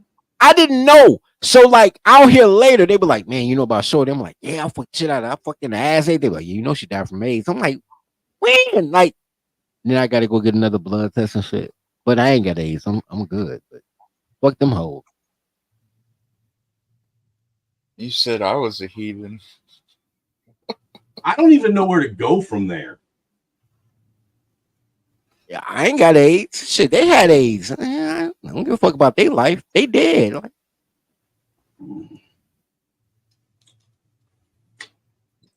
a reverse more is wild, Smarty. Some folks are just dirty like that. Reverse more. That's crazy. That is, man. Where do you guys come up with this shit? Hey, what kind of upbringing did you have for your mind to go there? That's wild. That was wild. Reverse more is crazy. It damn near descriptive, but it's crazy. That's like the fucking community top PC way of saying reverse racism. It almost sounds like a reverse. No. It's like saying Oreo, but s'more is better. I like s'more. That's crazy. That was wild. And you know what the fucked up part is? That you have to be quote unquote white just to be American. Like I'm just an American doing American. Not according to that chick on SKC's panel the other night. Son of a bitch, dude. He don't know shit. Look, dude, you missed it. You should have been over there the other day. Everybody was like, "Where the fuck is Dirty at?" I was like, "I don't fucking know, man. He must have fell in a fucking a bottle of tequila and some fucking." What day was this? Saturday? Friday or Saturday. Yo, bro. I assumed you fell into a bottle of fucking no. Jose Cuervo and a 40 count of fucking wings or some shit. The Jose part is right. I did fall into 2 fifths of Jose. That's true. But then the rest was like that meat off the grill, bro. Like I had the itis. I'm grilling meat, pause. I'm drinking Jose. You know what I'm saying? Yeah, bro, you should have been here, bro. Like you would have had the itis too, bro. We had fucking chicken and hot dogs and hot links and steak. We was doing hood rat shit, bro. My hood rat days are over, man. No, you just got to be a more responsible rat. No, nobody likes a rat, dummy. That's why you got to be responsible, right? Everybody There's no loves such thing as a responsible rat. It is. Rats are fucking bitch ass snitches. Yeah, that's true. But don't snitch on yourself. Look, You got to be responsible. dude, rats. for all Look, dude. You even know rats are fucking despised even more than fucking pedophiles are in prison. And that's sad, but that's also true. Like I've been a rat before. I've told on myself before. Dude, don't tell me that. Yeah, I have. Not to the police. Yeah, that's what every snitch says. But to these hoes, man. Bitch, I'll be like, I never cheated on you. Then she say some dumb shit. I'm like, yeah, that's why I fuck your sister, bitch. Like I ratted on myself. Oh, okay, that's different. That's different. That is talking shit to a dumbass woman.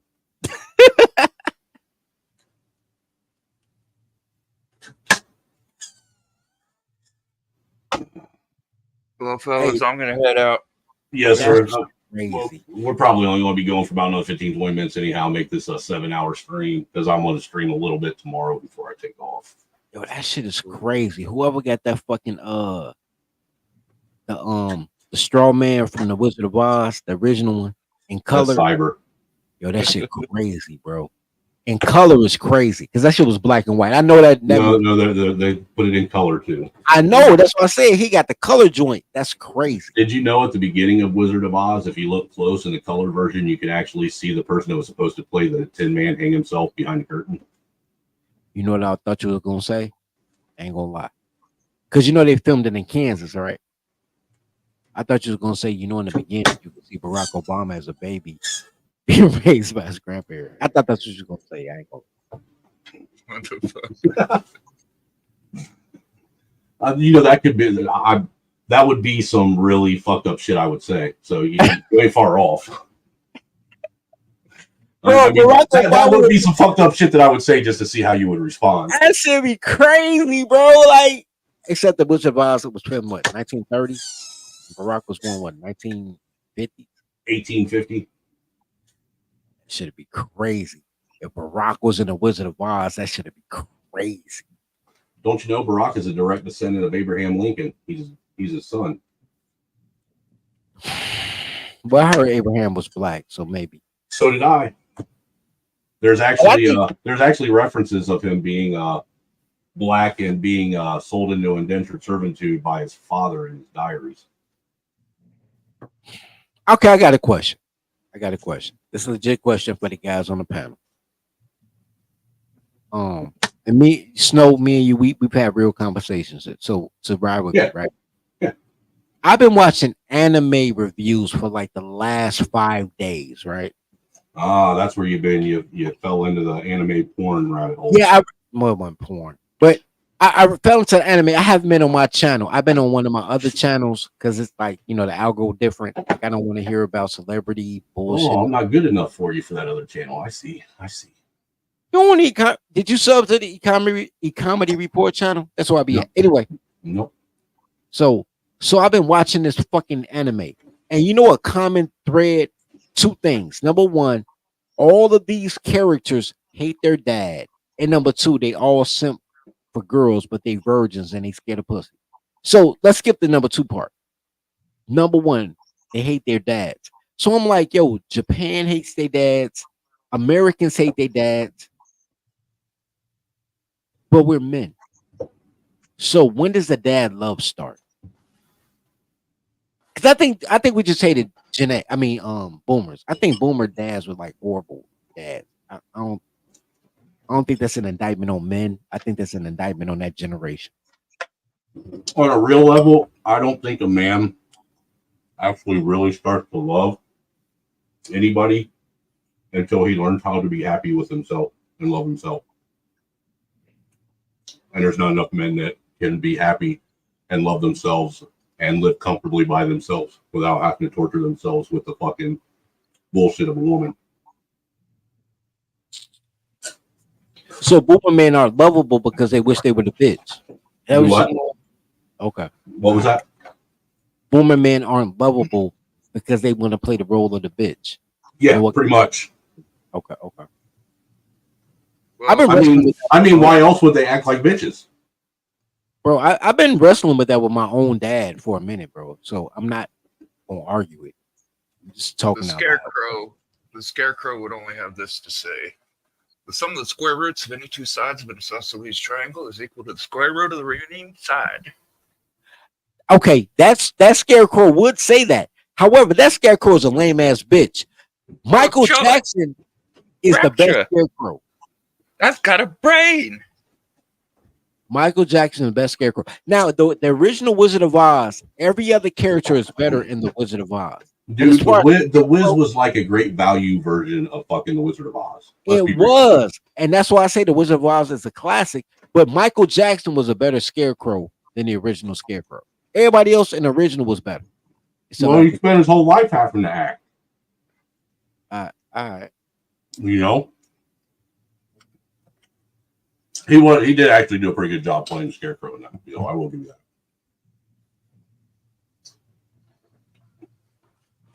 You know what, Smarty Pants? I didn't hate my dad until my dad started telling people in the street that I hated him. Like, I had people come to me like, yo, how you feel about your dad? I'm like, yeah, he's my dad. They're like, oh, he said you hate him. I'm like, what? He said, what? So, you know, I didn't want my dad to be a liar. So I was like, all right, bet. Let it be that. Well, I'll see y'all around. Hey, take it easy, Cyber. Thanks for coming through, buddy. Yeah. I didn't. Yo, Smarty Pants, where you coming from, B? Talking about Mike Jack was also a better Peter Pan. No, sir. No, that wasn't even racist. What is that? That was that was him literally living out his Peter Pan syndrome life. I know, but it got to be because it's not race. What's that? I don't know. It ain't pedo. I don't know what that was, but that was wrong. That was wrong. It's fucked up, is what it is. It's fucked that up. was fucked up. Can't say Mike Jack a better Peter Pan, bro. That's fucked up, bro. You might have a point, but that's fucked up, bro. You can't say that out loud, bro. That's crazy. Talk about Mike Jack. Let me tell you something. If you ever catch me in the wait, that don't even sound right. Never mind. Yeah, you might want to sit and never mind. Say it in your head first before you say it. I had to catch myself like, yo, that would never even happen. Like, I'm about to say shit hypothetical that would never happen. Like, you know what? Never mind. Yeah, and the last thing you need is ninjas implicating you on some shit. And when you're on a live, they'll splice that shit. I'll be a clip. Like, nah, what they'll do is they'll fucking send you. They'll start seeing super chats again with that fucking in it. Yeah, don't get it twisted. And I pre no Diddy, pre pause, right? Pre pause. I do love young boys. Pre pause, right? Whoa! Shut up. Because I am one of the few adults that remember being a child and how many tribulations you had as a child. So I love the term adult must be really subjective where you're from. Shut the fuck up. So I love damn, ain't really. You know what? You can't even have mutual man love without sounding gay, though. That's crazy. You can't because it's fucking gay. You can love people without it being gay. Yeah, you can love your son, your father, if he's not a fucking complete and total fucking douchebag, your grandpa, because he probably did more for you than your father did. You know, uncles, if they're halfway decent. Homies are questionable, dude. Homies come and go. Homies come and go. More family than your family, bro. Nah, homies come and go, dude. But so it's family. You got friends that you try to with. Well, well, you know, you've spent your whole entire life living in fucking Chicago, so I get where you're coming from. No, I'm just saying in general. You got cousins you didn't meet until family reunions, and then you got friends since like 4th grade. Family reunions? What the fuck are those? Touche. And my family, those are called weddings.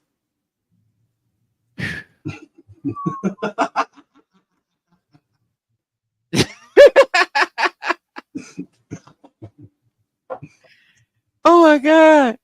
Wait till I turn white. This show gonna be great. Anyway, I'm with you on it. But what I'm saying is, I remember. Dude, you ain't never went to a family reunion and had one of your, Yes. nasty ass old geriatric aunts that, was a fucking used to be one of those bar sluts that people would pick up when there was no one else left, eyeball you up and down while you were at a fucking family reunion and give you the fucking creeps. You ever had that happen? Where you can literally see, you can feel her eye fucking you. Yeah, yes. And she knows that you're her nephew. And and her old wrinkly ass is eye fucking you right now. That I've also at that same family reunion with the creepy aunt. Well, it was my great aunt. It was my grandmother. It was my great aunt that did it to me. See, creepy ass old people. And at that same family reunion, a girl that I was crushing on in high school, just to go to the family reunion, find out she's like my third cousin and shit. So yeah. Yeah, I had that happen, man. It was dude, it was so uncomfortable. So uncomfortable. I had nightmares about it. My point, though, my little white friend, is you keep calling me little, and we're gonna have issues, little man. That's crazy. What I'm saying is, what are you, like fucking 5'5"? Shut up. No, I'm not 5'5". We gonna fight. I'm a ninja chop you. Anyway, I remember, dude. I am not scared of your little cabbage patch. You ain't gotta be scared to get your I'm not scared of those cabbage patch hands you got. I like my fish squirming. I don't want you to be scared. But what I'm saying is, I remember being young. So when I see young males, I know what they're going through. So I love them as I love myself. I don't love them because they're little boys. I see me in them. If that makes sense. Pause. You know what the fuck I'm trying to say. Dude, I am clipping all of this and fucking it up. Yo, that's all I got to say is I just hit the B button to mark it. I am clipping all of this shit and I'm going to put it completely out of context. Cause you're an asshole, bro. Look, spell my name right. I don't give a fuck about your life. Spell my name right. I'll blow up. Whitey, folks. That's why I need real white friends. You be acting like a colored. I am. Well, fuck you. That's what I got to say. Fuck you. I'm with that. You know what? Small world. You know what? Call Uber and have them take you to Milwaukee. Small world shit. I just had a friend who came back from Milwaukee this morning. I'm gonna ask him what good restaurants is out there. Right, smarty pants. I love little boys. I see me in them. Quote from Dirty Folks 10 minutes ago. Yo, I'm gonna block your ass too, smarty pants. You keep playing with me.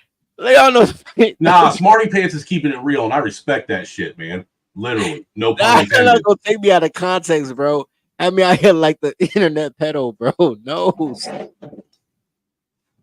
motherfucker, telling you that you don't fucking talk to toddlers with clothes on, and he loves little boys, specifically when he sees him in them. I caught that after I said it though. Like, I should get some grace for that. Like, I was like, whoa, dude, there ain't no grace. What are you talking about, grace? That sounded crazy. After I said it, I'm like, whoa, that sounds crazy. Like, y'all know what I meant. Yeah, wild. That was wild. That was crazy. That was pretty fucking wild. Yeah, that was something else. I mean, that was almost a little bit extra. Yeah, that was crazy. It was right there on the borderline. It was teetering. Yeah, I damn near had to register for that one. That was yeah. You might still have to register for that one. All I know is if I get stopped by the fucking feds on my way to fucking Chicago tomorrow, I'm blaming you. You wouldn't be the first person to blame me for some shit I ain't got nothing to do with. All right. Oh, dude. Now, I don't care who you are, but look, this girl is sexy for all kinds of reasons. Where'd you go? There you go. Unmute. Listen to shredding, dude. She's hot and she can fucking shred. Wait. You think she hot? Yeah.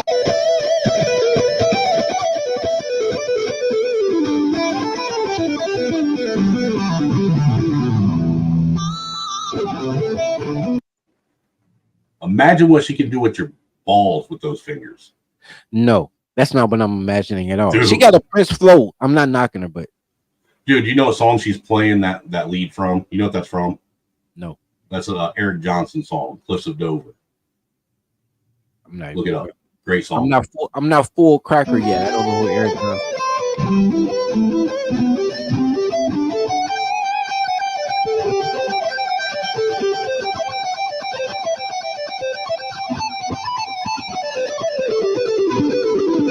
Look at the sweeps. Yeah. That's hot. You know, here's my thing, bro. This is what confuses me about you. Your rating system, right? So when I see a white girl who I think is hot, you be like, yo, she a 6 Becky. And then you'll say a girl hot, I'll be like, yo, I think that's a 6 Becky. Like, I need to know the matrix of what makes a white girl hot. Okay, so for me, if you can shred on a guitar, you're hot. Okay. If you're a bitch on a motorcycle, you're hot. If you have red hair, 98% of you are hot. With green eyes, red hair with green eyes, they're still hot. You just don't mess with them. No, I'm messing with them.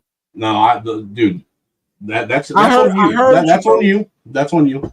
But I've for heard you me, for months, bro. I made my own decision. Like, you know what, Snow might be right, but for me though, the biggest factor is, do they remind me of my 2 ex-baby mamas? And if they do, they're ugly as fuck, and I can't fuck with you. I respect that. I'm not going to even take that away from you. You know, but I respect that. You know, I just like what I like. You know what I'm saying? And the reason I give you that is because at 16 years old, my whole thing is I don't want to date a girl that reminds me of my mother. So Right. for you, if it's your baby mother, I respect that. Everybody got a girl be like, yo, because you got to have a bottom, right? Well, dude, both of my exes that I have kids with were 2 fucking dumbass slutbag fucking blondes. Shit out of redhead. And you know what? And look, they were both fucking slutty bitches that fucking goddamn what's his name? Damn, my fucking brain stopped working. Oh fuck. Too Short rapped about. One was named Tina, the other one was named Stacy.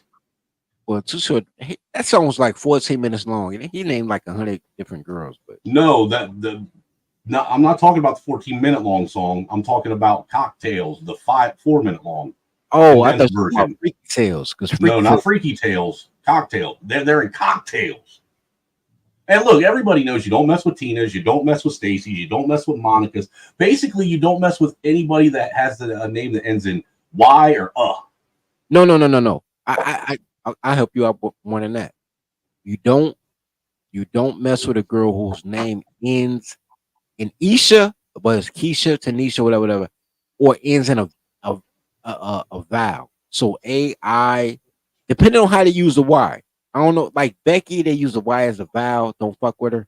But there's other spots that the Y is a consonant. You cool. Don't fuck with any girl named Nikki. No Nikki's, because I've never met a Nikki's whose real name was Nicole. So they liars off the jump. Don't fuck with lying hoes. Don't fuck with girls. Oh, I don't mess with girls that are taller than me either. I love climbing mountains. Nah, man, fuck that shit. I ain't trying to get fucked. Dude, I'm not dealing with those fucking bitches that want to try and fucking do that power struggle and prove that they're stronger and tougher than you. Fuck that. I'm not fighting bitches. That's what tall bitches do. They fucking try and fight the dude that they're with all the time. Nah, that's why I fuck with fat bitches for that reason. I love tall. Fat bitches try and fucking starve you out. I love tall girls. I like girls so tall. See, that's how fat bitches get you, man. They lure you in with food, and then when they get you in, they starve you out with food. Okay, so that's 1990s. You've been married for a while. Let me explain something to you. No, I've been with my wife only for 10 years. We've only been married. Okay, cool. but the transition didn't start to 2008. So fat bitches are fat now. I ain't talking about 1994 fat bitches. I'm talking about 2010 after that. They only fat because they cannot cook. They eat all that Yeah, fast. they're eating all that greasy ass fucking McDonald's and fucking Pizza Hut and That's why they is fat. You see how big these fucking girls are, bro? No, Like the kids boys are their skinny kids are girls. fat because the only thing they go out and buy them with food stamps is Little Debbie's and fucking Great Value ice cream sandwiches to eat. You know what? I resent the fact you said food stamps, but even with that being said, you can still buy real meat with food stamps. Like these bitches is like, Why would you buy real meat if you don't know how to cook it? that's my point, bro. Like the fact they can't cook and all this processed food has these, what you call that shit, the appetite enhancer shit. You know what I'm talking about? Yeah, I know what you're talking about. It's MSG. Like, yeah, MSG. They put that in your food. Monosodium glutamate. Right, so you never get full. Like, oh, big ass fucking. That's what That's what the Chinese restaurants put in all their food. A lot of MSG. Well, they got to, because all they give you is rice. You got to get a full off rice. I mean, hey, shout out to Smarty Pants for hitting super chat with that $5 ball. He said my 2 cents on the trip. Actually, it's 499 cents, but we'll let you slide on the math. But my 2 cents on the trip. No, man. That's colloquial. We're not gonna say that man did girl math, bro. We're not gonna disrespect that man like that. Say he did girl math. Why can't girls count to 30, Snow? Because they don't have 30 toes and fingers. Touche, pussycat. And they're afraid to use their teeth to count because every time they open their mouth, something usually gets stuck in it.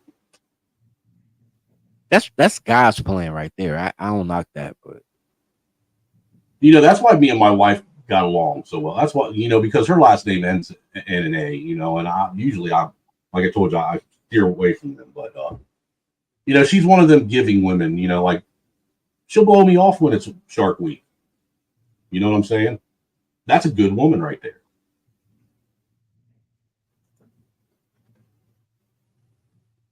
And I respect that shit. Making sure that I ain't got to go out and find someone else to do it for. Because the last thing I want to do is accidentally sleep with someone who's got AIDS. Okay, so with that being said, the girls that I smashed that had AIDS, they got AIDS from the dude they fucked right after me. And then they died like 8 months later from AIDS. They were like, yo, you know what? That's Tanisha. Hey, you know what? It's your story. You live it. Hey, I ain't got AIDS. So all I know is I will not drink anything after you. I wouldn't give you anything after me. That's like a second hand. I'm just saying. But I'm just saying, bro, you can't be in the game this long and you don't get some casualties along the way. I'm still here. I'm not going to sit and say I ain't never had anything. Hell, my fucking last baby's mom, when I had a kid that I got kids with, man, she gave me the clap twice.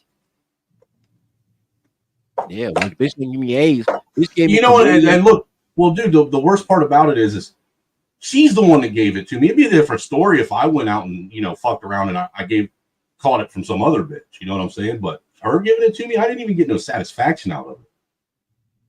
I had a bitch burn me doing a threesome, and she raped the other woman, made her friend smash me, and still. So that means she burned both of us. Goofy bitch. Well, I don't trust bitches. You should not. Stay away from cities with dyke mayors, bro. That's what I say. Yeah. Damn, I did pretty good tonight. $235 out of the $300 goal. That's crazy, bro. I don't be getting nothing, man. Shout out to Smarty Pants for the $5 super chat, man. I appreciate you, bro. That's the only $5 I ain't got. That's why I don't live stream no more. Y'all don't get no appreciation. I gotta be with a white man to get appreciation.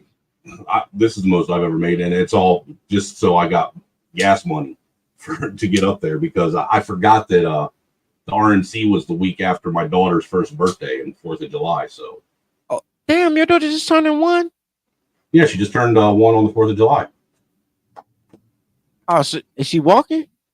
She's walking as long as you hold her hand. All right. You know, once they turn one, bro, like the week after that, they start running and getting into shit. So you know, that's all right. Well, Hopefully she finds a caravan of gypsies that she can run into, and I ain't gotta listen to her yell no more. That's not gonna happen, bro. Like you just gotta you gotta drop her off at places, bro. Like with fat Dude, white if I tried to drop her off somewhere, people would probably try. I don't know, dude. I'd get in trouble for something. You gotta drop off with fat white women, bro. Like parks and play lots and shit like that. Dude, I am allergic to fat white women. I stay away from them like the plague. I can't argue that in good faith, but I'll argue it anyway. Look, only fat white women will embrace other people's kids and be like, "I love children." I don't need nobody to embrace my kids. I don't want nobody's fucking influence on my kids, honestly. No, it's just my youngest one. She's the last kid I have, and she is a complete and total fucking menace. I get it. You know what I never understood, bro? Why undesired white women with no children are always in social service. I never understood that. Because that's their way of paying back men that never gave them any attention. But stealing their kids? By stealing their kids, by ruining their lives, by taking their wealth, by giving everything they worked for to someone else who did nothing, by making sure that they're constantly in and out of a fucking system that's constantly fucking draining them of all of their wealth. Yeah, absolutely. Because every social services and every child support office is full of nothing but fat, angry, fucking white or black women. Yeah, but black women don't care about their kids either. And then they have one fat, overweight fucking lawyer in there. That's basically the male version of them. And then 3 gay men just to balance it out. Yeah, just to balance it all out. Yeah. Yeah. There's no heterosexual men or married women in social service anywhere at any of those. No, there aren't. Yeah. That's crazy. Well, think about it. Only a person who's never been able to create anything would be able to steal something that someone else created and loved and tried to nurture away from them. And do it without any kind of fucking hesitation or any kind of remorse for the parent that was trying to raise them or the kid that they're ruining.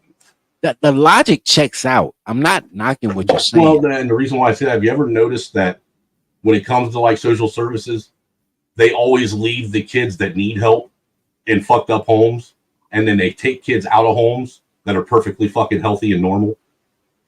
Yes. I knew a girl who had she had a pretty ass little girl too. She had a daughter, but she had cocaine in her system when she gave birth. So the state took her baby.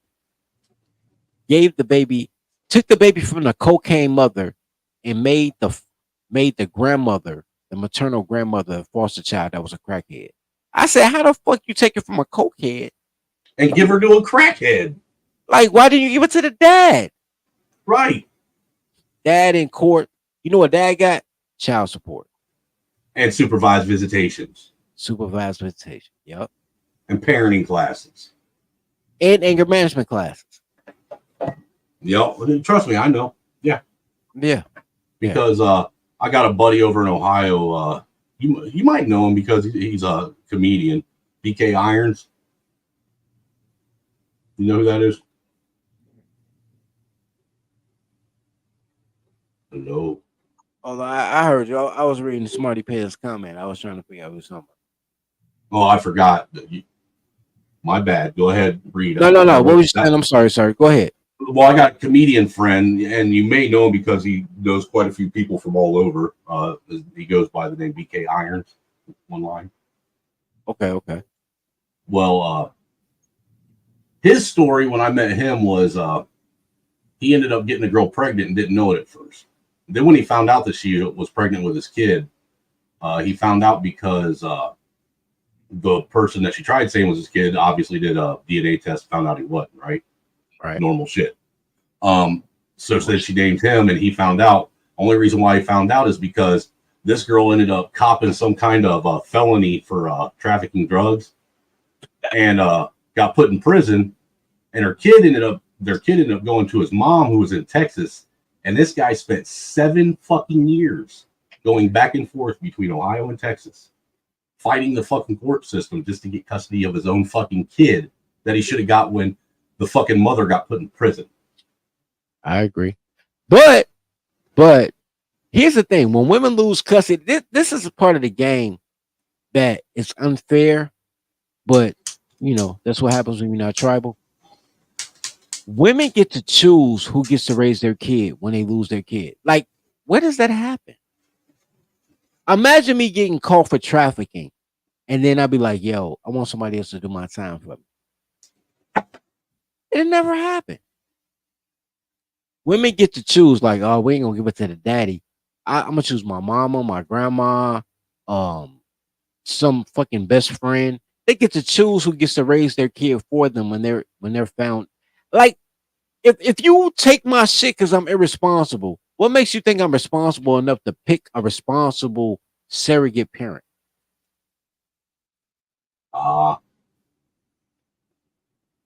I can find no logic in what you just laid out. That sounds like a logical fallacy that you're laying out. Bro, it's the court system. Like, I'm just saying, bro. That's our court world. Here, I got some for you. You'll like this, Dirty. She close to redhead. I like it so far. You by my side, something heavenly. There must have been an angel by my side. She got that really white porcelain skin too. But here's the thing about that, right? If it was not for the internet, like if she was born in the 1970s or early 1980s, right? And her heyday was 1997, she'll be fucking for $3 worth of marijuana right now. The That's internet all right. gives them an opportunity to and I don't really think she that cute. Oh, dude, she's sexy as hell. See, because you're a slut. She is not, bro. Sexy and cute is two different things. Nah, she's sexy as hell. I don't care what you say. No, neck down, she all right. I'm just saying, facially, she not challenged, but she just Reggie. Yeah, each their own. Look, I'm a virgin, so maybe I don't know what I think I know, but before I was a virgin, before I became a re-virgin, I still would have fucked that. Here you go, Dirty. This is probably more your speed as far as redheads go.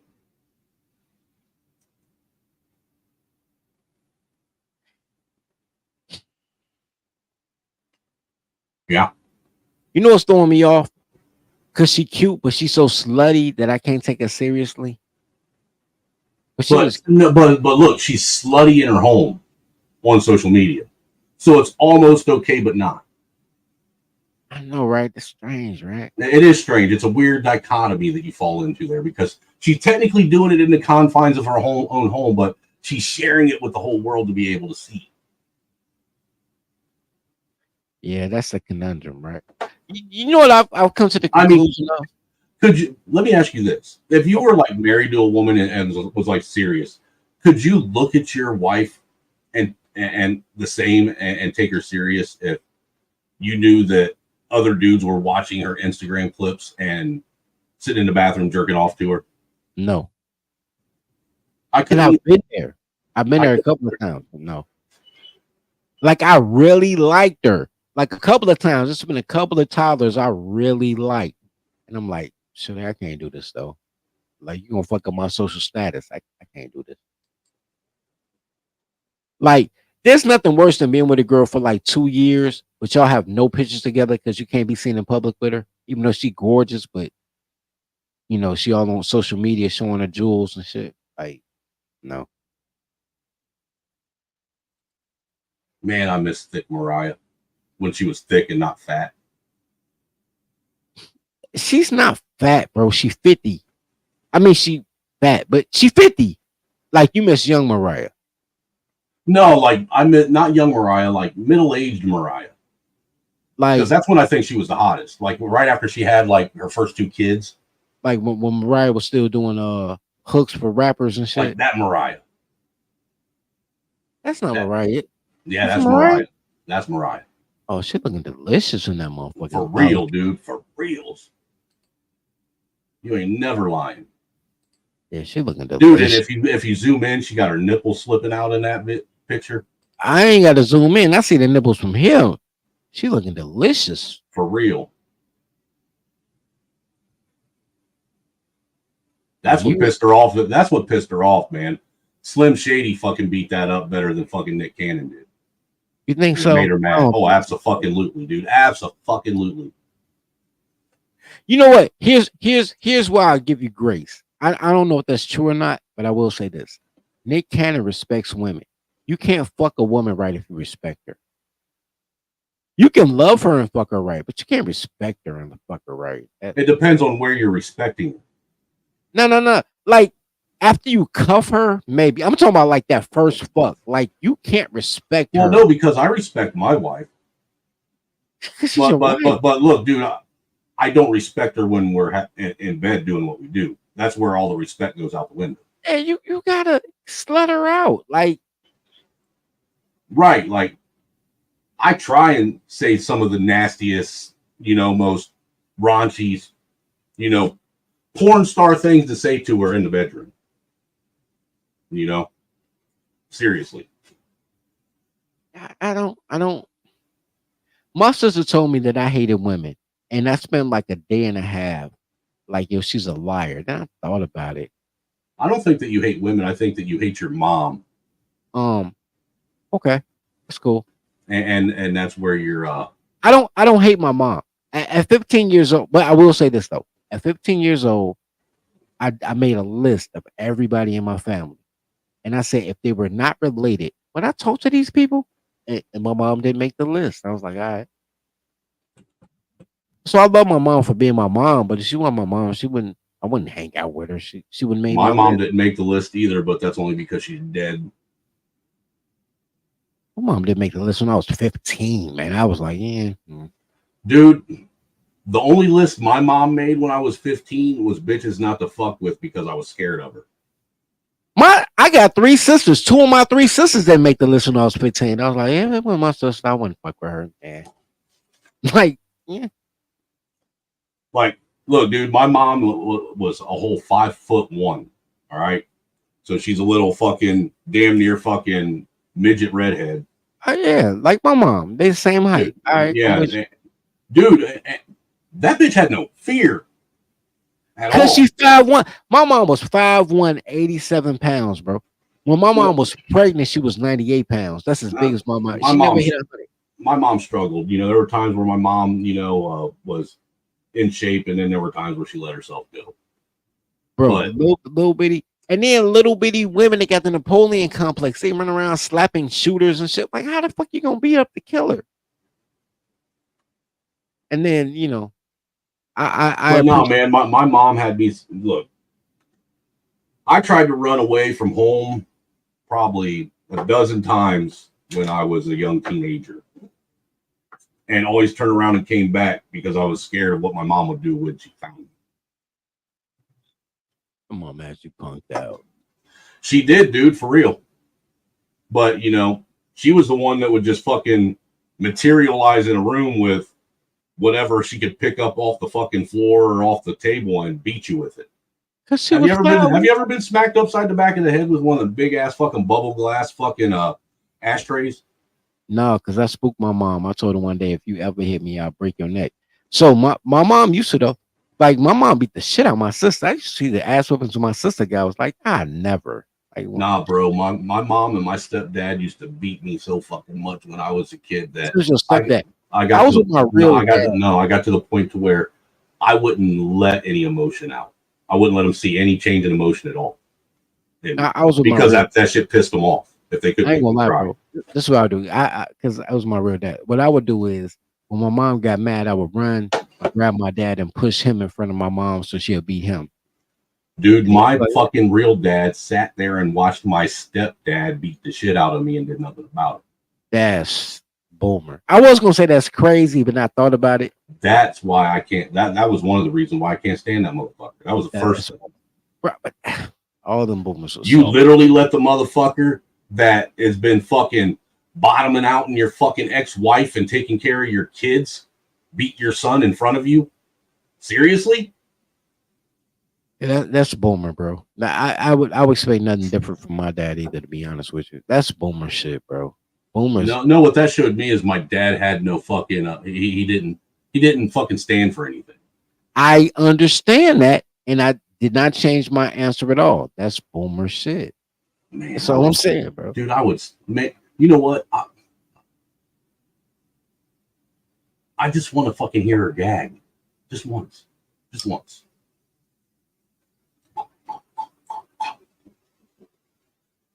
You do too, don't you? Honestly, do you think them titties are natural or lifted? Lifted, but they real, but they lifted. I like her hair. Honestly, bro, I don't even want to see her gag, bro. I do. I want to see her gag. I want to see her eyes rolled in the back of her head. Nah, I want to doggy style her, bro. Like, and grab that bun from the back. Nah, I want to see her from the front while I'm choking the fuck out of her. I don't know, bro. I mean, everything's an option. There's no wrong answer to this, to be honest with you. But we'll be up there either tomorrow evening or Tuesday morning, Bumpkin.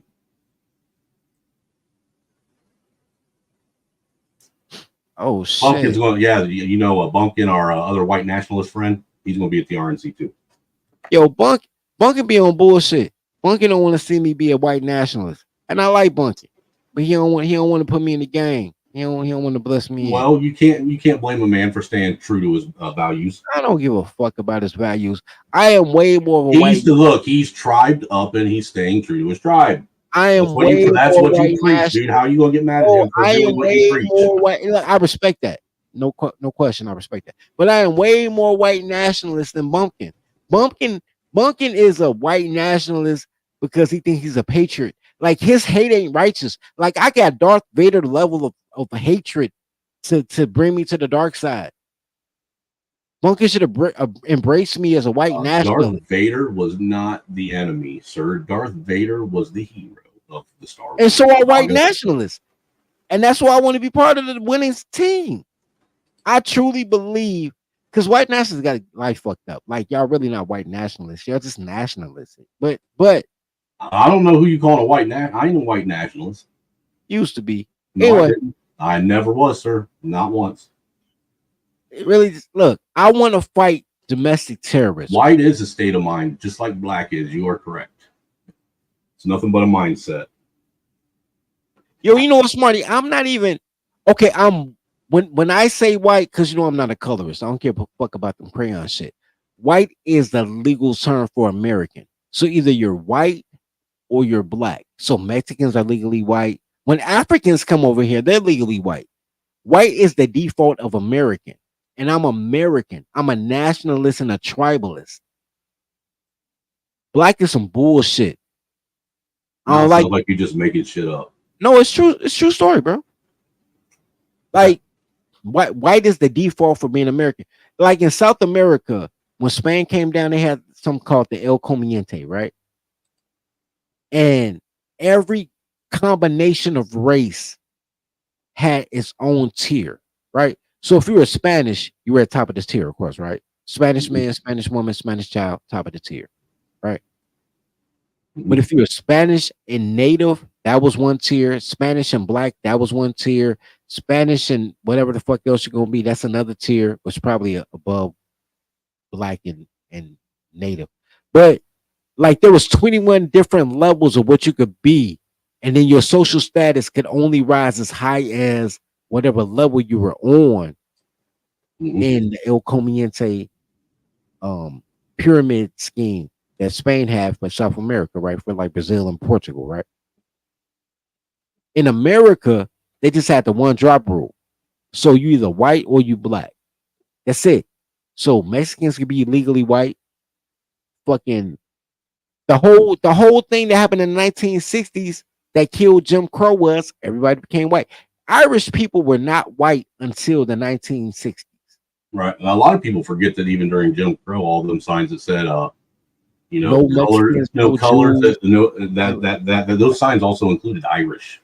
It included Irish, and included They included Asians, and it included dogs. And white people love dogs. Well, So it also included the fucking the fucking Italians also. yeah, everybody that was not German, British, or French was on that list, including the dogs. What the dogs do?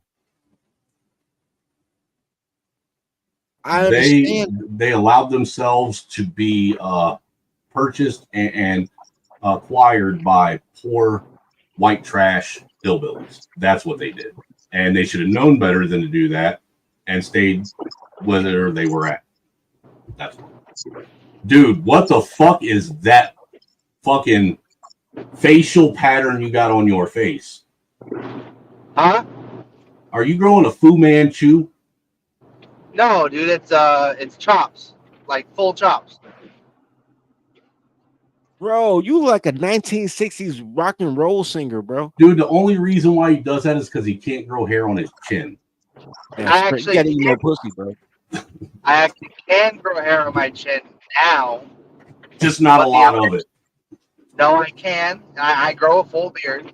I just couldn't before when I was younger. That's why I would rock the chops. Now that I'm older and I can grow hair on my fucking chin, everyone likes me in chops. So now I'm in a predicament where I'm eternally fucking in hell because everyone says I look better with chops. Are these everyone's dudes, or are you fucking one of these everyone's at least? I am fucking one of these everyone's at least. Okay, so you're at least taking your opinion from hopefully a girl, possibly a dude, because you didn't really specify. But someone that you get some kind of. Go ahead. Yes. I'm just busting your balls. You're good, man. You're good. It is fucking 12:45 a.m. I just hit the road, man. I hope my mic quality's high. It might be a little fucked. Yeah. Now your mic quality is fine, but you look like a character on Pulp Fiction, bro. I had to jump up here. Nah, dude, he looks like he belongs on the fucking sitcom Chips. Yo, Chips is wild. What the fuck is Chips? You Erica California Highway. Yo, that's crazy. It was a show in what 80s, bro. It was a show about it was a white motorcycle cop and a Mexican motorcycle cop. Yeah, it was two motorcycle cops. Was he Mexican? Anyway, it was two motorcycle cops.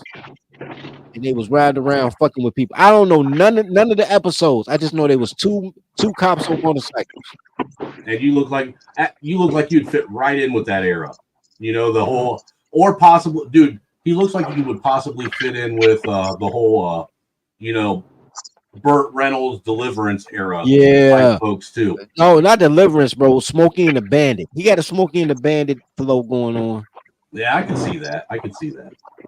Yeah, he got a Burt Reynolds thing going. Maybe a John Candy met Hell's Angels kind of vibe. He got a John Candy thing going on too. You're right. I do get the John Candy thing a lot. Yeah, I do get that a lot. Bro, so you get discounts at the truck stop on the coochie, huh? You fuck them Dauphine girls for like $12. Bumpkin, feel free to say whatever you want to this moron. Hey, Bumpkin, my guy, bro. Even though he won't let me be a nationalist, but I got a new connect. Fuck Bumpkin. I got other white nationalist connects in there. You can be a nationalist, American nationalist. You just can't be white nationalist because you're not white, dummy. I am white. You're not. Damn it. Look, just because you think you're white on the inside. No, I think I'm American, so I should be able to join every gang. Are you as American as sweet potato pie? I do like sweet potato pie, but I'm as then American. You'll never make it as a white. No, I'm as American as apple pie, but I also like sweet potato pie. I like both of them. I'm not as American. Well, actually, I like pumpkin pie. I ain't gonna front. Dude, I'm taking sweet potato over pumpkin pie all day long. I'm not I as like- American as lemon meringue because I don't know what the fuck that meringue shit is. But Have you ever had bread pudding? I have. It's kind of good, actually. You know what? He may have some Caucasian in him after all, Bumpkin. I mean, he might, yeah. No, and I'm not. Listen, man, I need to. I'm not. I can't claim white nationalism anymore because they all fucking hate me. So. Well, you know, it's because you like to go out there and stir the fucking hornet's nest and try and pick fights with people, and then you get what you ask for, Bumpkin. I don't even stir the hornet's pot, bro. I don't even do that. Well, look, you got to understand, most of these people that they're pansy ass pussies, you know. So just giving them any kind of pushback is stirring the hornet's nest, making them a lot of them making them have to actually clarify and literally like dig down on their beliefs and their belief structure.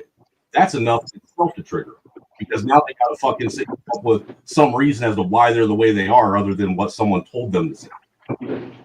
Yeah, and then they get mad because they're like, "Why is this white guy pressing me so hard?" Because why? Because we're white and we can. That's why. That is not why, you fucking racist. Look, dude, if I want to press a fucking cracker, I'll press a cracker, and there ain't shit anybody gonna do about it. Look, you gotta have cheese if you're gonna press a cracker. Look, let me. Nah, man, I feed my fucking prisoners any fucking cheese with their crackers. Look, I'm not even knocking what y'all saying. Here's, dude, it'd be like Bumpkin saying, "Hey, I want to join the pro-blacks, or I want you to help me get into the black nationalists." You'd look at him and say, "Yeah, you'd have a better job joining the vice lords." Probably. Well, GD's really, because they got a white branch called the Ambrose. He could be an Ambrose. Hey, bro. Honestly, I wouldn't join them, but I mean, I've floated around Black YouTube a lot, bro. I think I can have a good conversation with them. You know what? I'm in a strange spot where I am a Southside Chicago dude, right? So I got all the niggerish in me, right? However, I'm also an American, so I don't have no pro-black in me. It's weird. Hold on. Smarty Pants, if he wants to join the strongest and richest gang, then he needs to join the police force, because that's where all the money and power is. Well, do you know what I do for a job, Snowman? Oh, don't tell me you're a cop. I'm not a cop. I'm a correctional officer. Oh, so you're a pretend cop. Pretend cop is crazy. He's a babysitter with handcuffs and mace. That's what he is. He's a babysitter of grown-ups. That's what he is. Exactly right. Hey, but right now he's a sex trafficker. You got some Mexicans. That's why you got that fucking facial hair going on, because that makes you look like you're one of the homies, don't it? Yo, they be high-fiving you and pounding it and all that shit. No diddy, don't they? Yo, he probably looks scary as shit. I do look pretty scary. Yeah, bro. Yeah, he probably scary as shit with the uniform on and that crazy ass fucking no beard goatee. Like, yo, he be scaring the shit out of people. Yeah, I want them to leave me the fuck alone. Dude, could you see him out in the fields, fucking keeping our slaves in line? Hey man, I wish I was on my channel. I would have highlighted that. You got there right. I'm gonna hire him for the daycare. I might not be able to be a nationalist, but I know that he can oppress people. I like oppressors, bro. No, I'm actually pretty chill until you fuck with me, and then it's like, all right, yep. Oh, let me tell you something. And this yeah, Bumpkin's all right, man. I ain't got no problem with him. And me and him argued quite a bit when we first met. No, we did. We argued about everything, really. True story, bro. I hang out with teachers and correctional officers all the time. We play spades together, all that shit, right? So all that I your know daily is life's like a fucking 90s rap video. All I know is y'all the laziest motherfuckers I've ever met in my life. Like, y'all party all night, then go to work and go to sleep. Be like, oh, if y'all let me sleep, y'all can stay in the day room. But if y'all fuck with me, you're gonna be on lockdown. Either way, you gonna take a nap. Like, you don't give a fuck. Dude, you know what? You know how many times when I was a fucking boss for the electrical company that I worked for, I would get drunk the night before, come into work, tell everybody what to do, and then go find somewhere in the plant to hide and go to sleep. Bro, that's every CEO I know, bro. They be chilling. Listen, man, listen. I'm not one of those. I will say that. I'm not just saying that to kick it, okay? But you're right. There are a lot of lazy ass CEOs. I know 'em. I don't let them get away with their shit though. They're working when they're with me. So Nah, bro. Like, don't get it twisted. Some of them be part of that action. They got to get the leather gloves every once in a while. But generally speaking, bro, they cool, but they don't feel like working. They be in their sleep. They be just chilling. As long as nobody gets stabbed, they keep their job, bro. From what I understand, when I talk to my guys, it was like, look, being a CEO is cool as long as you don't have to supervise women. He was like, yo, stay in the men's section, should have flowed smooth. Yep, yeah, if I you go will in the take- fucking women's section, they're gonna do everything they can to fucking destroy your life.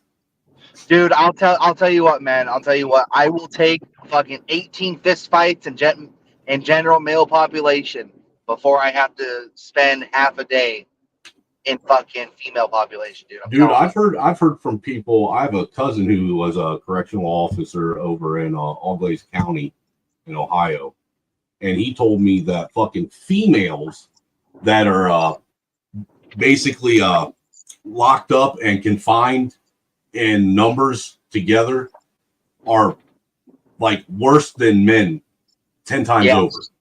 They're more manipulative. They're more evil. They're doing everything they can to fucking milk the situation they're in for everything they can get out of it. Yes. There's been so many cases of bitches doing false prias against CEOs, right, or officers, and because what these bitches will do is they'll look at the cameras and they'll figure out the blind spots of cameras, right? So a male CEO will be walking through a fucking unit, and then these bitches would trap the male CEO in the fucking corner, right? Mm-hmm. And then hit him with a false Prius. Wow. It's happened more than once. I believe that, bro. And bro, the shit that I've heard about these goofy ass criminal bitches, bro, they be like, yo, you work in the men's section, the men get up. Like they might fight, they might have shanks, but when it's peace, everybody come out, they clean up, they cooperate. They had a little internal squabbles who gonna get the remote control, but they watch TV together. They chilling. They just bit.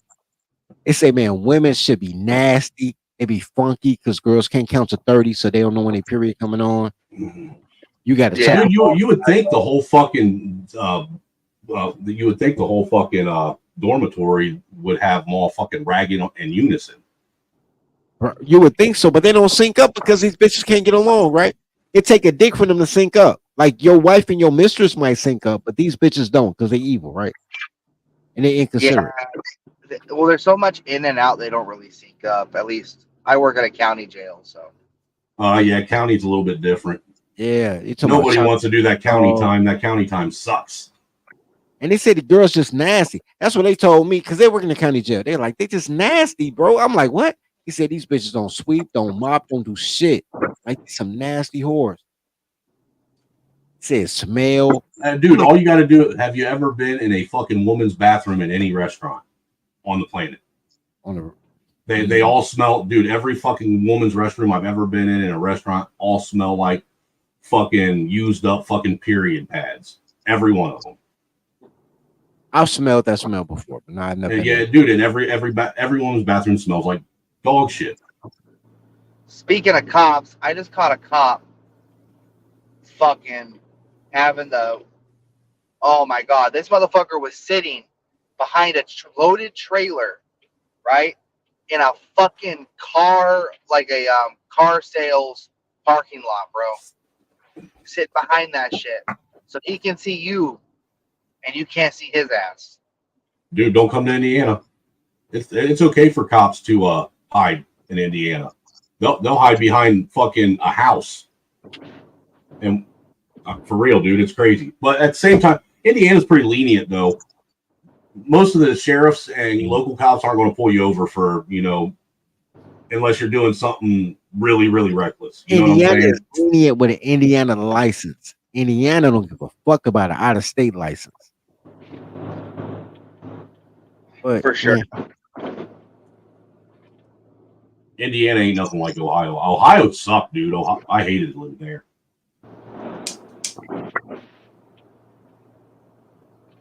But it could be because all the judges and all the sheriffs and all the cops all knew who I was.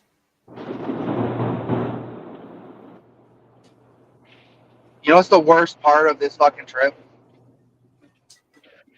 Having to drive it alone. Having to drive it alone and also having to drive through fucking Minnesota. Goddamn, how do you do that without fucking falling asleep and killing yourself? Well, we got these wild Somalians out here that keep me awake. Wild Somalians? Where is Minnesota in the Serengeti? No, you didn't know that? There's a shit ton of Somalians in Minnesota. No, I did not know that Minnesota had become Little Somali. It is Little Somali, yep. And I work in corrections, and that shit bleeds over to North Dakota, so. So do you hear the call to Mecca 4 times a day? Pretty much, yeah. That's crazy. That's fucking... Dude, it's crazy. Do you think that this is just something that's new, or do you think that these little pockets of, like, foreign neighborhoods have always been in America? Hiding, waiting. Like terrorist cells. It's very new. They just recently started letting them in. Oh, okay. All because of that fucking bitch Ilhan Omar, huh? Yep. See what happens? You let one fucking brother fucker in and they bring them all in. Yes, sir. But yeah, man, I'm going to be leaving tomorrow afternoon to go to Chicago. Going to chop it up with Dirty, and then we'll probably end up being up there. Me and Dirty's going to swing up there Tuesday. All right. We have an Airbnb. Oh yeah, we do. I got a minivan, so if push comes to shove, Dirty can go find himself a hotel in the hood, and I'll sleep in my van. Right. What I'm saying is, we have less people showing up than we thought. Oh, really? Who else coming up that you guys had planned? Is Andre coming? Andre's coming. Me. Jay Rillo sadly couldn't come. Yeah, I talked to him about that. You cut out Bumpkin, but yeah, he had told me the other night when he was streaming that he wasn't going to be able to make it. I know, it sucks, man. Well, think about, dude, he lives all the way in Jersey, right? PA. Is it PA? That's a good fucking drive. We're at in PA. Over by Jersey? I think it's South Philly. I don't know exactly. Yeah, so he's down by the Jersey side of it. Yeah, he's going to fly into it. You know, it's like driving from the east side of PA to the west side of PA is like almost a little over 600 miles, right?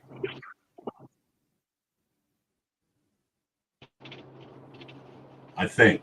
I could be wrong, but I think. I'm almost positive.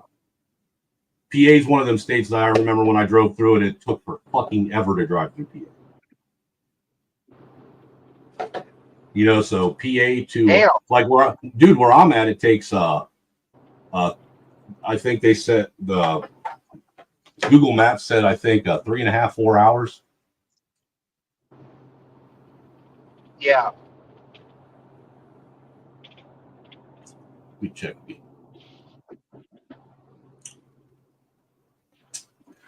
Where's the RNC at? Is it right downtown? Or is that where they're having it? Or which convention center is it going to be at? I think it's at like the 5-year convention center, something like that. Dude, are you like I am, and are you anticipating some opposition fuckery to pop off because of this assassination attempt? God, I hope so. I hope I get to fucking cave commie skulls in. Dude, I just hope that some fucking like historical shit happens, and I'm right in the middle of it, live streaming it. Because this time, this RNC is going to be totally different. No, this RNC is going to be a totally different experience for me than the first one I went to, because I'm going basically as a civilian. Yeah. You know, rather than a protester. Do what? We're not going to really be able to go inside. Right, but I may have a plug to get a press pass to be able to get inside. We gonna get inside, man. We gonna know somebody, bro. We gonna bring some potato salad with some raisins in it. We gonna be in that bitch, bro. You know, I was going to bring you a small container of potato salad with some raisins loaded in that motherfucker tomorrow. I was gonna do that. I absolutely was. I was going to get you the regular size raisins and even the great big jumbo ones that they call prunes and put in there. Spoiler, I don't like potato salad, period. You would never make it as a white. If you don't like potatoes, you would never make it as a white man. I like potatoes. I don't like potato salad. I'm a coleslaw person. It depends on how the coleslaw is made. No, he just chose potato salad over coleslaw. I don't know about this one. Nah, he just chose coleslaw over potato salad.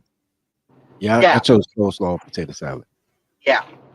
I like, you know, if I got spaghetti or something, I could do potato salad. But like, if I just have like the meat and some French fries or something, I need that coleslaw.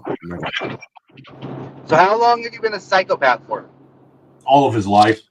14, 12, something like that. Once I realized he had a black mother, what do you expect? Oh, I know that. Once I realized, you know, my family didn't love me and I had to figure it out on my own. And dude, he just found out a couple of years ago that his boomer dad was a piece of shit. He's dealing with the struggles of that right now. I know, right? Because he had abandoned his family 35 years. It took 2020 pandemic for him to sit still long enough to be like, yo, bro, what the fuck? So, yeah, my boomer I wonder dad. what the likelihood of me getting pulled over is on this trip. I don't think that you should have a problem as long as you adhere to the majority of the rules of the road. You know what I'm saying? Yeah, now those small towns though, bro, it be going 45, and then you hit that small town. They go to well, he's not going to be going through no small towns. He's trying to get there, so he's going to be on all interstates or toll roads. That way, he can get there as fast as possible. Yeah, there's not much toll roads, I'll say that. But yeah, I'm going through fucking Minneapolis, Minnesota. And if you know anything about that town, dude, once you get close to Milwaukee, you're going to be on toll roads. Have fun with it. That's the only way you can get into Milwaukee. Toll? Well, from where I'm at, the road going from Chicago to Milwaukee is nothing but one big toll road. What the fuck? So what is a small Texas? Little does he know, I know the back roads because I don't pay shit, my nigga. Look, that's what I'm talking about. Because I still owe the fucking state of fucking Illinois money from the last time I was up there and didn't pay the tolls. And no. You went down to I-90 and then you followed the instructions. No, you don't do that. You go toward like Six Flags on the Eden Expressway. And eventually when you hit Waukegan or Zion, something like that, it's going to turn to a regular road. It's going to be start with a W. Not Waukegan Road. Anyway, it's going to be Sheridan. It start with an S. Sheridan Road. The expressway going to turn to Sheridan Road. But by the time it does, you're only 12 miles outside of Kenosha, Wisconsin. So you drive down the street for 12 miles and then you hop on the E-way once you cross the Wisconsin border, so you ain't got to pay the toll. Drive to Wisconsin. I mean, it's in Milwaukee. Is this what they're talking about when they're talking about black people magic? What? I don't know about black people magic, bro. I'm just cheap. I ain't paying nobody shit. Dude, the vast majority of black men are cheap. Hey, that's not a bad trait. It isn't, but it makes it. Well, look, dude, I've done like basically construction work for some of these brothers that I'm friends with, and it makes it difficult when they're cheap. It does, yeah. You know what I'm saying? Because they'll literally sit there and stare at 3 different fucking, pieces of fucking whatever they want on the wall, trying to decide whether or not they want to come up off this fucking, $100 or not. You know what? I was that guy. I'm not gonna lie, I was that guy. I went to a let's go back here to the scratch and dent. That way we can see what they got with their fucked up shit. I mean, you can just cut off the bad part, right? And scab the other shit to it, correct? Right? You can make that work. You're right, my little cracker friend. You're right. Here's what changed my life, and this is the story I would tell the coloreds to let them not be ass cheap, let them be mid-grade cheap, not bottom barrel cheap. I went to get my third computer, right? Because I didn't have enough RAM to do a call center from the crib. When I get there, the salesperson tried to sell me a computer. I'm like, I got $400. They was like, all right, cool. They showed me the cheap shit. They asked me what I needed for. I told them, and I told them how much RAM I needed. They told me I might get a computer that's like $1,600. I said, I got $400 to spend.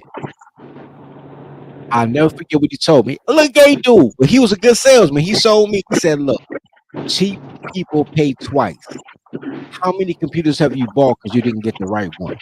I don't buy any computers now because I actually spent money on one. So he ended up selling me one for $700. I had $700, but I only had $400 to spend. I ended up spending $700 because I'm like, yo, I ain't coming back again, B. Dude, I spent fucking almost $4,000 on my last computer, and it was just for the fucking computer. That's all I got was the tower. Oh shit! You should have hollered at me. I got some friends in Whitewater, not Whitewater, Waterloo, Iowa, who build computers for like $700 from scratch. Oh yeah. I'm gonna tell you what they want. They the type of people, white boys, right? They want $700 and they want a psychotropic pizza. So most white people don't like me, Dirty. They like me though. That's crazy. Anyway, they want a pizza with weed instead of oregano, and they want psychotropic mushrooms instead of regular mushrooms, and they want cocaine instead of garlic powder. Yeah, I don't plug people anymore. And pepperoni. They want real pepperoni. I don't plug people anymore, man. I stopped doing that shit years ago. You don't plug people at all. I plug myself with shit, but my plugs are my plugs. I don't get nobody nothing. Because I ain't asked you for shit. I'm telling you, I'm the plug. You're saying that they want pizzas with fucking mushrooms and all kinds of other psychotropic fucking tranquilizers and shit. And I'm telling you, I'm the white boy that ain't getting that shit because I'm not fucking with it no more. I ain't fucking with it in a long time. I have an old meth plug and I have a weed plug, and that's it. Gotta have mushrooms, bro. They want the mushrooms. Dude, honestly, I don't really fuck with anybody anymore, man. Ever since I moved from Ohio to Indiana, I don't fuck around with it anymore. Damn, Yeah, why is it it don't like like that? 700. What the fuck? Do what? I got on the highway and it smells like fucking something's dying. It smells like that's called your joy for life. That's dying. Your inner child is dying. The country you live in is dying. That's why we're gonna take it back, boys. Hey, we gotta take it back, bro. I'm telling you, y'all need to make me a white nationalist so y'all can ride with me. I'm gonna take this bitch back, bro. You can be a nationalist, but you might as well chalk the white part.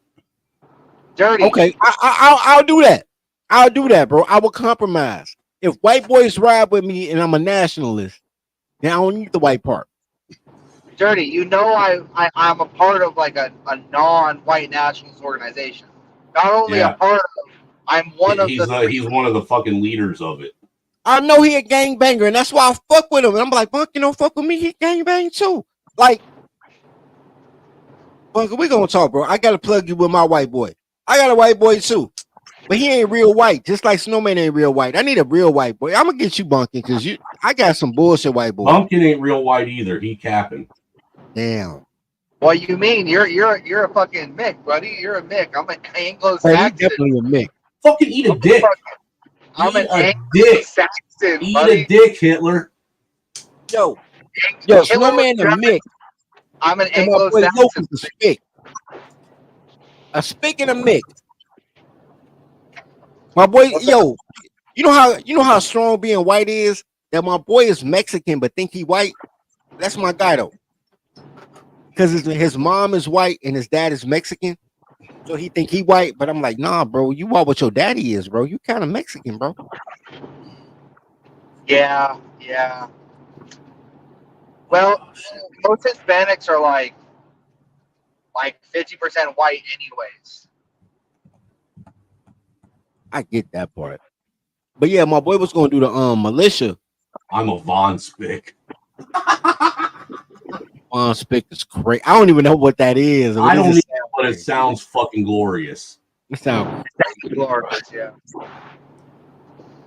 That sounds like a very glorious and uplifting title that you have given yourself, sir. A Von Spick sound like you hate niggers and you know how to make a good taco. No, you know what I think of when he says Von Spick? I think of Theo Von, so he's basically the white trash version of the fucking Spick community. Oh, dude, no. Don't let Mexicans tell you that that they don't have rednecks, bro. They have fucking hillbilly rednecks. No, I know they do. That's why I said the white trash version of the fucking Mexican community. Oh, fuck. Dude, when I was a kid, we had where my dad lived in Elkhart, man. Elkhart was, I don't know, you probably ain't really familiar with Indiana, but in Elkhart, specifically Goshen, Indiana, full of fucking Mexicans. I mean, it's like little fucking Mexico in fucking Goshen, Indiana. All right. And then it turned Elkhart into like little Honduras and little Guatemala right beside it. All right. Well, my dad, where he lived, there was this there's like this apartment, like duplex type house. And there was like 6 fucking Mexicans that lived upstairs. And these motherfuckers would get drunk, all right, because they drink every day when they get home from work, you know, playing that fucking loud ass carnival music. And they'll pass, dude, they used to pass out in the backyard on blankets all lined up. You know, and me and my little fucking racist white friends, because we were little, you know, terrorists that like to, you know, wreak havoc on people. One night they were passed out and they had all their fucking shoes sitting right at the foot of where they were all sleeping. Then I'm talking like, you know how Mexicans are, man. They care about their clothes and their shoes just like brothers do, man. That'd be the last thing that they let fucking go. And dude, they're sitting there wearing, dude. Just long story short, we took all 6 of those dudes' shoes and threw them in the fucking burn barrel that was sitting right beside them and set them on fire. They were sitting there sleeping, passed out on the ground. Granted, I was only like 16. And I was a little motherfucker then. Yeah, you're a little terrorist, bro. Dude. Look, you just don't realize how accurate of a statement you just made. Okay, because at that point in time, I was on Crime Stoppers and didn't even know it, with the feds looking for me. Yo, could you imagine 18-year-old Snowman and 18-year-old me meeting in the street? That'd be crazy. Dude, that would have been crazy. Look, one of two things would have happened. Either we would have beat each other to death, or we would have tried to beat each other to death and would have been like, fuck it, let's just be cool with each other. That's probably what happened. You know what's crazy to think about? I'm closer to 18 than I am your guys' age right now. Well, I'm closer to 50 than 21. Yeah, I remember. I vaguely remember when my balls dropped. I'm 24 years old. Again, I vaguely remember when my balls dropped. 24 years old. The only thing I remember about being 24 is having a mom-daughter threesome.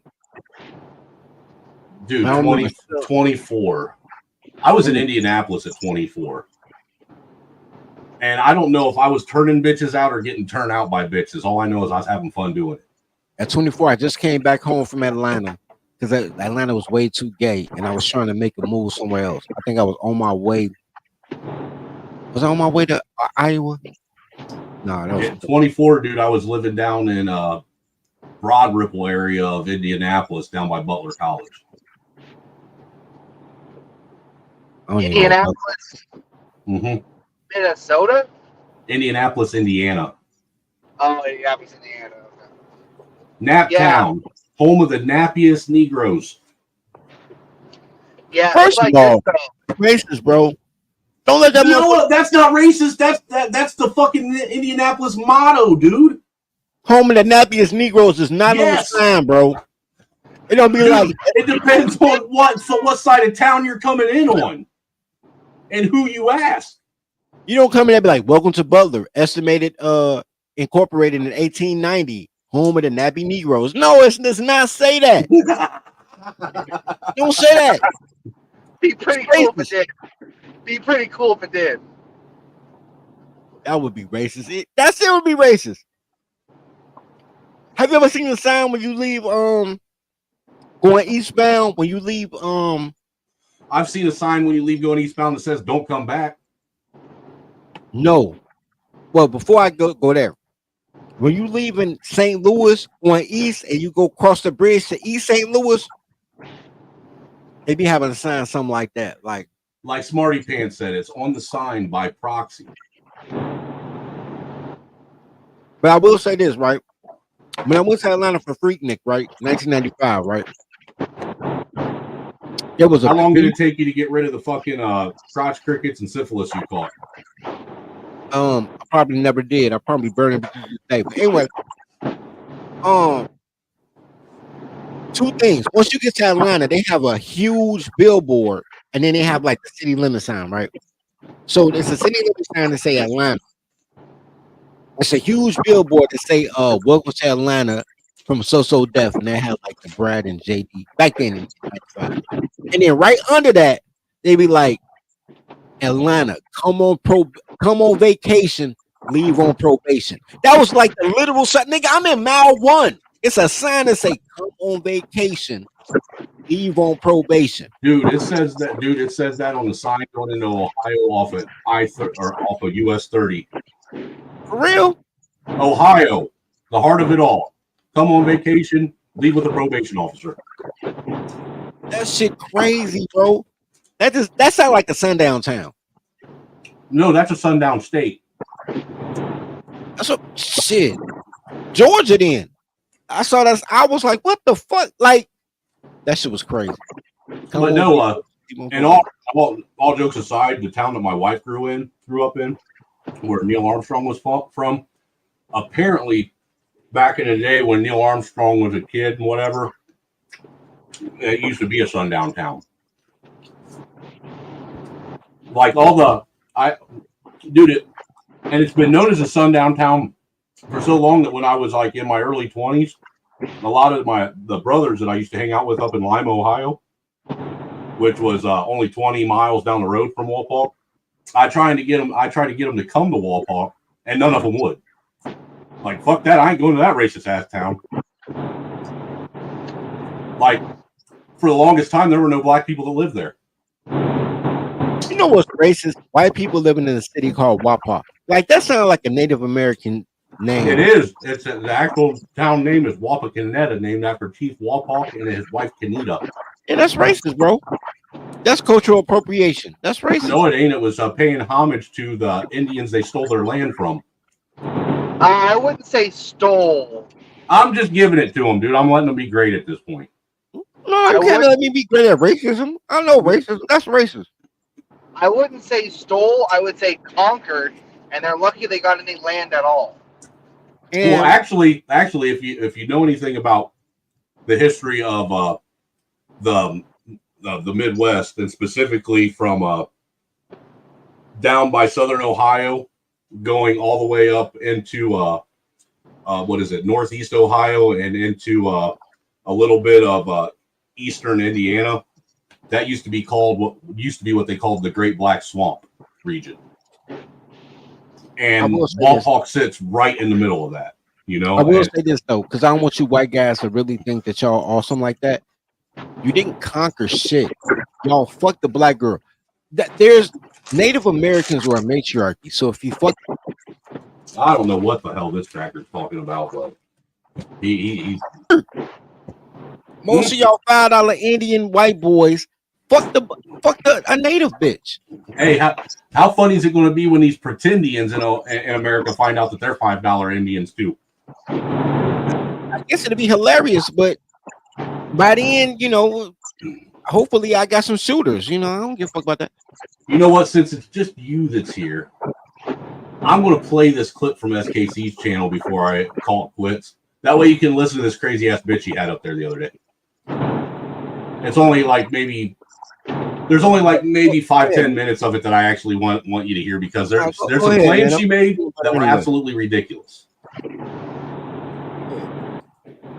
But I gotta find the file real quick first. And I'm a real man, so I eat peanut butter without peanuts in it because I don't want no nuts in my mouth. So you're saying this, right?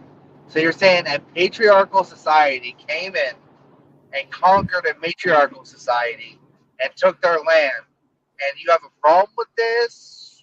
Why? I don't. No, I don't. I have a problem with you saying conquer. I don't have a problem with you using your dick to get what you want. I just want to be accurate historically. So there was a war or several conflicts, but a war, and they lost. No, they didn't. Y'all fucked y'all way to the top. Look, American history is flawed. It makes it seem like the white people were country. All type of shit.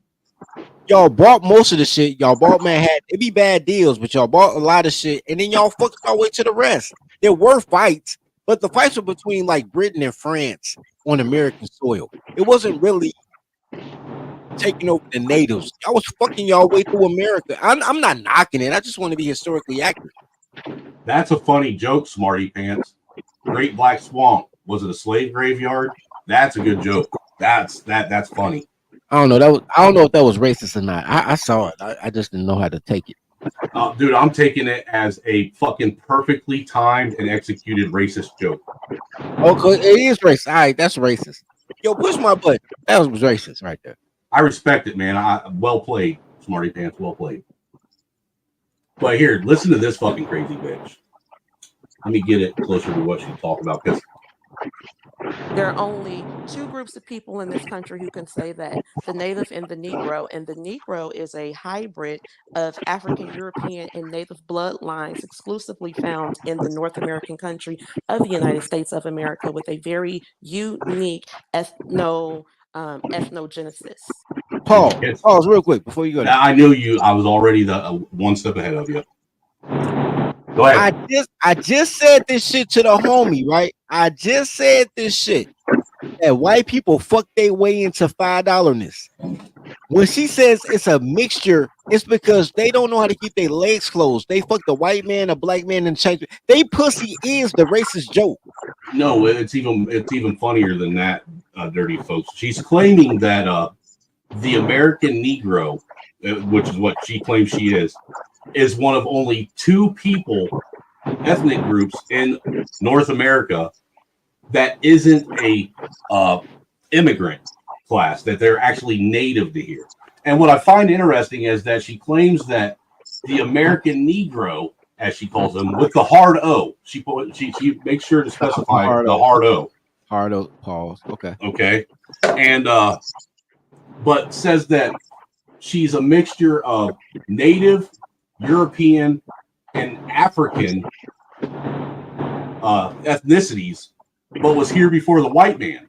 Then she goes on to claim that her family is free Americans 8 generations deep, but she's only done research back to like 1840 or 50 as far as her family goes.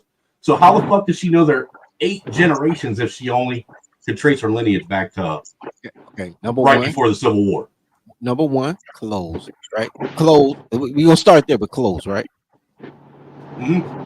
And then number two, she got a fucking some kind of college degree that claims to tell her that she knows shit too. I don't even give a fuck about the paper. Clothes. She's wearing clothes, bro. Okay, but besides that, she's from Chicago too, by the way.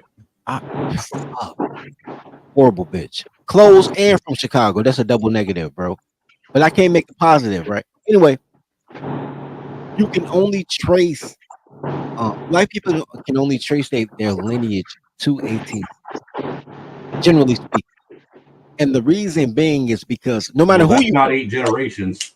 I got you. But white, black, or otherwise, there was no paper trail until the 1860 census, right? Like there's a paper trail of how many people in America. But like when it went down to demographics like, slave or black or native or white or because it wasn't even white then, it was like British or German. Like it was really detailed, itemized. Well, the point that I'm making though with this is she's yet another quote unquote educated black female that comes up and does nothing but basically keep pushing these fairy tale narratives to try and keep black men separated from everyone else. I got that. I'm just saying that the reason she can only go to 1860 is because that's where the last census was. Her saying 8 generations is a freestyle shit. She would have to know who her great grandmama's granddaddy was, and we all know black women don't keep up with who knocks them up. So there's that. Obama called the shot. Well, let's listen to more of this crazy bitch. Just listen, it gets better. You can look it up. They've been we're the most researched people in this country. They're also the most researched people in this country, because everything centralizes around black. Blackity, blackity, blackity, black, black, black, black, black, black, blackity, black. I'll roll with that. All right. And they've been talking about the fact that we're a unique ethnicity at least since the 1940s. Since the 1940s. Man, that's a long fucking time, man. That's the oldest research that I've seen. Even with that though, she lying though. So here's why you believe that. I don't believe her. I was just sitting back listening to this fucking fantastical fucking fairy tale she was telling. No, she got clothes on. I'm telling the actual information, right? The reason that's believable, not her, but as far as the ethnic group goes, is because you can't be deported. And people say you can't be deported because they don't know where you came from. They know exactly where you came from because they had logs on the ship. The fact that you didn't come on the ship with a log means you can't be deported. Because they made Liberia for motherfuckers who they want to get up out of here. This guy has more black and street cred in him than that woman does. Well, he got more street cred, definitely. I don't know about more black, but more street cred, definitely. Oh, absolutely. Felony having been locked up in the joint. Now I've been shot and I'm a real Negro. I'm not gonna allow. Look, I ain't even black no more, but I don't like the whole if you're a felon, you black. But I will say he got more hood in him than she does. Like, yo, dude, wouldn't it be fucked up if underneath that rug he really had those tattoos on his head? That would be crazy. I was about to say, how do you get the forehead tattoo? That's crazy. Aryan warrior. They made him American X Trump. That's crazy. Many men.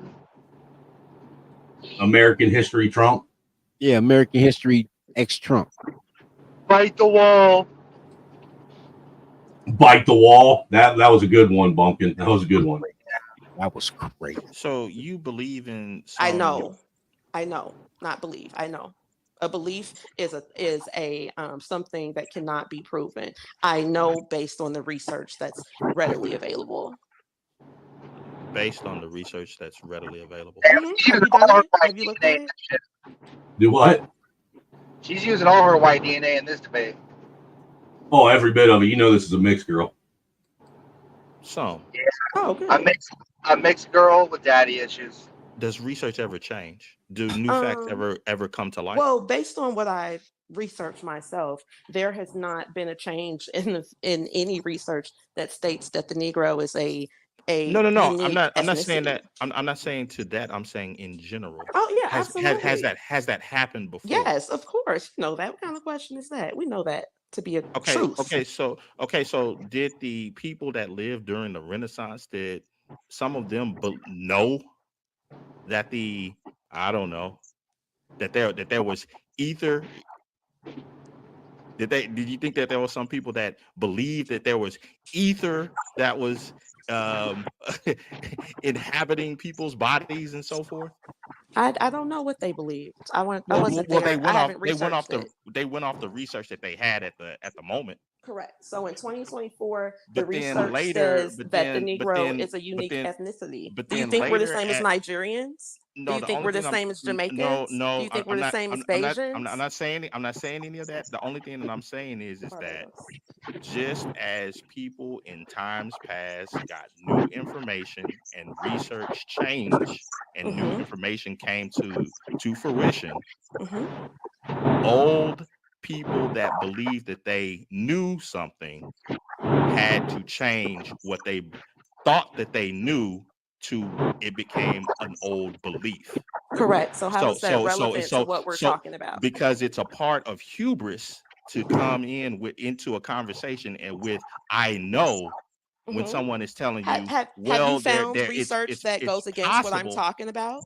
The only Show thing me I'm the counter research. The only thing I'm saying is it possible for other It is. research It's to come? possible. Okay, so And I'm we'll asking just you to stop. show it to me. So we can just Help stop advance my thing. Help advance my knowledge. Just stop at that. No, I'm asking if you have research that goes against what I've just said, please share it with me and help me advance my knowledge. Help me know something else. I don't believe that I can do that. Oh, then what are we talking about? Well, we're talking about having an open mind.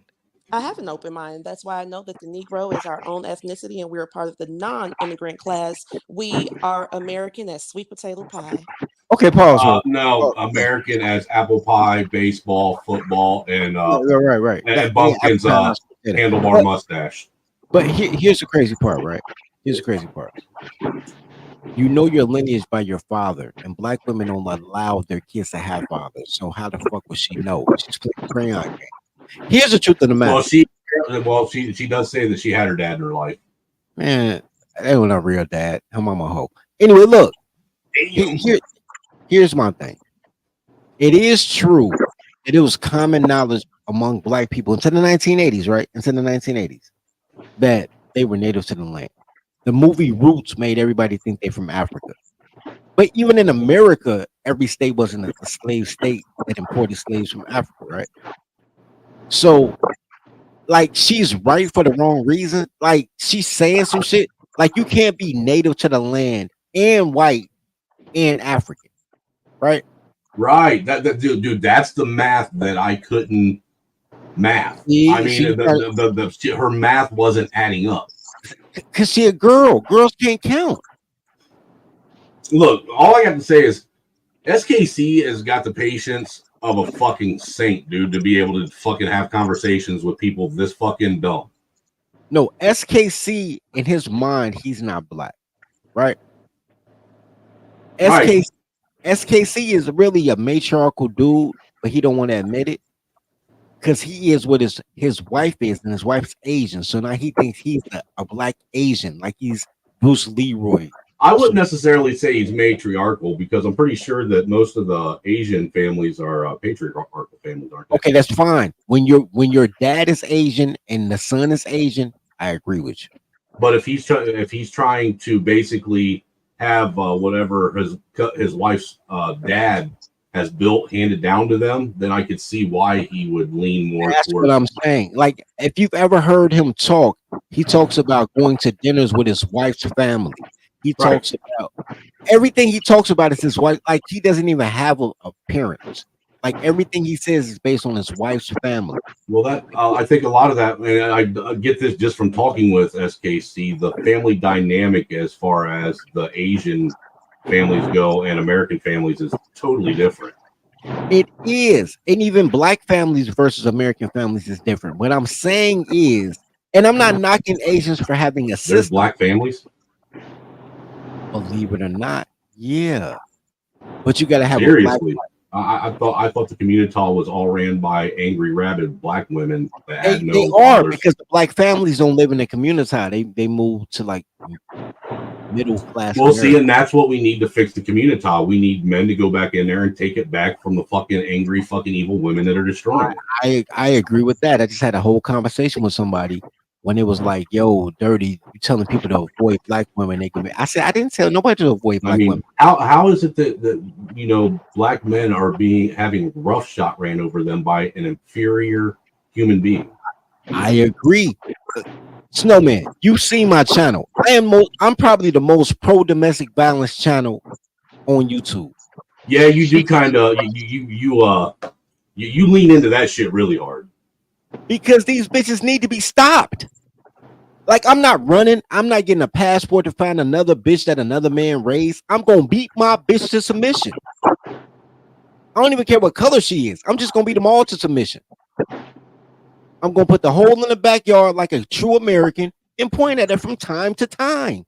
Dude, if you grow vegetables in a garden by that hole, then you can bring her out there and force her to have to look at what her fucking potential future might be if she steps out of line. And that's part of training my toddler. I agree with you 110%.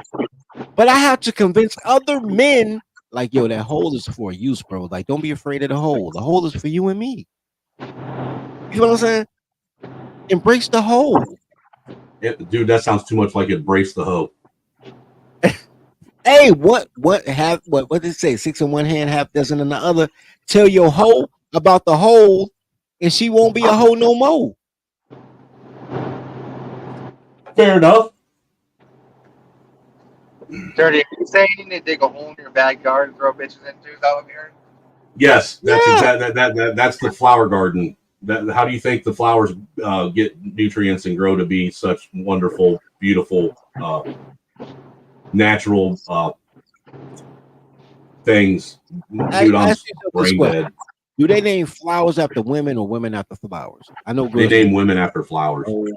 All type of shit, right? Whatever her name is, you put it in that hole, and that's what that flower is now, bro. I have Gertrude flowers, bro. I don't give a fuck. Keisha flower. We'll start a new strand. Hey man, I put roses in our hole in the backyard because my wife is like a thorn in my ass. That's kind of poetic, actually. That's symmetrical. I like it.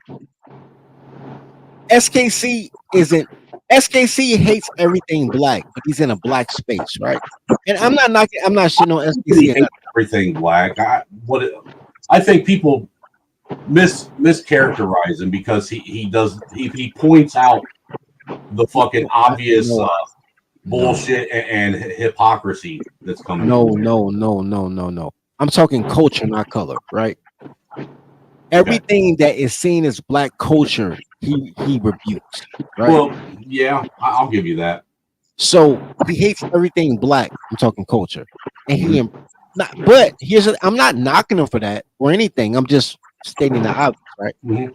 And then he embraces the Asian relationship he's in, and he says, "Yo, this is how I network. This is how I like." The Asians had to teach him about patriarchy. Like, I'm supposed to get this because I'm a man. I'm supposed to do this because I'm a man. Like, they had to teach him how to be a man. Like, he's never said anything about his dad, so I don't know if he's raised by a single mom or his dad. He really doesn't say much about his mom or dad at all. At all. Now he talks about his brothers and sisters. So how many? Okay, think about it like this. You're not this guy. I don't know if Bumpkin this guy, but I know you're not this guy. I'm not this guy. How many people do you know, though, that forgot their childhood? Like they were just born at 25? The only people I know of that have gaps or don't remember their childhood are people that were highly traumatized. Right. Exactly. So, like, you can have a fucked up childhood, but remember it. But if you're traumatized, you block it out, right? Uh-huh. Like, even me, I blocked out 1988 to 1996, and I didn't remember that shit. 2020, dude, that was a fucked up time in American history. Yeah, I blocked out 8 years of my life, bro. And then when I remembered it, I hated my dad. Like, what the fuck was you doing, B? I had to block it out to love my dad. You feel what I'm saying? Mm-hmm. So I get it, but people block out their whole childhood until they're 25, and they're like, "Well, I'm here." Like, he's that guy. Like, whatever the fuck he went through, he got past that shit, and God bless him. And now he be like, if it's a race war, I'm gonna be straight. Like, yo, if it's a race war, they gonna spare your ass out. Be like, he don't even consider himself as black. And I'm not knocking him for that once again, right?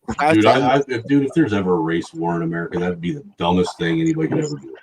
It would be fucked up for white people because black people can't shoot. What are you fucking talking about, dude? You realize white people spend all their time out in the woods and at fucking firing ranges doing nothing but I didn't understand. get That's no what I said. fucking It'd be guns. fucked up for black people. I did. That's all I said. It'd be fucked up for Look, black white people understand that the cost of ammunition is only going to continue to get higher. We don't steal our weapons and our bullets. We actually pay for them. So we want to people. make Okay. sure that every Wow. bullet counts. That was That's why you racist. don't see us side-handing our guns when we go to shoot them. That was super racist. But I will say this though. Once upon a time, Hey, don't blame me. Blame MTV, VH1, BET, and mainstream media. I'll blame BET also. But here's my thing. Before the crack era, right? Before single moms became a thing, black people could shoot. My grandfather had a whole shooting range in his Yeah, backyard. but sir, the thing is you're trying to compare two entirely different generations of people two entirely different fucking dude. The people, I'm not. Those No, I'm people that not. lived back I'm not then, at all. they lived different. No, I'm not at all. I'm saying that black people are 2, maybe 3 generations removed from being able to defend themselves like Americans. That's what I'm saying. That's why I said, yo, it'd be lopsided like a race war. Like, I had to show my white nationalist card. Like, yo, hold on, bro. Be good. Like, that'd be fucked up. Because there's no structure, there's no organization, there's no practice, there's no nothing. And they don't really fight for anything except girls. Hey, real quick, shameless plug. Anybody out there that's watching, man, make sure you hit the Cash App and the PayPal. We've almost reached our $300 goal for the RNC trip that we were looking for.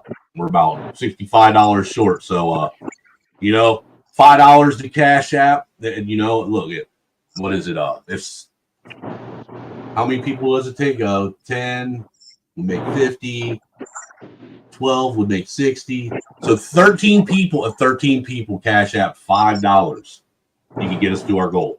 Look, man, I don't want to see Dirty have to try and hitchhike down I-80 to get home because I'm not taking him home because I ran out of gas. That's crazy. And I certainly don't want to see him have to go without a meal either.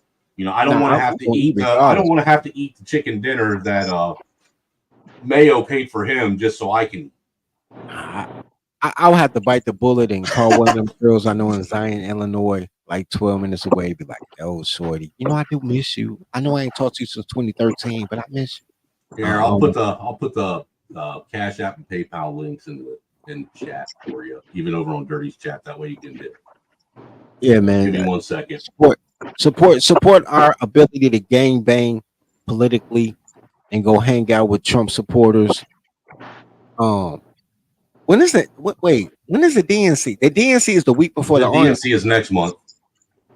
All right, so yeah, you got to come back next month. Yeah, I am coming back next month for the DNC too. Oh yeah, we gonna be deep in on the DNC, bro. We gonna fry chicken. We gonna grill chicken. We gonna pull out the portable grills. We gonna grill chicken in front of the DNC. Wait, where's the DNC at? Chicago. Fuck that. No, it's gonna be right down the block from Soldier Field at McCormick Place, right up the block from Soldier Field on the lake. Think I'm stepping foot in Chicago? Why not? Dude, I'm gonna be hanging out with Dirty in the hood tomorrow in Chicago. No, the DNC is in a decent neighborhood though, bro. I ain't gonna front. Well, the DNC ain't tomorrow. I know. I'm just telling him though, like DNC is in a decent area, bro. Now, 4 blocks away from the DNC is the projects, but the DNC itself is 4 blocks away. Well, no, you're gonna see my ass roll up to that fucking DNC convention, bro. I'm gonna stop at a stoplight 4 blocks away. I'm gonna try to drive away, and my shit's gonna be on blocks. I'll pass. You know what's so crazy about how Chicago made? Dude, you'd have, but I'll be honest with you, that would be more likely to happen in Elkhart, Indiana, than it would in Chicago. Yeah, bro. Because okay, so it's Merchandise Mart. That's gonna be on King Drive. That's 400 East, right? 4 blocks east. On 0 East West on State Street, that's the projects. But on the other side of that, on 10 East West, right over there, is Chinatown. So it's really one project building, but it's really Chinatown, then the southern part of South Loop. So it's really a cool area. I ain't gonna front. Probably one of the safest areas in Chicago, to be honest with you. You know what I'm saying? My boys grab Chinese food, get a Chinese girl pregnant real quick. He makes it sound like a fucking pit stop at the rest area. It is kind of sort of. It's up the block. It's walking distance. That's crazy. I know, right? How do you go have a DNC walking distance from Chinatown? That is crazy. And the projects. That's crazy. But yeah.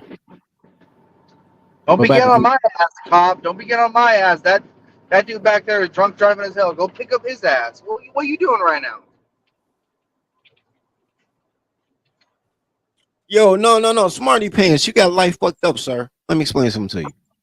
You talking about, man, Democrat white girls everywhere. Okay, number one, maybe not. But you do not want Democrat white girls. Those are the pink hair, green hair, purple hair, fat bitches, bro. You don't want that in your life, bro. You want Republican pussy. You want to be in Milwaukee, bro. I'm gonna have to arguably disagree with you. Okay, you can argue and you can disagree, but the type of girls that go to conventions are totally different for Democrats and Republicans. I'm not saying there's not cute liberal girls. I'm saying the ones that show up at DNC. Listen, bro. Hey, real quick, shout out to Seeking My Creator. Salute to you, sir, with that $65 ball you just hit us with, man. Get us up to that, hit that goal of $300, man. That's greatly appreciate it, man. Greatly appreciate it. Thank you very much. So I didn't have to stop and do it myself. Thank you very much. Right. I'll just get money from him while we're there. Oh, for sure. Yeah. Hey, can you buy me some food? Hey, man, can you buy me? Let's go over to JP's Glizzy stand. Give me a couple Glizzies. Yeah, your ass gonna be live streaming too, doing that. So I look bad if I say tell you no. Fuck you. Right. But yeah, it's a salute to you, sir. We greatly appreciate it. This is your official thing. Black people! Who's your motherfucker, Jerry? You, my motherfucker! What you gonna do, Jerry? Show me the money!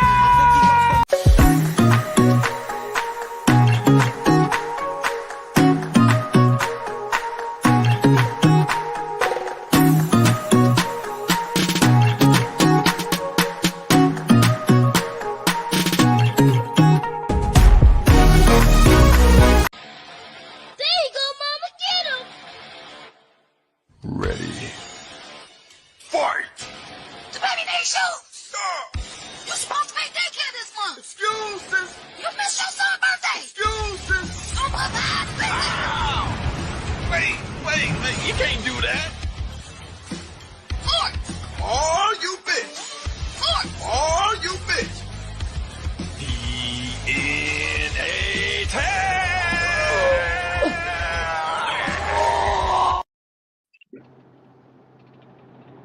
That shit's racist as fuck too. Many men wish death upon me. Blood in my eyes, and I can't see. Oh, you want that clip? I got that for you, man. Let me pull that up real quick. I know what you want. There we go. Open. Many men wish death upon me. Blood in my eye, dog, and I can't see. I'm trying to be what I'm destined to be. And niggas trying to take my life away. I put a hole in a nigga for fucking with me. My back on the wall, now you gon' see. Better watch how you talk when you talk about me. Cause I'll come and take your life away. Many men, many men wish death on me, Lord. I don't cry no more.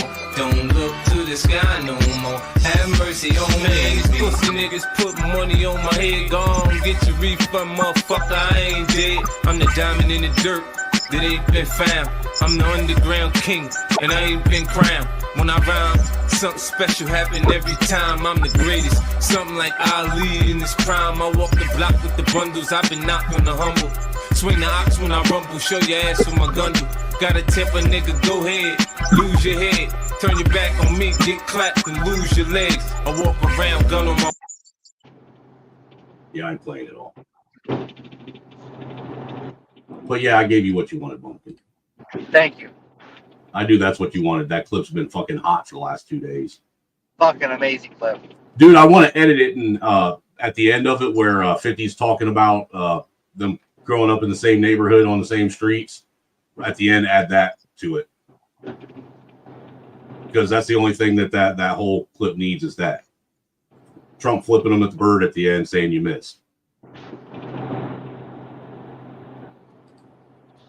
Man's blacker than Obama. Dude, he's blacker than most black people. What are you talking about, Willis?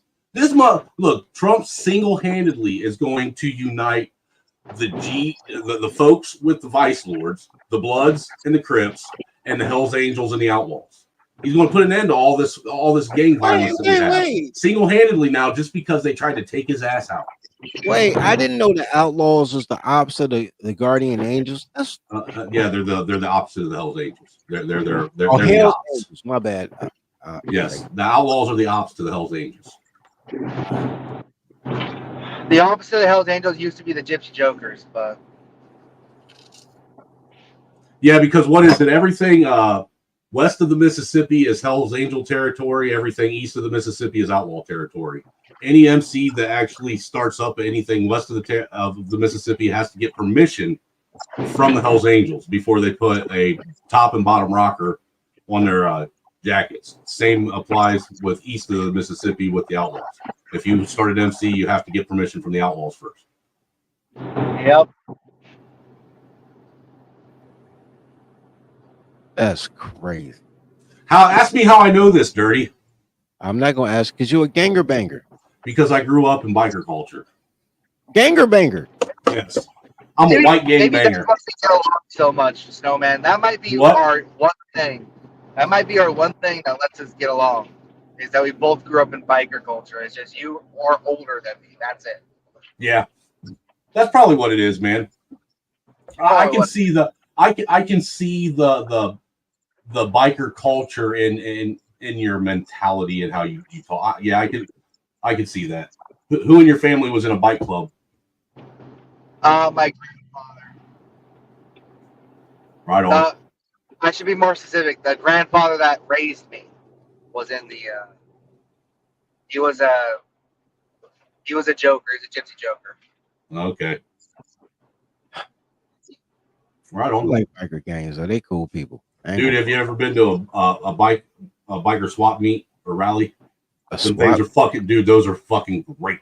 Like there's well, if you aren't aware of biker culture, like the whole Sturgis, South Dakota biker rally that everybody goes to, you know that's a whole summer like series of rallies that start on the East Coast and go all the way up into Sturgis down to, or actually it starts down to Daytona. It starts there and goes from Daytona all the way up from Bike Week all the way up, ends up in Sturgis, Michigan. Nah, bro, I just know about the Bike Week in South Myrtle Dakota. Beach. But what I'm getting at is there are all kinds of bike rallies that go on for the whole weekend. At every one of these stops all along the way. It's actually like a nomadic fucking rite of passage that a lot of bikers end up doing. You know what I'm saying? The whole Sturgis, Michigan, or Sturgis, South Dakota ride. You know, going from Bike Week to there. You know what? I don't want to disrespect biker culture. I respect all culture, right? However, I'm not a biker type of. I'm an RV dude. Like I research RV gangs. How they start? There's nothing cool about an RV, sir. You crazy as shit.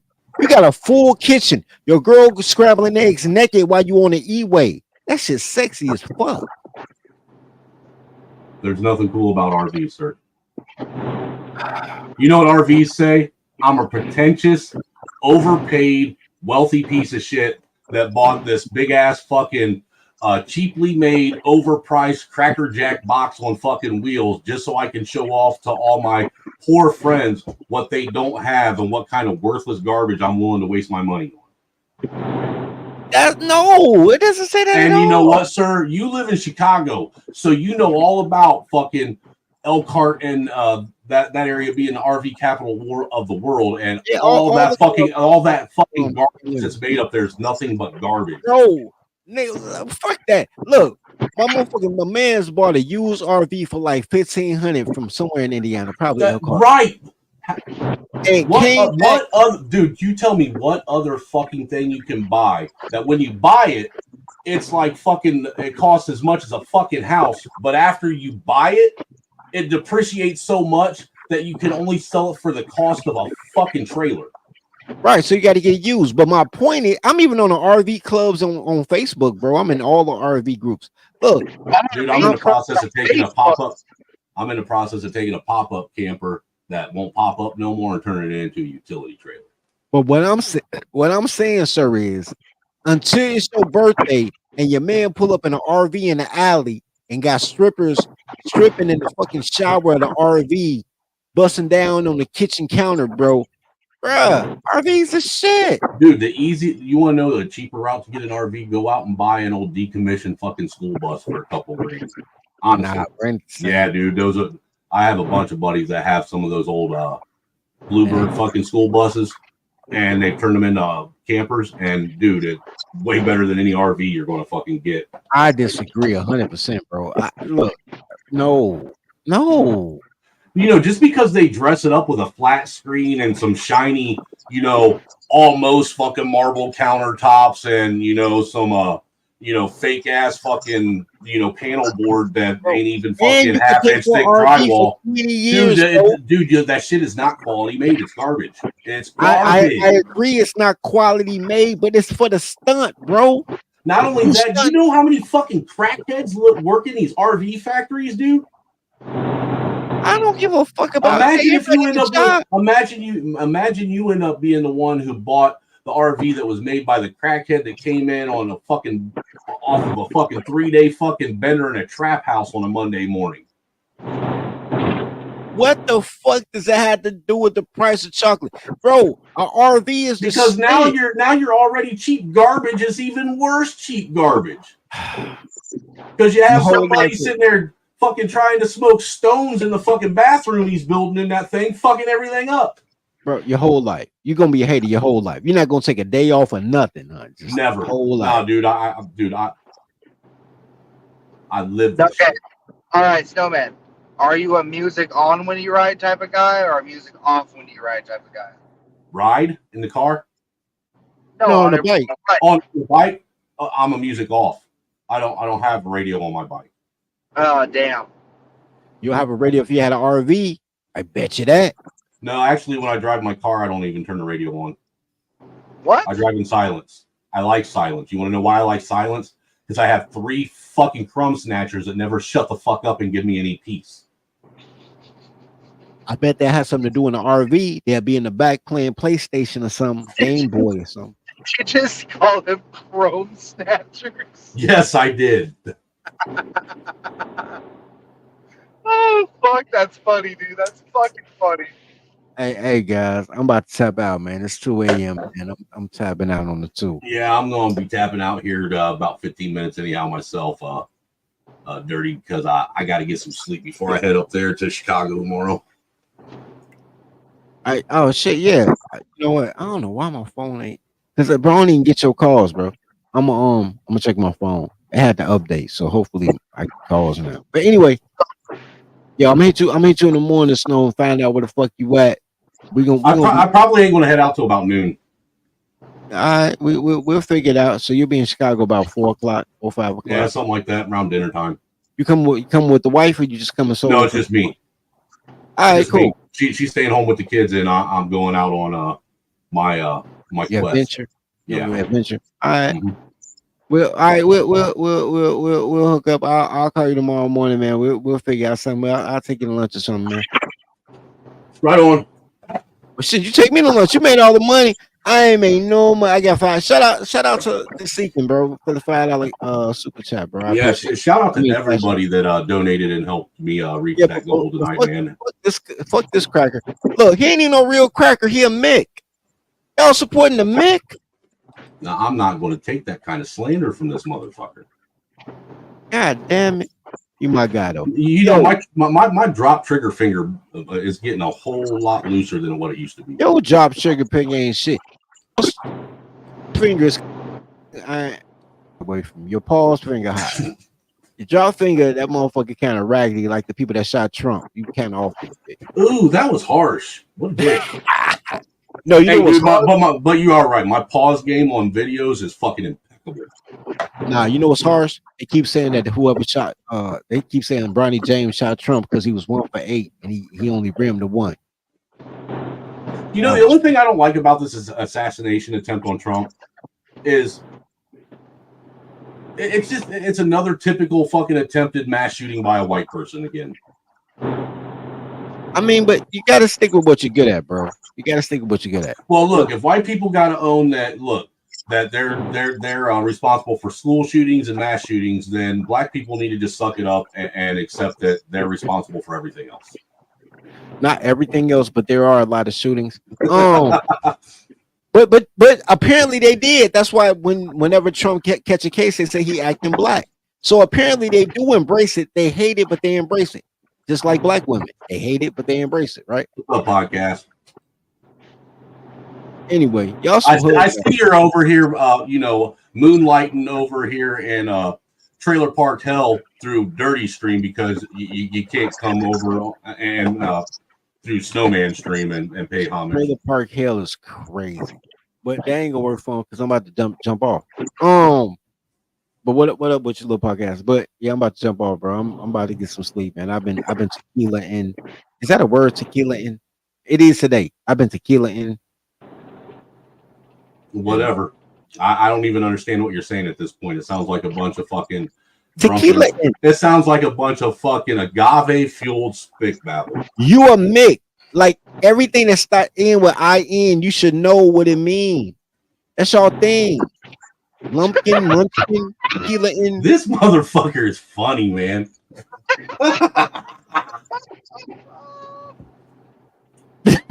Hey, you know what? This next few days, fucking around and all of us getting an opportunity to meet is actually gonna be pretty fun, especially at the RNC of all places, man. It's gonna be fun. If we don't get shot, we're gonna get famous, baby. Hey, man, I'm down. All I know is if I end up on a fucking video where I'm famous, I better get some fucking ad revenue from it. Oh, for sure. How many subs you got right now? Dude, I've been straddling that fucking 1,000 mark, dude. I'm like right there at fucking 850, man. I need 150 subs to hit 1,000. I'm with you. I need so 150. I'm hoping that by streaming that live at the RNC, that'll actually skyrocket my sub count. Okay, this was gonna help you out because people actually like my content. You just a crazy cracker. So what's gonna happen is we're gonna do the content, and there's some guys that support, my podcast. I really appreciate. Shout out to all y'all, bro. And their thing is they want to chop all my content down into shorts so people can get digestible content. And I'll tag your name in it. You know what I mean? Mm-hmm. And then we gonna buzz, bro. We gonna speaking of that, man. Just so everybody knows, since if you get getting in late, me and Dirty are going to actually start go back to doing the Thursday night Dirty Snow podcast. But what we're going to do is instead of it being a 5-6 hours podcast, it'll be 2 hours tops at most. I'm gonna do better at knowing what day of the week it is, so I can remember Thursday. Well, that would require you to actually have a real government job, sir. Wow, that's racist. Do you have a real government job right now? Yeah, it's questionable, dude. It's questionable. Seems to be more like a pyramid scheme, but wow. I'm going to bed. I ain't taking this abuse. I'll call you tomorrow, man. Yeah, I'll talk to you tomorrow, bro. All right. Damn, I can't wait, bro. We're gonna do a shit ton of street interviews. Yeah, dude, and you're gonna see I don't know if you've been to a convention, but you're gonna see a lot of shit, a lot of people, a lot of fucking protests, you're gonna hear a lot of different opinions, Good. And look, Milwaukee is a fucking liberal shithole too. Thank God. Oh my God. Yes, please. Please. You know, I don't want a violent situation, right? But no, I hope so. Like I said, the wife is told, she's been a little nervous, and she's told me, just make sure you keep your head on a swivel and you pay attention to what's going on, but like I told her, I said, dude, it would be fucking phenomenal. Like if something historic or life-changing happened there, and I was literally like just right in the middle of it to be able to live stream it and document it and have like real, point by point, timeline, real information on it that it isn't being fucked with by anyone. You know what I'm saying? Yeah. Like, bro, I'm waiting for it, dude. I'm waiting for it. Dude, I'm free to interviewing when you're there, pay attention to how everything's set up. Pay attention to how everything's structured. You know what I'm saying? As far as demonstrations, protests, fucking things of that nature. What kind of groups they have, doing demonstrations together. Pay attention to see if they don't do things to try and spark, conflict between different groups to get something to pop off. Because that's when I went in 2016. The one thing that I noticed is how scripted a lot of the shit really seemed that was going on. Oh yeah, it's 100% scripted. Yeah, we'll be going. Me and Dirty will be going live tomorrow too. What, on the ride up there, or? No, what I'm going to do is, because I'm not leaving till noon, and I probably won't get to Chicago till about 4 or 5ish. I'll probably just hang out there in Chicago and drive up to Milwaukee in the morning on Tuesday. Okay. Well, how because far do what? How far is the drive from Chicago to Milwaukee? To Milwaukee, about an hour. Oh, okay, yeah. No, what you don't realize is Milwaukee is basically a suburb of Chicago. Yeah, all right. I'm not even bullshitting, dude. It's wild. Yeah, see, the thing, like right now I'm on a 9.5-hour drive, so. Yeah, that dude, and those long drives like that suck when you ain't got nobody to sit and chop it up with and, keep your mind, alert and active. Because I don't know about you, but driving at night, I hate it. If it's only for a couple, 2 or 3 hours, it ain't so bad. But if you've been working all fucking week, pulling long shifts, and you just got off of work and now you're doing another shift driving to where you're going, hopefully you can find live streams all night long to keep your mind occupied. Yeah. My whole thing is I got off a fucking 12-hour shift at like around 7. It's about a 45-minute drive home. I drove home. The wife made dinner. Nice steak, mashed potatoes. It was nice. Cornbread. It was really nice. Good shit. And I packed my bag and I slept for about 2 hours.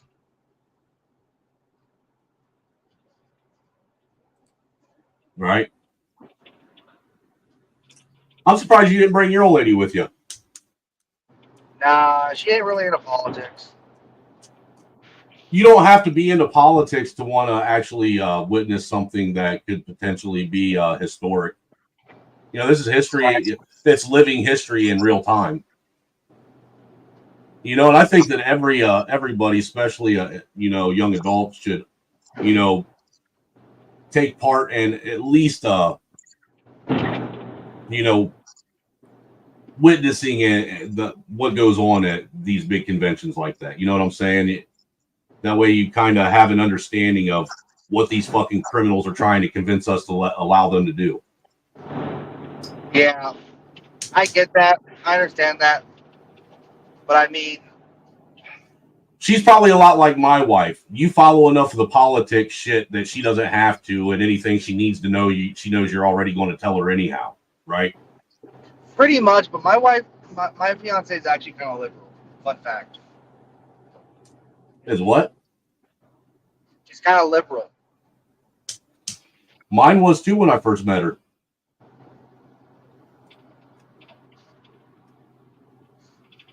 Good, you're a part of the reconquering. That's good. Her and her ex-husband They didn't even vote. That's how fucking much of a leader her ex-husband was, that he didn't even care to and actually, to be quite honest with you, I'm glad that he didn't care enough to try and lead her and teach her anything about, life, because it made it easy for me to give her the tutelage she needed to be who she is now. Yeah.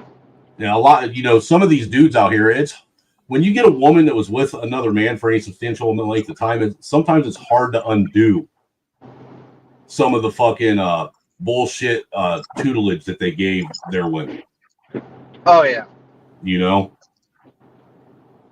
And me, I want my woman to only care about what makes me happy and what makes our home, a quality home. I don't give a fuck about what makes anyone else happy. Yeah. And there's too many women that they're more worried about making everyone outside the home happy and not making the person in the home that they got to live with happy. Right. And my whole thing is, like, Mai knew what she was getting into when she got together with me. Oh, yeah? You know what I mean? Dude, mine didn't have a clue. The only thing she knew is when we first met, I told her, if you're wanting to have a serious relationship with me and that's what you're looking for, I'm not the guy for you. But as far as being, what do they call it, activist or in any kind of, militia group or look, dude, I didn't know half the shit. When I first met her, I was a dummy too. But I wasn't a dumb dummy. You know what I mean? I had some information. I voted and shit like that, but I didn't have the extensive understanding, and I didn't put the time and effort into actually educating myself on a lot of things like I am now. It wasn't until after me and her got together. Actually, it wasn't until after my house was robbed in the middle of the night that I ended up deciding to get involved with the militia. Yeah. And she would, dude, when I first told her that I was going to, reach out to a militia group and see what they're about and what I couldn't learn, dude, she really wasn't kosher with it. She was really apprehensive. You know what I'm saying? Because of the stigma behind it. Oh yeah, bro. Like mine knew my politics. I mean, she knew I was an extremist. She knew that I fucking had these opinions I had. I mean, you should have seen some of the flags I had flying in my room when we got together. You know what I mean? Mm-hmm. So no, actually, the best thing I ever did was get involved with the militia. It taught me a lot about myself. It changed me. You know what I'm saying? I learned a lot. Even though I'm not, I don't speak to a lot of those guys anymore because a lot of them ended up being fucking fake ass keyboard commando, fucking pansy ass, fucking, wannabe warriors. You know what I'm saying? Oh yeah. And that's just how it is. It still doesn't change the fact that I do believe that I learned a lot from them. You know what I'm saying? That benefited mine and my family's life. Yeah. I tell there was a stream going on the other night, and somebody's said something about a lot of these people in the hood, they need to learn about situational awareness and shit like that. And I'll be honest with you. You want to know the quick way to start learning to have situational awareness and paying attention to what's going on around you? Have 6 motherfuckers break into your house and rob you at gunpoint in the middle of the night. Yep. You'll start paying attention to what's going on real fast. You'll never let that happen again. Here's my thing, right? I will be the first one to admit the majority of men in my generation are pussies. Absolutely. They are pussies. I am an anomaly, right? There are very few people your age. I've ran into a few. There was a couple in our militia group but most young men are not. You're right. You and fucking Andre anomalies like motherfuckers. Yeah. You guys do not have the life experience to actually substantiate knowing the things that you know. If you understand what I'm saying. Yeah. You know, because if you think about it, when it comes to men, most men, they don't start learning other shit outside of their purview until they're put in a situation to where they feel they have to. So to do it, so to willingly do it on your own early on in life and already be that much farther ahead of your peers, it says a lot. Yeah, the thing is, me and Andre we were both like, grew up in hardship. But what was different from the typical white trash or typical black dude that grew up in Detroit was we learned from the hardship. That was the difference.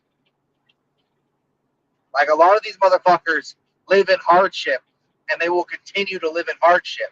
They will not make any fucking change, or they will not try to put something together or use their fucking monkey brain to fucking do anything. They'll just sit there and whine, bitch, and complain and moan about it. Yep, there's a lot of that going on. You know, and that's the other thing. That's a lot of the reason why I also decided to start getting involved with a little bit of activism. You know what I'm saying? Going out and doing a lot of these like 2A marches and, you know, just going out trying to be a part of these things going on. You know what I'm saying? Was just to have that experience, that boots on the ground type thing. There's not enough people that go out, and I think everybody should go out and, you know, partake in some kind of protest of some sort within their life. No, for sure, absolutely. And the thing is, like, listen, man, life is a constant struggle. Like, if you're a young man, you're listening to this, listen, I'm 24. I'm also a young man, okay? It's time, right? Because the future is ours, whether you like it or not, okay? It is time for you to get politically active. Go to your fucking town halls. You don't have to go all the way to the RNC, right? Go to your town hall. Get involved in your local politics. Do fucking something. Speak up. Anything. Because every time I see a town hall, or every time I see anything political, it's always a bunch of old people. And I'm not even talking Gen X. I'm talking old fucking boomers that are talking. And nobody likes listening to a fucking boomer fucking ramble on about nothing. Because they're disconnected. They're disconnected from fucking reality. They don't live in they're so fucking rich, they don't live in the same. They don't live the same. They're on a different fucking. They're in a different atmosphere on a different planet. All right. Dude, they've never lived in reality. That's their problem. They've tried to recreate what reality is. You know, sure. if you think about it, in my opinion, the boomer generation is one of the most selfish, condescending, and pretentious fucking generations to ever be placed on this planet. They're basically like the generation that forced God to tell Noah he needs to build an ark. Yeah. You know what I'm saying? That's, in my opinion, they're the equivalent of that. You know, they're willing to, you know, fuck everyone over that they know and love, or claim to know and love, just to make sure that they get ahead and that they have what they want, even if that means fucking their own kids over. You know, you've heard me talk. I'm victim of that shit, that mentality where my boomer father went out and used my name and social security number to get bills turned on in his house, just to turn around and not pay him and fuck my credit before I even got started. Yeah. You know, and you know just as well as I do, once you're in that fucking hole, it's hard to dig out of it. You don't really do. It's ridiculous, dude. Look, dude, me and the wife are finally at a point now that we went up to a loan office to see about getting a loan so I could get a new pickup truck. And we were told that if we could make 2 more on-time payments on the loan that we do have now, the small one, that they will approve us for our first fucking $7,000 loan. You know what I'm saying? I'm excited as fuck. You know, and I know it ain't much, but this is a new step, you know? And it's something that, like, me and the wife, we were sitting there and talking about it today. And we was like, you know, just kind of reflecting and saying, you know, damn, imagine if instead of me and you getting together 10 years ago, we would have had our shit together 25 years ago and met each other and started building this shit 25 years ago. Imagine where we would be right now. Yeah, it's true. You know, but both her and I at that point were more, you know, worried about the party and going out and being a part of the crowd and everything else, you know, living our life, you know, which that's not necessarily a bad thing either, unless you're someone like me who, you know, consistently and routinely makes all the wrong decisions if, you know, given the opportunity and I'm unsupervised long enough. Yeah. Especially in my youth, dude. In my 20s, I was basically like a fucking toddler in a grown-ass man suit with the ability to live and act like a grown-ass man, but acted just like a toddler. Oh yeah, no, I think there's another benefit of this generation is I was able to sow my oats really fast. Like, I grew up in a liberal area, Mm-hmm. so my oats were sowed pretty solid by 20. You know what I mean? By like 2021. Right. Whereas in the earlier generations, it took longer to sow oats because there's less promiscuity. You know what I mean? Right. I still hate the promiscuity, but I guess there are upsides to everything. I don't know. The only thing that I don't like about the what's become the new age sexual revolution is the fact that they're putting it out there on display for young impressionable minds to be able to use it to ruin their life with. Right. You know, I think there's a lot of people that are either one, just fucking evil, horrible people and don't care, or dumb, or they're dumb as fuck, and they don't realize that they're literally stealing the childhoods away from these children. Yeah. You know, and I don't, for the life of me, I can't wrap my mind around what type of mentality you have to have and what kind of person you have to be okay with taking the childhood away from a child and forcing them to see the world with adult eyes when their mind isn't even developed enough to understand that adult world they're being asked to view. True. You know, let the kids be kids, because you only get to be a kid once. And once your childhood's gone, it's gone. You don't get it back. Yeah, there's no takesy back. It's gone forever.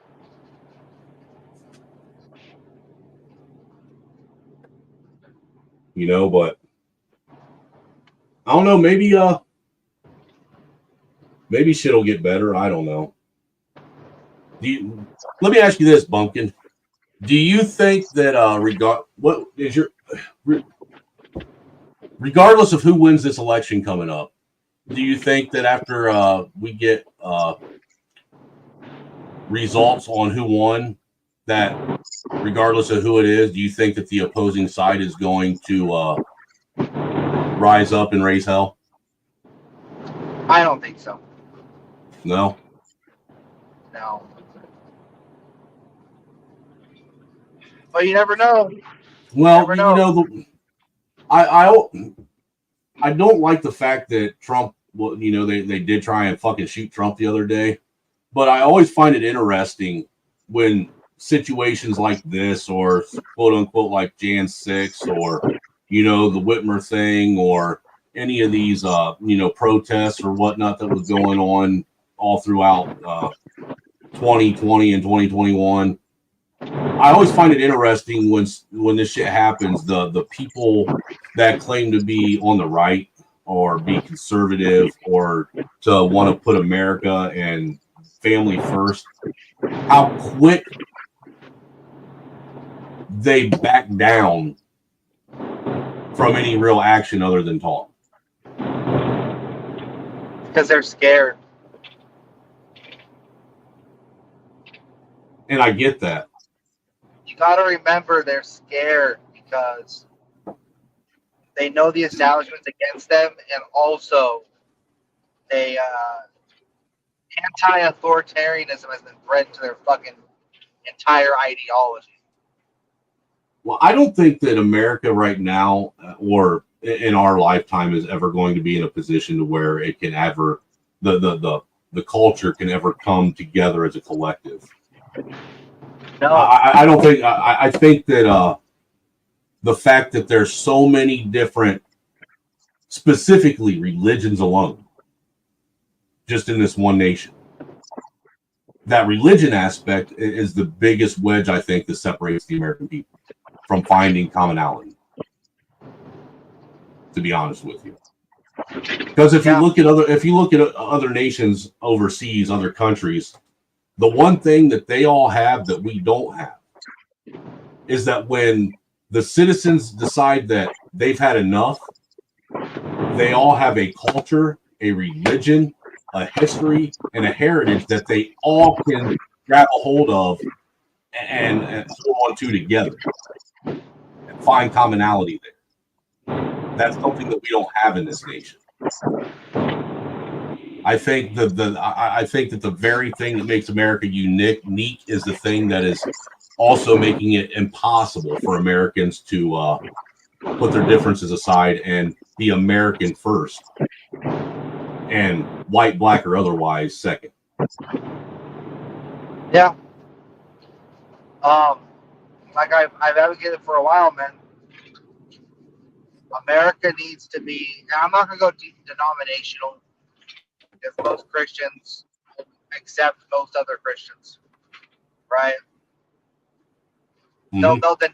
They'll fight a little bit, but at the end of the day, you know what I mean? They'll be like, well, they still believe in God. You know what I mean? Right. So that's why. But even that idea, the belief in God, is a dying belief now.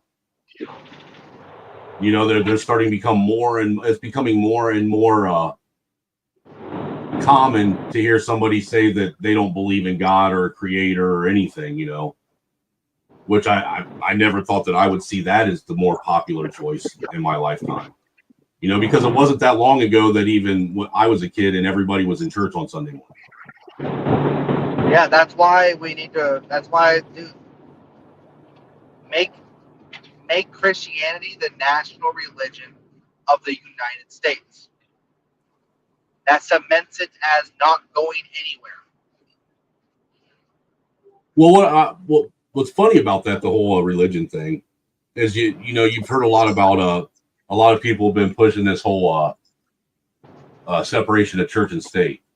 You know, now that you have Florida that said that they were going to start putting the 10 Commandments in front of courthouse or in schools and shit like that. So you got all these people pushing back on it. And they say, well, you know, the Constitution has separation of church and state. Well, no, for one, I would like for anyone to point to where it says in the Constitution there's a separation of church and state. Right. That it's not in the Constitution anywhere at all whatsoever. If you can find it, I'll kiss your ass. But secondly, the separation of church and state wasn't to protect the state from the church. It was to protect the church from the state. Yes. And that's something, and that misunderstanding, in my opinion, is something that is the reason why we've started going down this road. You know what I'm saying? Because the people have, and I think it was done intentionally. They've intentionally misled people to have this misunderstanding on what separation of church and state was and what its intent was. Because during during the revolution and during the occupation of major British soldiers, right, in the colonies, called the colonies back then, we know it as the United States of America. They would straight up set up garrisons in churches. They would fucking burn churches with people inside of it. You know what I mean? Mm-hmm. Yeah. Absolutely. I mean, that a lot of that shit was done in the late 1600s, early 1700s during the witch trials and shit like that. Yeah. There were a lot of witches that were burnt in churches, man, which is kind of wild if you think about it. Take what they claim is an unholy individual and put them inside of a holy building and then burn the motherfucker to the ground.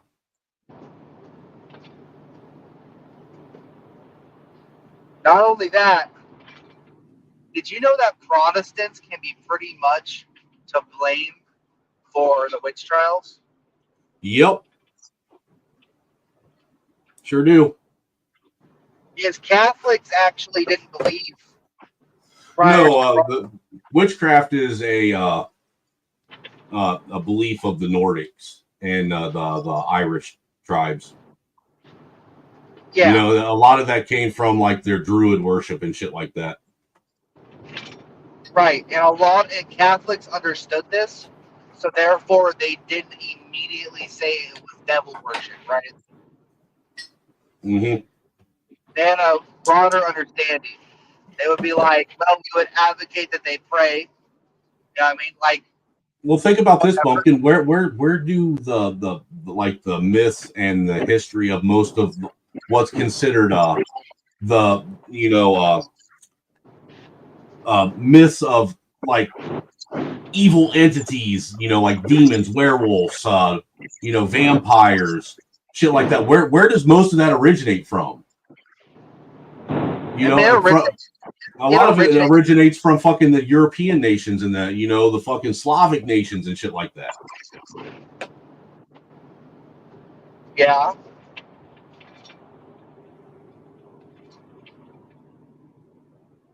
You know, so so I think that white people, white history, white culture, the European nations, we're responsible for giving a lot, but we're also responsible for creating just as much fucking chaos and fucking fear mongering as anyone else is. Yeah. If you want.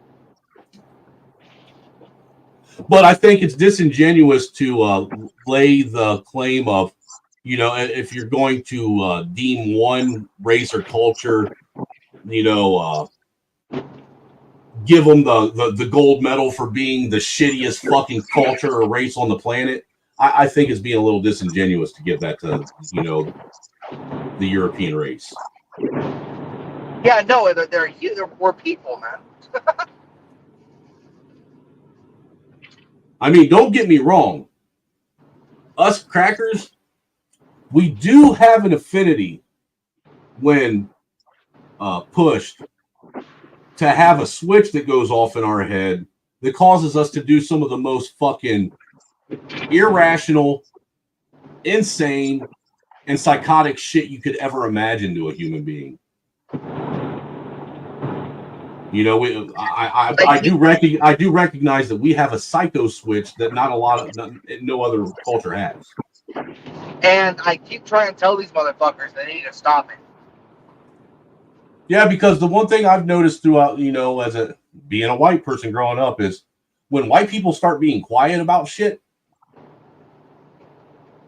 a lot of times that's when you need to start worrying. When they stop caring what your opinion is, which when they're just not giving a fuck what you're doing or what you're out there, what kind of havoc you're causing. That generally means it's because they're contemplating how they're going to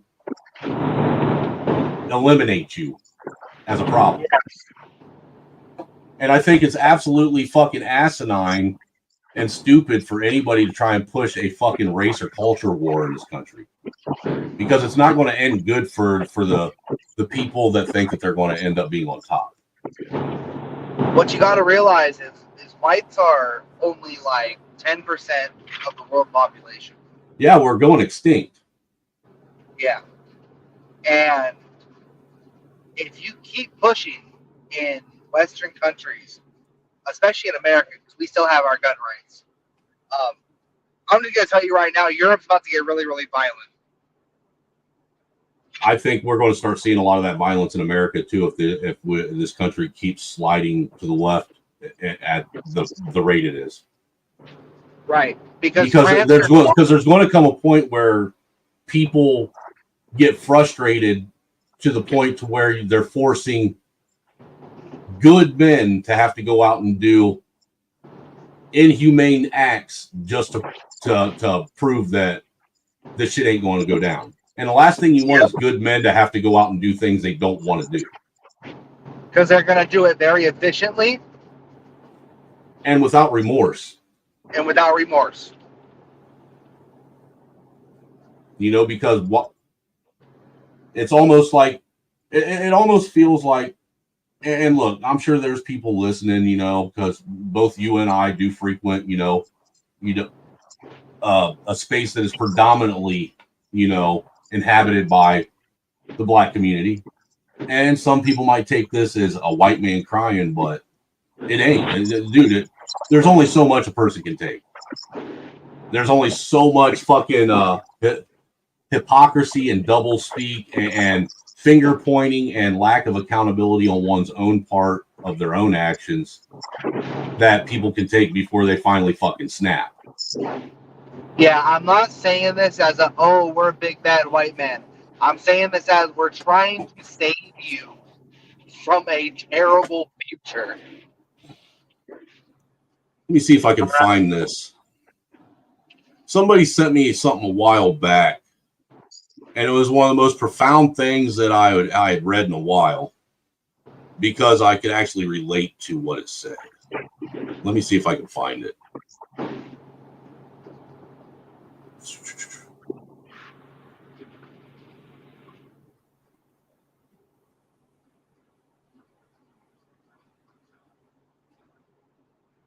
Like, people just don't know history, man. All right, we're talking about a people, right? Europeans, all right? Or European descendant people, okay? Right. You know what we did prior to fucking expanding outwards?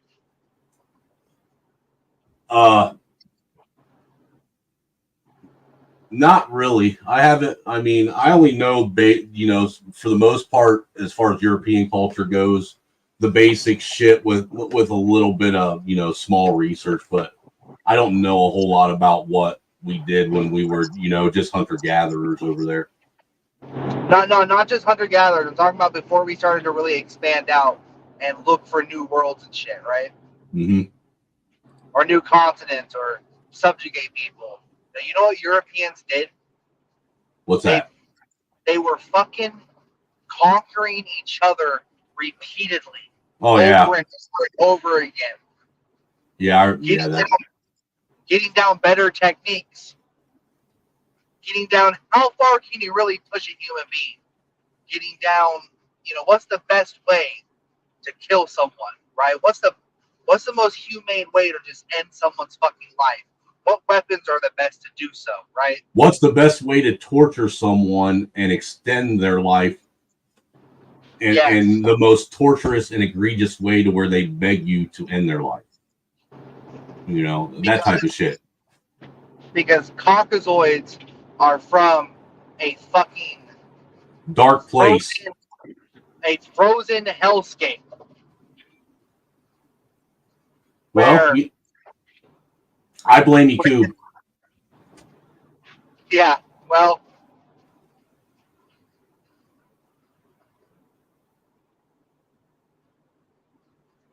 Where'd you go? You cut out. I'm here. Oh. I'm just saying, one of the things I've always questioned, and even more so since I've got on YouTube the last 3-4 years and I've been, somehow fucking put in this twilight zone that I'm in, how it is that, because I still have yet to get a feasible, tangible answer to this question. How is it that the inferior the inferior race of people that was created by a superior race and then imprisoned and enslaved. How did they manage to break out of their bondage and their imprisonment and then enslave the very creator that created them and imprison them? How did that fucking happen? How did your own inferior creation come back and put you in chains and bondage? Explain this to me and make it make sense. Do it on the fucking level to where a kindergartner can understand. Break out the crayons and the construction paper. We need all this. Because there's something missing, in my opinion, in all these stories that doesn't make sense and just makes it out to be like some fantastical fucking comic book story.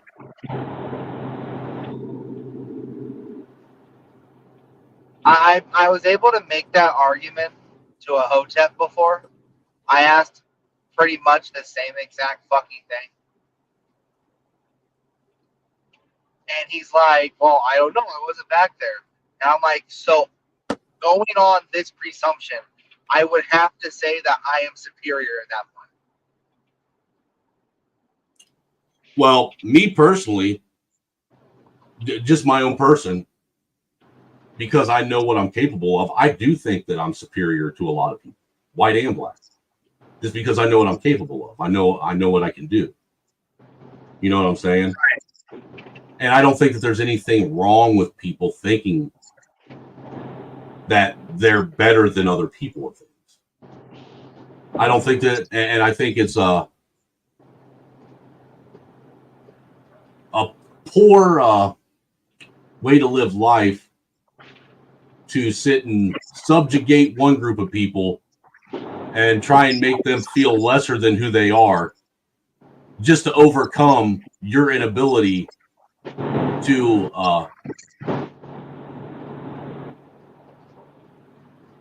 get yourself out of whatever trap that you can't get yourself out of. Because look, let's keep it real. Though we are all dealt different cards in this game of poker that we're playing, we're all given a hand. Yeah. And it's all up to you on how you want to make moves and how you want to play that hand. Nobody tells you how to do that shit. You know? You gotta know when to hold them. Gotta know when to hold them and when to fold them. And the thing is there's too many people that want to put the onus on other people for the very setbacks that they're imposing on their own children and their own communities. Yeah. Because, like with a lot of this shit, I've never seen in my lifetime someone that looks like me go into the hood and tell a bunch of black people that they can't do anything because they're black and because, the person that looks like me is going to do everything in their power to prevent them. I've never seen that in my lifetime, ever. Have I seen people, talk shit about another person of another race and use racial stereotypes just to piss them off? Absolutely. But someone go in and say, you ain't going to be able to go out and do this because I'm going to put up a bunch of fucking barriers and obstacles to make it impossible for you to reach the goals that I am trying to obtain. Yeah. Most of us, in all reality, most of white America and black America in 2024 all start out at the same starting point. And if you want to get really technical and you want to have a real discussion, a real talk, and be honest with yourself about things, there's actually more opportunities and more programs put out there to help people that don't look like you and I get ahead of where you and I are.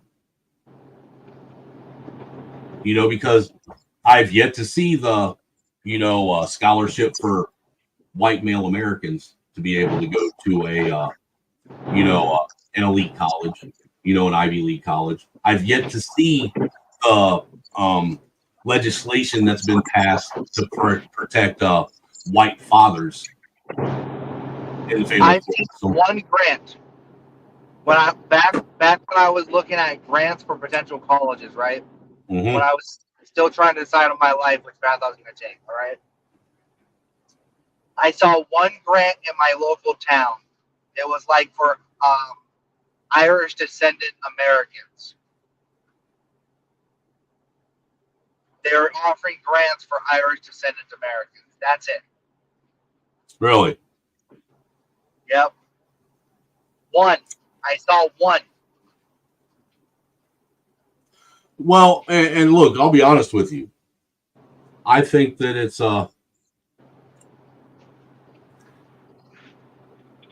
it says a lot about the person if they want when they sit and try and say that, you know, the what black people went through as far as slavery and shit, that it's something that's only unique to them. It's not. You know, this shit of, you know, white people have been oppressing black people since the dawn of time is so fucking. It's such a fucking, you know, childish argument that really doesn't serve to benefit anybody, that I don't even understand why it's even used at all. You know, because for one, none of us know any of that subjugation that any of our ancestors went through. None of us. We don't experience that in modern day. We have our own form of slavery that everybody is victim of in this country. But even with that, you still have a small sect of people that even want to try and say that with that they have, you know, have it rougher even on that issue.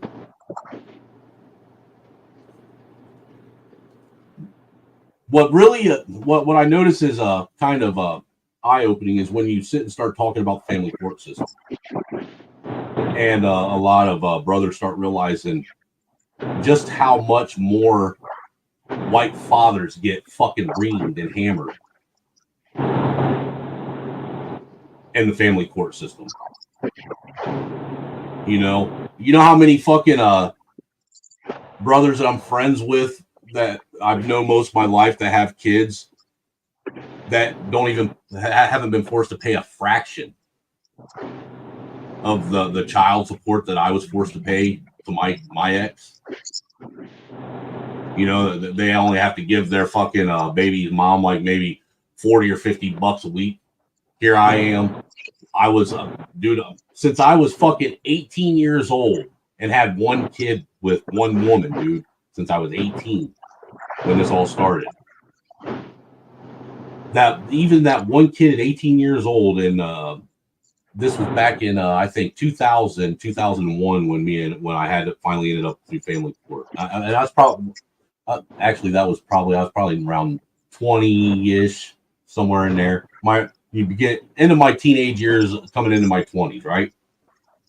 They were still hammering me then, dude. I was working at a gas station, right? Because I was only 19, 20 years old, right? Living in a one-room apartment. One room, as in a room with a bed and a sink in it, and had to share a community bathroom in this place. There was a community room with a TV and shit, all right?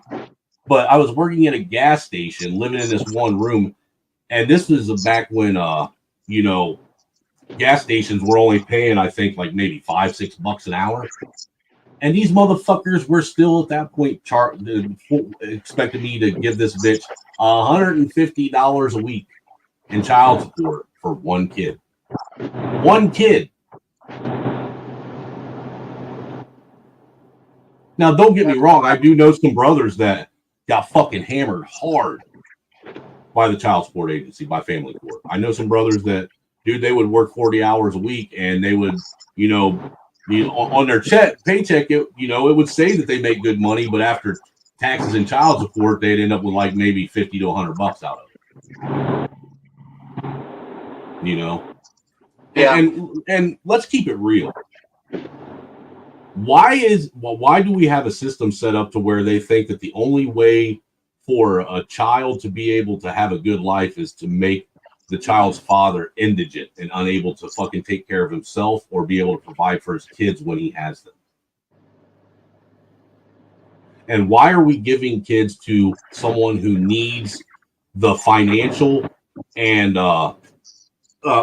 financial support of everyone else in order to take care of herself, even, let alone kids? Why in America do we make it standard and a common practice to take children away from their fathers who could actually support them, raise them, and protect and provide for them, and give them to an inferior human species that can't even provide for themselves, that go out and hunt for a mate that they can take from and not give anything to? Why do we give them access to these children and make them responsible for a life that's dependent upon that person to provide for them and give them all the things that they need to survive, when that person that you just gave them kids to can't even provide all the things that they need to survive for them damn selves? It don't make sense. It don't. It never has made sense. It never fucking will. It's one of them things that I will always be like, how did we get here? And why did the men fumble the bag so hard, so bad on this one? Well, how did these people sell this to the men and convince them that the best answer and response to this issue was to go ahead and have everything taken from you and make you have to work 3 times as hard to have 10 times less?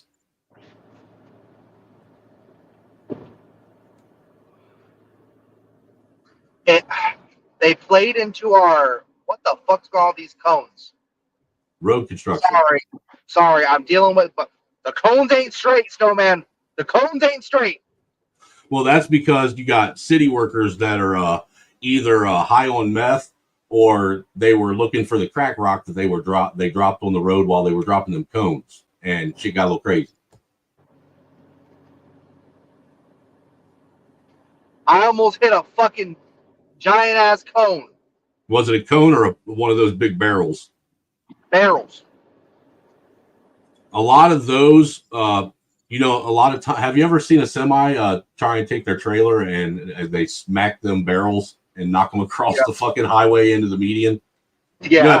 That's a game with truck drivers. You know that, right? That makes sense, honestly.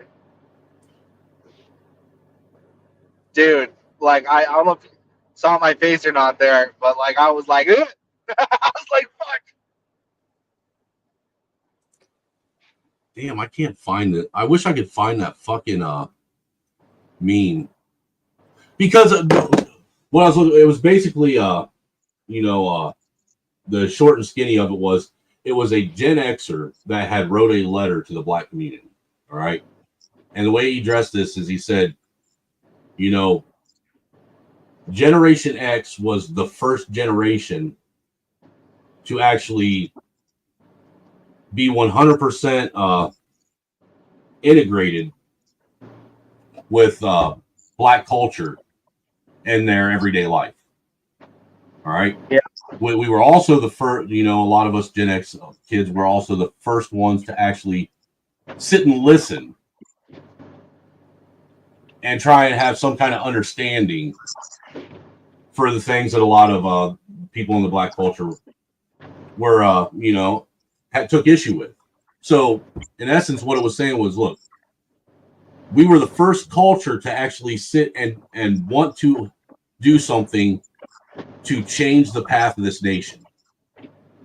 So when the white culture and Gen X stuck their hand out in solidarity to try and bring unity to the white and black community, what we had got in return was the black community didn't reach their hand out and instead gave us the middle finger. and said, fuck you. Yeah. So now you've left a lot of white culture with a choice to make. Do we continue on trying to, move down this path of, some mythical fucking fairy tale, unification of the two different cultures? Or do we just say, fuck it, and say, you know what, it's your problem, you fix it? But you can't sit and ask something. It's one of the things where you can't sit and blame a group of people for the problems in your culture. Tell them that they need to do something to fix it, and then when there's people that actively respond and try and do just that, you spit in their face and look at them and say, "Fuck you. We're not going to, there's nothing you can do to fix this. This is an in-house problem. Stay in your lane," type shit. You can't constantly be fucking pointing your finger at the big bag boogeyman, blaming him for all your problems, and then not expect the boogeyman to show up and give his opinion about your opinions of it. Right. And I love jumping on these Hotep streams. You have no idea, Snowman. When the white boy shows up, entire atmosphere fucking changes. Tell me something I don't know. You've watched me at work. You've watched all black panels. The whole fucking atmosphere, the way people are talking, the vernacular and everything changes as soon as I get on the panel. You've watched it happen to yourself when you hop on panels. The code switch instantly. Yep. And I don't think people should have to be yourself. Be yourself, exactly. Why do you feel? I don't understand why there's certain people that feel as though they have to fucking present themselves a certain way to some fucking average fucking piece of white trash like myself that's just trying to get by in the world. All I'm trying to do is come up from my own struggle, and not have to take my kids back to the same fucking shithole I grew up in. Exactly. I will never move back to the shithole I came from. Dude, my kids will never see a trailer park if I have anything to say about it. Well, I hate to tell you, but I might be moving back to the trailer park. But it's a nicer trailer park. Dude, I'm sorry that you have to deal with that fucking negativity in your life. Well, it's a different type of trailer park. It actually has rules, and it's mainly a lot of old people that live there, so it's different, right? Mm-hmm. It's like, there's a, to put it in perspective, right? There's a pet screening, okay? Mm-hmm. So that in and of itself is far different than the trailer parks both me and you grew up in.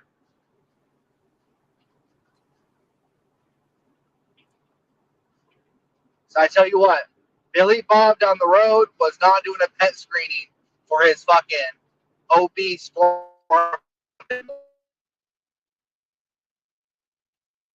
No, man.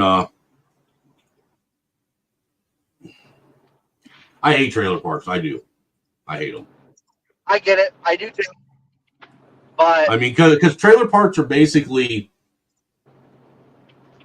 an apartment complex spread out vertically or horizontally rather than vertically. Instead of you being stacked on top of each other, you're stacked right beside each other. The wind blows and blows one trailer over, all the other ones beside them fall over like dominoes. Right. But what I'm doing is I'm also making it an investment, right? I'm not renting a trailer. I'm going to be buying a trailer.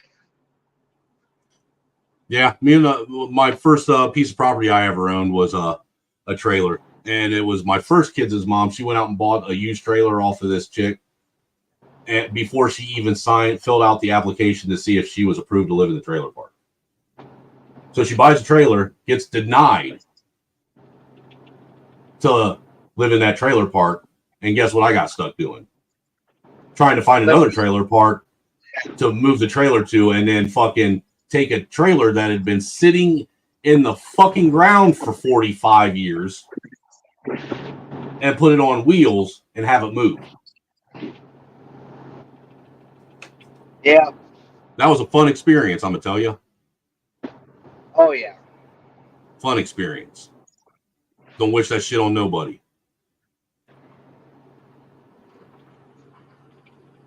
But again, though, you know,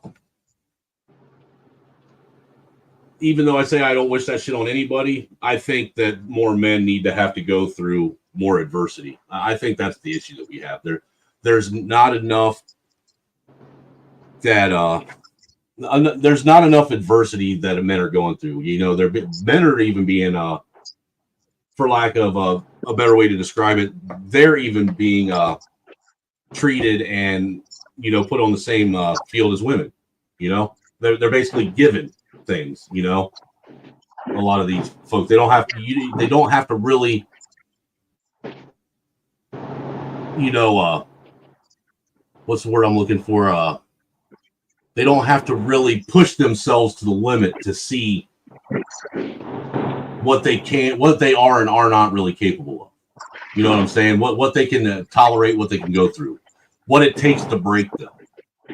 You know, and that's why nowadays you have so many people and men specifically that they break real easy. You know, whereas someone like me, the things that most people would lose their mind over and it would ruin their fucking life or their day, I brush that shit off my shoulder like it's nothing, you know? Yeah.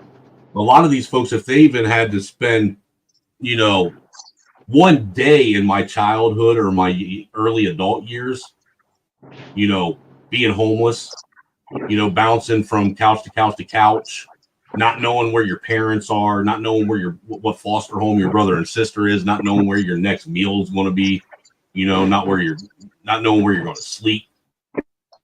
You know, most people wouldn't be able to figure that out. A lot of people would fucking end their life over that. You know? Oh yeah. And I think that more people should be forced to dig deep and find out just how far they can be pushed, what they're really made of, what's your metal. You know what I'm saying?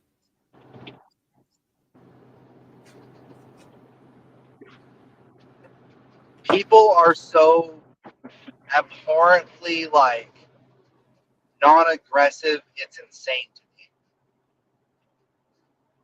Non-aggressive? Yes. Well, yeah, it's because women have taken over America, you know. Anti-bully culture.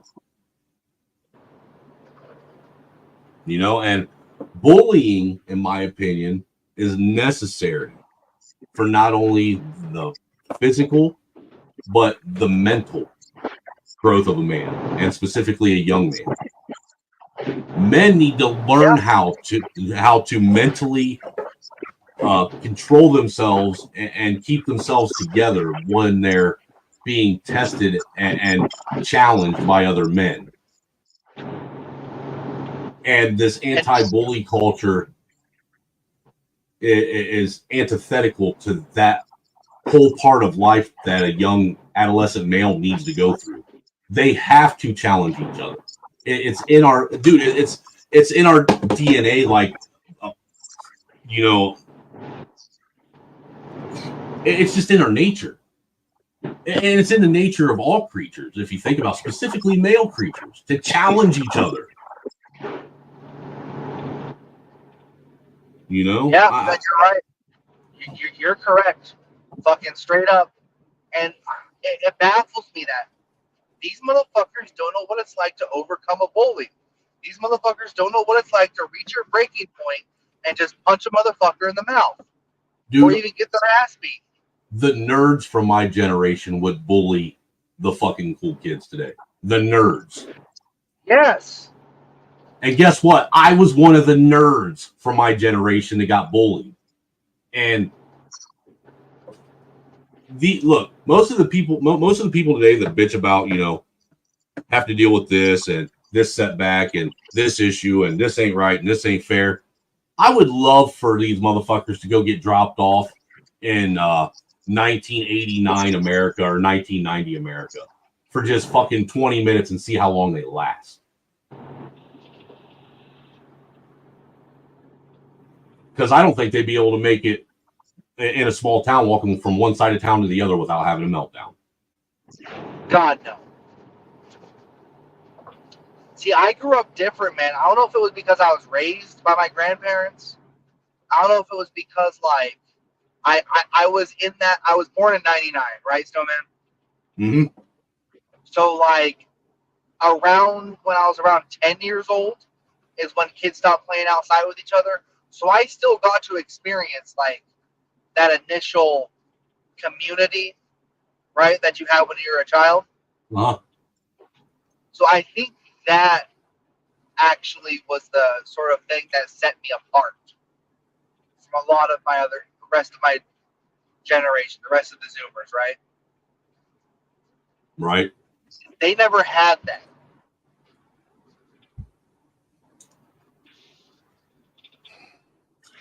I just think everybody today is a bunch of fucking worthless ass pansies, personally. They all want to fucking bitch and whine and cry about shit on the internet. They all think that they fucking know what's wrong with the country and have the answers on how to fix it. But all they want to do is sit and point fingers and blame everyone else for why they haven't stepped up to the plate and actually done, you know, the work to accomplish what they seem to think they know will fix the problem that they think is really going on. You know what I'm saying? All these people think they know everything, but nobody's willing to get up and actually do the work. And it's sad. It's really sad. You know, all these quote unquote men out here that act and operate and conduct themselves like fucking low hanging, pansy ass fucking meth whores that'll do anything for the next blast. You know, they don't even look, they don't even treat their kids like they're children. You know, you got these fucking people having kids just so they can have a new best friend. Fuck them. Look, my kids get locked outside just like I did when I was a kid. Because I'm not having you fucking run in and out. I'm not fucking trying to, you know, climate control the front porch for you. You know, and you don't need to come in the house every fucking 15 minutes. And you need to learn how to go outside and enjoy the real world and how to interact and engage with it. Yeah, you know, absolutely. Think I was allowed back inside? What? Think I was allowed back inside? Usually I lock them out. What I'll do is I'll lock the door as they go out. They'll try and get in a couple times, and then after they try and get in, I unlock it, and they don't even know it. You know, so the boy, he'll come over, and my studio is now the what you would call a 3-season enclosed front porch. All right, so in the summer I'm baking my ass, sweating my nuts off out here because there's no air conditioning. And in the winter, I freeze my balls off out here because there's no heat. Yeah. You know, but I gave up my dungeon that was in the climate control part of the house to the little demon my wife just had last year. You know, because I figured, you know, how is a demon supposed to grow to their full potential and be able to, you know, rule the world if I force them to have to deal with all this bullshit out here on the front porch? You know, what kind of demon father would I be if I made my demon spawn sleep on the front porch instead of giving them the bedroom I was using as my studio? Snowman, I just saw the coolest lightning I think I've ever seen. Lightning? Yes. Have you ever seen a lightning storm before? I have not. One night, me and my brother, or my stepbrother rather, we were riding our bikes from one little small hick town to another one. And while this was going on, there was this big lightning storm going on. It's like in the middle of summer. And one of the wildest fucking lightning scenes I ever saw was we were riding our bikes down this highway, and down the road on either side of the highway there was like a rather wooded area on each side. All you saw was trees on both sides, right, of the road. And this lightning popped off, and when it popped off, it came out of the sky on both sides of the road, and it looked like lightning fingers shooting out of the sky, reaching down into the fucking woods, trying to pull trees out of it. The wildest shit we ever saw in our life. It was wicked, dude. Wicked as fuck. And then that same night, because we saw that lightning come down on both sides of the trees, we decided to take a detour rather than keep going down that road and take a chance of getting hit by lightning. We went down another road. Yeah, that was dumb, because what ended up happening is we're pedaling along, and this is a big it's a road, and then it opens up, and there's a big fucking empty cornfield that they weren't growing anything in. And we saw this fucking bolt of lightning drop out of the sky and hit the ground, and the ground exploded where it fucking hit the fucking ground, dude. But it was so the charge from it was so fucking powerful. When it hit the ground, it had to have been at least like maybe 150, 200 yards away from us. But there was a delay from it hitting, but we could feel the electricity course through our bikes as it spread out across the fucking ground towards us, which was pretty fucking wild too. Like, both of us, our hair just instantly stood up, like hitting one of them fucking you know how you grab one of them electricity balls and it'll make the hair on your head stand up and shit. Same thing happened, man, when the fucking electric got to us from that bull light. I also have a friend, a couple that are married that I've known most of my life. These motherfuckers are so lucky. Not only were they both struck by lightning at the same time once, they've been struck by lightning at the same time twice. Jesus. Both times while riding a four-wheeler during a fucking thunderstorm. They were actually hit by lightning. Right. The girl's husband, my friend, he got hit right in the chest and went through him and blew her right off the back of the fucking four-wheeler. He had a big black mark on the front of his chest, and she had a black mark on her back. The odds of getting hit by lightning are fucking astronomical. The odds of getting hit by lightning twice, that's crazy. Yeah, they need to go pray.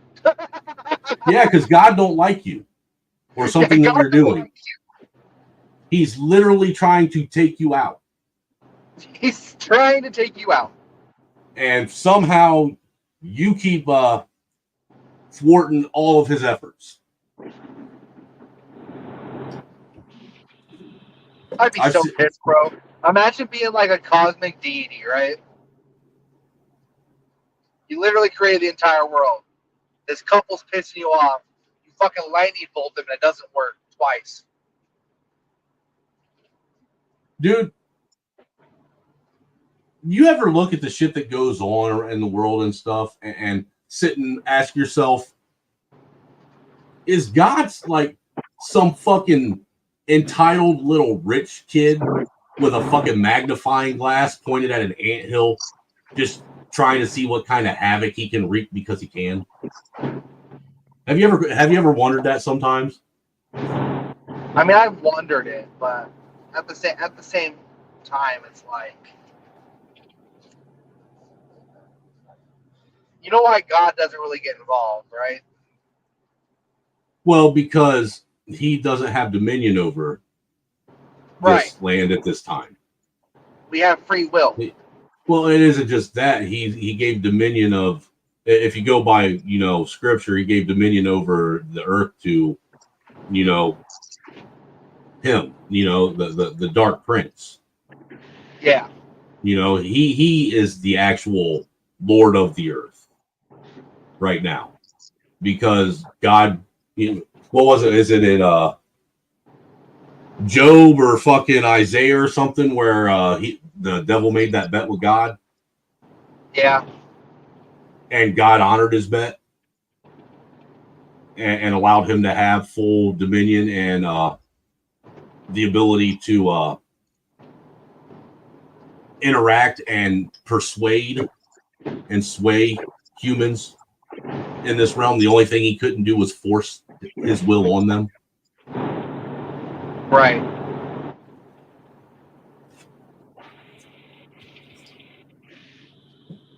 Look, I'm just saying, to me, with some of the shit that goes on, some of the crazy nonsense that just don't make no sense. It's like watching a fucking kid who's been given everything, who's bored with all this shit, just basically, wreak havoc on all his toys and shit. You know what I'm saying? Yeah.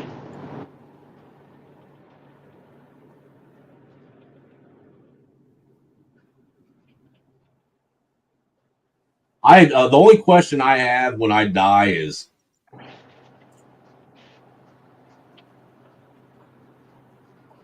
why couldn't I be 7 foot tall with a 12-inch dick? That's the only question I have. Why did I have to be 5'11" with a deadbeat father and a addict for a mother?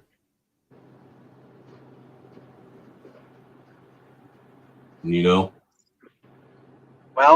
the other thing, actually, the real question I have for him is, what is the criteria and the determining factor that you use to decide who is born into privilege and who is born into poverty?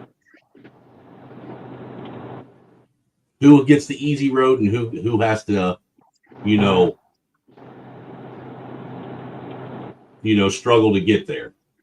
What's his criteria? What's the deciding factor on what souls he decides he's going to, put the privilege on, give the privilege to, and who's he's going to challenge with adversity? You know what I'm saying? And I think that's a fair question. Yeah.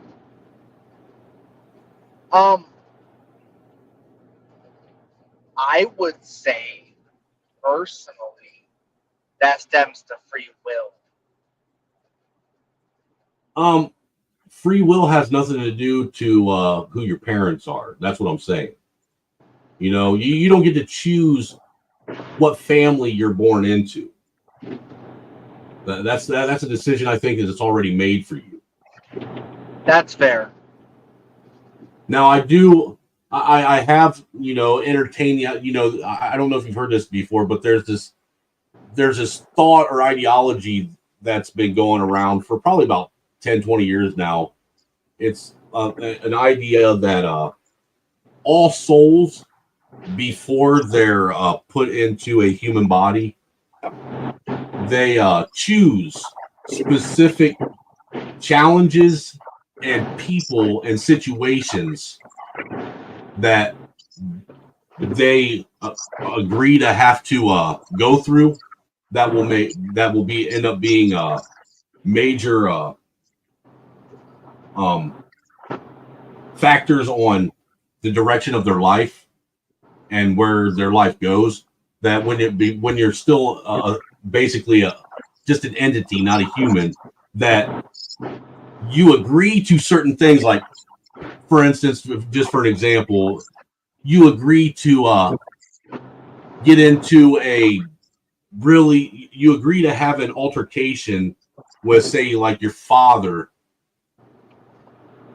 just to see if you will handle it the way you thought you would, knowing you're going into it, but now you're unaware that you chose this and you're going through it, if you're going to handle it the way you thought you would. You see what I'm trying to say? Yeah, I see. And and there's a lot of people that think that there's things that happen in your life that you agreed to before you became a part of this reality. Because have you ever looked at an infant child and looked at, paid attention to their eyes? And like my 1-year-old, when she was just a 6, 7, even now, really, when you look in her eyes, it almost looks like there's something that she knows. All right. that she knows that she's about to forget because that's what happens, that she wishes that she had the ability to articulate and share. That way she can be reminded when she gets older and she's forgotten. If you understand this weird paradigm I'm trying to describe. Yeah, I understand that. You know, there's almost like a, you can tell it's almost like there's a very alert and knowledgeable person inside that head. They just haven't learned how to use the body that was given to them yet to express what the knowledge and information that they know before they lose it and have to, you know, start coming into who they are. Because I'll be honest with you, I think our awareness when we first come into the world is entirely different, and we lose something, a part of ourselves, to learn how to become ourselves. You know? Yeah. It's really hard for me to articulate what it is I'm trying to say. You know, because I guess it's more on like a philosophical level. I get you. You know, because I don't think my consciousness and my soul are connected to each other. I think they're two entirely different things. I think they are as well. Because I remember reaching consciousness. You know, it's like we have our body is the vehicle that's being driven. Yeah. You know, our consciousness is what's operating the vehicle in a sense, in tandem with the soul. But neither the consciousness or the soul dictate what one or the other does, but they're subject to the decisions that one or the other make. You know, it's like, have you ever sat back and pondered why you can't have a thought before you have a thought? Like, why can't you tell your brain what to think? It just thinks. You know what I'm saying? So your brain is operating on its own. But, you know, like a fucking computer, you know, it's operating on its own, but it's like, I don't know. I'm just rambling. You're good. You're good. It's one of them things where, like, I was watching this documentary where this guy was trying to prove that consciousness is separate, but it's separate but tied to yourself. Like that I guess they've done studies and they've weighed people when they're alive and after they die. And you know that when you die and your soul leaves your body or your consciousness leaves your body, that you actually lose weight. Yep. So there's actually something leaving you, going away. So, but what attaches this person to this? Because who am I? I'm not this body that I perceive, right? Because I'm something else entirely different. All I see is outwardly, but I'm inside of a body. So what are we really? You know what I'm saying? What do I really look like? What am I really, you know, made of? You know, what kind of entity am I? Yeah, it's true, because it's proven that something leaves your body, and not just air. Something leaves your body at death. Mm-hmm. And dude, like, just to lend credence to that, I mean, and this is purely 100% anecdotal. What's good, Resla? When my mom passed away, you know, my mom was laying, I was sitting there you know, basically had my arms wrapped around my mom, you know, singing to her and whatnot. And when my mom took her last breath and left this plane of existence, I felt what we would call my mom's energy, her life force. I felt it leave her body. I felt it. Yeah. Which was the weirdest thing I ever felt in my life, because I didn't know how to explain what it felt like. I just felt a presence was there, and then it was gone. And then just gone within an instant. You know, and while this presence was still there, and while my mom was going through this transition, the room, the living, because my mom had hospice come to the house, and she died in her home, in her bed, in the living room. You know, but there's only like me, my sister, my brother, my stepbrother was there, my mom's old man, you know, her brother and sister. There's probably maybe like a dozen of us sitting there between the kitchen, the living room, and it outside. But the closer it got to my mom making that transition from our reality to what's after this reality, the more crowded that fucking house started getting and feeling. On a on a like a spiritual level, because nobody knew came. It just felt like there was a lot of fucking people in that room waiting for something to happen. And when my mom took her last breath, all that crowdedness instantly gone, right along with me feeling my mom's, you know, life energy leave. It was just gone within an instant. You know, the nurse didn't even need to check my mom's pulse, because I told her when my mom took her last breath. Yeah. My grandmother, right, died of lung cancer when I was 10.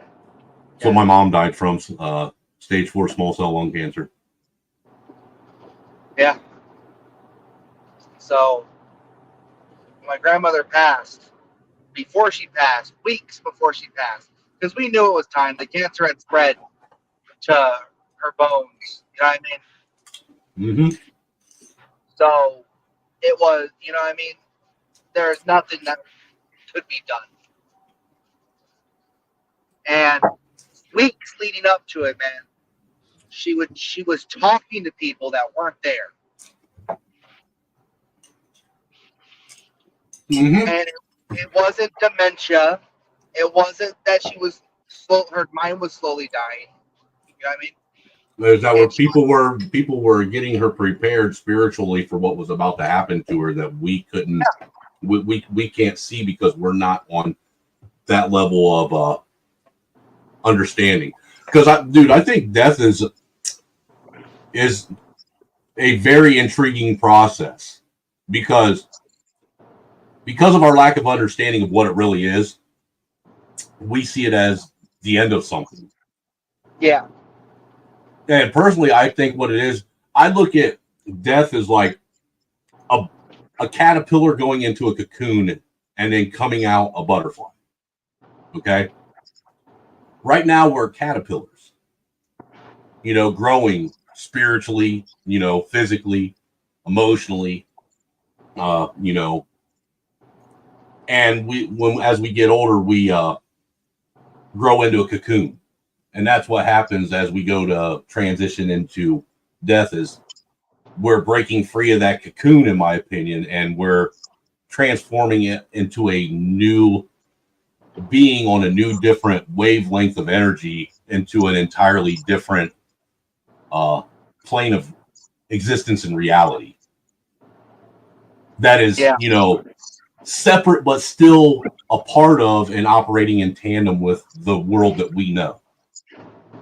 Right. And it wasn't even just like random names either. No, she was mentioning family that has long passed. Like her dad, her mom, her wife, brother. when my wife's dad passed away in the hospital, because she was with him when he passed, and she said her dad was doing the same thing right before he passed. Yeah, she said he'd actually called out to his own dad. You know, hold on, Dad, I'm getting ready to.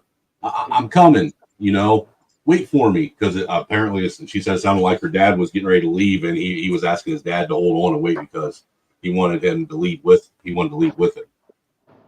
You know? Yeah. So She said it was, and she said she got the same feeling. She was the only person in that hospital room with her dad. She was with being when my mom passed in that room, and she said she got the same feeling that we both got at when my mom passed in that room in that room with her dad in the hospital. It was just her and him, and she said it felt like there were probably 40 or 50 people piled in that room waiting for him. Waiting. Yeah. Good morning, guys. I just What's up, Aviated? Yo, I just wanted to say hi to Angry Snowman, bro. Snowman, I was just wanted to say hi to you, man. I thought you were already asleep, bro. How's everything, bro? Not too bad, man. I'm getting ready. Actually, I am getting ready to end this here real soon. I've actually been talking to Bumpkin longer than I wanted to, but I figured I'd chop it up with him a little bit more since he's on the road by himself and the sun ain't up yet. But nah, you could last another hour. You could last another hour. Come on, I'm just joking. Bumpkin, you up late, bro. Driving this time, bro. Yeah, man. I'm fucking. I'm going to the RNC. I'm going to Milwaukee, Wisconsin. yeah, and I'm going to Chicago to meet up with Dirty later today, and then me and him will be up in Wisconsin for the RNC Tuesday, possibly Wednesday. That's great. That's great, man. Yo, you guys were talking about the Trump shit, bro. Like, that's crazy, man. What these motherfuckers did, bro. I heard that they caught the guy, bro, and it was like the weirdos. You know the weirdos. You know these weirdos out there. You know them, right? You got to be more specific, man. We live in 2024, and there are not only different levels of weirdo, but different classifications and categories. So you need to be a little bit more direct on which weirdos you're speaking of. You know the left weirdos and Antifa group and shit like that. Okay, yeah. I got you. The organization is just an idea, not an actual organization. I don't call it an organization. It's a terrorist group. To me, it's a terrorist group. If you want my opinion, I think they're a subsidiary branch of Black Lesbians Matter. They're ISIS to me, bro. I don't trust these I people. hope I get to meet them tomorrow. I hope, or today, or the next 4 days. I hope Antifa shows up. I hope so. Dude, Antifa are some of the they're weird people. They really are. Yeah, they're weird, very, very weird, bro. Like,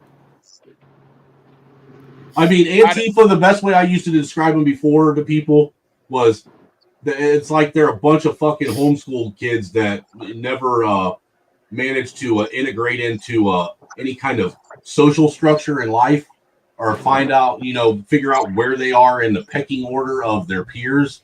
And now they're socially awkward and don't know how to conduct themselves properly. And it's like a fucking grown ass. It's like a preacher's daughter. Snowman. Being released into the world without any supervision. It's not that, Snowman. It's not that, Snowman.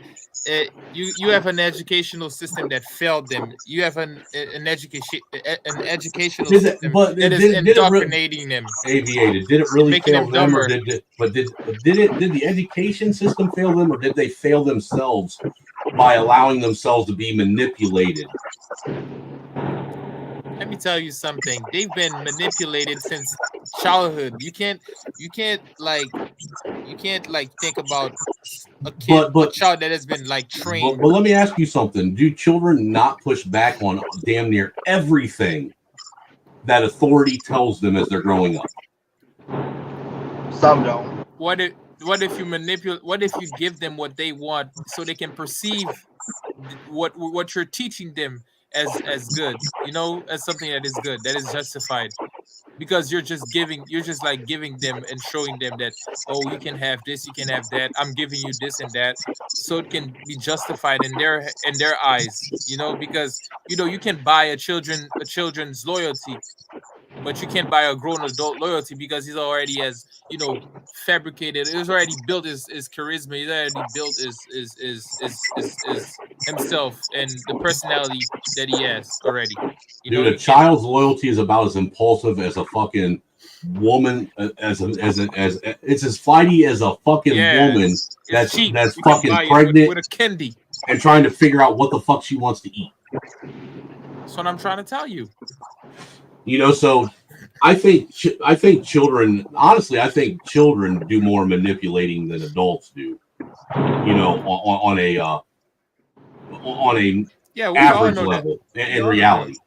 But I do think that there are people. I will. There is some credence to what you're saying. I do believe that there's, you know, bad faith actors in our education system. Specifically, the fact that, you know, we have the vast majority of our children's education system is put together, run, and conceived by these liberal fucking feminazis, either white or black, Weirdos. that only want to see the demise of, you know, anything good and masculine and male in this country. You know, they're a bunch of weirdos. I see them at when they come to these like middle schools, these fucking kindergarten schools and shit like that, and teach these kids about drag queen shit. Like, it's weird, bro. well, isn't it wild that it went from, well, I don't know how it was when you were in school. I'm 45. When I was in school, we would have like, you know, state senators that were running for Senate or, you know, the House or, you know, General Assembly members that would come to the junior high school or the high school and, you know, basically have talks with us, or we would have people. There would be people that came in that were, you know, experts in yada yada yada. You know, musicians that were, you know, classical music. We'd have people that were, you know, established, you know, and were doing something and sharing something that could potentially better someone's life. I think it's interesting how we went from that to now we bring in a bunch of fucking morons that are confused with who they are, what they want, where they're going, and how they're going to get there, so they can come in and talk to your kids and confuse your kids even more about the confusion they already have, listening to someone who's confused on who they are, trying to tell them who a woman and a man is or isn't. It's some wild shit, dude. It's wild as fuck. It's like polar extremes to the 10th power. Listen, Snowman, all I'm going to say is if you're near me, right, and you're doing your stream or whatever, and I'm doing street interviews with NF guys, and there's Antifa there, and you hear me say the phrase, all right, let's run that shit, just know either you're down or you're not, homie. All hey, right, dude, look, it's like this. If I see somebody out there and there's people that are doing things that trying to harm someone that I know that I have some kind of, you know, friendship or relationship that I built with them, dude, I ain't going to just, dude, I'm not a pussy. I'm not one of them guys that say I got your back and it means that I got your back way over here on the back 40 of the fucking field. Yeah, I know. Angry. Let me tell you something. They're the only group of people that use violence.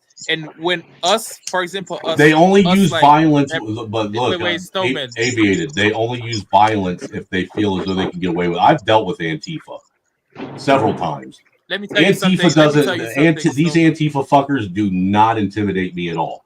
Me too. That's And they know, and they know when they're not being in. Go ahead.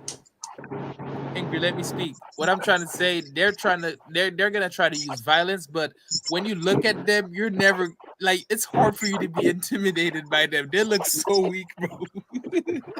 Sometimes you feel bad for them. You're like, I don't want to harm him. I don't want to harm him because I might do something to him and I might just punch him and he might die by mistake. I might just kill him by mistake. That's what you're trying to say. You know, a lot of them Antifas. Well, a lot of the Antifa, the way they present themselves, it's done intentionally for you not to take them serious. They don't want you to take them serious because if you don't take them serious, then they can go around, you know, unchallenged and unobstructed and actually gain the very training and knowledge and understanding that they need to gain in order for them to be a combatant and a real force for you to have to contend with. I was telling people 10 years ago, before Antifa was Antifa, and they were running around as Black Bloc doing this movement called a Black Bloc, where they would actually have 20, 30, 40 fucking young adults all dressed in black covering their face. And what they would do is they would line up in rows, 12 people long, 5 or 6 people deep. And then they would sit there and use that as a way to force, basically to disrupt whatever, demonstration or program you were trying, or information you were trying to give out. That's what and then they morphed into this fucking Antifa shit.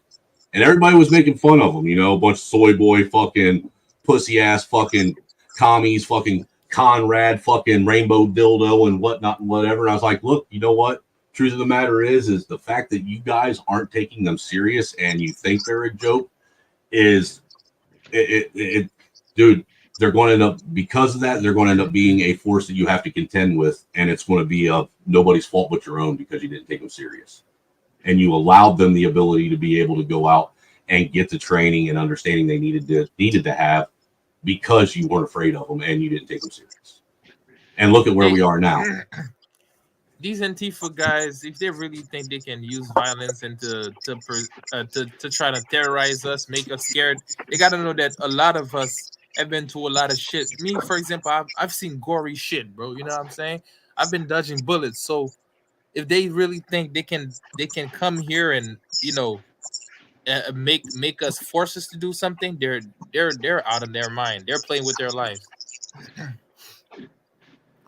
I'm curious to see what's going to happen this week, because there's something inside me that tells me that there's going to be something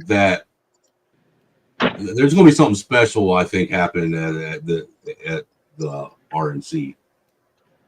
That's going to that's going. I don't know what it's going to be. I don't know what's going to happen, or I'm not trying to pinpoint something specific. I just got this feeling that something's going to happen.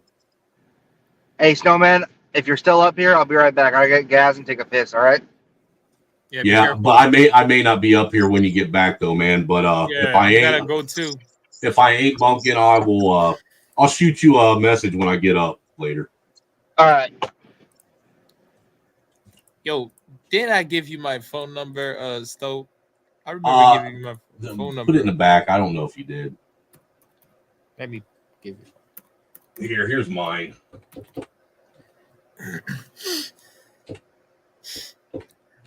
If I don't initially answer, if you send me a message and it's 2 or 3 days back before I respond, it's not because I'm being a dick. It's because I don't ever fucking pay attention to my phone.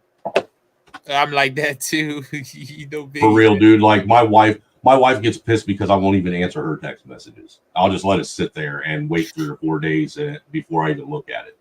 Yeah, me too, bro. The problem is that sometimes I be listening to music if I'm on my phone. I only use it for music, you know what I'm saying? Or I use it to watch podcasts, and I just put it somewhere if I'm not using it. Dude, I'm not one of them people that have to have my phone on me everywhere I go in every room. You know what I'm saying? Like, yeah. I will literally put my phone on the coffee table or on the fucking counter in the kitchen and forget about it. That I put it there, leave, be gone for fucking 6-7 hours. The wife try and call me while I'm gone and hear my phone ringing in the kitchen. Because that's how much I care. I don't give a fuck. The most freeing time of my life was when we lived in Muncie. I got rid of my phone because, actually my phone croaked out, so I didn't go buy a new one. You know what I'm saying? And what I did is I got a hold of the internet company, and I had a landline put at the house. And I didn't get a cell phone. I told people, if you want to get a hold of me, get a hold of me on the landline. The wife allowed that to slide for 2 months. So for 2 months, I didn't have the leash on me. You know how fucking freeing and how great life is without just a fucking cell phone. Yes, bro. Oh my god, dude! Outside in nature, when you dude, it was the greatest. Dude, I'd never felt so peaceful in my life. Yeah, it's true. I was able to go out and drive around and actually enjoy it, not have it disrupted. You know, I think that's the problem. You know, too many people want their lives disrupted or interrupted by outside influence rather than enjoying what they have and you know, embracing it. You mean trying to build their persona naturally through, you know, through experience, through going through shit. Yeah. No, not being like, not constantly looking at people go through shit, or looking at or being into other people's shit, and just like, you know, make your life even harder, because people always gonna call you. Some people gonna call you to solve their problems and shit. Yep. But you know what? I think that is a testament to why people are so weak. Nobody has to figure shit out. They can, the vast majority of people can rely on someone else to answer and fix all their problems for them, rather than them actually have to sit and problem solve and go through the steps to figure out how they got there and what they got to do to change it and get out of it. That's true. That's true. You know, there's certain things that people say aren't necessary for someone to actually go through to understand certain aspects of life that are necessary. Yeah. You know, there's a lesson in everything you do in life. Yeah, that's true. You know, like the other day, my wife and the boy were outside playing dodgeball, and the wife beamed him right in the fucking face and gave him a fat lip and caused him to cry playing dodgeball with him. You know what the lesson he learned? You know what the lesson he learned that day was? To learn how to dodge. To duck, dive, dip, and dodge. The 4 Ds. I remember that's the same. That's the and, same. And to never, ever, ever trust someone just because Yep. they gave you life. My dad always told me that. My dad always told me not to trust anybody. Nope. A lot of times you can't even trust your own first judgment. Question yourself. Yep. You know what my, like, when I was growing up, my dad put me to a lot of like program, to a lot of clubs and shit like that, because you know what, he said that he always told me that to solve problem you need fast reaction. So he said that you need to go through, you know, to risky situation so you can learn how to figure out, or you know, put out solutions fast, because when there's a problem, there's a limited amount of time to fix that problem. So you'll have to train your mind to fix problem at a faster rate. You know? I think the lack of adversity, the lack of forcing a child to challenge themselves and push through, to problem solve, to all these things are why we have children today and young adults that aren't capable of, you know, making a decision like whether or not they want a bagel or toast for breakfast without someone, you know, making a suggestion for them. There's too many people that have to be told what it is they want rather than figure out what it is they need. Yeah. You know, and people, the problem is that people are trying to look for their purpose into another person's purpose too. You know, that's why you have like, yeah, that's why people like these kids are doing. That's why when you saw, like, for example, Andrew Tate, you saw a lot of these kids were following Andrew Tate and shit like that, man. I was calling it bullshit. Like some dudes are following Fresh and Fit, telling them to be promiscuous, to be this and that. I'm like, what the fuck are these niggas telling these kids? Yeah, that being with 50 women is some of the dumbest fucking advice I've ever heard in my life. Nothing says, hey, why don't you go out and fucking play Russian roulette with your fucking life and risk actually creating the very problem that you're trying to avoid by going out and having, you know, reckless fucking intercourse and coitus with 50 fucking bitches that you don't have no clue who they are, where they're from, and where they're going, just so you have an understanding of what the difference is between a hoe and a housewife.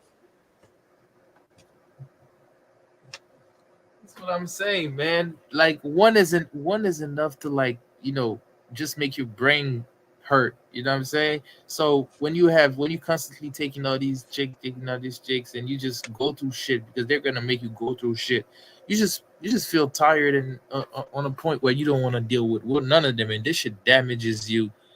And when you find someone that actually you can have a conversation with, like when you find a chick that just doesn't just want you to sit down and she can talk her shit and not say shit, but when you really you meet somebody, a chick that actually has substance, actually can hold a conversation, you're just gonna be, you're just not gonna be able to conversate because you've never had this in your life. You know what I'm saying? You never had met you've been through so much, you know, to so much shit that you don't even have time for that person that actually has something that you can learn, or something of substance that she can speak with you. Because there's a lot of chicks that can't even hold a conversation. The only thing that they can speak about is Instagram, is am I pretty, oh I like this food or this that. Like, this is not a conversation to have, bro. Come on. Right. You meet a girl, bro, you should have some deep ass conversation with her. Like, you can't talk about some political shit with her. You can't talk about um the activities that she like doing. If she's like a cyclist, you can talk about, oh, this bike model, oh, this that, oh. Or if she's like a gymnastic, you can talk about, did you went to this championship? Oh, I was also into sport and I was doing this and that. Yeah, man, like, you hold a conversation and she hold a conversation. She's not waiting for for you to stimulate her mind.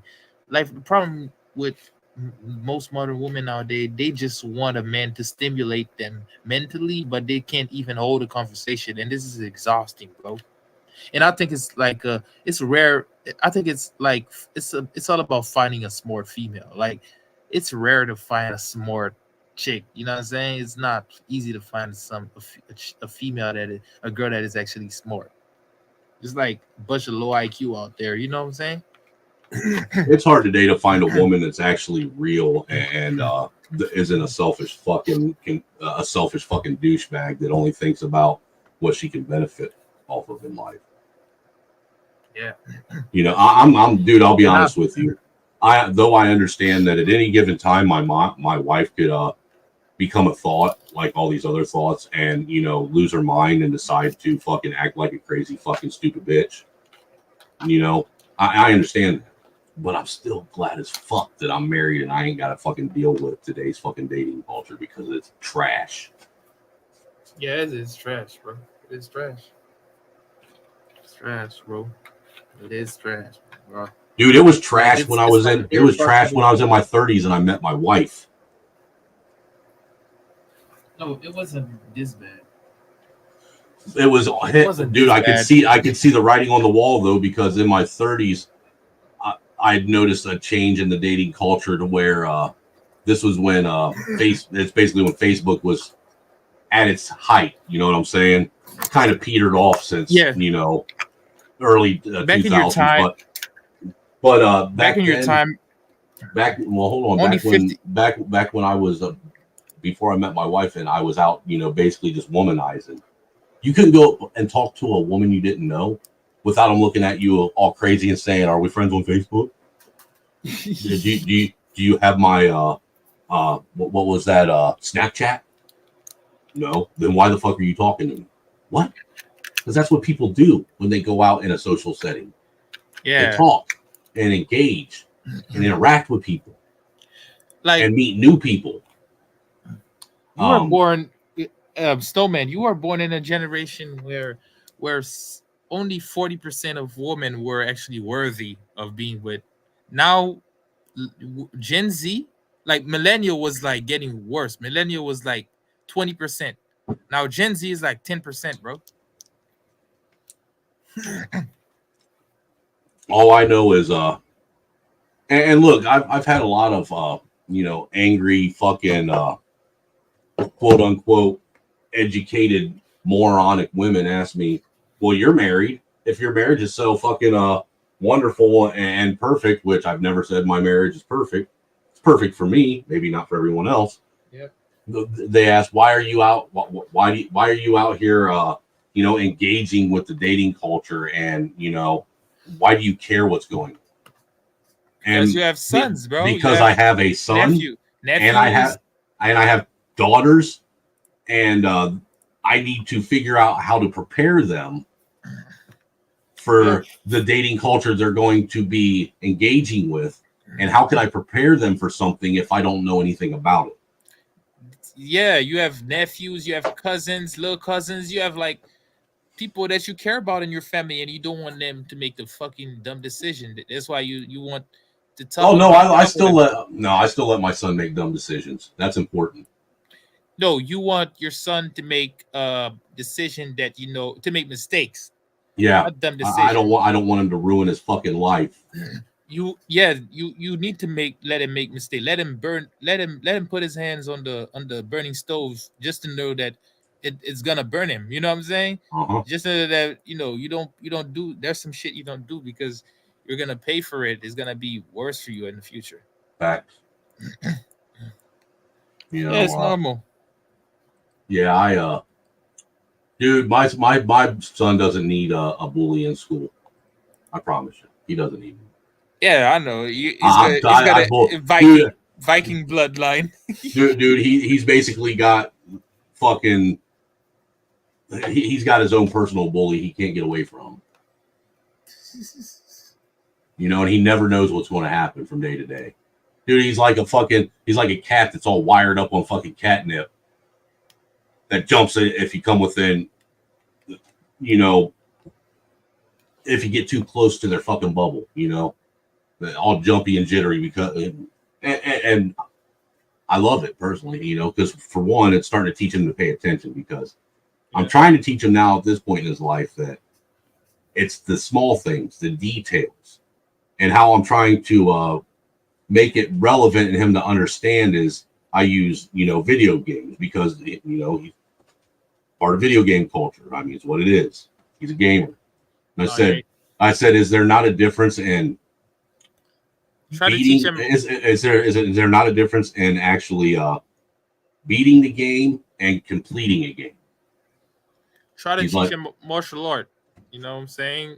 Try to teach him martial art, and gaming is good when you play like action game because gaming help your reaction time. It help you react to hits. It help you react to certain situations. Well, the only thing the gaming aspect I utilize to try and get my point across is, he only sees what's big enough to be relevant to him. If you understand what I'm saying, he's a kid, so he overlooks something that's blatantly in your face, but and should be done, but overlooks it, or he doesn't see shit, yada yada yada. And I was like, look, in order you can win, you can beat a game, play it from start to finish and actually beat the game, or you could complete the game. Yeah, and he knows the difference. So I said, how do you complete a game? How do you completely just master and beat a game in its entirety? Earn the achievement. He said, well, you look for clues. I said, and how do you find clues? You look around. I said, is it not looking around and paying attention to the detail, the small things, not the big things that draw in your attention? You got to actually look for the details. I said, if you can get a grasp on that in real life early on, life will be simple because that's where it all focuses on, is in the small things, the details. If you can get that figured out and pay attention to that stuff, everything else will be a breeze. Yeah.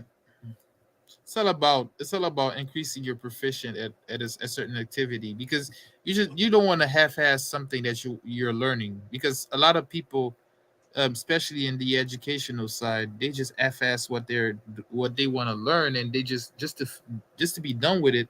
Then after that, they don't really learn anything because they don't really, teachers don't teach like they used to teach us. Yeah. That they get a packet that's printed out and they make kids teach themselves. Yeah, that's true. And that's not that. Why? How are you going to label yourself a teacher if all you're doing is printing out the lesson plan and expecting the children to teach themselves, and then you quiz them over what they taught themselves. You are not a teacher. You are a secretary handing out work from someone else for someone else to do, and then judging them. That's all you are. You're a secretary and a babysitter. You're training robots. You're training, you're training kids to follow instruction. You're not training kids to, to build themselves up. That's the problem too. That's why you don't.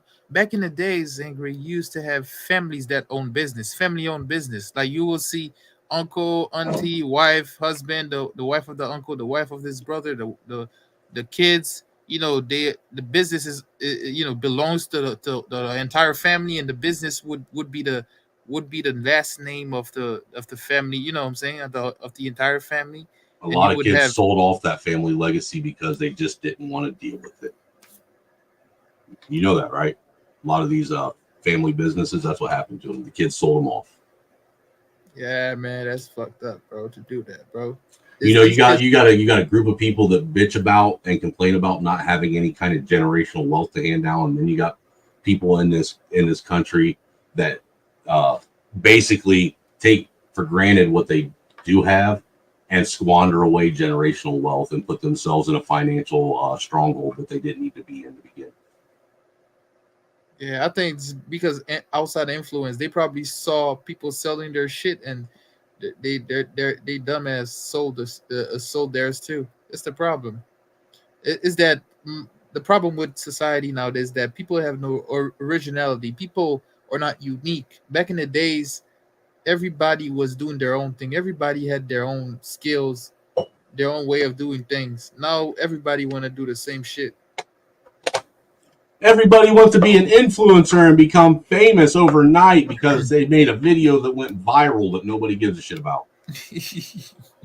And it does nothing to benefit or, push society forward. That's true. Good for you. You made a fucking TikTok short basically portraying yourself as either a fucking douchebag or a sleazeball. And now you think that you're ahead in life. Your parents should be proud of the job they did, rearing you into a productive, member of society. I'm like in the tech field, and I'm a programmer, and I do I'm learning electrical engineering, and I program and shit like that.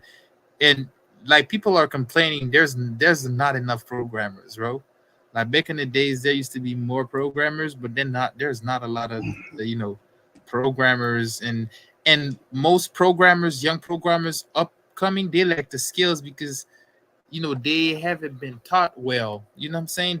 They're like, it's like people didn't teach them, and they have to teach themselves, and it's hard, because if they had a teacher, the teacher will hand them their tips, hand them their techniques, hand them their the way that they do stuff, the shortcut they use, and they could use that information and build their own stuff too. They could be even more proficient. This is what society is all about. Improvement is all about me giving you what I've learned, and I've modified it, and I'm gonna give it to you. I'm gonna teach it to you, and you're gonna take it, modify it, make it better, and you're gonna give it to the next generation. You know what I'm saying? I kind of almost feel like you're forcing me under duress to take this information that you're giving me and do something with it. I don't like how I'm being backed into a proverbial corner and being strong-armed into doing some shit I don't want to do, Aviated. Wow, no, spoken like I'm talking about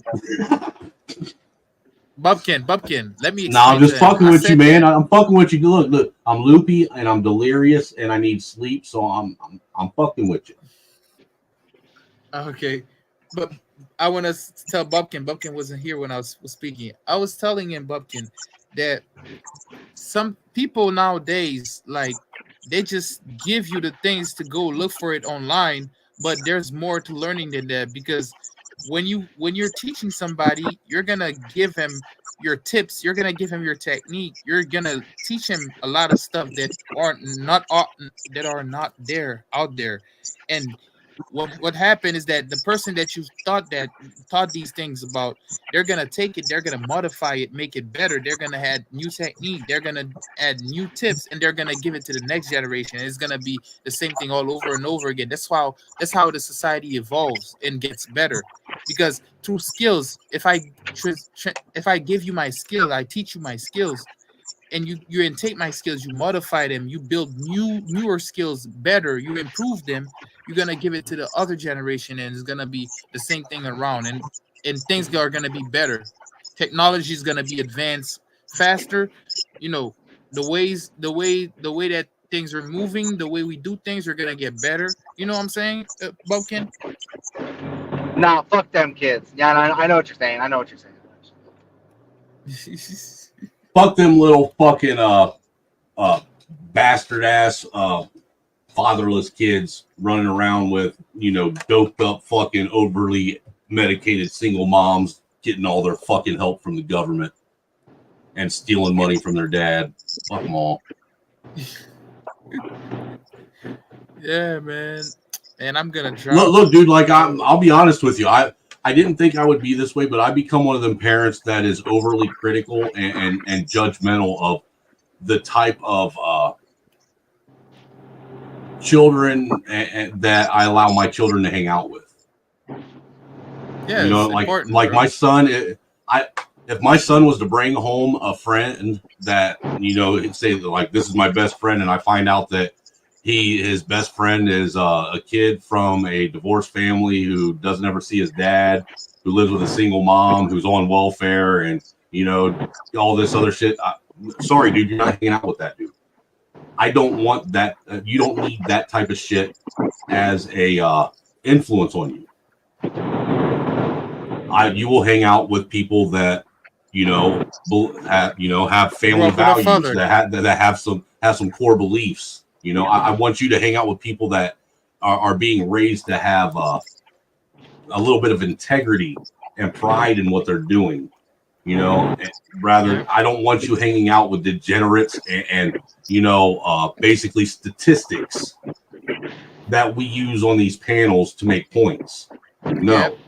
Yep. You are a leader, son, not a follower. Yo, I like your thumbnail, bro. I like the profile picture. That's a rock star. That's a rock artist, right? Oh, you talk about that Trump picture. Where is it? No, OG your Trump. Your profile picture. Your profile picture. You talking about the Crow? Yeah, the bro, man. I thought it was the Joker, but it's a rock artist, right? That's Brandon Lee from the movie The Crow. That is Bruce Lee's son. Oh, okay. Oh, The Crow's out, bro. This is the Crow movie from back in 1997, I believe. I thought it was the reboot. I heard they were gonna do a reboot. You do understand that The Crow is a comic book, right? Yeah, I know. It's like and the Crow, even in the comic book, the character that takes on the identity of the Crow changes all the time. It's not always the same person, you know. Yeah, because I heard they were gonna do a reboot. There's a couple sequels. I know there's what is it, The Crow City of Angels. There's another one, I forget what it's called. They were all trash. The only one that was decent, in my opinion, was the first one. Just like the first RoboCop. Oh my god, bro, RoboCop. I love this movie to death. The first one. I don't know. I thought all the RoboCops were pretty dumb, personally. No, the first RoboCop was very, very good, man. The first RoboCop was very, very good with Peter Weller, the original RoboCop. You ever get dead leg driving? Dead leg? Yeah. Is that, I don't know for sure what you mean by that, when your foot goes to sleep? Like, my foot's went to sleep a few times, man, but I got up, obviously out of my truck, or it's more of an SUV, it's a Nissan Xterra, and to fill up my gas and to fucking take a shit at the truck stop. And dude, I was limping. Snow, I'm gonna have to drop. You know. No, you. You're good out because look, we only got 4 more minutes left anyhow, and I was going to force you guys to give your closing thoughts anyway, because I need to go to sleep so I can get a bit of a nap before I got to make my 4-hour drive to Chicago. Oh, a 4-hour drive. Oh, I'm just joking. Hey, dude, don't fucking turn into a fucking pansy ass little pussy Antifa bitch on me right now because you chose to drive 3 times as far as I did. You're the one that made the decision to live where you live, sir. Hey, listen, motherfucker. All right, I want to know whose decision it was to make the RNC in the middle of bumfuck nowhere, Wisconsin. All right. It obviously wasn't Trump because he thinks Milwaukee is a trash ass city. Has he said that? Yes. He absolutely has. Is it a big city? Guys? Hey, take it easy, man. Thanks for coming up, baby. Hey, Aviator, before you go, make sure you periodically check in today, the next few days, and see what we're streaming because me and Dirty will probably be streaming together. You know. Oh, okay, I'm gonna check it out, bro. Yeah, we'll because I'm going over. I'm actually gonna meet Dirty, and me and him are gonna pal around for the next couple of days. At what time? What hour? I'll probably be back on live again. I might go live early when I'm getting close to Chicago around 4 or 5 today. You know what I'm saying? Okay, that's great. You know, stream what it's like seeing a random unknown cracker come pulling into the hood of Chicago like he belongs there. Hey, be careful, man. If you go to Chicago, don't say that's your GD or BD, okay? Say that you're a civilian, okay? And don't say you know Dirty a GD. If a BD has you, who you know back in this neighborhood, say that you. Nah, man, I'm just going to keep it real and say I came to gentrify everything in this community. I'm here to save you from me. We are doing cracker shit. Cracker activities are being done. Yeah, Cracker. man. I'm gonna drop, man. Hey, take it easy, man. You have a good one, brother. Be safe today. You too, brother. Bumpkin, before you leave, there's have you heard of this band? Where's it at? They're called the name of the dude is Cody Parks and the Dirty South. Have you heard of them? Sounds familiar. Have you heard this song called Thunder Cash 69? I have not. You're gonna love this. Just again, the title of it is Thunder Cash 69. Okay. So you use that while I'm loading this up to try and figure out what it is you're about to listen to. But I promise you, it's going to brighten your day. Oh shit! And with that, man. No, man, I gotta go. My wife's calling. Oh, you're good, man. With that, I appreciate everybody who came through today, man. I appreciate everybody that donated. Shout out to where are they?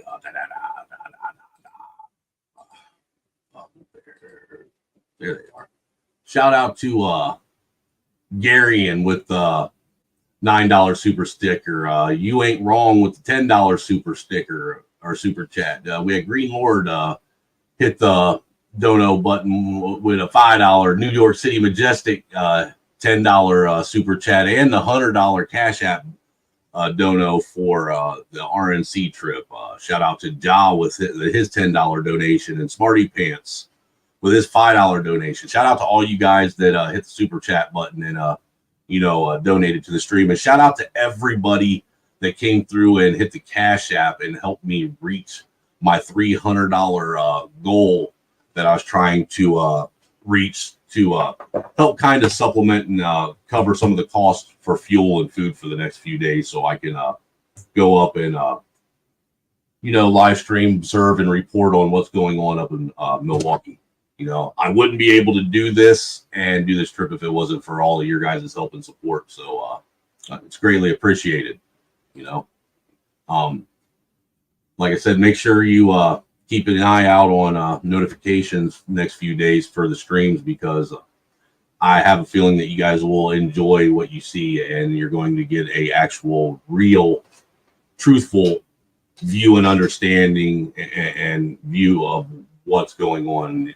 You know, I'm going to show you what I see in real time and share it with you guys. I'm not going to edit, twist, filter, or, you know, propagate anything going on to try and push, spin, or twist a narrative.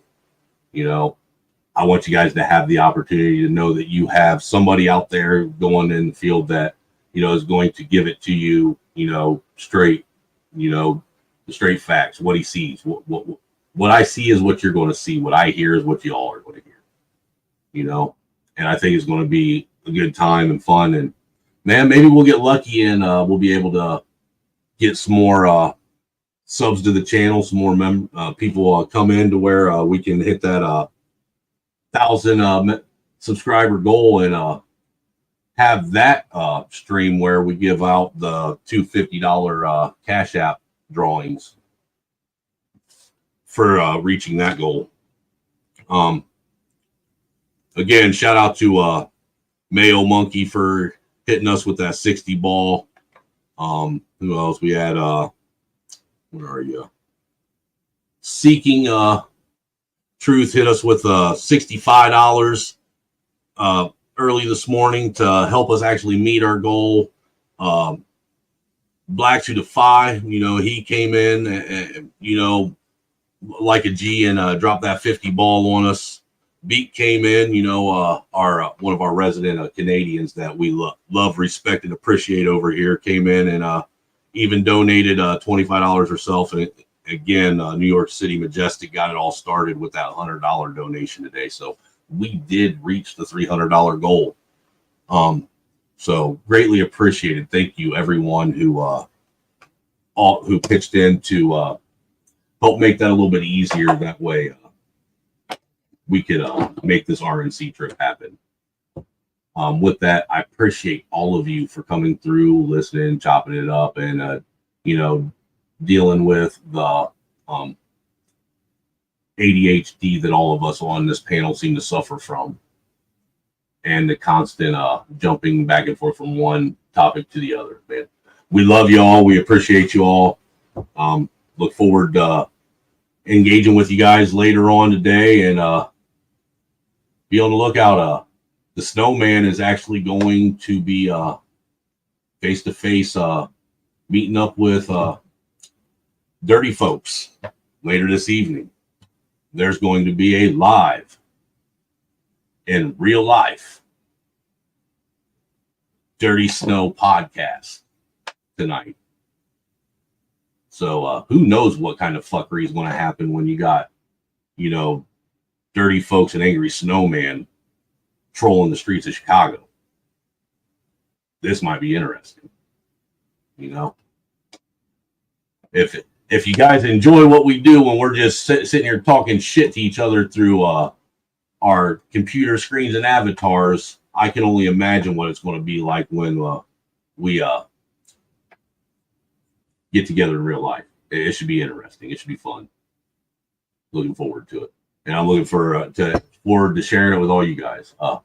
With that, I'm out of here, and I will talk to you all later. I got to get some sleep because I got to do. Chop it up.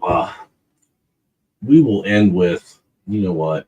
I was going to play that for him, but he ain't here, so we will end with what do I want to play? Let's play this. Deuces, everybody. Peace.